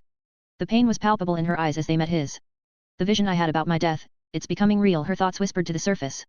She glanced at Naruto, her mind racing. I don't want to die. I've finally found someone. She whispered in a low voice. Her gaze fixed on Naruto, who promptly leaped off the cliff's edge. Her heart raced as her breath caught in her throat. But in the next instant, Naruto's hand wrapped around her, ensuring her safety even as they plummeted through the air. Asterisk splash asterisk. Amidst a resounding splash, they plunged into the pond located beneath them. The impact of their descent caused water to surge upwards, creating a spectacular display of rising droplets. Naruto's hand gently brushed against her back, his touch seeking reassurance. Shin lay atop his chest. To her it was comfortable. Astonishingly, despite the tremendous fall from such a height, there were no apparent injuries on her. Naruto carefully cradled her in his arms and carried her away from the pond. Gently placing her beneath the shade of a tree, he ensured she was comfortable. The water in the pond had grown tranquil once again. After settling Shin beneath the tree, Naruto turned his gaze towards the water's surface, his own reflection staring back at him. Shaking his head vigorously, Naruto's wet hair swayed through the air, sending droplets scattering in all directions. Shin gazed at him, watching as his hair swayed and water droplets scattered. A faint smile played on his lips as he shook his head, causing water to dance around him. She was mesmerized as she found herself lost in his gaze. He seemed almost celestial, exuding an air of nobility. A blush crept onto her face as her eyes remained fixed on him. Naruto, who are you really? She asked him subconsciously. Naruto tilted his head slightly and then stood up, his gaze fixed on Shin. With a playful grin, he pointed a finger towards himself and asked, me. Shin nodded in response, her blush deepening slightly. Naruto's eyes held a distinct, glowing intensity. He could sense her emotions, the stirrings of love in her heart. He couldn't deny that he didn't enjoy this feeling. It was evident to him that she needed just a gentle push, and she would be his. She gazed into his eyes, finding them hypnotic as she lost herself in their depths. Her cheeks began to warm, and she couldn't tear her gaze away from him. She didn't notice when he came so close, she was completely absorbed in his eyes. Naruto squatted down in front of her, his playful smile appearing even more beautiful in her eyes. Naruto approached her, his warm breath brushing against her ear, causing her heart to race and butterflies to flutter in her stomach. Her face flushed crimson, extending down to her neck, as he whispered softly into her ear, "Aren't I everything to you?" Her face reddened further as she didn't deny his words. She averted her gaze, looking down at the ground, fully aware that he was speaking the truth. Naruto observed her flushed expression and found her incredibly cute. They were incredibly close to each other. Naruto gazed at her while she attempted to avoid his eyes. Naruto's face was just inches away from hers. "Don't tease me like that, Naruto," she said in a hushed, almost mosquito-like voice. His breath tickled her nose, and she could feel it. She kept her gaze fixed on the ground, and Naruto found her actions adorable. "Don't you like it?" he asked. Naruto gently extended his right hand, tilting her chin upward, and forced her to meet his gaze. Her eyes locked with his, and as she looked into them, her heart fluttered. She realized she had already fallen for him, and there was no turning back. Naruto drew closer to her, and she could feel his warm breath on her face. She closed her eyes as she thought, "Is he going to kiss me?" Her heart raced in her chest, pounding faster and faster. Naruto observed her flushed face and closed eyes, finding her incredibly beautiful. He smiled at her and playfully flicked her forehead. She opened her eyes and gazed at his smile. "What were you waiting for?" he said teasingly. Shin's face turned beet red with embarrassment. She had been waiting for him to kiss her. She hid her face with her palms, feeling incredibly embarrassed. Naruto observed her actions and quietly muttered, "Cute." Creator's thoughts. Devils_hand. If you like the chapter, please add a comment and give me your power stones. Comment. 7 comment. Vote. Chapter 46. Equals. Chapter Naruto and Shin Part 4. Equals. Shin looked in front of her. Her face blushed, and her eyes didn't waver from him. At this moment, her heart stirred up. In this moment, she truly fell in love with him. This pit was an abyss, and from this moment, there was no turning back. Her heart was beating faster than ever. And before she could react, she found herself on his back again, while he moved gracefully. Her gaze remained fixed on him. "Are you done looking at me?" he asked playfully. Hearing his words, her cheeks reddened, and she looked away from him. As she shook her head, the small bell in her hair rang. This was her mother's gift to her. The small bell worked as a charm, capable of protecting her from danger, and it operated involuntarily. The small bell could shoot laser beams that could dissipate stone soldiers. This bell had a special chakra that could eliminate darkness from Morio. While Naruto was looking ahead, he observed the small bell. In his opinion, the special chakra was the life force of a person, and there were some advanced seals engraved on the bell. This time, Naruto didn't take the typical route to reach the mountain. Instead, he began to run vertically up the mountain for a shortcut. Although there were numerous ways to reach the top in the blink of an eye, he chose not to use them. Observing this, Shin tightly grabbed onto him. They were moving at a high speed, ascending 700 meters vertically in an instant. Thud. With a swift jump, Naruto landed on the peak of the mountain. In front of him stood a massive shrine, while below it lay a dormant volcano. Shin landed on the ground after dismounting from his back. "We have to seal Morio here and now," she said, her tone serious. "Let's go," Naruto replied, and they began to enter the shrine. However, before they could enter, a multitude of stone soldiers emerged from the ground, blocking their path. Naruto looked at them, a smirk on his face, as he extended 2 fingers. "Attraction," his voice echoed. In the midst of the stone soldiers, a blue sphere began to form. Negative numbers materialized in the air. Naruto poured chakra into his technique, and with a resounding boom, the entire surroundings were drawn toward the blue sphere. The bodies of the stone soldiers fell apart upon contact with the powerful suction force. This was not a gravity-based attack. The space around the blue sphere was severed, and to fill the empty space, the surrounding area acted as a massive attraction force, pulling everything into it. Naruto had complete control over the suction force. In an instant, a large crater formed, clearing the path to the shrine. Naruto looked at Shin. "You can go ahead," he said to her. She nodded and ran toward the entrance of the shrine. While she was sprinting toward the shrine, she glanced back at him. Her thoughts were consumed by him. "Please be safe," she prayed to the gods. Even though she had witnessed his powers, her heart couldn't find peace. Naruto observed the stone army still emerging. He wore a smile on his face. "Which jutsu should I use?" he pondered to himself while deftly evading a fist. "Fuck it, let's go with the gentle fist," he murmured to himself. The 8 trigram symbol appeared beneath him, and all the soldiers entered his field of vision. 8 trigram 128 palms, he uttered as lightning-infused chakra scalpel manifested on his fingertips. Naruto moved at a speed beyond what human eyes could perceive, and with each precise strike, a stone soldier was reduced to dust. In less than a minute, all the soldiers were obliterated. "What a weak security," he said to himself. "Or is it that I am too strong for them, though it doesn't matter. Let's deal with that demon," Naruto said and disappeared from there. As Shin walked, she entered the shrine, and her heart skipped a beat when she saw Yomi sitting there, staring at her. "So those worthless fools weren't able to kill you," he said, not even worried about his subordinates. Shin didn't say anything to him. The ground beneath her lit up, and a purple seal started to appear on the ground. In just a second, the entire ground was illuminated by the seal. Since childhood, she had practiced the sealing arts capable of binding any demon. Yomi was caught off guard by this. He hadn't expected her to act so quickly. A cruel smile appeared on his face. You look the same as your mother. Don't you know what happened to her, he said, his body unmoving but his mouth still running smoothly. Don't say anything about her. You don't have any right to speak about her. Shin's anger flared when she heard about her mother. In her anger, the seal around him tightened. She died while sealing Morio, just like her. You will be dead, he said, trying to provoke her. But at this moment, the demon spirit that had been lying inside Yomi suddenly emerged from his body. As it left his body, Yomi's form began to burn. With a swift kick, Morio's spirit sent Yomi's blazing body hurtling toward Shin. In that critical moment, the bell on her reacted and acted as a shield. I can't hold it any longer, her stamina depleted rapidly as she struggled to keep Morio's spirit in place. Crack! The seal broke apart, and Morio's spirit entered his actual body, which had been sealed beneath the shrine.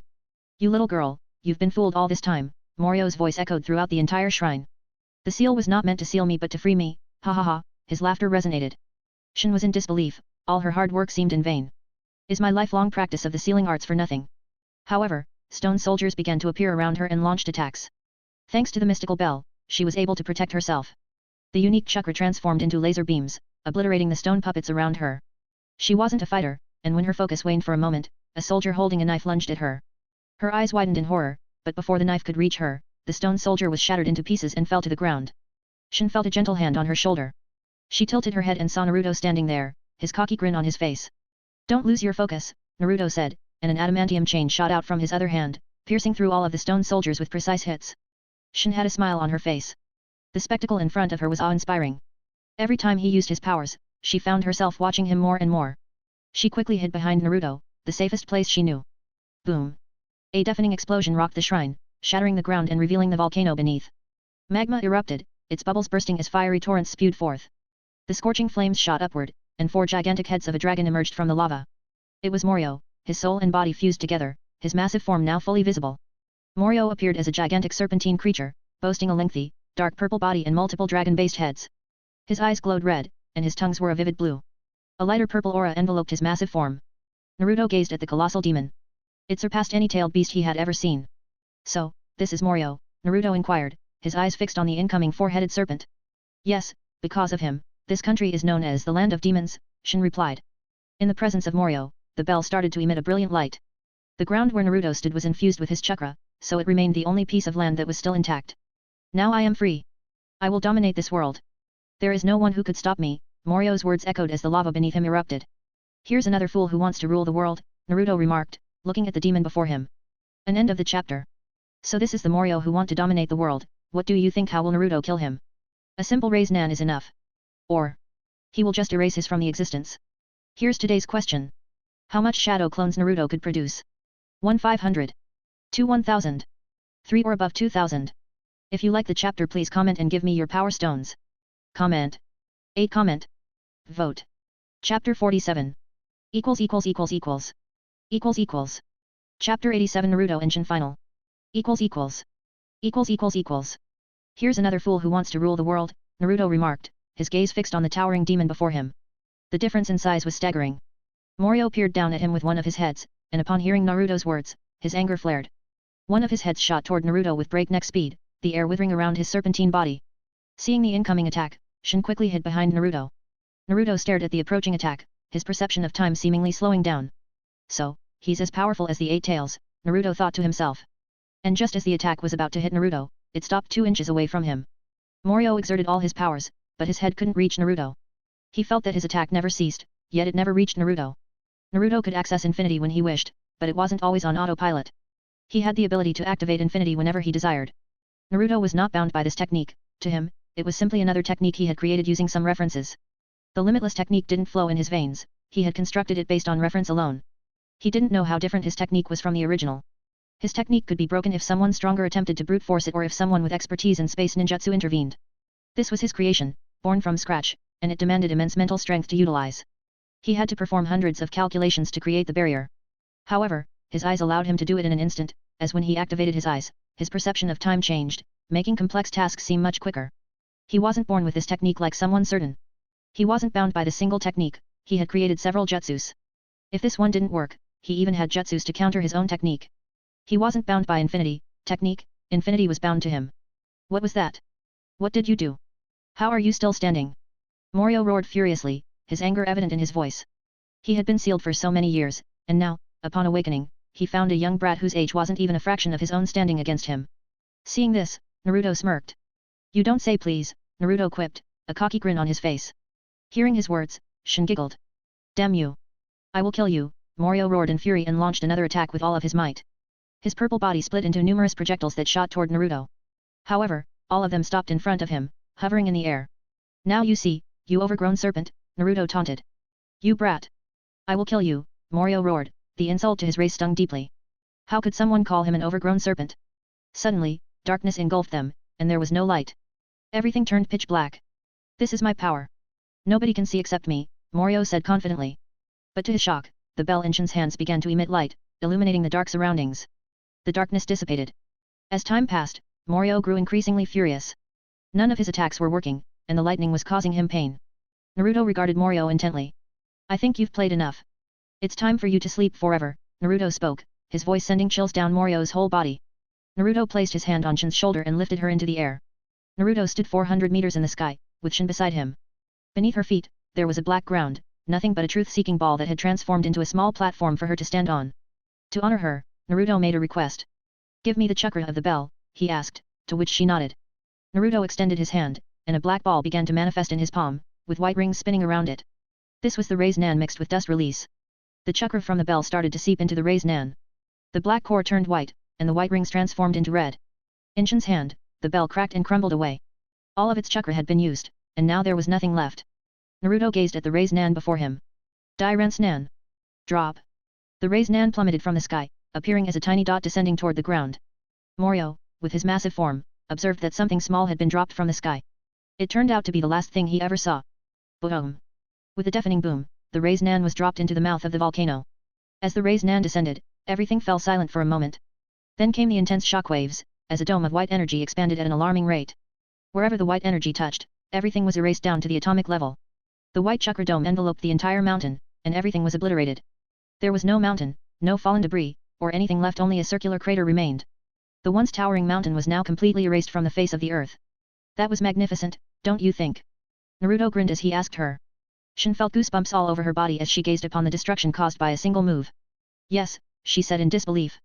For her, it was truly eye-opening, and this power level expanded her horizons. She looked at him with mixed feelings. Now that your problem is solved, what are you going to do now? Naruto asked her. I don't know, she replied. She truly didn't have anything left. Morio was dead, her soldiers had perished, and her palace lay in ruins. I see, Naruto said to her as they descended from the sky. The sun had started to rise, painting an orange hue on the horizon. Naruto walked ahead of her, the sunlight reflecting on his hair. So, are you going now? She asked him, her voice filled with sadness. Yes, our mission is complete, Naruto replied to her. Her heart ached when she heard his voice. She didn't want to part from him, and at some point, she had realized she was in love with him. She had wanted to tell him, but for some reason, she had hesitated. As she looked at his retreating figure, she clenched her fist. If I don't say it now, I'll regret it for the rest of my life, she resolved. With fast steps, she caught up to Naruto. Naruto, she whispered in a low voice, her face flushed with red. Naruto turned to look at her, but before he could say anything, she embraced him tightly. She held him close and whispered in his ear, "Don't leave me behind." Naruto stood there for a moment before he hugged her back, gently patting her back for comfort. "I love you. Please take me with you," she said in a soft voice, her tone filled with hope and longing. She clung to him as if fearing he would disappear. Naruto ruffled her hair with one hand and continued to pat her back with the other. He could feel the emotions emanating from her pure love and a deep yearning. They were so pure and genuine. Naruto placed his hands on her shoulders and gazed into her eyes. She, too, locked eyes with him. In that moment, her face moved closer to his. With each passing moment, her lips drew nearer until their foreheads touched, and she pressed her lips against his. The touch was soft and sweet, a delicate exploration of each other's warmth and taste. This was her first time, and as their lips met, she felt heavenly, but as the seconds ticked by, her kiss deepened, fueled by a growing hunger for him. Their lips moved in a rhythm, a dance of passion and tenderness. A soft moan escaped her lips. Naruto's hand pulled her closer, pressing her on himself. To his resemblance, she threaded her fingers through his hair. The gentle tug sent a shiver down her spine. Their bodies pressed against each other. His tongue separated her lips and entered her mouth, touching her tongue. As their tongues connected, an electric current passed through her body. His tongue began to play with hers, and as the seconds ticked by, she also started to play with his tongue. Their tongues intertwined with each other. And they finally pulled away, their foreheads resting against each other's, a string of saliva connecting their lips. Shin's face reddened, feeling embarrassed. She looked down, not wanting to meet his eyes, but her heart was filled with joy, love, and warmth. Naruto, looking at her, gently placed his fingers under her chin, lifted her head, and looked into her eyes. Her face flushed with embarrassment, this was her first kiss, and inside her heart, she was waiting for him to take the lead. Kiss me again, her heart yearned for more, and her eyes conveyed the unspoken desire. Naruto pulled her closer and kissed her once more. As their lips met, he savored the sweet taste of her lips. His tongue began to play with hers, and they both tasted the sweet essence of each other. Her sweet sounds filled his ears. As the seconds passed, their kiss deepened. Huff, she breathed heavily, and Naruto looked at her. Her eyes seemed to say, I want more. He ruffled her hair and asked, do you really want to come with me? She nodded her head, and there was no hesitation in her eyes. Yes, she said. Okay, fine, Naruto replied with a smile. With a flick of his hand, 2 truth-seeking balls transformed into 2 beautiful bangles. This is my gift. These will protect you always, Naruto told her as he lifted her hand and placed the bangles on her wrist. As she wore the bangles, she felt a deep connection with them, as though they were a part of her body. She caressed them tenderly and held her hands close to her heart. Thank you. I will always keep them close to me, she said to him with a smile. Naruto nodded to her, then gently grabbed her hand and placed her on his back. He started walking toward where his team was waiting. Let's go, Naruto said to her. She nodded in response, her face radiating with a sweet smile. With one hand on his shoulder and the other gently caressing his hair with her soft fingers, she felt like this was the safest place in the whole world for her. An end of the chapter. How do you like the fluffy romance? Now that this arc is finally over, this is time for big games. Guess who will be Naruto's next opponent? 1 Obito. 2 Hagio Romo. 3 is Heike Otsutsuki. 4 Kurotsuki. Hinata and Shin will be meeting in the next chapters. What will be Hinata's reaction when she sees Shin? Will they become sisters or mortal enemies? To find out, read the next chapters of the novel. And if you like the chapter, please comment. I saw that there are only a few comments on the last chapter, so before leaving add some comments on the chapter. And give me some power stones. Comment. 22 comment. Vote. Chapter 48. Asterisk and I have done ridding the lemons between Naruto and Hinata, and you will get them around 10 chapters later, so praise me mortals and bow down in front of the Dao of Lemians. Important notices down below. Equals equals equals equals equals equals equals equals equals equals equals equals equals. Equals equals equals equals equals equals equals equals equals equals equals equals equals. Chapter 88. Equals equals equals equals equals equals equals equals equals equals equals equals equals equals. Equals equals equals equals equals equals equals equals equals equals equals equals equals equals. Naruto headed toward his team with Shin on his back, her fingers gently ruffling his hair as she engaged in conversation with him. There was an everlasting sweet smile on her face as she asked him questions, and he answered. Soon, Naruto reached his teammates who had been waiting for them. Together, they had successfully eliminated all the members of the Gang of Four. They were still exhausted but nonetheless happy that they had completed their mission. The Stone Army that had been advancing further from the Land of Demons had now disappeared without a trace. The Stone Army was directly connected to Morio, and as he was killed, the Stone Army also perished with him. The good thing was that the army didn't escape from this land. Now that their mission was complete, they were happily chatting among themselves and waiting for Naruto to join them. They had full confidence in him that he would handle the demon, so they weren't too worried about him.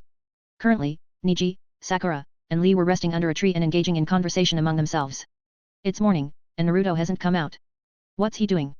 Sakura asked her teammates. How could we know? Niji replied. You have Byakugan, so just find him, she said. Niji looked at her, he didn't want to breach someone's privacy until it was necessary, just wait for few minutes. Fine, we'll just rest until he comes back, she said.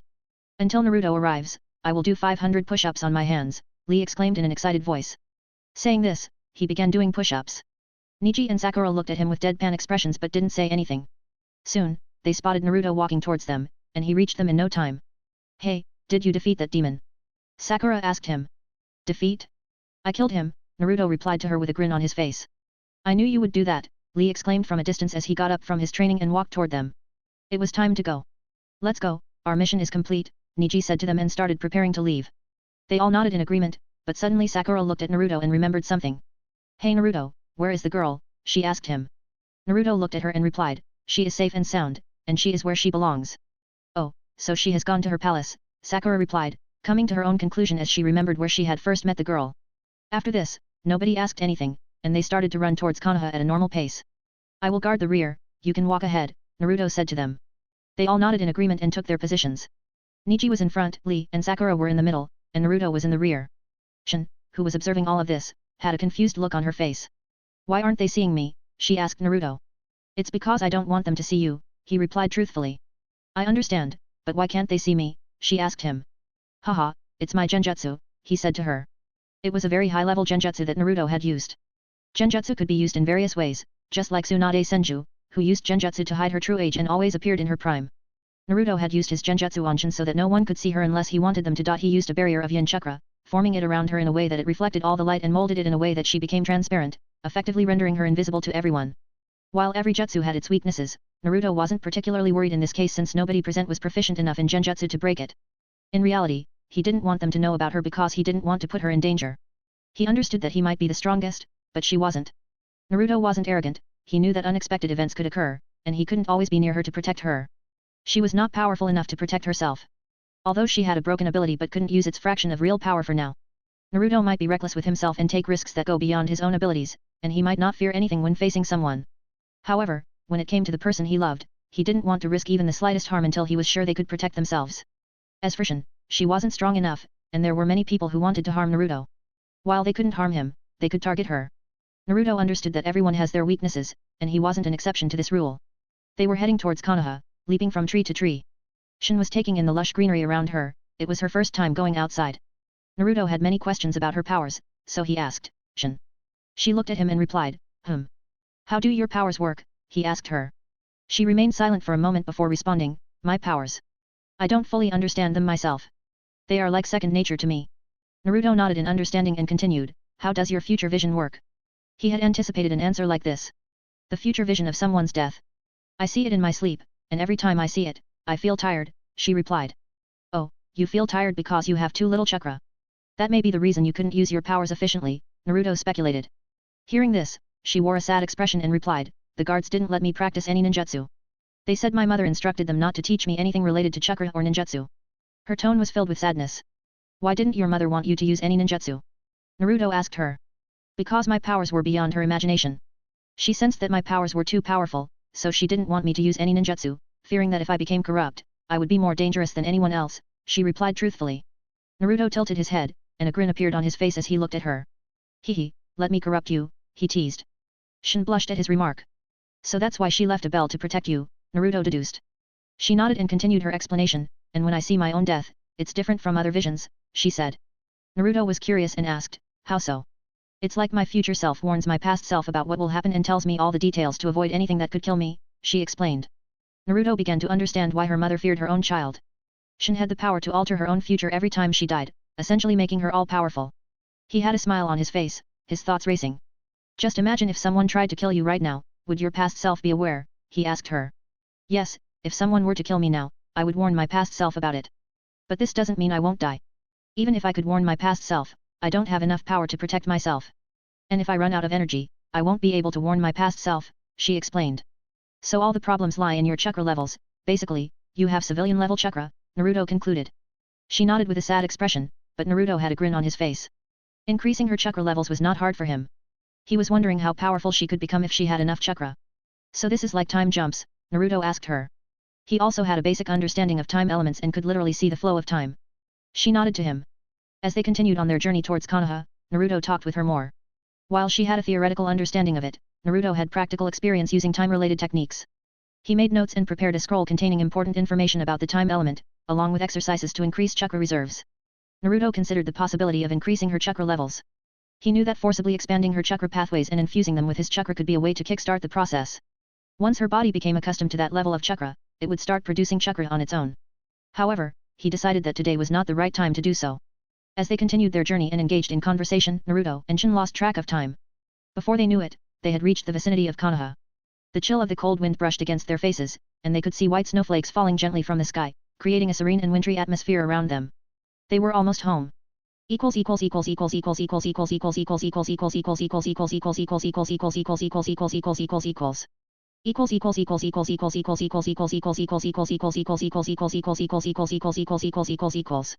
An end of the chapter. Important notice: this novel is coming to its end, maybe 30 to 40 chapters are left. I have an idea of creating an original novel. You know, I started this fanfic to improve my writing and grammar, and now after writing around 100 chapters I can say that my grammar and writing has improved a little, not much. And I don't earn anything from this fanfic, I started it to improve myself. I have an idea of this story from a long time and I wasn't confident before to properly executing my story, but now after writing around 100 chapters I am a little confident. The story I want to write is placed in medieval fantasy era of magic. The main character will be the third prince of an empire, not some random trash. And there will be two main characters, one male and one his twin little sister. They will become corrupted as the time progresses, and their relationship will be very immoral, forbidden. And the main characters will not be pushovers of kind-hearted. In that story there will be all types of dark things, from slavery to corrupting innocent to stealing someone's finances etc. And the character of his little sister will be best for him, after all she is his little sister, and worst for others. This story is to satisfy my creative and corrupted mind, and I want to ask, will you support my book? It will have everything, from R18 to corruption to love, sister, etc. And if you have read till here, comment on the chapter and give me your power stones. Comment. 8 comment. Vote. Chapter 49. *A/N. This chapter is in first POV. Chapter 89 Jealous Shin. Shin's POV. My body was leaned against his back as my one hand was wrapped around his neck and the other was softly caressing his hair. My legs were wrapped around his waist, he was moving gracefully so that I didn't have any problem. I have heard many stories about a prince who came to save the princess. But I hadn't thought that this could happen in real life, until he came to my palace and saved me from those bad guys who wanted to kill me. Past. The first time I saw him, I was a little scared when his red, abyssal-like eyes locked onto mine. I felt like an open book to him. But as I spent time with him, I didn't even realize when I fell in love with him. He was caring towards me and didn't see me as a damsel in distress, although I was. He was the first person who was not afraid of me and powers, and he extended his hand to me and said I could be his friend. At that time I really felt the world around me started to change, it started to become more beautiful, my life started to take more exciting turns. He was the person who washed my guilt about losing the guard and consoled me. It's like he could understand me better than anyone, I really felt warmth in my heart. And as I started to talk with him more and more, his voice became sweet music to my ears, I just wanted to him more. But deep down I know I was falling for him more and more, and I don't regret even a bit. And as time passed, I became so addicted to him. His sense of humor was sometimes dark and I liked it a lot. Sometimes he talks so sweetly to me, I wonder if I could sugar just from his talks. He can be a bad boy, a good and caring person anytime he needs to be one, and I like all aspects of him. And on top of all that he was powerful, in fact so powerful, and I couldn't help but feel my heart tremble at the display of his powers. I felt safe just standing in his presence. I could use his shoulder for my head to rest and it felt so good to have someone you could depend on, and for me he was the one. And when he was about to leave after his mission was done, I couldn't help but my heart ached when I saw his back. I was going to be alone again, and I didn't want that, so I mustered all my strength and approached him. I confessed my feelings to him, though I wasn't sure if he would accept me or not. I was truly scared at that moment, as if his rejection would shatter my world. But my feelings were genuine, and somehow, I knew he was aware of them. He wanted me to act first, as I confessed my love for him, he didn't refuse my feelings. When he embraced me, my whole body shuddered, and I felt incredibly safe in his arms. I relished every moment of it. To me it felt like I always belonged in his arms. And as I kissed him, oh, goodness, it felt so amazing that I just wanted to continue. It was my first kiss and it felt heavenly. As we parted, I wasn't satisfied with just one kiss, my eyes were begging for more, and as if he could read my eyes he kissed me again and this time it was more refined and passionate. And he gave me 2 bangles as a gift, and I could feel strong connection between me and the bangles. I could control their shape and size just with my thoughts as it didn't even use any chakra. And once again, I was in my favorite place. I was clinging to him as we started to walk towards his team. He said he used genjutsu to hide me from them, he didn't want them to know about me, I really felt warmth in my heart, he was so protective of me. And just like we started our journey to my new home, we talked about many things on the way, he sometimes teased me with his jokes, and liked it. I wanted him to tease me, it felt so good. And on the way he asked me about my powers, he started to teach me various ways to use my powers. At first I didn't think my powers could be used in such a way. He is a genius, I was sure about that. He also said that I could become the most powerful person in this world, he was not jealous or afraid of me, on the contrary he was more excited than me, he was genuinely happy. At that moment, I swore I couldn't disappoint him. I will train hard. As we talked, we reached Konoha. Present. I started to feel cold as we neared the village. The trees were colossal, and snowflakes began to fall from the sky. I didn't know how this was possible, but I enjoyed the sight. It was beautiful. I had never left my palace before, and this place was truly beautiful, even before we entered the village. Soon, I could see the colossal gates of the village, and the walls around them were covered in frost. If I were to stand in front of the gate, I would seem so small. I wonder how they open these massive gates or if they always remain open. Soon, all of us entered the village. I marveled at how high the gates were as I passed them. Only 2 guards were guarding the gates, and I could sense the admiration, awe, and fear in their eyes as they looked at Naruto. The fear was deeply hidden, but I could see it. You can go ahead and inform the Hokage, Naruto said as he headed into the village. Are you not coming with us? The pink-haired girl asked, which I don't find so feminine. She was petite, well she had very small breasts, but I could see small bumps on her chest. They were very small in comparison to mine and of course I was proud of my breasts. I have read in some books that boys like big breasts. I wonder if Naruto will like it or not. Cough, I was getting off topic here. And for her ass I could say it was well toned, maybe she was a shinobi that why. Nope, I have something to do, and besides, Niji is the team leader, so it's his duty, Naruto said while walking toward the boy with unusual eyes.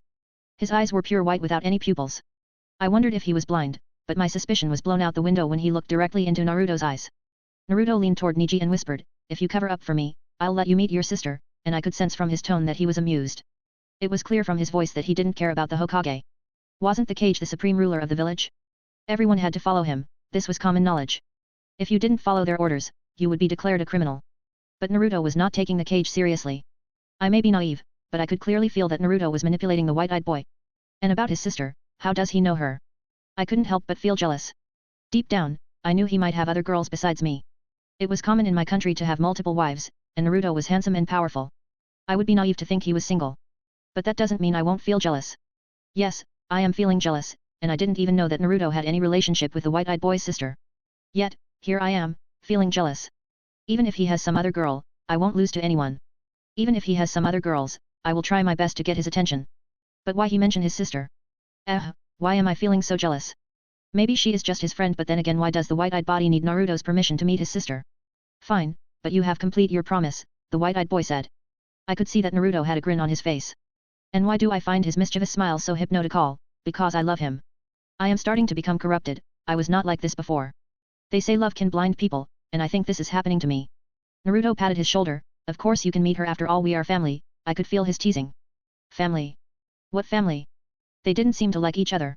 They had different hair, and their eyes were also different. Could he really be his family? No, he said it in a way that because of his sister, they are family. Is this an arranged marriage? No, Naruto is only 16, how could he have an arranged marriage? And why does my heart feel pain just from thinking about it? Maybe I'm just overthinking. I tilted my head and saw that the other team members were walking ahead, they hadn't heard their conversation. The white-eyed boy nodded to Naruto and disappeared from there, leaving me and Naruto alone. My mind was in turmoil, I was feeling something I shouldn't be feeling. Naruto tilted his head and asked me with a smile, "Is there anything troubling you?" I couldn't help but look at his smile. My heart melted, and all of my worries went away. No, it's nothing. So where are we going? I asked him with a smile. Home, he said, to which I nodded. Naruto used the same genjutsu on himself to make himself invisible to normal eyes. Why did you hide yourself? I asked curiously. I could only see his lips curled up as he started walking, so you can watch the beauty of the village in peace, he said. I nodded to him as we began to walk toward home. The village was truly beautiful, with its red and white buildings. The sun was also starting to set, casting an orange hue over the village. In my opinion, it was truly breathtaking. And it became even more beautiful when he was piggybacking me, my hands subconsciously ruffling his hair as I watched the beauty. We walked without anyone noticing us, but suddenly, I felt like someone was watching me. It was as if I was being scanned, and the gaze was so intense that it scared me. I subconsciously hugged Naruto. I don't know why I felt this way. Who had just watched me? Naruto told me that no one could see us, but who had just seen me? Naruto didn't seem to notice it. What happened? He asked me as I was tightly hugging him. Did you feel that? I asked him while nuzzling my face into his neck. Feel what? He asked me, though I couldn't see it, he was smiling slightly. Did he not feel what I felt? Am I hallucinating now? And I am suddenly getting hungry, I'll eat when we reach home. I didn't reply to him, I just snuggled into him and enjoyed his scent and warmth. Oh God, I love this so much, I thought while hugging him, forgetting the previous gaze. I knew that when I was with him, nothing would happen to me. *A/N end of the chapter. How do you like the chapter? I have tried to change the style from third person to first person. I can explore the characters and it's easy to connect with them in this way of writing. If you don't like it, I can change to third person. The next chapter will be from Hinata's POV and it is going to be R18, you will find out how her thinking works, and as I said R18, she really thinks dark stuff. Some of you are thinking that I hadn't mentioned Hanabi, but I worry that she will be mentioned through Hinata's POV. And here's today's question. Have you ever thought of Hago Romo using something like Baryon mode with 10 tails, wouldn't it be world-shattering? Comment. 12 comment. Vote.